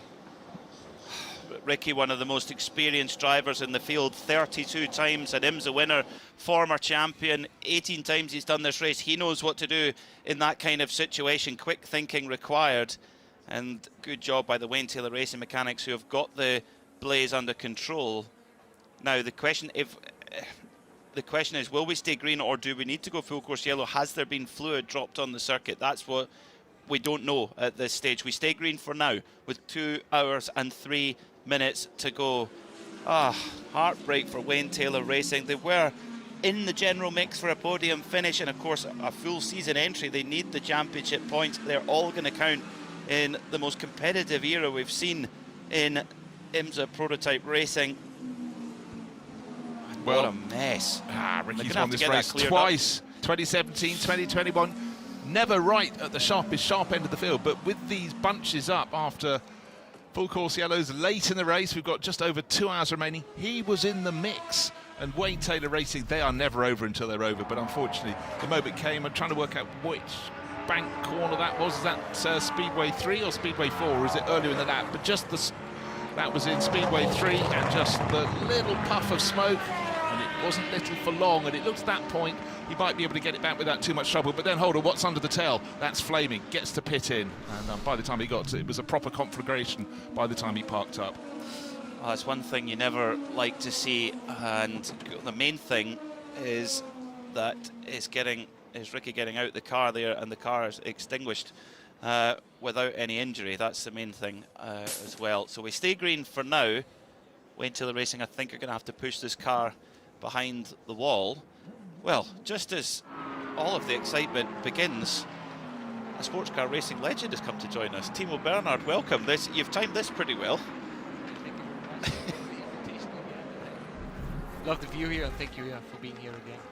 It's our pleasure. Thank you for coming to join us. I mean, at the moment, things looking very, very good in Porsche Pensky Motorsport, and a little moment in traffic for the number 7 of Julian Andler trying to get through 2 GT3 cars. What's the atmosphere like in the team, Timo? Because I know you're very close to it. You're far beyond your regular brand ambassador, I know that. Yes. What's the atmosphere like at the moment? Well, for sure. I mean, everybody's looking forward to the end of the race and like to get the the fight for the victory going. And I think everybody's positive because we know we have the good machinery. We have a good team, strong drivers. But we saw also in the past, like the last 2-3 hours, things start to heat up because every class, is getting in position for having the best possible position for the victory. So this is something we just saw that Julian is cutting through the traffic. That's different than 10 hours ago because now there's not a lot more margin left, because everybody's fighting for its own. Now, Julian's had a year under his belt in the 963 and a few other races as well, but for Lauren, it's still very early days in his prototype journey. You've been in that place as well, where you've been a GT driver and then been asked to make the big step up to the prototype. You know how hard it is. How impressed are you with Lauren? I mean, first of all, Porsche is always known for giving young drivers a chance, and Laurin is the next generation, and he proved that in GT racing. He was an IMSA champion 2 years ago, and now he got the promotion to do long races with a Porsche Pensky Motorsport, and I think that's a great sign for all the young talents out there, for the Cups, but also goes down to the kartings, I would say, and I'm very impressed with what he's doing, and yeah, that's where I can also help, with my experience on that end as well. There's so many people around the Porsche family who can help the drivers, yourself, people like Mark Liebjörn. There's lots of people you can go and ask. Exactly. What are you telling the drivers, because you've been in their shoes in that early stage of their career, what are you telling them to work on? Well, in the end, it's step by step. That's really what it's all about, and not. And I know, like in my early days, I was super impatient. At the end, I was just impatient, so not super impatient anymore. So you want to achieve everything at once, but you need to give it some time. Like step by step, task by task, and just also accept the help from outside. And you need to have people around you that, that you can trust, and you can build a relation. And I think that's where Porsche is also super strong. But if you look at the lineup itself, it's Felipe Nasser, who's super experienced, with all types of racing up to F1 and, multiple champion. And you have Julian Andlauer, who's also a youngster, who was from Porsche Junior, and alongside Laurin, who's, even younger. You see that's a fabulous lineup. But if you look sister car as well, there's more experience, but, the guys, they share, they get along well, and this, I think, this kind of environment you need to get better. Who was more impatient, you or Roma? I think the same level, it's just a bit different type. But yeah, that was probably one of the best memories I have, with the teammate being that close and having won so many things, and that was really clicking from the first day. Timo, you're one of the few lucky drivers who's looked behind the curtain of Team Penske. You know how Porsche Motorsport operate, but Team Penske have such an amazing racing reputation. You've been there, you've driven in their cars. What is it that they do different that's made them such an iconic and such a successful team? It's like the attention to detail, like the passion for racing. There's no if, there's just like, let's get the best together. And if there's like a setback, they try to make it as perfect, for the next time, as possible, and just try to go for the win again. And I'm really looking up to Roger Penske, because he's an icon. He's somebody who really motivates you, who, you speak 1 minute with him and you see the passion, you have a clear goal, you have a clear sign, and it's just, just something unique. I have to ask you, he owns one of the most significant cars in your career, the Sebring 2008 winner, where you, Romain Emanuel, won overall, beating the Audis, beating the Peugeots. Roger's got that in his collection. When's he going to let you have a go in it again? That's a good question. I need to ask him, because he drove it in Goodwood a couple of years ago, and it's exact this chassis number. I think it's chassis number 802. It's something I remember, because it only did this race in Sebring. We won overall, and it's, as you know, with the LMP2 class, winning overall, it's something unique, and at that time it was possible, and now it wouldn't even be possible, but back then it was, and it's one of my greatest memories. And apparently you had to carry Roma home because he'd broken his knee or something. Exactly. Yeah, we had in a fitness camp before with Porsche. He broke his knee, and he could drive it, but he couldn't walk properly. So, and he was at the end of the race and taking the checker, and he drove a little bit too much, I guess, for his knee, for the condition of his knee, and then I had to carry him on a trolley, like pushing him in with a trolley into the airport, and that was quite funny to see. But it's your teammates, you support each other also there. But we had good laugh. Timo Bernhard joining us in the commentary position, multiple ALMS champion, multiple Le Mans winner. Unfortunately, it's not good news down in Wayne Taylor Racing. Arjuna is with Ricky Taylor. Unfortunately not yet, Peter, but I'll let you know when I have him. Okay, my mistake. Apologies, Arjuna. Yes, I can imagine he's a man in demand right now. Timo, have you ever been in this kind of situation in your career, and how do you deal with it as a driver when something like that happens so suddenly? Yeah, no, I mean it's for sure. If you're nearly at the end of a race, you know, and regardless of which position you are in, you want to finish it. You know, you don't want to drop out just, you know, with a with the finish line in sight. So that's a hard hit, and for the whole team, because you see there's a lot of passion, and people didn't get a lot of sleep, huge preparations, and then it's a major setback, and you feel for the crew and for the team. And I mean, Wayne Taylor Racing is one of the passionate teams, and you saw successful teams in endurance racing, so for sure you feel for the guys. Okay, we do have Ricky Taylor now, who's caught up with Arjuna. To have the race end in such a way so close to the checker flag is heartbreaking, but Ricky, first off, are you okay? Yeah, I'm fine, thank you. What a shame. I feel bad on that last stint. The last thing I did was make a mistake into T6, and I think we had a really good Cadillac. We were the only ones on new there, and we were going to be making some progress.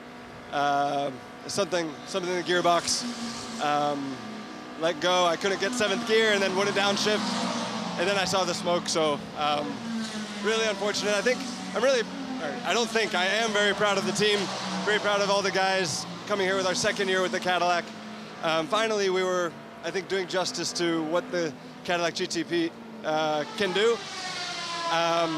So it's encouraging for the rest of the year, but I think a missed opportunity for a podium. Not sure anybody can take it to the Porsches right now, but I know the 31 and the 40 are going to give it their best, and hopefully we can support them from the side. Glad to see you're okay. We'll see you at Sebring. See you there. Thanks.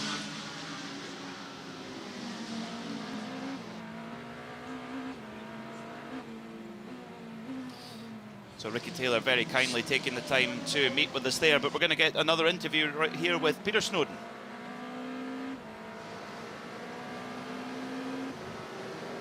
So I'm down at Manthey first form, and I've just caught up with Maurice Schering. You're looking very relaxed. We're nearly done now, though. We mustn't jinx it. Yeah, I mean, I've been in this situation before where close to the end you think, it's going well, and then something happens. So, you know, I'm relaxed. I just focus on what I can influence and what I can do. Until now, we've had a race with ups and downs, but it's the trend is going upwards, so I'm optimistic for the end. And are you finished with driving duties now, or are you back in the car before the end of the race? That's still a bit undecided. They're still having some discussions. I guess in this temperature you weren't keeping the suit on for the look, were you? No, it's pretty damn hot. Maurice, I'll let you get on, but thank you very much for your time, and enjoy the rest of the last interview. Get it. Thank you so much. Maurice Schering there from the Manthey Porsche team. Timo, one more thing I want to cover before we let you go and enjoy well, I don't know if you could enjoy this. It's maybe going to be a bit nerve-wracking, I suppose, for the next little while. You drove a very, very special car at the beginning of this race. Tell us about it. Yes, the Porsche 963 RSP. RSP stands for Roger S. Pensky, so it's a one-of-one car, kind of a street-legal 963, and owned by Roger Pensky, built for Roger, and it should also remember that 1975 and 1917 had a license plate and drove from Stuttgart to Le Mans. We tried to replicate this. I mean, we didn't do all the trip, but we did some shots and some driving on public roads just before the Le Mans race, or in the Le Mans week last year, sorry.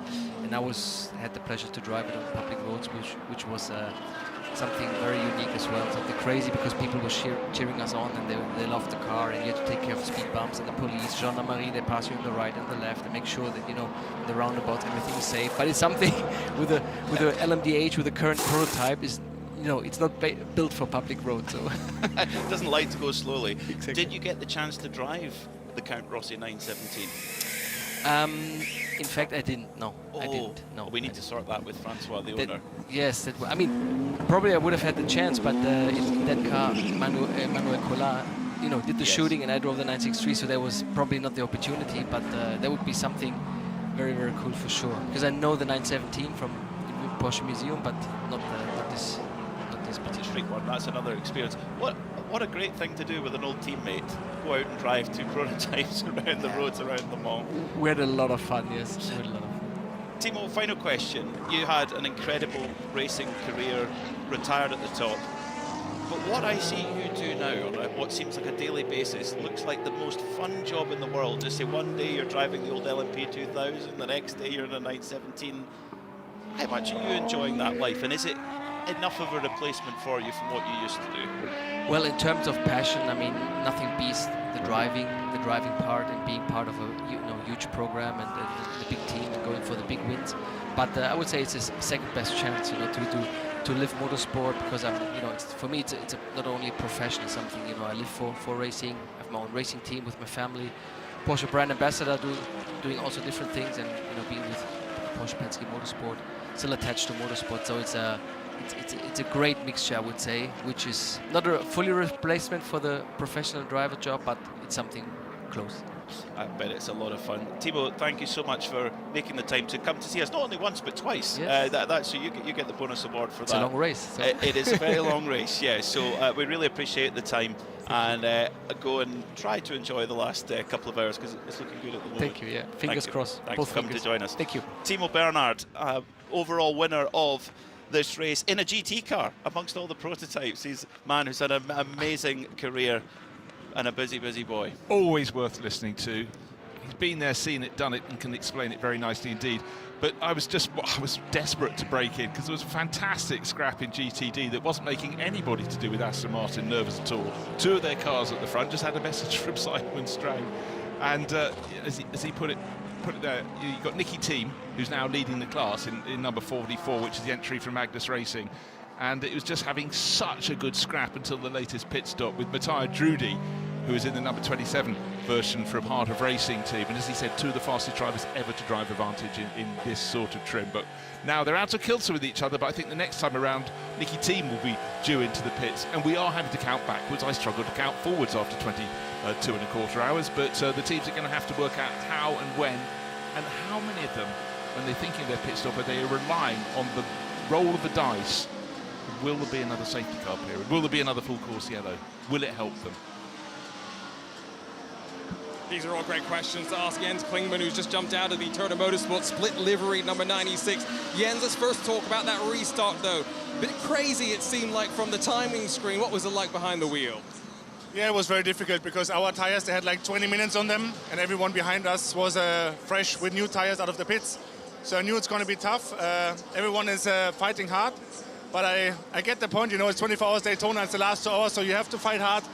But in the end, we have a good car. I think now Robbie's in for the final double stint, and let's see what the outcome will be. But I think at least we're in the mix, and hopefully we have enough to be in the top step after the next 1 hour 50 roughly. And I think strategy at this point is actually quite simple for you, right? I don't think there's much fuel saving you really need to do. Yeah, it's difficult to predict where everyone is going to end up with the yellows. So we're a little bit off sequence, which sometimes is nice, because sometimes you just have a clean run. You don't have any traffic around you. You don't need to fight too much. Therefore, you can save the tires a bit better. Who knows, to be honest. I hope that the strategy plays in our hand. But Don here in the first row, our strategist, he's been in this game since forever. So I have full trust that if someone can do it, then it's definitely him. Thanks. Thank you very much. Let's see.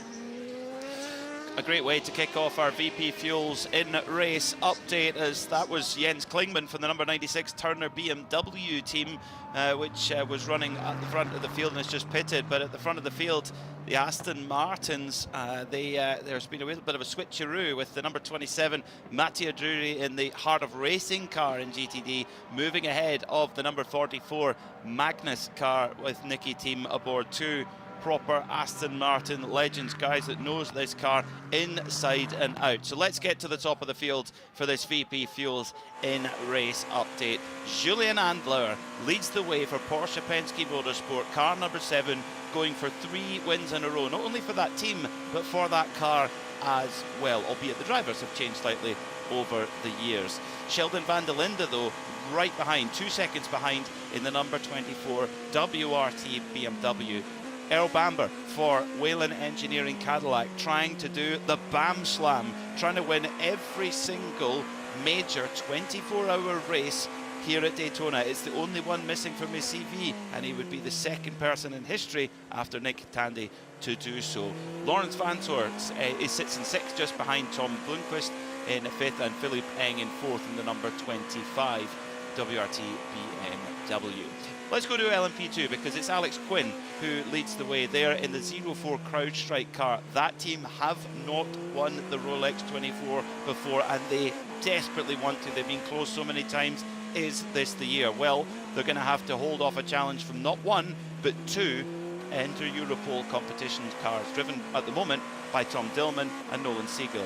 Rasmus Lind isn't far behind either in the number 22 United Autosports machine. Then it's Spike the Dragon Gold Spike this weekend at the Rolex 24 with Johnny Edgar aboard. Then it's Harry Tinknell for PR1 Matheson Motorsport. And the last car on the lead lap in LMP2 is the 7th place machine, the number 52, the number 8 of Job van Oitert. In GTD Pro, it is so tight. DTM champion Thomas Preining in the 911 Manthey Porsche is just 0.8 of a second ahead of Dan Harper in the BMW M4 GT3 Evo for Paul Miller Racing. Then it's Maro Engel in the 75 Express AMG. Also, the 48 Windward AMG of Maxime Martin right behind him. Seb Prio in the sole remaining GTD Pro Ford Racing machine. That's car number 65. He sits 5th in class with Nico Veroni trying to fight back after an incident with James Calado put him down the order a little bit, but still only 7.5 seconds off the lead, with Andrea Caldarelli just coming into the pits for Pfaff Motorsport. And GTD, as we mentioned, that right now is led by Lucas Auer, but the two Aston Martins, the Magnus car and indeed Heart of Racing in there, and Turner BMW also, they have all pitted and will likely cycle back to the front. That is your VP Racing Fuel in Race Update. 1 hour and 43 minutes to go in the 64th running of the Rolex 24 at Daytona. If you're just joining us, beautiful blue sunshine and skies. You'd think it'd been like this all the way through. Not quite, Bruce. We had a little bit of a interruption. Two sides to a coin. We had the foggy one for just under 7 hours. Well, the fog was around for longer than that, but eventually it was decided just around 1 o'clock in the morning that the visibility was just too poor to continue. However, the race to the end, it just meant we effectively had about under 6 hours of solid racing through to the end, and it's getting very tight. Unfortunately, we have just lost another car that's had quite a lot of problems in the last hour. It's the DXDT Racing Corvette, car number 36, running in GTD. And that is now an official retirement. So for Mason Filippi, Charlie Eastwood, Sally Yoluch and Scott McLaughlin, I'm afraid there's not going to be a finish in 2026 here at Daytona for you. That is a real pity, I have to say, because they had pace to win the class. They really did. They were looking strong. However, they may be, it may not be all lost for Corvette in GTD, because last year's winner, 13 Autosport run by AWA, Matt Bell, is sitting second at the moment in class. They were the winners last year with some great strategy calls with Jeff Braun on the pit wall, and they cannot be written off, the winners of the Bob Aiken Award last year as well, of course. Peter Snowden's down in the pit lane with an update for us. Snowy, what have you got?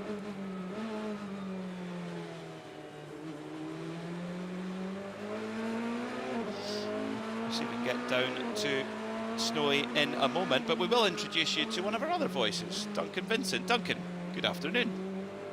Good afternoon, Peter. What has happened? What has happened? It's all kicked off. Everything we thought might happen, well, you could just throw the form book out the window. Arriving back in, temperatures up, and waiting for a United Autosports 22 pit stop where Paul Di Resta will be taking that car, taking the reins of that car. Will he take it to the finish? Well, they have been trying to tune and tweak that car to chase speed, Peter. That's the thing about the different weather that we've got here. You mentioned the wind had changed direction. The wind is now pushing them down towards that Le Mans chicane. Totally different, yeah, than the start of the race, although the temperature is fairly similar to what we saw at the start of the race. Right now, in the air, track temperature 88 Fahrenheit, and in the air 79 Fahrenheit. So yeah, nice cozy conditions here. Tiny little bit more cloud cover than what we saw around this time yesterday, but very pleasant conditions for motor racing, and the fog delay during the night very much in the rear view mirror. It's not been the race that the Heart of Racing would have liked for their Valkyrie, at least. Their GTD entry is going very, very well, but a few little gremlins for that 23 Valkyrie have taken away any chance of a really strong result, and they'll hope to just book some points. They may well get 10th place points. Yes, they will, because it's likely that the Ricky Taylor driven number 10 Wayne Taylor Racing Cadillac will be done for the day. Ryan Marine rejoins me in the commentary booth. Good afternoon, Ryan. Good afternoon, and I think you're right that Valkyrie should pick up that spot in just a couple of laps, actually, with Ricky Taylor's car done for the day. Engine let go, big fire at the back of that car about an hour or so ago, and that's the only GTP car that's not still running at this stage. Peter, while you were giving the VP in-race update, a few of the cars in GTP took a pit stop, and they did it early, but they're back timing. That was their penultimate stop. They're in the window now to do it on one more, not giving up any track position. I'm trying to think who was the one that I saw come in. The 60 for Meyer Shank, for example, came in and took that pit stop. Some of the GTD teams are playing the same game right now to go ahead and play this to make it on one more stop from here. And now we're starting to see some of the front runners reacting as Lawrence Vanthor makes his way towards the pit lane as well. Yeah, almost covering off that number 60 Meyer-Shank Racing Acura, because with 93% of fuel on board, if there were to be a full course yellow, the Meyer-Shank Racing Acura would filter straight to the front. Because exactly. You know, that's Meyer-Shank Racing. They can play some really clever tactical games when they need to, and that's what it's about. That's often what's the difference between winning this race or not, is being able to make the right call. There's sometimes a little bit of fortune involved. That's what makes it such compelling entertainment. It's fortune to a degree, but you're also playing the odds, right? Sure. And in their case, they didn't have the track position, so do something different. That would be a way to maybe vault your way to the front. And odds are, at some point here in the next couple of hours, we will see another full course yellow before it's all said and done. If they time it just right, they could come out smelling like a rose. And since they were kind of in the mid-pack, not contending for a win anyway, there's not much to lose by making that gamble. Well, one crew that are right in the fight for LMP2 honours is Inter-Europol competition, and Duncan Vincent has an update for us. Yeah, we're down here just now. They're just waiting for the car to come in. I've just had a quick word with Antonio Felix da Costa. He says Tom's going to drive this car to the finish and he's going to drive it hard. We're expecting the car in for a pit stop in the next lap or two, and Antonio's going to give us a bit of an overview of how they're getting on. But they are in second position in P2 just now, and they're looking strong. And their nearest rival covering them off as well, the 04 CrowdStrike LMP2 machine that's been brought in by Alex Quinn with an hour and 40 minutes to go. What's that, 2.5 LMP2 stints, roughly? Yes, that sounds about right to me. They can't do it on one stop from here in LMP2, barring an extreme amount of full course yellow. This is on schedule, though, for the front runners in LMP2. They are roughly 40-45 minutes, depending on where they are in the cycle, into their stints. Looks like it's a full service stop for the APR crew. Tires are going on. Does not look like, well, I can't say that definitively if there's a driver change or not, but we'll soon find out. Alex Quinn looks like he's staying aboard that CrowdStrike LMP2 machine, looking for his first ever IMSA win, the multiple race winner in British F4. I mean, there's just so many quality outfits in LMP2, and because they all start with the same base ingredient, which is the Orica 07, it is even more onus on the team to find that edge on the others, and that's down to the drivers to find that tiny, tiny little edge, and that's what always makes it so compelling. And I think as well, Ryan, that really short stint window that they don't have much fuel range, so only 40 minutes fuel range. That means that it really does make the strategy quite tight on a lot of occasions. It's tough on those LMP2 pit boxes to play it just right, but that team certainly has the experience to do so. Alex Quinn, you know, we've been talking about the star power in the class that we'll see late in the going. That might not be a household name. He was first introduced to me.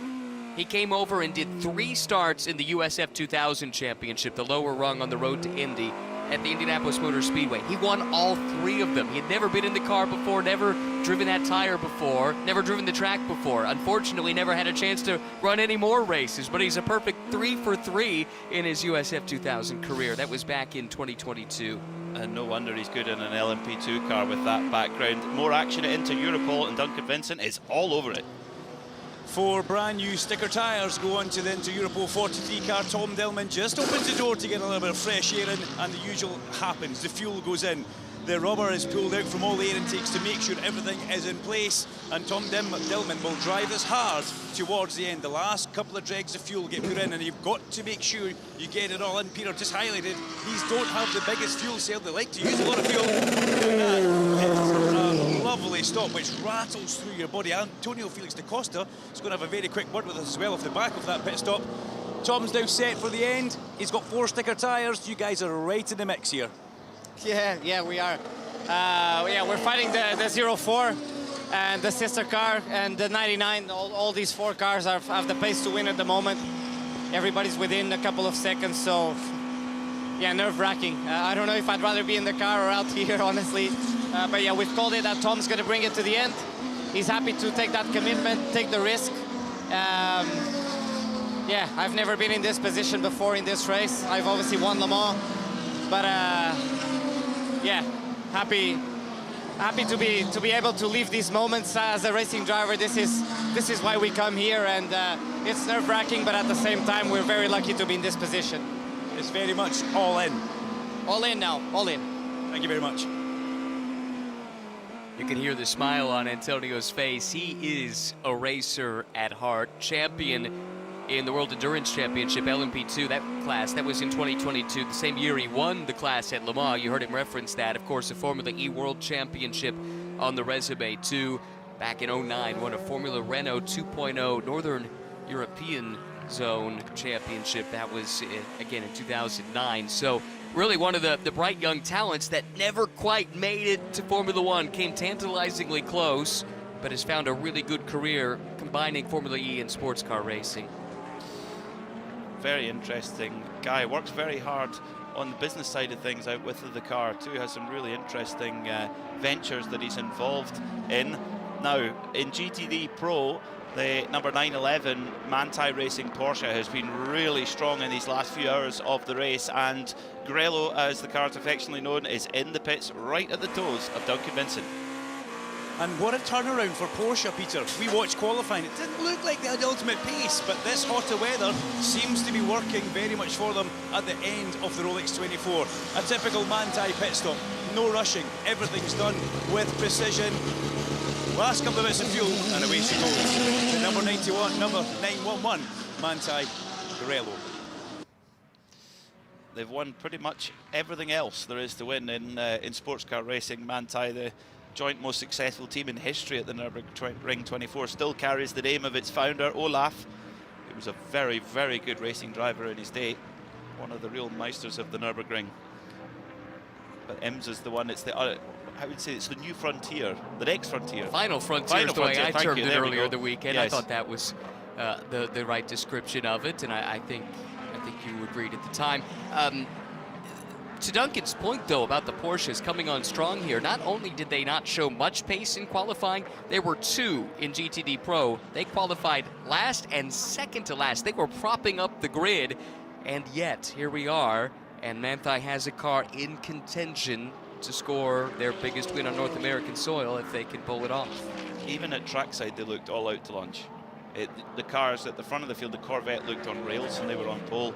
It just didn't seem right. Didn't seem almost nervous in the kind of body energy of the car, body language of the car. But yeah, they've come good in the last part of the race. Has that been something that they've had up their sleeve the whole time? And you know, maybe don't play your race until when they're handing the trophies out. Well, exactly. They don't give you the wristwatch for qualifying, do they? No, they do not. They give you 10% of the points, but which can sometimes add up to make the difference in a championship or not.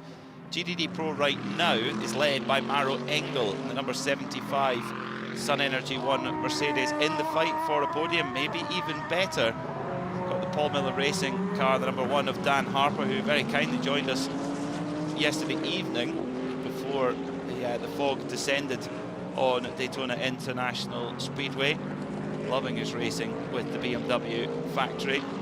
Maxime Martin not far behind at all in that number 48 Windward Racing car. Top 4 in GTD Pro right now still owe a pit stop. We talked about some of the other cars in the class playing the strategy game, and now I think we'll start to see the top 4 peel off here. We're in a position where they can easily make it on one more stop. They're running a little bit of a risk relative to their rivals running long here because, as you alluded to earlier, a full course yellow, they pit under yellow, they would cycle behind those that had pitted most recently. If they stay out, or if they come, they would have a shorter fill and could potentially gain some track position even in the pit lane. So that's the risk that they're running. However, if it stays green, then they have the cars on track right now that have stayed out will have the shorter fill for the final stop.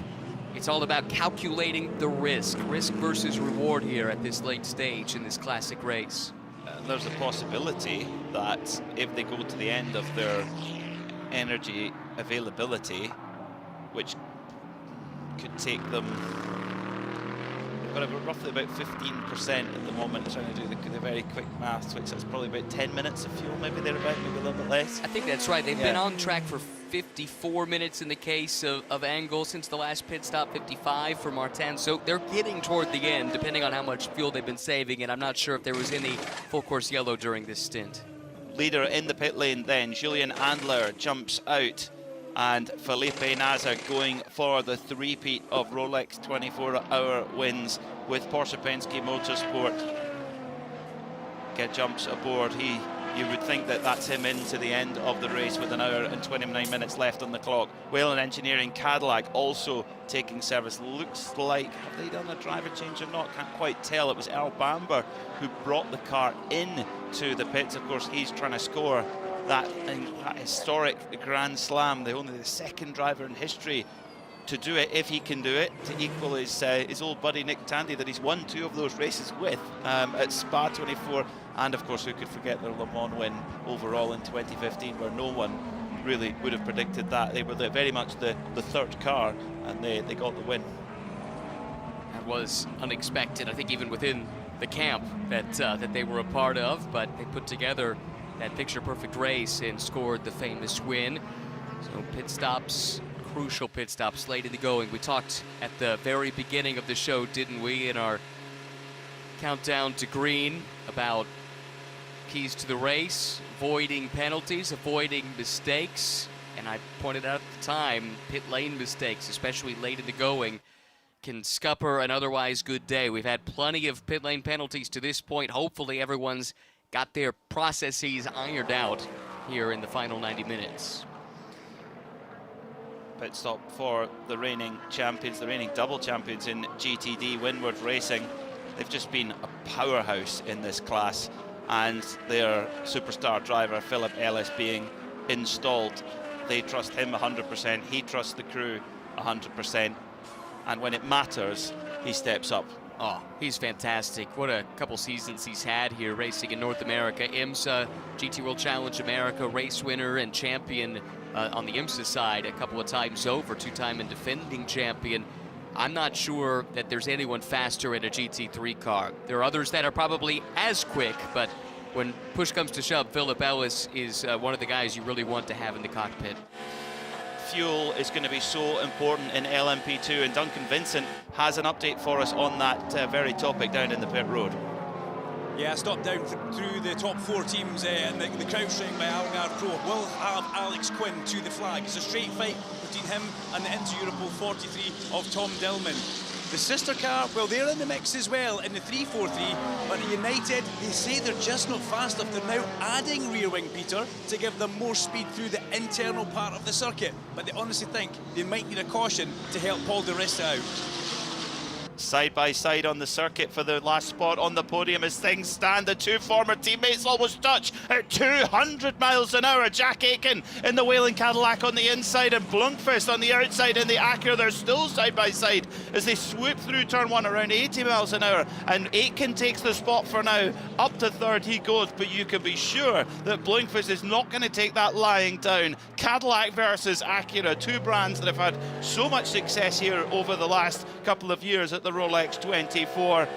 Well, until Porsche took over, of course. Everybody's had their little run here in this event. Oh, what a fight this is. But another car that's in the fight for the win is the WRT BMW car number 24, which is driven by Sheldon van der Linde, who has taken the time to catch up with Peter Snowden down in the pit lane. Sheldon, thank you for your time, mate. Your WRT BMW were looking before this to make progress, was the official line, move forward, and you're in P3 at the moment and in challenging for the win. So bit better than you expected.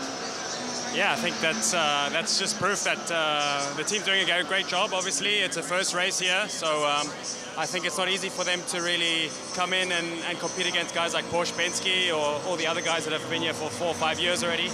Of course, we've had our hiccups throughout the race. I think that's fully normal when it's a brand new team and 80% of the people are new. But the promising thing is that the pace has been much better than we expected. So. Yeah, in the raw and in practice we've been struggling a lot with pace. In qualifying we were far off, so we thought we're going to cruise around at the back for 24 hours, but it hasn't been the case, so I'm really happy about that. I'm no body language expert, but just looking at yours when you got out of the car, you looked a little bit sort of frustrated. Yeah, I am. I made a mistake with 3 laps to go. The tyre pressures went super high, and yeah, it's on me. It's my fault, no doubt, but we lost 2 positions with that. And with that off the podium, but the race is still long, 2 hours to go, and Dries is in the car now, so I'm sure he can recover it again. Typical driver annoyed with yourself. Yeah, I think if you're not annoyed with that, then you're not a racing driver, right? Absolutely right. Sheldon, thank you for your time. I'll let you cool down. Thanks, mate. Thank you so much. Thank you, buddy. Appreciate it. Sheldon van der Linde there for the number 24 BMW M Team WRT crew, right in the hunt for a win. Remember, BMW have never won this race since 1976. Long, long wait for the Munich factory. Is this the day where they take that overall win after such a long time? But they're going to have to get through not 1, but 2 Porsche Pensky Motorsport machines. Felipe Nasr leads the race at the moment from Lawrence Vantor. Vantor been in the car for a little while now. Now, they are a little bit off kilter with each other. Nasr leads the race and has 20% more energy on board, and that all comes back to that last caution where they split the strategy, they rolled the dice, but you'd have to say that the odds-on bet, the strong bet, was the strategy they played on the 7 car that leads at the moment. Yes, I'd agree with that if things continue without interruption. That short pit, though, or pitting earlier at least, not really a short pit, but pitting on sequence, but early relative to those that pitted under that yellow, helped Vanthor. It also helped Blomqvist get a little track position here in this sequence. Now, though, Blomqvist maybe with older tires struggling vis-a-vis Aiken. I'm curious here what Vanthor, who has even older, about a little newer tires actually than Blomqvist did. Excuse me, how his pace compares to Jack Aiken here. 6.3 seconds was the deficit for the 31 to the 6 at the last time of asking, or was that 6.3 to the leader? So 3.3 seconds. And we'll see if Aiken can start to make some headway here now that he's clear of the Acura driver. Aiken was 1.2 seconds quicker than the leader, Felipe Nasr, last time by. 6.3 seconds behind. So it is Jack Aiken now, the snake in the grass, coming through to put a challenge up to the Porsche Pensky Motorsport cars. Yes, we had an interruption of full course yellow for the fog for over 6 hours. Nothing anybody could have done about that. But this is what it's all about. 4 brands, all with a realistic shout of winning this race, Ryan Marine. Some might need a little quirky strategy, but they are all in that conversation. This is impossible to call at this stage. Yeah, you could say, are the Porsches the favourites? Yeah, on pace, probably. But sometimes it's not the only part of the puzzle. Oh, there's probably another wrinkle or 2 yet to unfold in the plot of this race, with still 80 minutes on the clock. And that's just in the GTP class. How about the other 3 classes? Those are totally wide open. Good luck picking a winner out of that bunch. LMP2, there's some pit strategy that needs to play out there. We've been hearing from the pit lane about teams needing to stretch fuel mileage to hit windows. GTD and GTD Pro both have been slugfest since the drop of the green. This is going to be a lot of fun for the next 81 minutes. We've got to vote for our BDO Nose Strategy Award. 1 for Prototype, 1 for GT. I have to say my pick for the GTD is the 912 Manti machine, which recovered from a 3 minutes and 36 second penalty. Prototype, I think my early vote would be for the 04 CrowdStrike, who were in that big wreck at the start and are now leading the race. But those are just my votes. We've got a whole team to put in our 2 cents worth. Who's your early thoughts for our BDO No Strategy Award? I got to do some thinking about GT, but in prototype, I think what Porsche Pensky did with the 6, they had all that damage. They used the 6.5 hour full course yellow to work on the underneath portion of that number 6 car, try and get it closer to the window. I think that was really clever, the way that they were able to play that, didn't panic, took their time, came in 6, 7, 8 times possibly under that extended yellow. Meantime, the top 2 in GTD Pro are in the pit lane. Mauro Engel for 75 Express, Dan Harper for Paul Miller Racing. So they make a pit stop, which will be their penultimate pit stop of the race, barring an extended yellow. Now we see how that shakes out and where they drop back into line as they come back through that serpentine pit exit, rejoining the track of the run down to the International Horseshoe. Jack Aitken's on the charge. Jack Aitken has cut the gap down now to 4.2 seconds. Last lap by, the Cadillac driver was a 1:37.2. Nasser, your race leader, 1:39.0. 1.8 seconds gain. So Jack Aitken is on the charge, and he just gets better and better and better. Can anyone stop him? No one can stop Jack Aitken. No one can stop him at this moment in time. He's marching forward, and they had a strange season last year, didn't they? Because there were so many times where they had the pace and fortune didn't fall their way, and they talked about it a lot, about how if they keep knocking on the door, surely someone's going to open it eventually, and then towards the end of the season, open it did.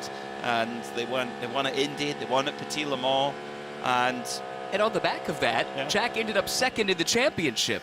I remember his speech at the banquet. He was stunned that he was up there finishing second, given how far back he had come from in the final 2 races of the season. I'm not sure he'd even considered it as a possibility, but really remarkable the way that they closed the year. So, you know, that's a good point. If he were to win this race, that would be 3 WeatherTech championship wins on the bounce, although spanning 2 different seasons.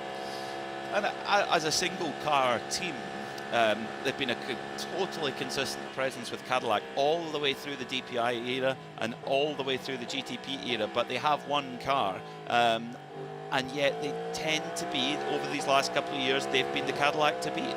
For the second straight lap, he is hauling in the Porsches hand over fist. I think we even got a glimpse of the Porsches up ahead. Yeah, sure enough, there they are from this onboard shot. A little GT traffic to negotiate, but not much else, separating Jack Aitken from Lawrence Vanthoor, who is on a slightly different sequence, remember. And then Felipe Nasser, another 2 seconds up the road, but the man on the move, undoubtedly at the moment, is Jack Aitken. Hauling it in, Jack Aitken in that Whelen Engineering Cadillac. Has to, can he get past the 27 Harder Racing Aston Martin? No, not quite. Matteo Drudi, unsurprisingly, wants to protect his position as the GTD class leader. It's Aston on Aston in GTD. We looked at the qualifying pace, the practice pace, and that Aston Martin Vantage has been so strong. Not a surprise to see them fighting for the lead, but they don't have it all their own way. They're not too far behind. You've got the BMW from Turner 96 and the 13 AWA 13 Autosport car. Jack Aitken, though, he's got Lawrence Vanthoor in his sights. He's reeling him in, and he's got 20% more usable energy on board, not in terms of power, in terms of stint. So strategy-wise, he's ahead of Vanthoor on the number 6 car for Porsche Pensky Motorsport. Yeah, he'll have a shorter final stop. As a consequence, he's got fresher rubber to work with. As a consequence, and he's got the bit between his teeth right now. Coming to the start-finish line, it was a 1.3 second gap the last lap. How about this time by? It's less than that. He carved off another half a second. The inexorable Jack Aitken continuing to reel in Lawrence Vanthoor for P2. Sublime stuff from Jack Aitken here.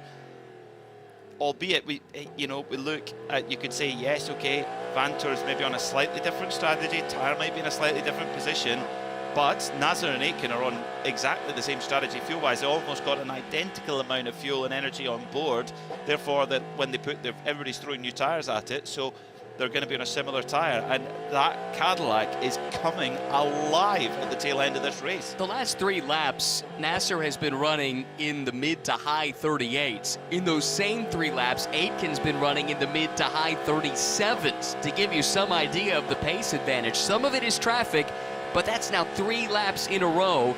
That, to me, is signifying that Aitken feels like he's got a car that is capable of challenging for the win of this race, and he's going to push for all that he's worth. So as Jack Aitken nearly clips 200 miles an hour going into the Le Mans chicane, he has 75% of his usable stint energy ahead. The car ahead, the number 6 of Lawrence Vantor for Porsche Pensky Motorsport, not quite as much, 54% on board. Now with a appropriately timed full course yellow, that could all even back out again, but Vantor is going to have his hands full, and you'd think, Brian Marine, that Porsche Pensky Motorsport will be on the radio saying make it as difficult as possible for Aitken to get past you, because we need you to and not that you're the sacrificial lamb, but as a team for Porsche Pensky Motorsport to be the team in victory lane, whether which car it is, allowing making it easy for that 31 Cadillac to come through is not going to help that goal. So Vantor, his job at this exact moment is to make it really tricky for Aitken to get past. I think that would have been his natural proclivity anyway. Of course. So I don't think that's a message that particularly needs to be sent to Lawrence Vantor, but even if it is, it will be received and he'll get down to business here. That's one of the advantages of splitting your strategy. It's not like you're clearly favoring one car over the other. Battle breaking out in GTD for the lead, and it's changed hands. Nicky Tim has driven to the front around Mattia Drudi. How about it? John Potter and the Magnus Racing team with Nicky Tim behind the wheel lead with 1 hour, 14 minutes to go at Daytona. What a story this would be. Magnus Racing returning once again. They're one of the most long-standing teams in contemporary sports car racing here in North America. They've won it a couple of times in the past, but not for quite a while. The last race win for this team was Lime Rock 2016, nearly 10 years ago. What a story it would be. And you know what? They've got the package underneath. That Aston is a rocket ship, and they've got the man to do the job. One half of the Dane train, Nicky Team.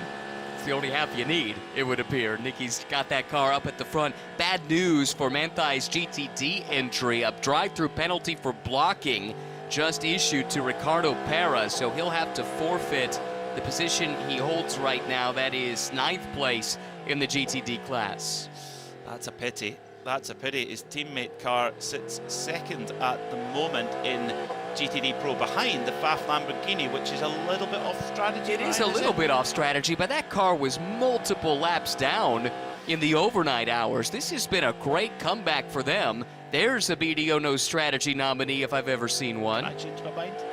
You can. Okay, so that's 2 votes for Pfaff so far. So far. We've got to make our decision before the checker, but I think we've got an hour window to figure it out. Duncan Vincent, you get your vote now. Who are you going to vote for our BDO No Strategy Award in GT? Oh, I think I've got to agree with you guys. The way that Pfaff have come back through the pack is pretty sensational.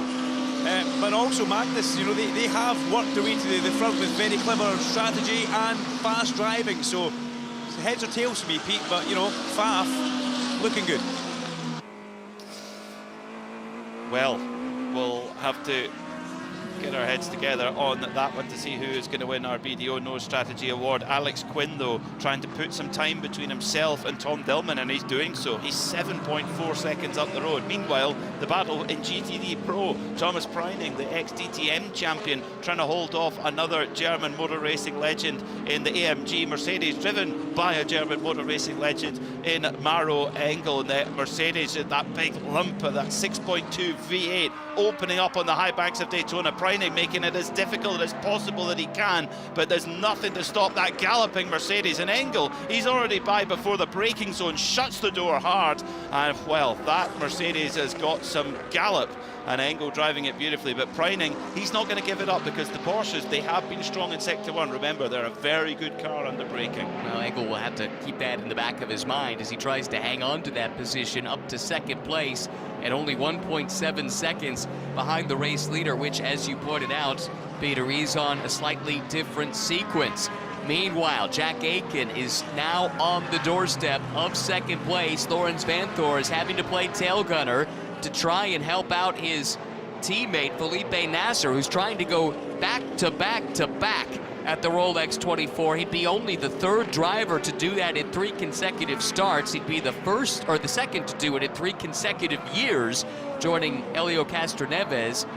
Peter Gregg did it in 3 consecutive starts, but one of the races in that streak, the 1974 race, wasn't held, so a little bit of an asterisk with that one. But great company to keep if you can get it, but still a lot of work to do here, not just for Nasser, but also his teammate who's playing tail gunner at the moment. Vanthoor, who has that Rolex watch on his mantelpiece after last year, switching to the number 6 car for this year. Yeah, his job right now is surely to hold off this charging number 31 Whelen Engineering Cadillac, a car that when you turn on an IMSA race any time from the last 10 years or even further beyond than that, there's a GM car with a big red Whelen livery on it and an Action Express team running it, and normally it's in this sort of position on Sunday afternoon, ready to go and try and win. Last time they did win, though, it's a wee while ago now that they did win, so they'll be desperate to get that. Now, our 2 GTD front runners, they're flirting with a trip to the headmaster's office, right, Marie? Under investigation, the 44, that's Nicky Tim, Magnus Racing. 27, that's Mattia Drudi, Heart of Racing. We saw the end of the sequence with the lead changing hands, but evidently there was contact. Warning, just a warning issued by race control. Nicky Tim noted, but no further sanction. Very interesting. A sigh of relief, I would think, for Nicky Tim. Warning's okay. A drive-through penalty would be pretty disastrous at this stage with an hour and 9 minutes to go. You're getting towards the point in the GTD class and maybe the next 10 minutes or so where you could pit and not have to come back in. It's one of the strategical options open to you. Some will do it, some will not. And if you're following along with us, either on IMSA Radio or on the IMSA World feed on YouTube, welcome wherever you are watching or listening around the world. One essential part of your viewing experience, though, is imsa.com/telemetry. That will tell you how much usable energy both the GTP cars and the GTD cars have, so you can watch them. Are they going to make it to the end? When do they need to pit? You can have that information that we have here in the Ford Racing Global Broadcast Centre. Really big moments here as the leaders in GTP fight their way through traffic problems for the Valkyrie. It's down off the banking on the apron and seems to be limping around. Roman DeAngelis weaving that car back and forth. It does sound like the engine is still firing. It's on a sort of light purr, isn't it?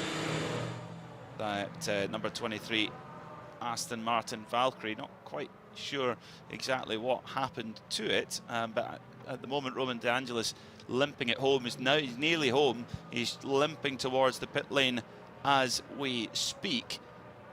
Now, is he going to go straight behind the wall, I wonder? Because if it's something more terminal, or not, something that's more challenging to fix on pit road. But no, it looks like he is going to bring it down pit road, and they're going to have a little look at it and see what's happening. Now, where was he on energy? It's not fuel, is it? Surely not, for the number 23 Aston Martin Valkyrie. Change for the lead in GTD Pro. Mauro Angel caught and has passed Andrea Caldarelli. That's down into the International Horseshoe. The move was made through the tri-oval. Meanwhile, battle on again in GTD. The 2 Astons swapping paint once again. Nicky Tim defending from Mattia Drudi for all he's worth. Well, it's all stress at the Aston Martin Racing because unfortunately the Valkyrie has gone behind the wall, but 2 cars fighting for that GTD win. And remember, Nicky Tim had just received a warning from race control for a little incident with the 27 of Mattia Drudi for Heart of Racing. That's who he's battling for this win, and he didn't leave him a great deal of room on the outside there. So race control, I'm sure, will be keeping a watch on that one as well. Remember, they are both Aston Martin factory drivers. They are playing for keeps, though. Ostensibly, they're on the same team in terms of who pays them, but they're on very different teams here this weekend. Wow, fantastic driving, though, between the 2 of them. The Magnus team, they've been executing at a high level. They had the fastest lap time at the Roar before the 24 last week, talking to team strategist Sean Heckman. He said, he asked me, did you know when Spencer Pumpelly set that time? I said, no. First flying lap of a 3-day test, and it stood the test of time from there. Did they calm down after that, I wonder, and maybe thought, should we just try and hope that nobody noticed that? I don't know what you're insinuating, I Peter. know, neither do I. Philip Ellis on the case now of the Corvette for 13 Autosport. Matt Bell, last year's winner. Little mistake there from Aitken, just got it bouncing over the curbs at the Le Mans chicane, and that's just allowed a little bit of reprieve for Lawrence Vantor. Now, Renger van de Zandt had told the press in the media centre during the night that Porsche were just playing with them. Is Lawrence Vantor playing with Jack Aitken right now? Because the closer he's got, all of a sudden it's as if Vantor said, no, I'm out of here. Well, both of the Porsches, and Vantor in particular, was doing quite a bit of lifting coast earlier, but I don't think that fully explains the situation, because Aitken, pushing as hard as he is, isn't losing from an energy perspective relative to Nasser. He's been 0.5% or thereabouts down, really, this entire stint. So I get the sense now that they're all pushing roughly as hard as they can. Vantor has to feather the throttle a little bit more because he's in an energy deficit, and anything he can save will shorten up that final pit stop. What we're probably safe to say, though, is that if we went green all the way, they only need one more stop for all of them. It's just that there's going to be slightly longer stop for Vantor. So if we stay green, that's the unknown. That's the bit where we have no confirmation. We have no way to guess that. So unfortunately, it's been a difficult race for the Aston Martin Valkyrie number 23, and Roman De Angelis has just hopped out and caught up with Duncan Vincent in the garage. Yeah, the Harder Racing number 23 Valkyrie is getting work done in the background, and I've got Roman here, so it's quite loud. What went wrong in your eyes? What do you think right now? Yeah, I mean, something related to the steering or suspension. I was just on the banking, and the steering got quite heavy, so I went down to the apron. Luckily, I was in a quite safe spot. Could have been in a worse area. I was all alone, so yeah, then nursed it back, so we're not really sure. Obviously, didn't keep driving. But yeah, for sure something related to steering or suspension, something feels off, so we're good. We could see you in the television feed trying to get a feel from something by going from left to right. Yeah, exactly. Just trying to see if I could feel if it was something in the steering rack or a puncture or whatnot. I didn't have any alarms on the dash, and obviously we can see when there's a puncture, but it had that sort of similar feeling, so. Man, thank you very much. Yeah, thank you. Big thank you to Roman De Angelis for taking the time to speak to us. It's always disappointing when you have to take the car behind the wall. Now the gap has come closer again, back down to 0.4 of a second between the second place number 6 Porsche of Lawrence Vantor and Jack Aitken in the number 31 Whelen Cadillac. They've got an LMP2, the PR1 Brian Herta car in between them. Sure, Vantor won't mind that at all. He'll say, yeah, if you could just stay there, that'd be great. You just follow me. Follow me all the way home and keep that pesky red Cadillac away from me. Just get the sense that traffic is going to have a part to play in all of this. Right now, everyone's on relatively equal footing. Just a little LMP2 traffic for the leaders to work their way through, but inevitably, they'll get into a gaggle of whether it's P2s or GTs more likely, and who reads the traffic, who makes the critical mistake, leaves the door open maybe, or gets caught up in some contact. How many times have we seen a race like this determined by who reads the traffic best as we get down to the wire? So often, so often. Jack Aitken now very much an integral part of this Whelen engineering crew, but also of the Cadillac program.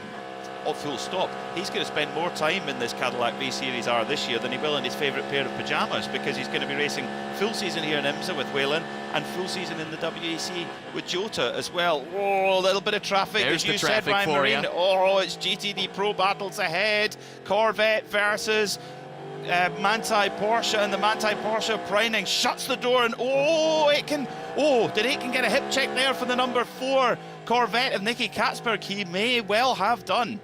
Yeah, how about that? A couple of GM products there, banging wheels in different classes. This is not great news for Aitken, but really not much you can do there if you're Nicky Katzberg. That's for position. That's for the final step of the podium in GTD Pro. Preining doing a great job trying to fend off that Corvette at this late stage. And Corvette know that they have a car that can win the race. They've shown that pace all through the event. But is it going to be another year of so close but so far for particularly the number 4 Corvettes. Let's see, but being stuck behind the 911 Manthey Porsche will certainly not help that goal. Just a quick strategy note, we also have some LMP2s starting to pit here. I think we got to look at what just happened a moment ago. Maybe talk us through that and I'll get to the strategy in a second. So Aitken goes to the inside line, but there's a Manthey Porsche in the way. Then the number 4 of Nicky Katzberg decides to go around the outside at turn 1. That door gets shut, and then Katzberg has nowhere to go. They don't touch, in fact, but Aitken felt that there was a touch coming and had to then make a bit of avoiding action. Aitken's got to get on the brakes way earlier than he normally would because the road is simply blocked. There's 2 big GT cars in the way as they come around the left-hander.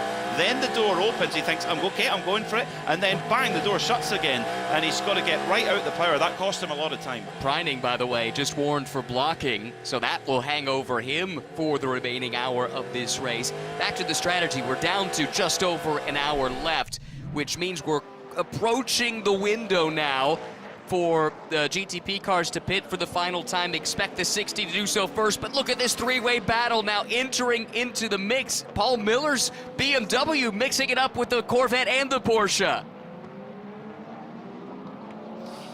Well, as we head into the final hour of the 64th running of the Rolex 24 at Daytona, let's have a VP Racing Fuels in-race update.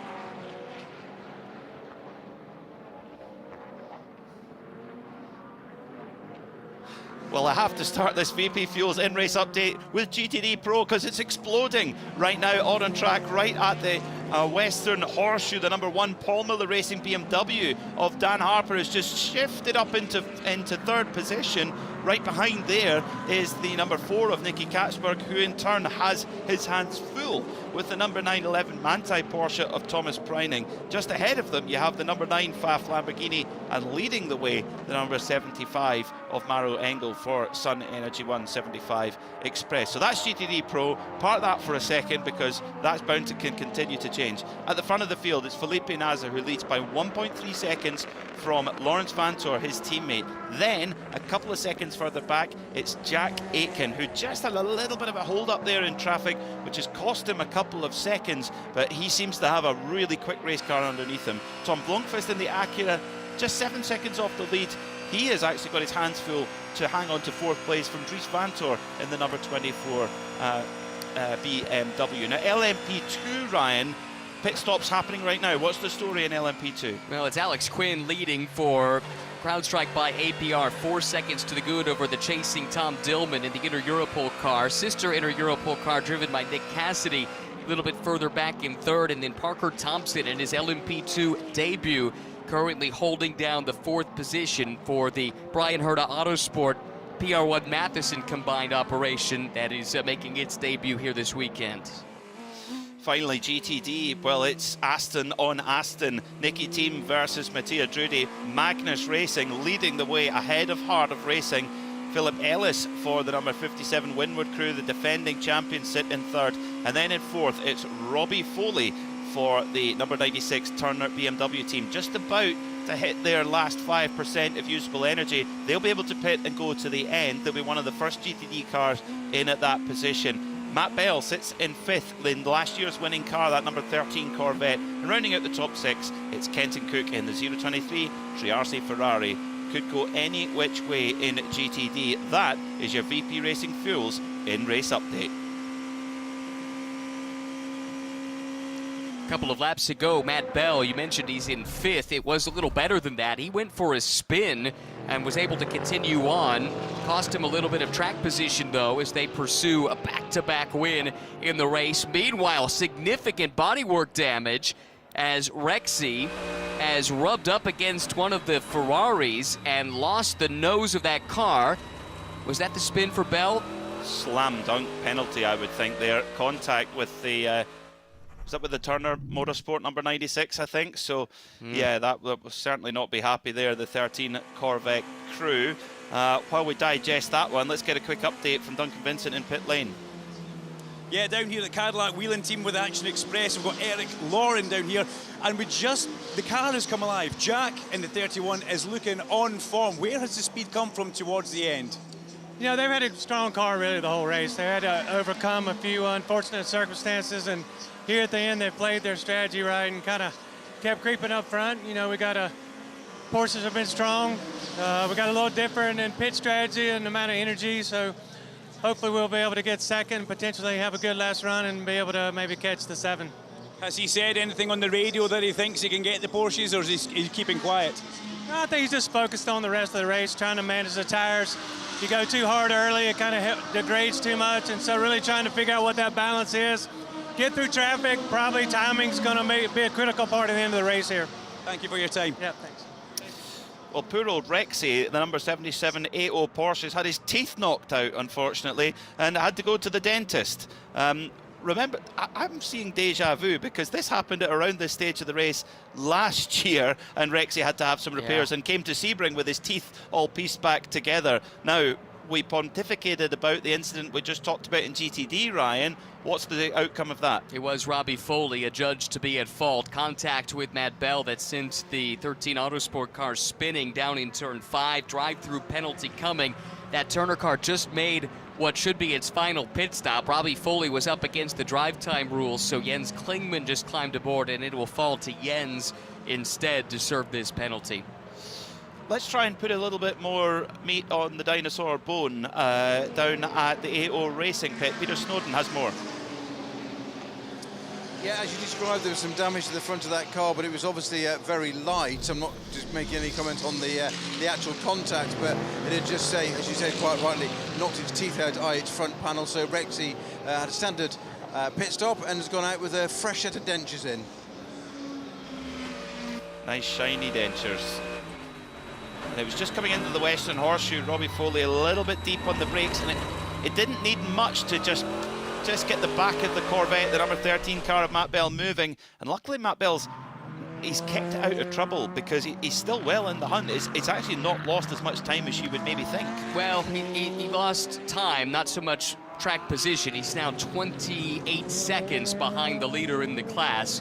That said, you're right. They're just a full course yellow away from being right in the fight again, as they were last year, where Matt was the hero of the day. That final stint in GTD, legendary stuff, helping what was at the time known as AWA, now 13 Autosport, pick up that famous win.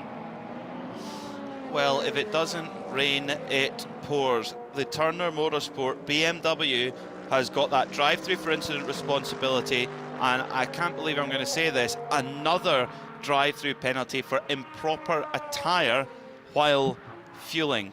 So even the most experienced teams in the game, when it comes down to the heat of battle, mistakes can creep in. This is a human sport, that's why we love it. But Turner, none of those drivers have ever been on the podium ever at the Rolex 24. They were looking good to challenge for the top step of the podium. That's going to make it really challenging now, those two drive-through penalties. Yeah, in comes the leader in GTD. Felt like this could have been their kind of day. Not just the leader, though, in GTD, Peter. Both of the top two, both Astons are in for what should be their final stop. So now it comes down to the pit crews to execute, to not make that mistake that takes them out of the fight. Certainly our front runner for our BDO No Strategy, Pfaff Lamborghini, have fought their way forward while the Magnus Racing stop continues. Let's get down to the Pfaff garage and catch up with Sandy Mitchell. Yes, Andy Mitchell just having a watch of what's going on in pit lane just now. Clever strategy and well-executed pit stops has brought you guys right into the game today.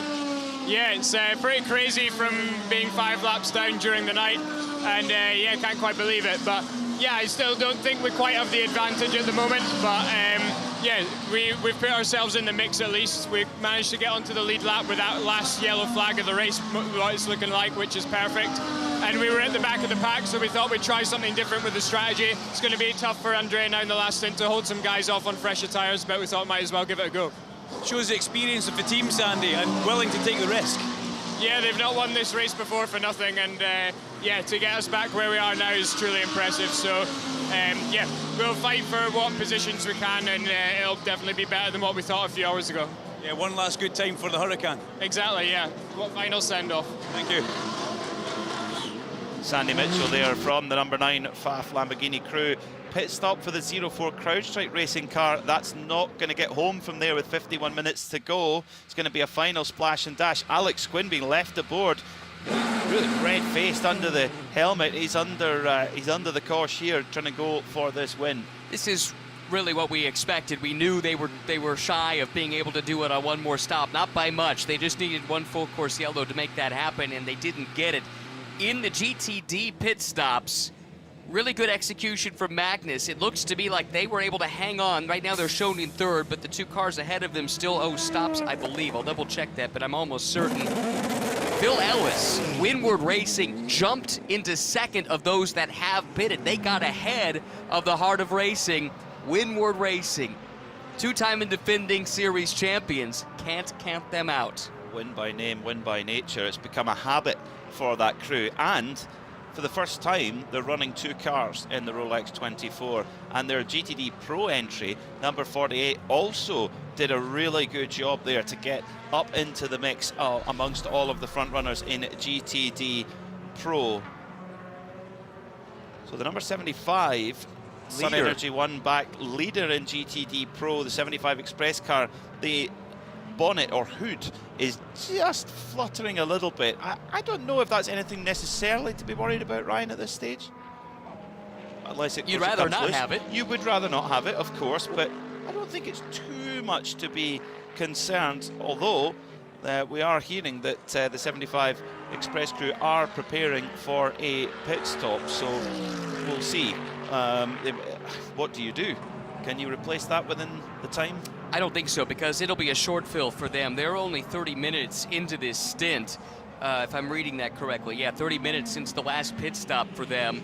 So I think they're going to want to get that car serviced and sent as quickly as possible, and then just hope for the best to hope that hood holds in place. They've executed pretty well. They had their share of miscues in the middle of the race, but have rebounded nicely, and as expected, they've turned it over to the Mercedes ace, Mauro Engel, to try and take it home. He's driven them to the front. Now he's got to keep it there. Porsche Pensky Motorsport are about to bring their number 6 to the pit road. Indeed, Lawrence Vantor ducks down to the pit road, will look to hit his marks for what should be the final pit stop for this car for the 2026 Rolex 24-hour at Daytona. Now, does Vantor stay aboard for the run to the flag? He will not. Looks like it's going to be a driver change. Duncan Vincent. Driver change down there for the Penske Porsche car, as in comes the 93 Acura, and it's all got suddenly very busy in the pit lane here. The Shank Racing car very much under the loving care and attention, with some sticker Michelins going on with that brand new tread pattern that we see them for 2026. Also, the JDC Miller car is in the pit lane as it rumbles down, and what a good showing they've had through the course of this Rolex. Watching the far end, you can see the Penske guys still making sure they get every bit of fuel in there, as are the Acura. And who's going to win the race off pit lane? Well, Est gets it moving, and away he goes. Sorry, not Est. Difficult to see who actually went into that car. I'll have to let you call that one, Pete. Well, thank you very much, Duncan. We're coming towards the last 55 minutes of the race, and as they say, if you've got it, use it at this point.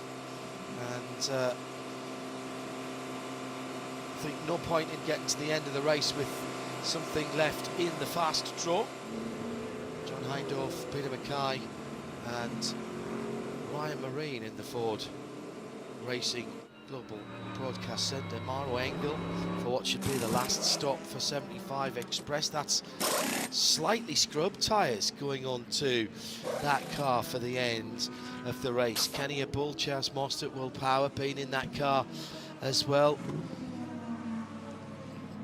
We've got the Whelen Cadillac on the pit road from third position at the moment. This will be their last pit stop. Surely a brand new set of Michelins, yes indeed, going on to there, and they'll give a clean screen to the driver Jack Aitken, who I can't imagine is getting out of that one either. Look at the names of the drivers: Philippe Nasser, Dries Vantor, Louis Delatraz, Jack Aitken, Kevin Estre, Nick Yellowly, Nico Peña, Marco Wittmann, Tom Blomqvist, all in the fight at the front of the field. A slip up, a spin, a quick yellow flag. This could still turn the fate of the 64th running of the Rolex 24 at Daytona. A side-by-side slap with another car, maybe. Kevin Estre getting locked up on his outlap, going into turn 7 last time around as he came past one of the GT Ferraris in his quest to chase down the Andries Vantor BMW. That might have been just before he pitted, actually. As he comes across the line now, his teammate Felipe Nasr leading by 10.1 seconds. Well, it's taken a while to get going, but I've been sitting holding my breath next door. 200 mile an hour side by side, racing down into the first corner. Final pit stop for the leader, Felipe Nasr comes in. No thought of getting out. Just a 3-driver team here with Julian Andlar and the new German sensation Lauren Heinrich in that car. The red and white helmet impassively sitting in the car. New set of Michelins again, brand new set of Michelins. And the energy level with 45 minutes to go, they'll fill it. This will not be a time stop. He'll want to go full rich to the end here, Ryan. They'll fill him up. He's trying to go 3 for 3, back to back here with the Rolex 24. Really good pit stop. You're right, it was a total full fill for the Porsche Pensky team. They send Felipe Nasr back out. Now we wait to see where he blends in. Team car already made the pit stop. The car that had been chasing them, Jack Aitken, made the pit stop. Jack was on such a charge, but it was stymied about midway through the stint. It seemed like maybe he didn't have the balance in the second half of the run. So that means this stretch right here where he's got fresh tires, that could prove crucial. Peter Mackay's been watching on as well. What are you seeing, Ryan? Well, Aitken is ahead of the other Porsche now, and that's not how they were running when this pit sequence began. So Action Express able to get Aitken out ahead. Oh, the Grello car off at turn 3 on the grass, just as that number 7 Porsche 963 came out of the pit lane. There was a close call with the GTs there. And that is not over either. That is the 7th place car for Thomas Preining, the Austrian driver, former Porsche Young driver. And there was a moment there where it all looked a bit sketchy. Sketchy indeed, yeah. And while Felipe Nasr is desperately trying to get these new Michelins up to temperature, the Michelin has worked super hard on getting that warm-up a little bit better. Of course, no tire warmers here in the IMSA WeatherTech SportsCar Championship, and that vision pattern around the tyre is the idea is to get a conversation going about the renewable materials in the tyre, but what the drivers really want to know, will it heat up faster, will it last longer over a stint? And generally the feedback is yes, and we've seen that the outlaps have been quicker than they have been in the past. The hotter temperature helps as well. Now heavy GT traffic for Felipe Nasr as they go into Le Mans chicane, and Aitken is all over him. Aitken is all over him, and this is your battle for the lead of the motor race. 43 minutes to go, the same strategy, it's a dogfight. Action Express was able to get Aitken the position in the pits to get him up to second. Now, can he chase down and do something with the 2-time defending winner of this race, Felipe Nasr? Nasr now with a little bit of heat at the tires, but Aitken with a head of steam starting to reel him in through the tri-oval. Now, who's got the ponies? Round the outside is the quicker run, but you've got to be right up alongside. It's down to under 0.3 of a second on the infield, down towards the International Horseshoe. Traffic ahead, GTD cars, and a defensive line now being taken by the Porsche driver, Felipe Nasr, still leading the motor race with 42 minutes to go. I think they thought they had this one slightly more under control. They were worried about the cooler temperatures in the nighttime. Is this just Felipe Nasr being cautious and warming his tyres up after that pit stop? Does not want to put too much energy through the Michelins. He's got the best of the traffic there as he goes on to speedway turns 1 and 2, and for the moment at least, the charge from the Cadillac and from Jack Aitken is repelled. Jack Aitken in a groove right now, trying to put the pressure on Felipe Nasr, but Nasr will only get quicker as that tyre comes up to temperature and pressure. Now there is a little bit of an energy disparity between them. The track position and time has been gained by Whelen Engineering not filling that 31 Cadillac winning car to the absolute brim. There's about a 3% difference between what they have. Now that's a lap. Well, he pitted a lap later also. Ah, true. Yeah, so they're both going full rich then. I think they've got the performance to go there. So it's now just a straight fight. Nasser versus Aitken, Porsche versus Cadillac. And there's a BMW on the third step of the podium as they run, but Marco Wittmann is going to have to go on a fuel economy run or an energy economy run the rest of the way. Just 66% energy for him and his BMW, and Kevin Estre starting to close in with 85% energy.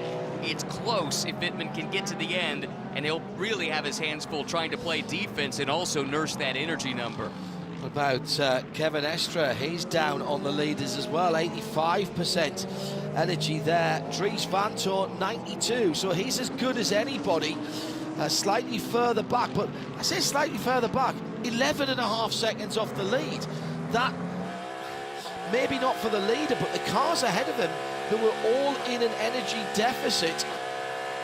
Dries Vanthoor in the number 25 BMW, still in with a shout of this race. Other drivers who are doing okay, not again necessarily for the race win. Louis Delatraz, he's doing okay, 92%, while the cars ahead of him have got 85 and 72%.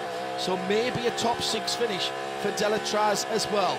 But all of our attention is rightly at the front of the field as Tom Dillman rejoins in the second place now. LMP2 car for Inter Europol. CrowdStrike from Inter Europol twice in LMP2. In GTD Pro, it's Manthey, the Grello car, ahead of Paul Miller Racing's BMW. Winward Racing, 75 Express and Ford Racing, all disputing that one. And in GTD, the Lexus. Where's the Lexus come from? Barely called that car's name. That must be out of kilter. It is. That's exactly right. They owe a stop here. So that one a little bit off strategy. The Aston of Magnus, the Mercedes of Winward, and the Aston of Harter Racing. Those are the cars that are battling for the top 3 positions in the GTD category. Just under 40 minutes to go. Gorgeous weather. Track temp as hot as we've seen it all week now. 30 Celsius is 93 Fahrenheit. I think we got up to about 96 or 97, so a couple of degrees here or there. 26 in the air, more than pleasant. Final stops for 1 or 2 LMP2 cars, and significant ones as well, as the number 22 United Autosport car comes in. Spike the Dragon in the gold colours comes in, wins. Number 52, Brian Herder Autosport, that's just gone out of the pit lane with Parker Thompson behind the wheel. So those will be the last stops for the P2 cars. It's not over, guys. Very, very tight, because the number 43 into Europol car pitted or left the pits with 40 minutes to go, so might not be able to go absolutely full rich. Depends where the white flag actually falls in one way. That's how tight it's going to be. Oh, and that's always the conundrum, Ryan, isn't it? Because if you are not the lead class, you are not in control of your own destiny as to where the end of the race is. Only the leader is. That's right. Now, there will be telemetry for the teams. They have these very complicated strategy software programs that incorporate AI that can kind of predict these things based on the pace that we're running, but things can change, things can happen that you wouldn't expect. That could change that equation there in the final few minutes. They'll do their best to plan for those contingencies, though. Jack Aitken doing a little bit of lifting and coasting aboard the number 31 Whelen Engineering Cadillac, so maybe thinks that he could do with a little bit extra energy, albeit it was in a sequence of traffic going into the Le Mans chicane, so maybe thought there's no point charging in and then losing momentum, better to get a good exit out of the Le Mans chicane. And I suppose if you save a little bit, you can then burn a little bit more at other places. But Felipe Nasr, he's doing his job right now with last lap by 9/10 of a second quicker than Aitken. But remember, Aitken was held up quite a bit in traffic. And what do we always say, gentlemen? What does traffic do? It gives. And it takes. Didn't even rehearse that. That was very good. So 36 minutes now. 5 minutes past 1 in the afternoon. Hello to those of you watching around the world. Joe Bradley's got his feet up in Dubai after a hard day's work at the Dubai International Kartdrome for the O-Plate meeting. Hello, Joseph. You're enjoying what you're watching and listening to. Can I just very quickly say thank you very much to Casey, to Rebecca, to Rachel, to Sean and the rest of the staff in the IMSA suite just off to our left, who've been looking after us during the race. We haven't had time to get back across to the middle, and it's been so busy to get back into the midfield and see the guys at Apex. The Sheffers team looked after us earlier on in the week absolutely brilliantly, but it's been great company, great service, and met some nice people in there just off to our left hand side. Time to squeeze in another pit reports. Here's Duncan Vincent. Yeah, Ford Racing for the lovely Mustang GT3. We've got Frederick Verfish here. Fred, you're in a great position right now. Seb on track, leading the way. I mean, it's a great feeling towards the end of the 24 here, the Rolex 24. Yeah, it would be perfect if the race would finish now, of course. But yeah, we're clearly on a different strategy. I think the whole race we did a great job, but we didn't have the outright pace, so we're trying to win it on a different way. And yeah, let's see. It's still 40 minutes, I think, so or 34 minutes. So yeah, we will see what's going on. So you guys need a little bit of maybe outside help from somewhere else. Yeah, 100%. But I think it's a great goal, what we're trying, and we have nothing to lose. So yeah, it's exciting, the last 30 minutes. Frederick, thank you very much. And great to see the Ford Racing name back in the IMSA WeatherTech Championship. Yeah, they've had a, I think you would call it a more than happy run in that car. Big changes to that machine, the Evolution kit helping the competitor teams, and every single competitor team has said that they feel that the Evos have moved that car on by a margin. Remember, it was they were first and third last year. 65 car, Seb Prio. There'll be two very excited Prio parents in Guernsey at the moment who are tuned in. Hello to Andy and to Joe. And I absolutely know, if they're not here, that is, that they will be tuned in, watching and listening. Known Andy and Joe for a very, very long time. Two hard-working people in the community as well. And congratulations to Joe, relatively recently, was honoured in the honours list for all of her hard work in the Channel Islands with various local charities dear to their hearts. So that's both of the Prios actually now have letters after their name. They do. Where do they find room in the house for all the awards now? Well, absolutely. Well and the trophies. And all the trophies, yeah, a lot of trophies, especially now Seb's racking them up with a fair amount of regularity. But if we stay green, as Frederick Vervies just mentioned, it's not going to work out, unfortunately, for the 65 Ford Racing Mustang. And what that means, if we do stay green, is that your net leader in GTD Pro is Dan Harper for Paul Miller Racing, BMW #1. They've had a couple of different heartbreaks over the last couple of years in GTD Pro, where they've come close. He's about 3 seconds ahead of Maro Engel. Now, when was the last time we had a driver come up to chat to us in the booth and then go on to win the race? It's not unheard of. It's not, of course it's not, but I cannot remember the last time it was. The other thing I would say, I have to say that obviously the Ford is just hanging on there now at the moment. They've rolled the dice and they're waiting for it to come up. Even if there was a full course yellow now, does it really help them? Not really. They've still got to come down the pit lane. The only thing that would help them would be that they could come in and they would get a tiny splash of fuel, would be to chuck new tyres on, and then they just got to hope that their new tyres would be enough to overcome the other cars that would be on slightly older tyres. That would be it's the only play I can see, but maybe I'm missing something. Aaron Thielitz, our out of sequence Lexus down the pit lane, which means that Nicky Team heads to the front of the field.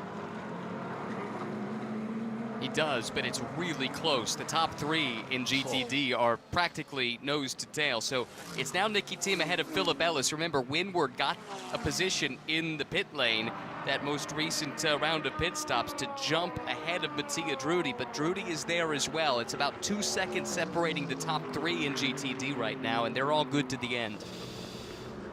Got that incident from earlier on between the BMW of Marco Wittmann, the GTP car, and the 033 Ferrari of James Calato under review. Let's go down to Duncan in the pit lane, watching the P2s as well as the GTDs. Yeah, just got a glimpse of the Pratt Miller car going behind the wall up beside the Porsche Pensky Motorsport entrance. That car's been through the wars today, actually, that orange car, orange and black. It's a bit of a shame, but I'll make my way around to see exactly what's happening. I was kind of hoping that if one of the Porsches would win, it would be the number 6 car, because I'd like to see the die-cast of that with all the damage on it, to be honest. Let's go to Arjuna, who's setting himself up in the Mobil 1 Daytona 24-hour, Rolex 24-hour victory lane, and he has the man who we can thank for all of the weekend's action and all of the logistics of how they've gone so well. Frank Kelleher is with Arjuna. I'm imagining what it would be like here in a couple of minutes' time to have that Rolex, but Frank Kelleher, president of the Daytona International Speedway, another amazing Rolex 24. Just how special has it been for you to see the fans enjoy this edition of the Rolex 24?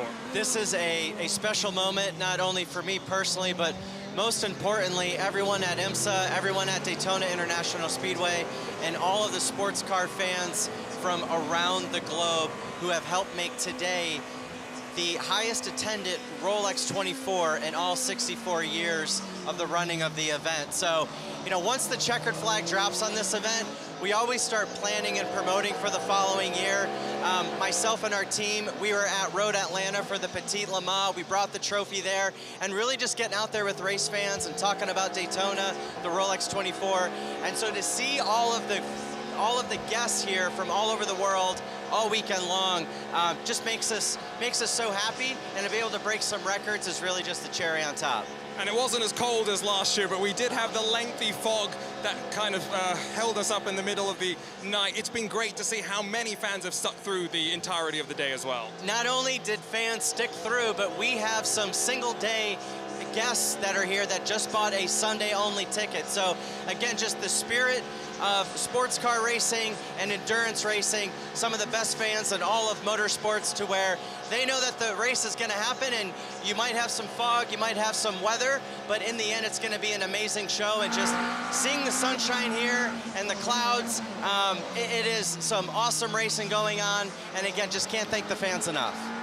Thanks, Frank. We're really excited to be back here next year. But also, John, we have to say a big shout out to all the fans that have been with us here at the 64th running of the Rolex 24. Yeah, the date is already set for next year. That was announced earlier on in the week, and start making your plans January the 28th to the 31st.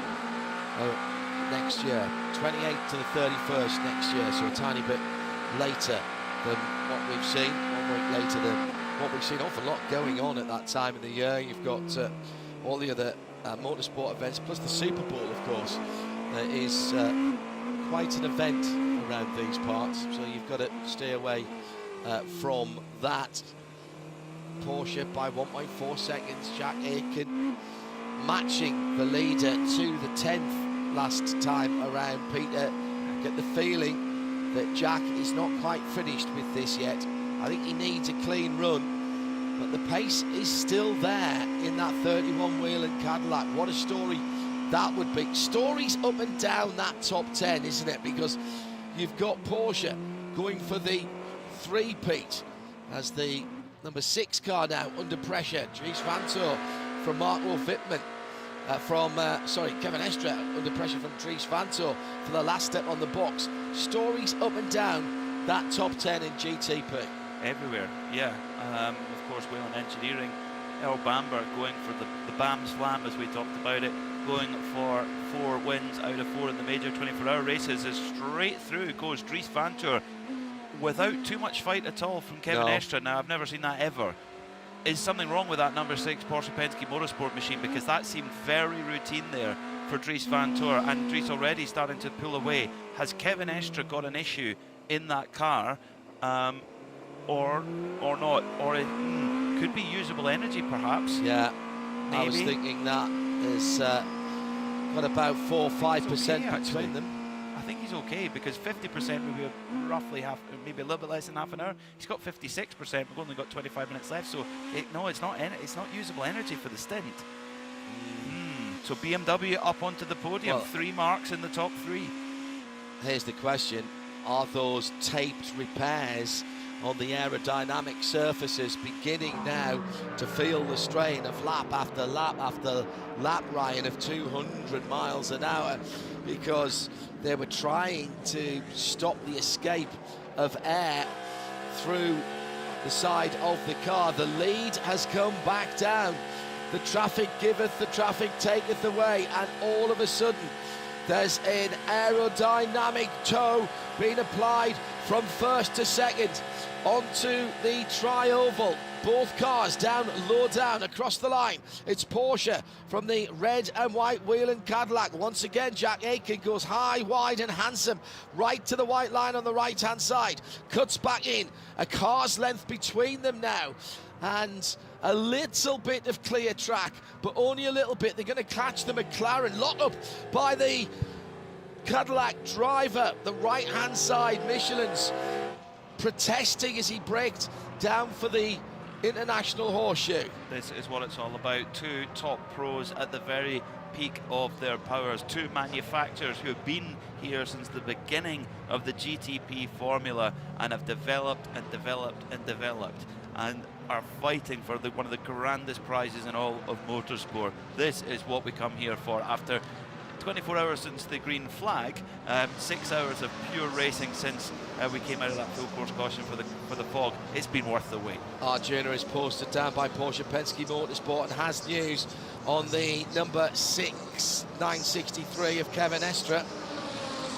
Remember, John, that Laurens Vanthoor posted on social media early in the race that they had been nursing what they thought was unfixable damage, and that may be part of why they are struggling, but also reports of potentially a part falling off the car when Laurens Vanthoor was last in the Porsche Pensky machine, and so that's what they're nursing. Another update for you, John, in the GTD Pro battle. The number 1 Paul Miller Racing BMW has no radio communication with their driver right now as we head into these tense final moments on the run to the checkered flag. Across the stripe again and down to turn 1. Aitken is ever closer. He feints to the right, dives to the left, but covered by Felipe Nasser. So that was a slight change of tactics that time, Ryan. Normally, Jack stays very, very wide and tries to do that outside pass. He feigned to do that and dive back in. Felipe Nasser did not move to the outside to cover him, and so the pass was not made. Changing the line of attack slightly, Absolutely. changing the visual in the mirror for the race leader. Nasser maybe trying to force a miscue, but Felipe's a tough one to phase. That's on full display. Oh, he's got problems here coming out of the Western Horseshoe. Just had to delay getting on the power. The Pro Lexus, sorry, no, that is the GTD Lexus, was just there. Nothing they could do. Aaron Thielitz just sitting on his line onto the high banks again. The Cadillac holding on to the Porsche as they go round the Sun Energy 75 car that's been such a brilliant, had just such a brilliant run. Mauro Engel in second at the moment. Down to the Le Mans hairpin, there's traffic here for the leader. Here's the chance for Jack Aitken. Got a time, his throttle application coming out of the Le Mans chicane perfectly. Oh, I think he might have taken slightly too much curve there, Peter, but he's been getting a great draft through the trioval. And we're now into the sector of the racetrack where no one can touch the 31 Whelen Engineering Cadillac. It's been the fastest in that sector all race long, and if you can pick up a draft, even better. Here they come through the trioval. This could be the pass for the lead with 21.5 minutes to go. Aitken waits, he goes down below the yellow line and he's cut off immediately. Door slammed in his face by Felipe Nasser. Looked like he was waiting until the very last minute. It was almost like a soccer player taking a penalty in a shootout. He was trying to make Felipe Nasser, as the goalkeeper in that analogy, he was trying to commit him first and then go the other way. And that was so close to contact between those two. But PMAC is absolutely right. That Whelen Cadillac is absolutely fleet of foot, Ryan, in that last sector. If there hadn't been an LMP2 car to give a tow to Nasser, good point. I'm not sure he would have held on. That was amazing, watching the Cadillac close in and almost get alongside. Understeer at turn 6 for the Cadillac in second. Jack Aitken is struggling with the front grip on that car, or at least was that time around. These cars pretty evenly matched since they came out of the pits.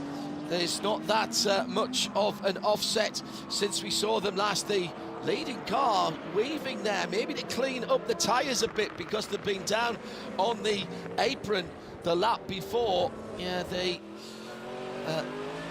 GTD lead is now being disputed. Down on the inside, the Winward Racing, number 57 of Phil Ellis has Nicky Team on the high side. Aston Martin versus AMG, front engine cars, both with the same engine. They almost touch, I think they did touch, as they're coming down to the braking area for the Le Mans chicane. And who's that in behind them? Is that a significant car? No, I don't think it is.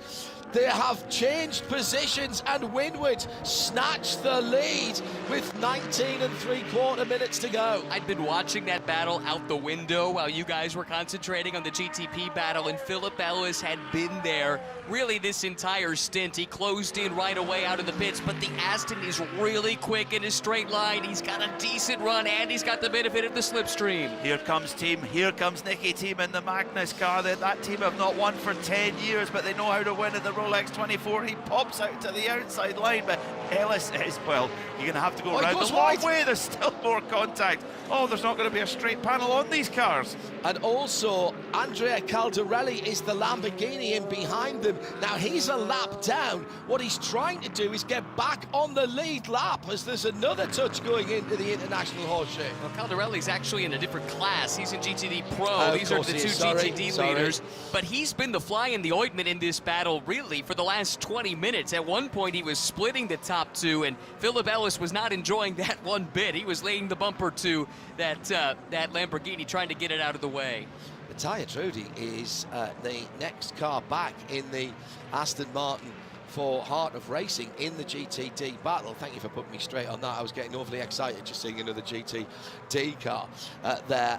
But Matthias only 4.2 seconds behind that battle. He's been steadily losing ground, though. What he needs is the top two to start fighting amongst themselves. That might be his chance to get closer. Yeah, exactly. I think he might get his wish somehow.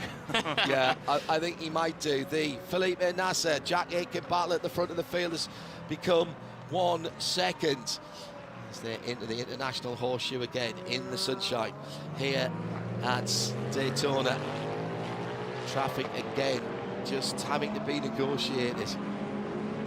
Imagine the concentration, gentlemen, that is going on. You have one of the biggest races in the sports car calendar that kicks off this season. You have one of the most prized trophies in sports car racing, being the Rolex Cosmograph Rolex 24 Daytona Winners Watch.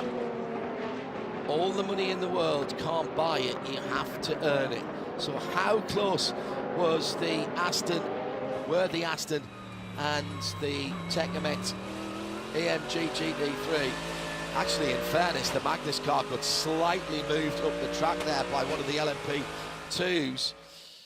Oh, that's all a bit intimidatory going down the braking area, but I think that's all right, and I'm not sure, in fact, I'm pretty sure there wasn't any contact, Peter. there was coming out of turn 6 quite a bit, wheel-to-wheel banging, and in the front of the field a few laps ago, that nearly moved there from Aitken. Well, NASA having to shut the door hard. Julian Andler and teammate Lauren Heinrich watching on. I'm sure they have 0 fingernails left. When Dries Vanthoor sees that, he's going to realise how close he was to winning this race if he doesn't already. Because the front two very nearly took themselves out there, and that would have Coming back benefited. to GTD, if I may, Yeah. Philip Ellis, remember Mobile 112 as a Sebring last year? It was a proper touring car race, DTM style, between him and Jack Hawksworth, and Ellis didn't mind getting his elbows out to win that race. And remember Jack Hawksworth after that race on our Michelin Countdown to Green show, he said he's got one coming. So all that proves is that when it's a dogfight for the win, Ellis will not back down for anyone. Significant car on the pit lane. That is the number 343, Nick Cassidy, second place in LMP2. They've fallen 16 minutes short. We kind of thought that would be the case. That removes a little bit of the pressure from the 04 crowd strike by APR. They need to pit again. Car. 43's in the pound seat. 43's in the pound seat because the 04 has to pit with 10 minutes to go, roughly. The 43 pitted with exactly 40 minutes to go. That should get them home. I wouldn't want to guarantee it, but should do. Tell you what though, it's going to be tight, you know, because it's 54 seconds between the leader and Tom Dillman in third place. It's 45 seconds down the pit lane and a splash of fuel. But then you cut a bit out. Oh, I don't Slow know. down, speed up. I don't know. But it's a shorter run through the pit lane than it is round turn 1 and 2. In comes the CrowdStrike car. From the lead. From the lead. So here we are. Now, what we've got to watch is the number 43 Inter Europol car. Where is that on the track? It is just coming down to the Le Mans chicane. Just coming to the Le Mans chicane. So let's keep an eye on it. It's pretty easy to spot in the middle of the Le Mans chicane now. The 04 car being serviced. Oh, they're gone. Has it They're gone? good. They just needed a splash. Not even close. Not even close. Here comes the Inter Europol car out of Speedway turn 4 and onto the tri-oval. And I'm just waiting to see the distinctive colours of the 04 getting back up to speed. Yep, there it is. It's out and away. So, wow. Now, if we're talking then about the BDO No Strategy Award for Prototype, you've got to say that was a pretty plucky call to go that deep. They probably had 5 minutes or so more fuel in the tank. They chose that time right there to get it done. And actually what they've done is they've dropped that car, that 04 car, into a nice gap in the field so that we can settle back in and let Alex Quinn do his job. That is very clever indeed. Is it finally their turn? They've come so close so many times. Is it finally their turn, the 04 CrowdStrike crew? For George Kurtz, who you'd think how he's developed his skill behind the wheel, the drivers that he's given the opportunity to, the development they've had in that crew, they've come so many close a couple of times. Within inches. Yes, a few years course, back. Ryan, yes. With the Proton car. And remember, that car was pointed the wrong way. Turn 1, lap 1. Yeah, that is sneaking ever closer for my BDO No Strategy. Likewise.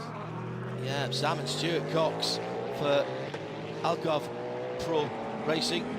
Absolutely unbelievable. Shall we have a quick word with Stuart? No, let's not. I don't want to curse it, because if it goes off now, he'll never forgive us, Duncan, and I've got to see him at lots of racetracks. Let's leave it a little while before we start congratulating the big fella. Leaders in traffic, and once again, turn 6 is the issue. Trying to get the cars turned in there. Looks like Jack Aitken's front tyres have slightly come back towards him. He had a better turn in there in turn 6 than the leader, Felipe Nasser, in the number 7 Porsche. One thing we noted on the previous stint, he caught the two Porsches hand over fist in the first half of the stint, but once he caught them, his advantage seemed to equalize to the Porsches. That's what he's going to have to try and protect against here in the final 12 minutes. Yeah, final 12 minutes, and we've got a half a second between first and second. Cars producing their lap times. Very different. Nicky Team down the inside, trying to retake the lead at turn 1 in the GTD category, with Philip Ellis parking the 57 AMG on the apeces of turns 1 and 2. Just put yourself in Bryce Ward and Russell Ward's shoes right now. Bryce, father of Russell, who's driving in this car, who's been sitting watching on the pit wall. The effort that they put into their motorsport programs is hard to quantify, and they've had the results, championships the last couple of years, but to pick up yet another Rolex, what a story this would be for the benchmark team in GTD. But on the flip side, it's Magnus Racing. That's not a full-time team. They haven't won a WeatherTech championship race in a decade. They've had success here in the past, but it's been a while. This would mean so much to both teams involved. And for Spencer Pompelli, on his 25th Rolex 24, his 249th IMSA WeatherTech SportsCar Championship race, it's too much. Yeah. To go and lie down in the darkened room. It's not been a great start to 2026 for Winward either. Their forays into the Michelin Asian or Middle East Cup rather, with Krevennik in the Michelin 24-hour series, did not turn the results they wanted to. They didn't get the mileage they wanted, but they have snagged the big prize in sports car racing. Max Verstappen will be driving with them in the Nürburgring Nord Schleifer long distance series and at the ADAC 24 hours of the Nürburgring. That's the chosen team, and here comes Nicky again. He's there, he'll go to the high side. Now, Philip Ellis will have to stay down. They touch, and somehow they hold their line. That was the right-hand side of the AMG to the left rear of the Aston Martin. I think team was through there. May have even been scored in the lead of the lap. Yes, he was. How did those drivers? That's 185 miles an hour, and both cars pitched sideways in a Hollywood movie style at the end of this race. I cannot believe that we are not looking at a huge incident there. Both drivers with hands as quick as you like, reflexes like a feline on energy drink, the pair of them. Huge black Michelin tyre marks from the AMG. Well, perhaps Mr. Einstein wasn't quite right, and maybe the laws of physics are slightly more selective than we thought. There can't have been more than an inch from the right-hand haunch of the Magnus car up on the high side and the wall. There may even be a bit of the Daytona wall on the edge of that Aston Martin for Magnus Racing. Wow, that they are playing for keeps. And since that, Ellis is away. Yeah. Ellis has cleared away 4 or 5 car lengths already. I wonder if there's any suspension damage to either of those cars. It looked at me and saw Philip Ellis absolutely nailed the throttle to get that car straight. Meantime, the leader is apparently doing some kind of console game challenge where you have to pass 26 cars in 2 laps. He split 2 cars as he was going through there, including that battle that we've just described to you for GTD. How close was that? They've also got Spike in there, down to the inside, through the middle. Oh my goodness. I think that was down to the inside, through the middle. I think that's a bowling knot, isn't it? I learned that when I was in the Cub Scouts. Give Dane Cameron credit. He saw that coming absolutely. And moved to the high side. Nothing of this. And that's his old team that's coming through, Porsche Pensky. They didn't necessarily leave on the best of terms. It was not the way that they wanted that relationship to end on either side, but when push comes to shove, he's not in the middle of a fight, and he did the sportsmanlike thing and made sure he did not impede. Although GTD is stretching out the gap with Ellis grabbing a couple of car lengths away from Nicky Team, the gap is shrinking in GTD Pro. Dan Harper, who's put in a superb final stint, is now starting to be reeled in sector by sector by Maro Engel in the 75 Express AMG. The gap now only 2.6 seconds between them with under 7.5 minutes to go. Just cue up the Jaws music here. There's a certain inevitability about this coming together in the next 2 or 3 laps right there. VDO knows strategy. We've had the nominations for the GT category, I think it has to go to the FAF car. They've played. This is not about one single decision. They were laps down and they have played the cards that they've been given. They're going to fall just short, I think. Well, you know what? They're only 2 seconds behind now Max Martin as well. I was going to say they're going to fall just short of a finish on the podium. That may actually even get better. Let's get back to the 2 lead battles that we've been watching through turns 1 and 2. It's very, very tight, and a warning for the number 57 Philip Ellis Mercedes. Incident responsibility with 44. I suggest that's because he pushed him up the track a little bit, and he's now having to defend again down to the international horseshoe. 2 battles for 2 significant class leads here have less than a second when you add them together, and now lap traffic is going to, or lapping traffic is going to play a part maybe as the BMW squeezes through one way, then the other, almost hits the back of the number 57, and that Windward car does not want to give up the inside line here because he's racing. Now surely somebody's got to be on the phone to the BMW number 24. That's one of the prototype cars, and say, look, these guys are fighting, they're not going to give you an inch. And Ellis made it very clear, I am taking the line here. You know, either try it at your peril. Made that very, very, very clear, and had to do it in this split second. Nicky Team's not giving this up after that little incident. You thought maybe is he starting to fade? No, not a bit of it. He is playing for keeps. So though is Philip Ellis, but 2 completely different scenarios here. Windward Racing, they're a full season team. They're, you know, 2 times champion, going for 3 in a row in the category. They've got to get those championship points, whereas Magnus unlikely to do the full championship. Maybe Michelin Endurance Cup, we don't know, but to get a Rolex 24 win, a 3rd one for that team, wow, what a story it could be. But it's impossible to call, absolutely impossible to call. In the BDO No Strategy Award, as I keep my eyes on about 17 different things at once, I'm looking very, very closely. Oh, hang on, here he goes again. Nicky Team, you see, as soon as we decide to forget Nicky, I think he's got to go over the top into turn 1. He's persisting with the throw the car at the right, dive to the left. I think Team's got to go over the top and try and do that quicker entry into turn 1. I'm looking at CrowdStrike by APR, gentlemen. They toughed it out. They made a quite brave move. It could have gone terribly wrong for them. It hasn't, but that's part of the game. And actually, it was a lot less close than I thought it would be. Totally agree. No argument. Yeah, okay. 0-4 it will be for the prototype category.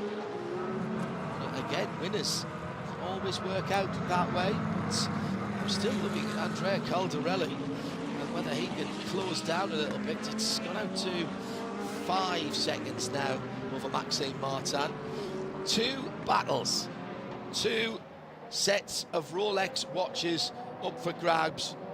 4 teams hoping that they will go away with the Cosmograph on their wrist. The watch that was designed to go to the moon and submitted to NASA, that didn't happen. Instead, it has become a style and design icon in motorsport. We're going to go 3 to go. We're going to go quite deep into overtime here, and I tell you what, Felipe Nasr and Jack Aitken will be very glad that their teams gave them 100% of the allowable energy, because they're going to need it. Particularly Jack Aitken is going to need it to get to the end. He's probably going to end up with less than 1 lap left of fuel left. Oh, so close. 1.3 seconds the gap. It had got down to nearly half a second between Nasr, the leader, and Aitken in the Cadillac in second. 4 classes, 2 minutes 50 seconds to go. No class lead is bigger than 6.9 seconds at the end of nearly 24 hours. I mean, if you take the 6 hours out, that's after 18 hours. Fair enough. That was a neutralised portion of the race, but I'm not taking anything away from that. But there will be the pedants who tell us. I don't think these teams are also good. I agree. think it wouldn't make much difference. We have had some very long green flag runs as well, where the performance of the cars and the teams have been allowed to be shown. So Is Jack Aitken gaining? I don't think he is. A 38.6 last time. He lost quite a chunk of time. It's 1.3 seconds to the leader. So we're now going to, as we have done many times, concentrate on the street fight in the street car-based class on the high banks. It is Philip Ellis, for such a long time considered a specialist on the Nürburgring Nordschleife. He is so much more than that. Been part of the Windward setup for a wee while now. Windward, we know them here. They've got a parallel organisation based in Altenbach in Germany, run the AMG operation in DTM and a number of European competition. And as I said, they've been chosen to run the Verstappen Nürburgring campaign. Team again, maybe not quite as close this time. Does he go to the outside? He is going to the outside. I think this is his best chance. Got to tough it out now. Side by side to the white line. Cut it back if he's going to get underneath. Try and force the Aston wide. Get the power on. No, can't do it. The AMG tightened in nicely as the Aston was trying to go wide round the outside. But it's defensive driving now by the leader in class. And Philip Ellis knows he's got a battle on his hands. Now, how close, gentlemen, can Nicky Team stay to the Aston? The Aston seems to have the handling chops. The AMG has the handling chops on this part of the circuit. And it's really from the exit of the Le Mans chicane to turn 1 where the Aston is gaining huge amounts of wheel spin there by Team. White flag is out, 3.56 miles for Porsche. A date with destiny awaits Felipe Nasser and the rest of the number 7 Porsche 963 Porsche Pensky Motorsport crew. And think of his teammates. Julian Andler has never won an IMSA race before, and he is a lap away from putting a shiny Rolex watch on his wrist. For Lauren Heinrich, he's won a championship before, but never in this car. And to win the Rolex 24 on his 963 IMSA debut, what a story. 75th anniversary for Porsche Motorsport, 60th anniversary for Team Penske. What a way to start 2026 if they can hold it off. Controversy about them pulling out of the FIA WEC. The critics have been answered here. All the eggs in one IMSA basket, maybe. Oh, big slide though by the leader. Is that half a chance for Jack Aitken? He's just a little bit too far back, I think. But this then is what they wanted. They wanted to come back here to conquer, to do the 3 in a row. And there's half a lap now between this car and setting an extraordinary record. Not unprecedented, but in the current era, this is very impressive indeed. Porsche Pensky Motorsport on the high banks through turns 3 and 4, and it'll be Philip Nasser who brings it home. For 3 in a row, Porsche Pensky Motorsport and the brilliant Brazilian Felipe Nasser does it again, just ahead of Whelen Engineering. 3 in a row for Porsche here at Daytona. We'll get some reaction in a moment, but we must find out what's going on in GTD, where Phil Ellis was just on a second ahead of his nearest rival Nicky Team in the Aston Martin. They're coming around the far side of the circuit now, and there's a bit of traffic there as well. It is the number 48 car right ahead of the leader. Dan Harper anchors home Paul Miller Racing to the Pro GTD win ahead of the Sun Energy 75 in second, and Maxime Martin for Mercedes in third position for Windward. And here is the other car, the 57 with the flag of Texas on the roof. This is the big one for Russell and Bryce Ward. When they started this company a few years ago, they have brought it to the very top of endurance racing, and along with Lucas R, Indy Donchi, who's been with them for a while, and Russell Ward, Phil Ellis is a Rolex 24 at Daytona winner. Fantastic execution. This team, championship wins each of the last couple of years in GTD, now a Rolex 24 as well. And CrowdStrike by APR. So much heartbreak over the years. All of those demons thoroughly exercised. It comes down to the young Briton Alex Quinn to take it home, to take the LMP2 class crown. Let's pick up some reaction from Happy Crews. Let's go to Arjuna Kankapati first of all. I'm here with the Porsche Pensky Motorsports crew. It's 3 in a row for the number 7, but Lauren Heinrich, it's your first. How excited are you feeling right now? It's incredible. I'm lost for words, to be honest, you know, to stand here today on the pit stand in Daytona and to get my first Rolex 24 win. In the end, overall, I mean, I have to give it to my team, Team Penske, Porsche Pensky Motorsport, Felipe, Julian, they are incredible, and I'm just so happy for Felipe, you know, to achieve this, you know, lifetime goal for him. Thank you. Congrats, Lauren. In the CrowdStrike garage, and it has erupted down here for LMP2. Stewie Cox has got tears in his eyes. Congratulations to you, a couple of winners. Yeah, fantastic.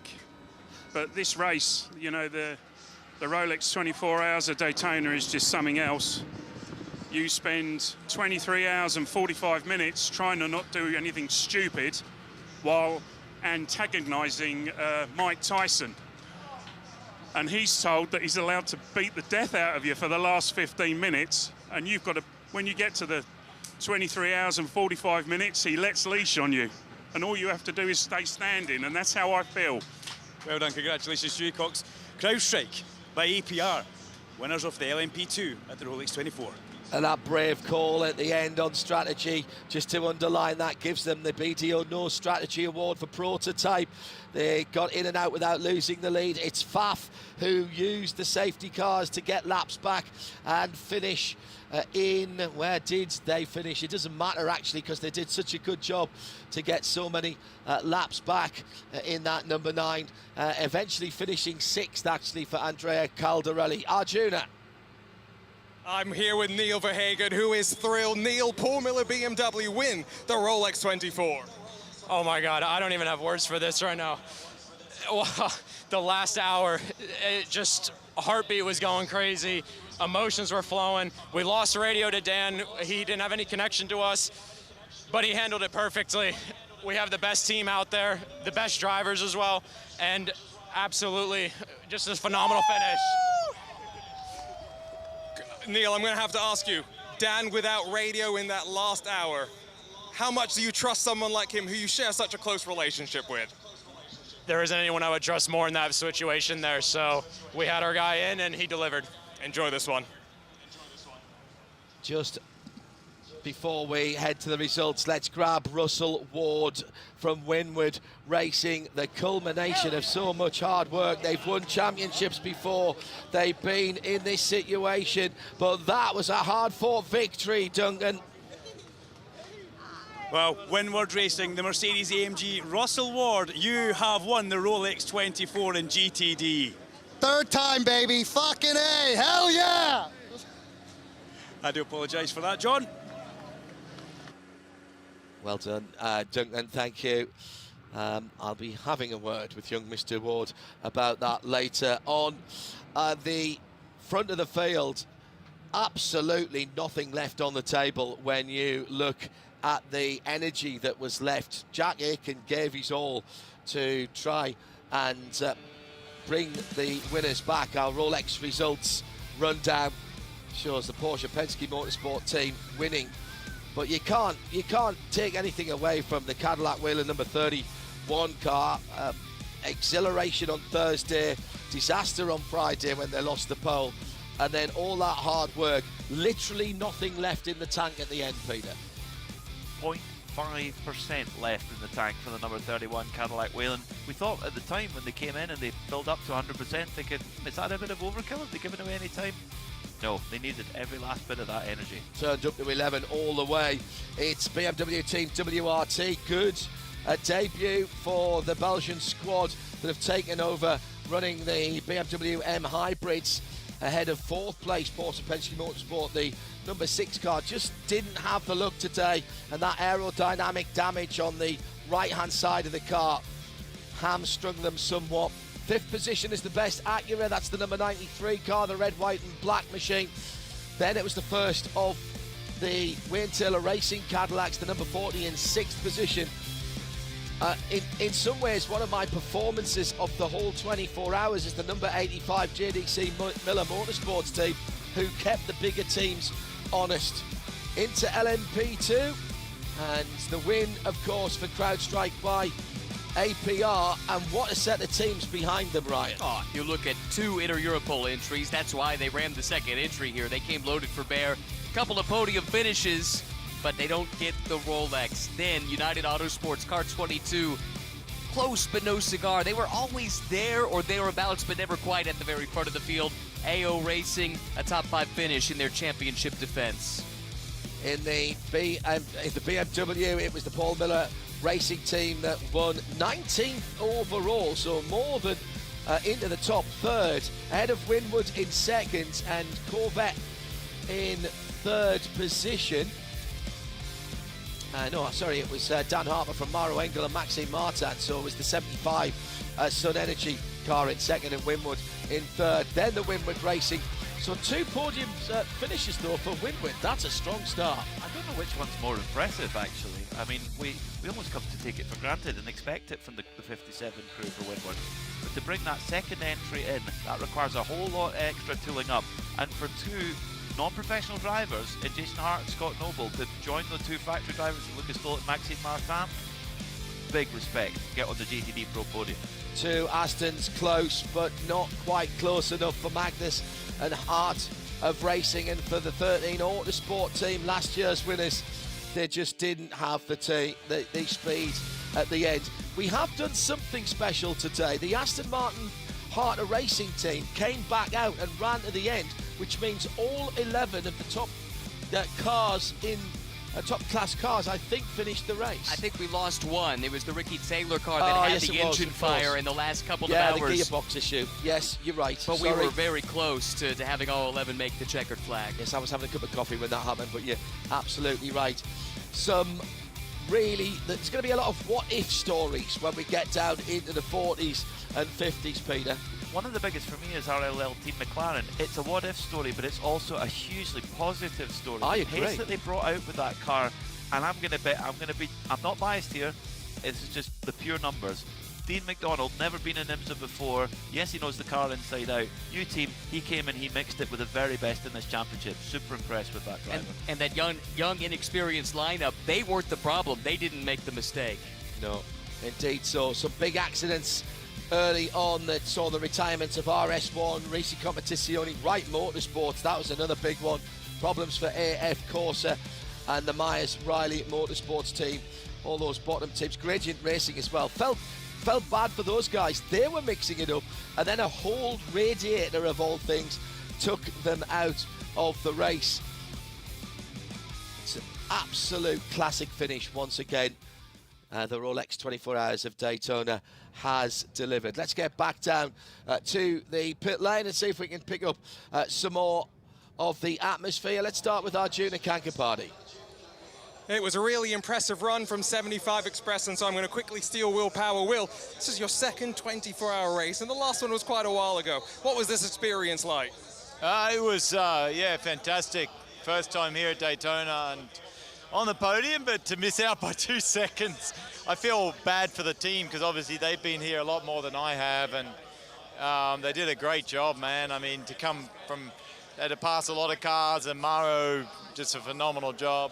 Just came up a little short at the end.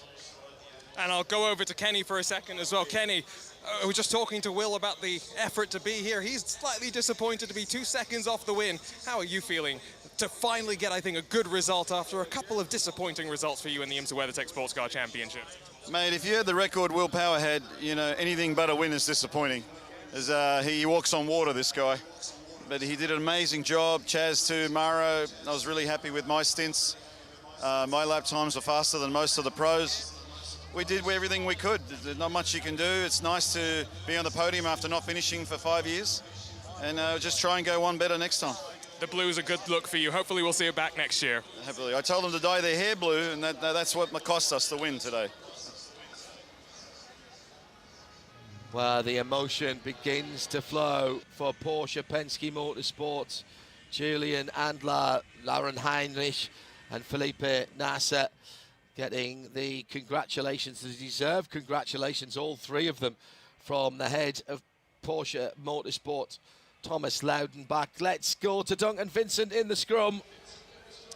Yeah, we got the 24 car here, the BMW M team for WRT. Rennie Rast, Robin Freins and Sheldon van der Linde, but we've got Robin Freins right in front of me here.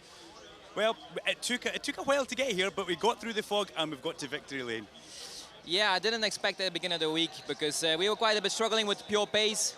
Qualifying was not great, but we came back strong and it was great communication with the team. I think WRT, as the first time in Daytona, together with BMW, did a great performance altogether, and I think we really maxed out our package we had today. Great stuff, and I did come to speak to you earlier on, Rennie, but you were too busy, you were too nervous to speak to me. Exactly.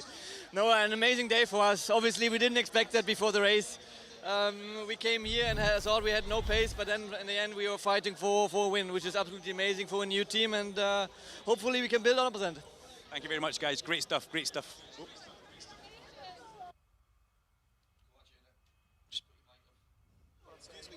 I'm down here at the Porsche Pensky Motorsports winning celebration right now. There's so much emotion going on as Felipe Nasser greets Roger Penske here down in victory lane. I'm going to let them enjoy this moment, John, sink in what is a third consecutive Rolex 24 win. I called it Penske perfection when I was coming into the weekend, what could potentially put them in this position, and they have done a great job to deliver. As much as, yes, they may have looked to have the fastest car, look how close it was all the way to the very end. John, I think TV is going to grab them, so I'll try and grab someone else in just a couple of seconds. Yeah, lots of emotion down there in the pit lane and in the victory lane, should I say. And this is a big one. This is a big one. It won't be Le Mans this year or next for Roger Penske. Well, actually, next year is a different thing, but it won't be this year. Roger Penske quoted in the week as saying he can't imagine going back to Le Mans without it being with Porsche. We'll see about that. Well, and Porsche has also talked about wanting to be back in the World Endurance Championship in the next couple of years as well. Yeah, if the circumstances are right. Correct. Yeah. So, you know, you can't count it out entirely. Both parties desperately would like to be back. It's a product of circumstance, not desire, that they're in this position right now. But I don't think they're thinking about that at the moment. They're soaking up a win in another classic race. This one here at Daytona stands on its own as well as a monumental achievement. Let's go back down to the victory lane. Here's our Jenna. Julian Andalauer celebrating here with Lauren Heinrich and Felipe Nasser. Julian, it's a historic moment for Penske Porsche. How are you feeling? I mean, yes, it is. I'm so glad to be part of it. I mean, it's been a fantastic journey, I think, from Porsche Pensky Motorsport over the last 4 years, and winning 3 times in a row for Felipe in the Car 7 is just amazing. And to be part of it today is great. I mean, I think with Lauren, we did a great job together with Felipe as well to run with no scratch on the car. I mean, look at the beauty. Just a little bit of some pickup on the car, but otherwise the car was running perfectly. Fine, no issue. I mean, fantastic job from the whole team, great strategy. We put down some amazing work since the roar, so I couldn't be more happy than that. And winning my first IMSA race as well, it couldn't be any better. And Felipe Nasser once more on top here at the Rolex 24. Felipe, how stressful was that final stint of the race as you were being chased down by the Cadillac Whelan on the run to the checkered flag? It's just incredible. I have no words to describe it. It was a really race to the wire there, and the tires were getting older and the 31 getting closer. I had a few, you know, mishappenings with some unlucky traffic, but that's racing, you know. I'm just so proud we brought the car once again to victory lane. 3 in a row, baby. 3 in a row. Congrats. Well, that's all the class winners that we've spoken to. We will have Michelin post race tech coming up very shortly. Hashtag Michelin PRT at IMSA Radio. Get involved. Your questions will be how we follow through this program as we look back at an extraordinary 24 hours in so many different ways. We'll keep we'll keep the guys down at victory lane to pick up some more reaction from what is going on down there as the formalities go on. Quick thank you to Mike and Leah and the rest of the PA team who have been brilliant this weekend. They're a couple of glass boxes off to our right, and once again it's been an absolute pleasure working with true professionals and problem solvers like they are. So it's only sad that we do it once a year, to be honest. Thank you both, and to all the staff here at the Daytona International Speedway. What a run it has been. That looks like they were F-35s, by the way, that went across yesterday, now that I've seen them properly.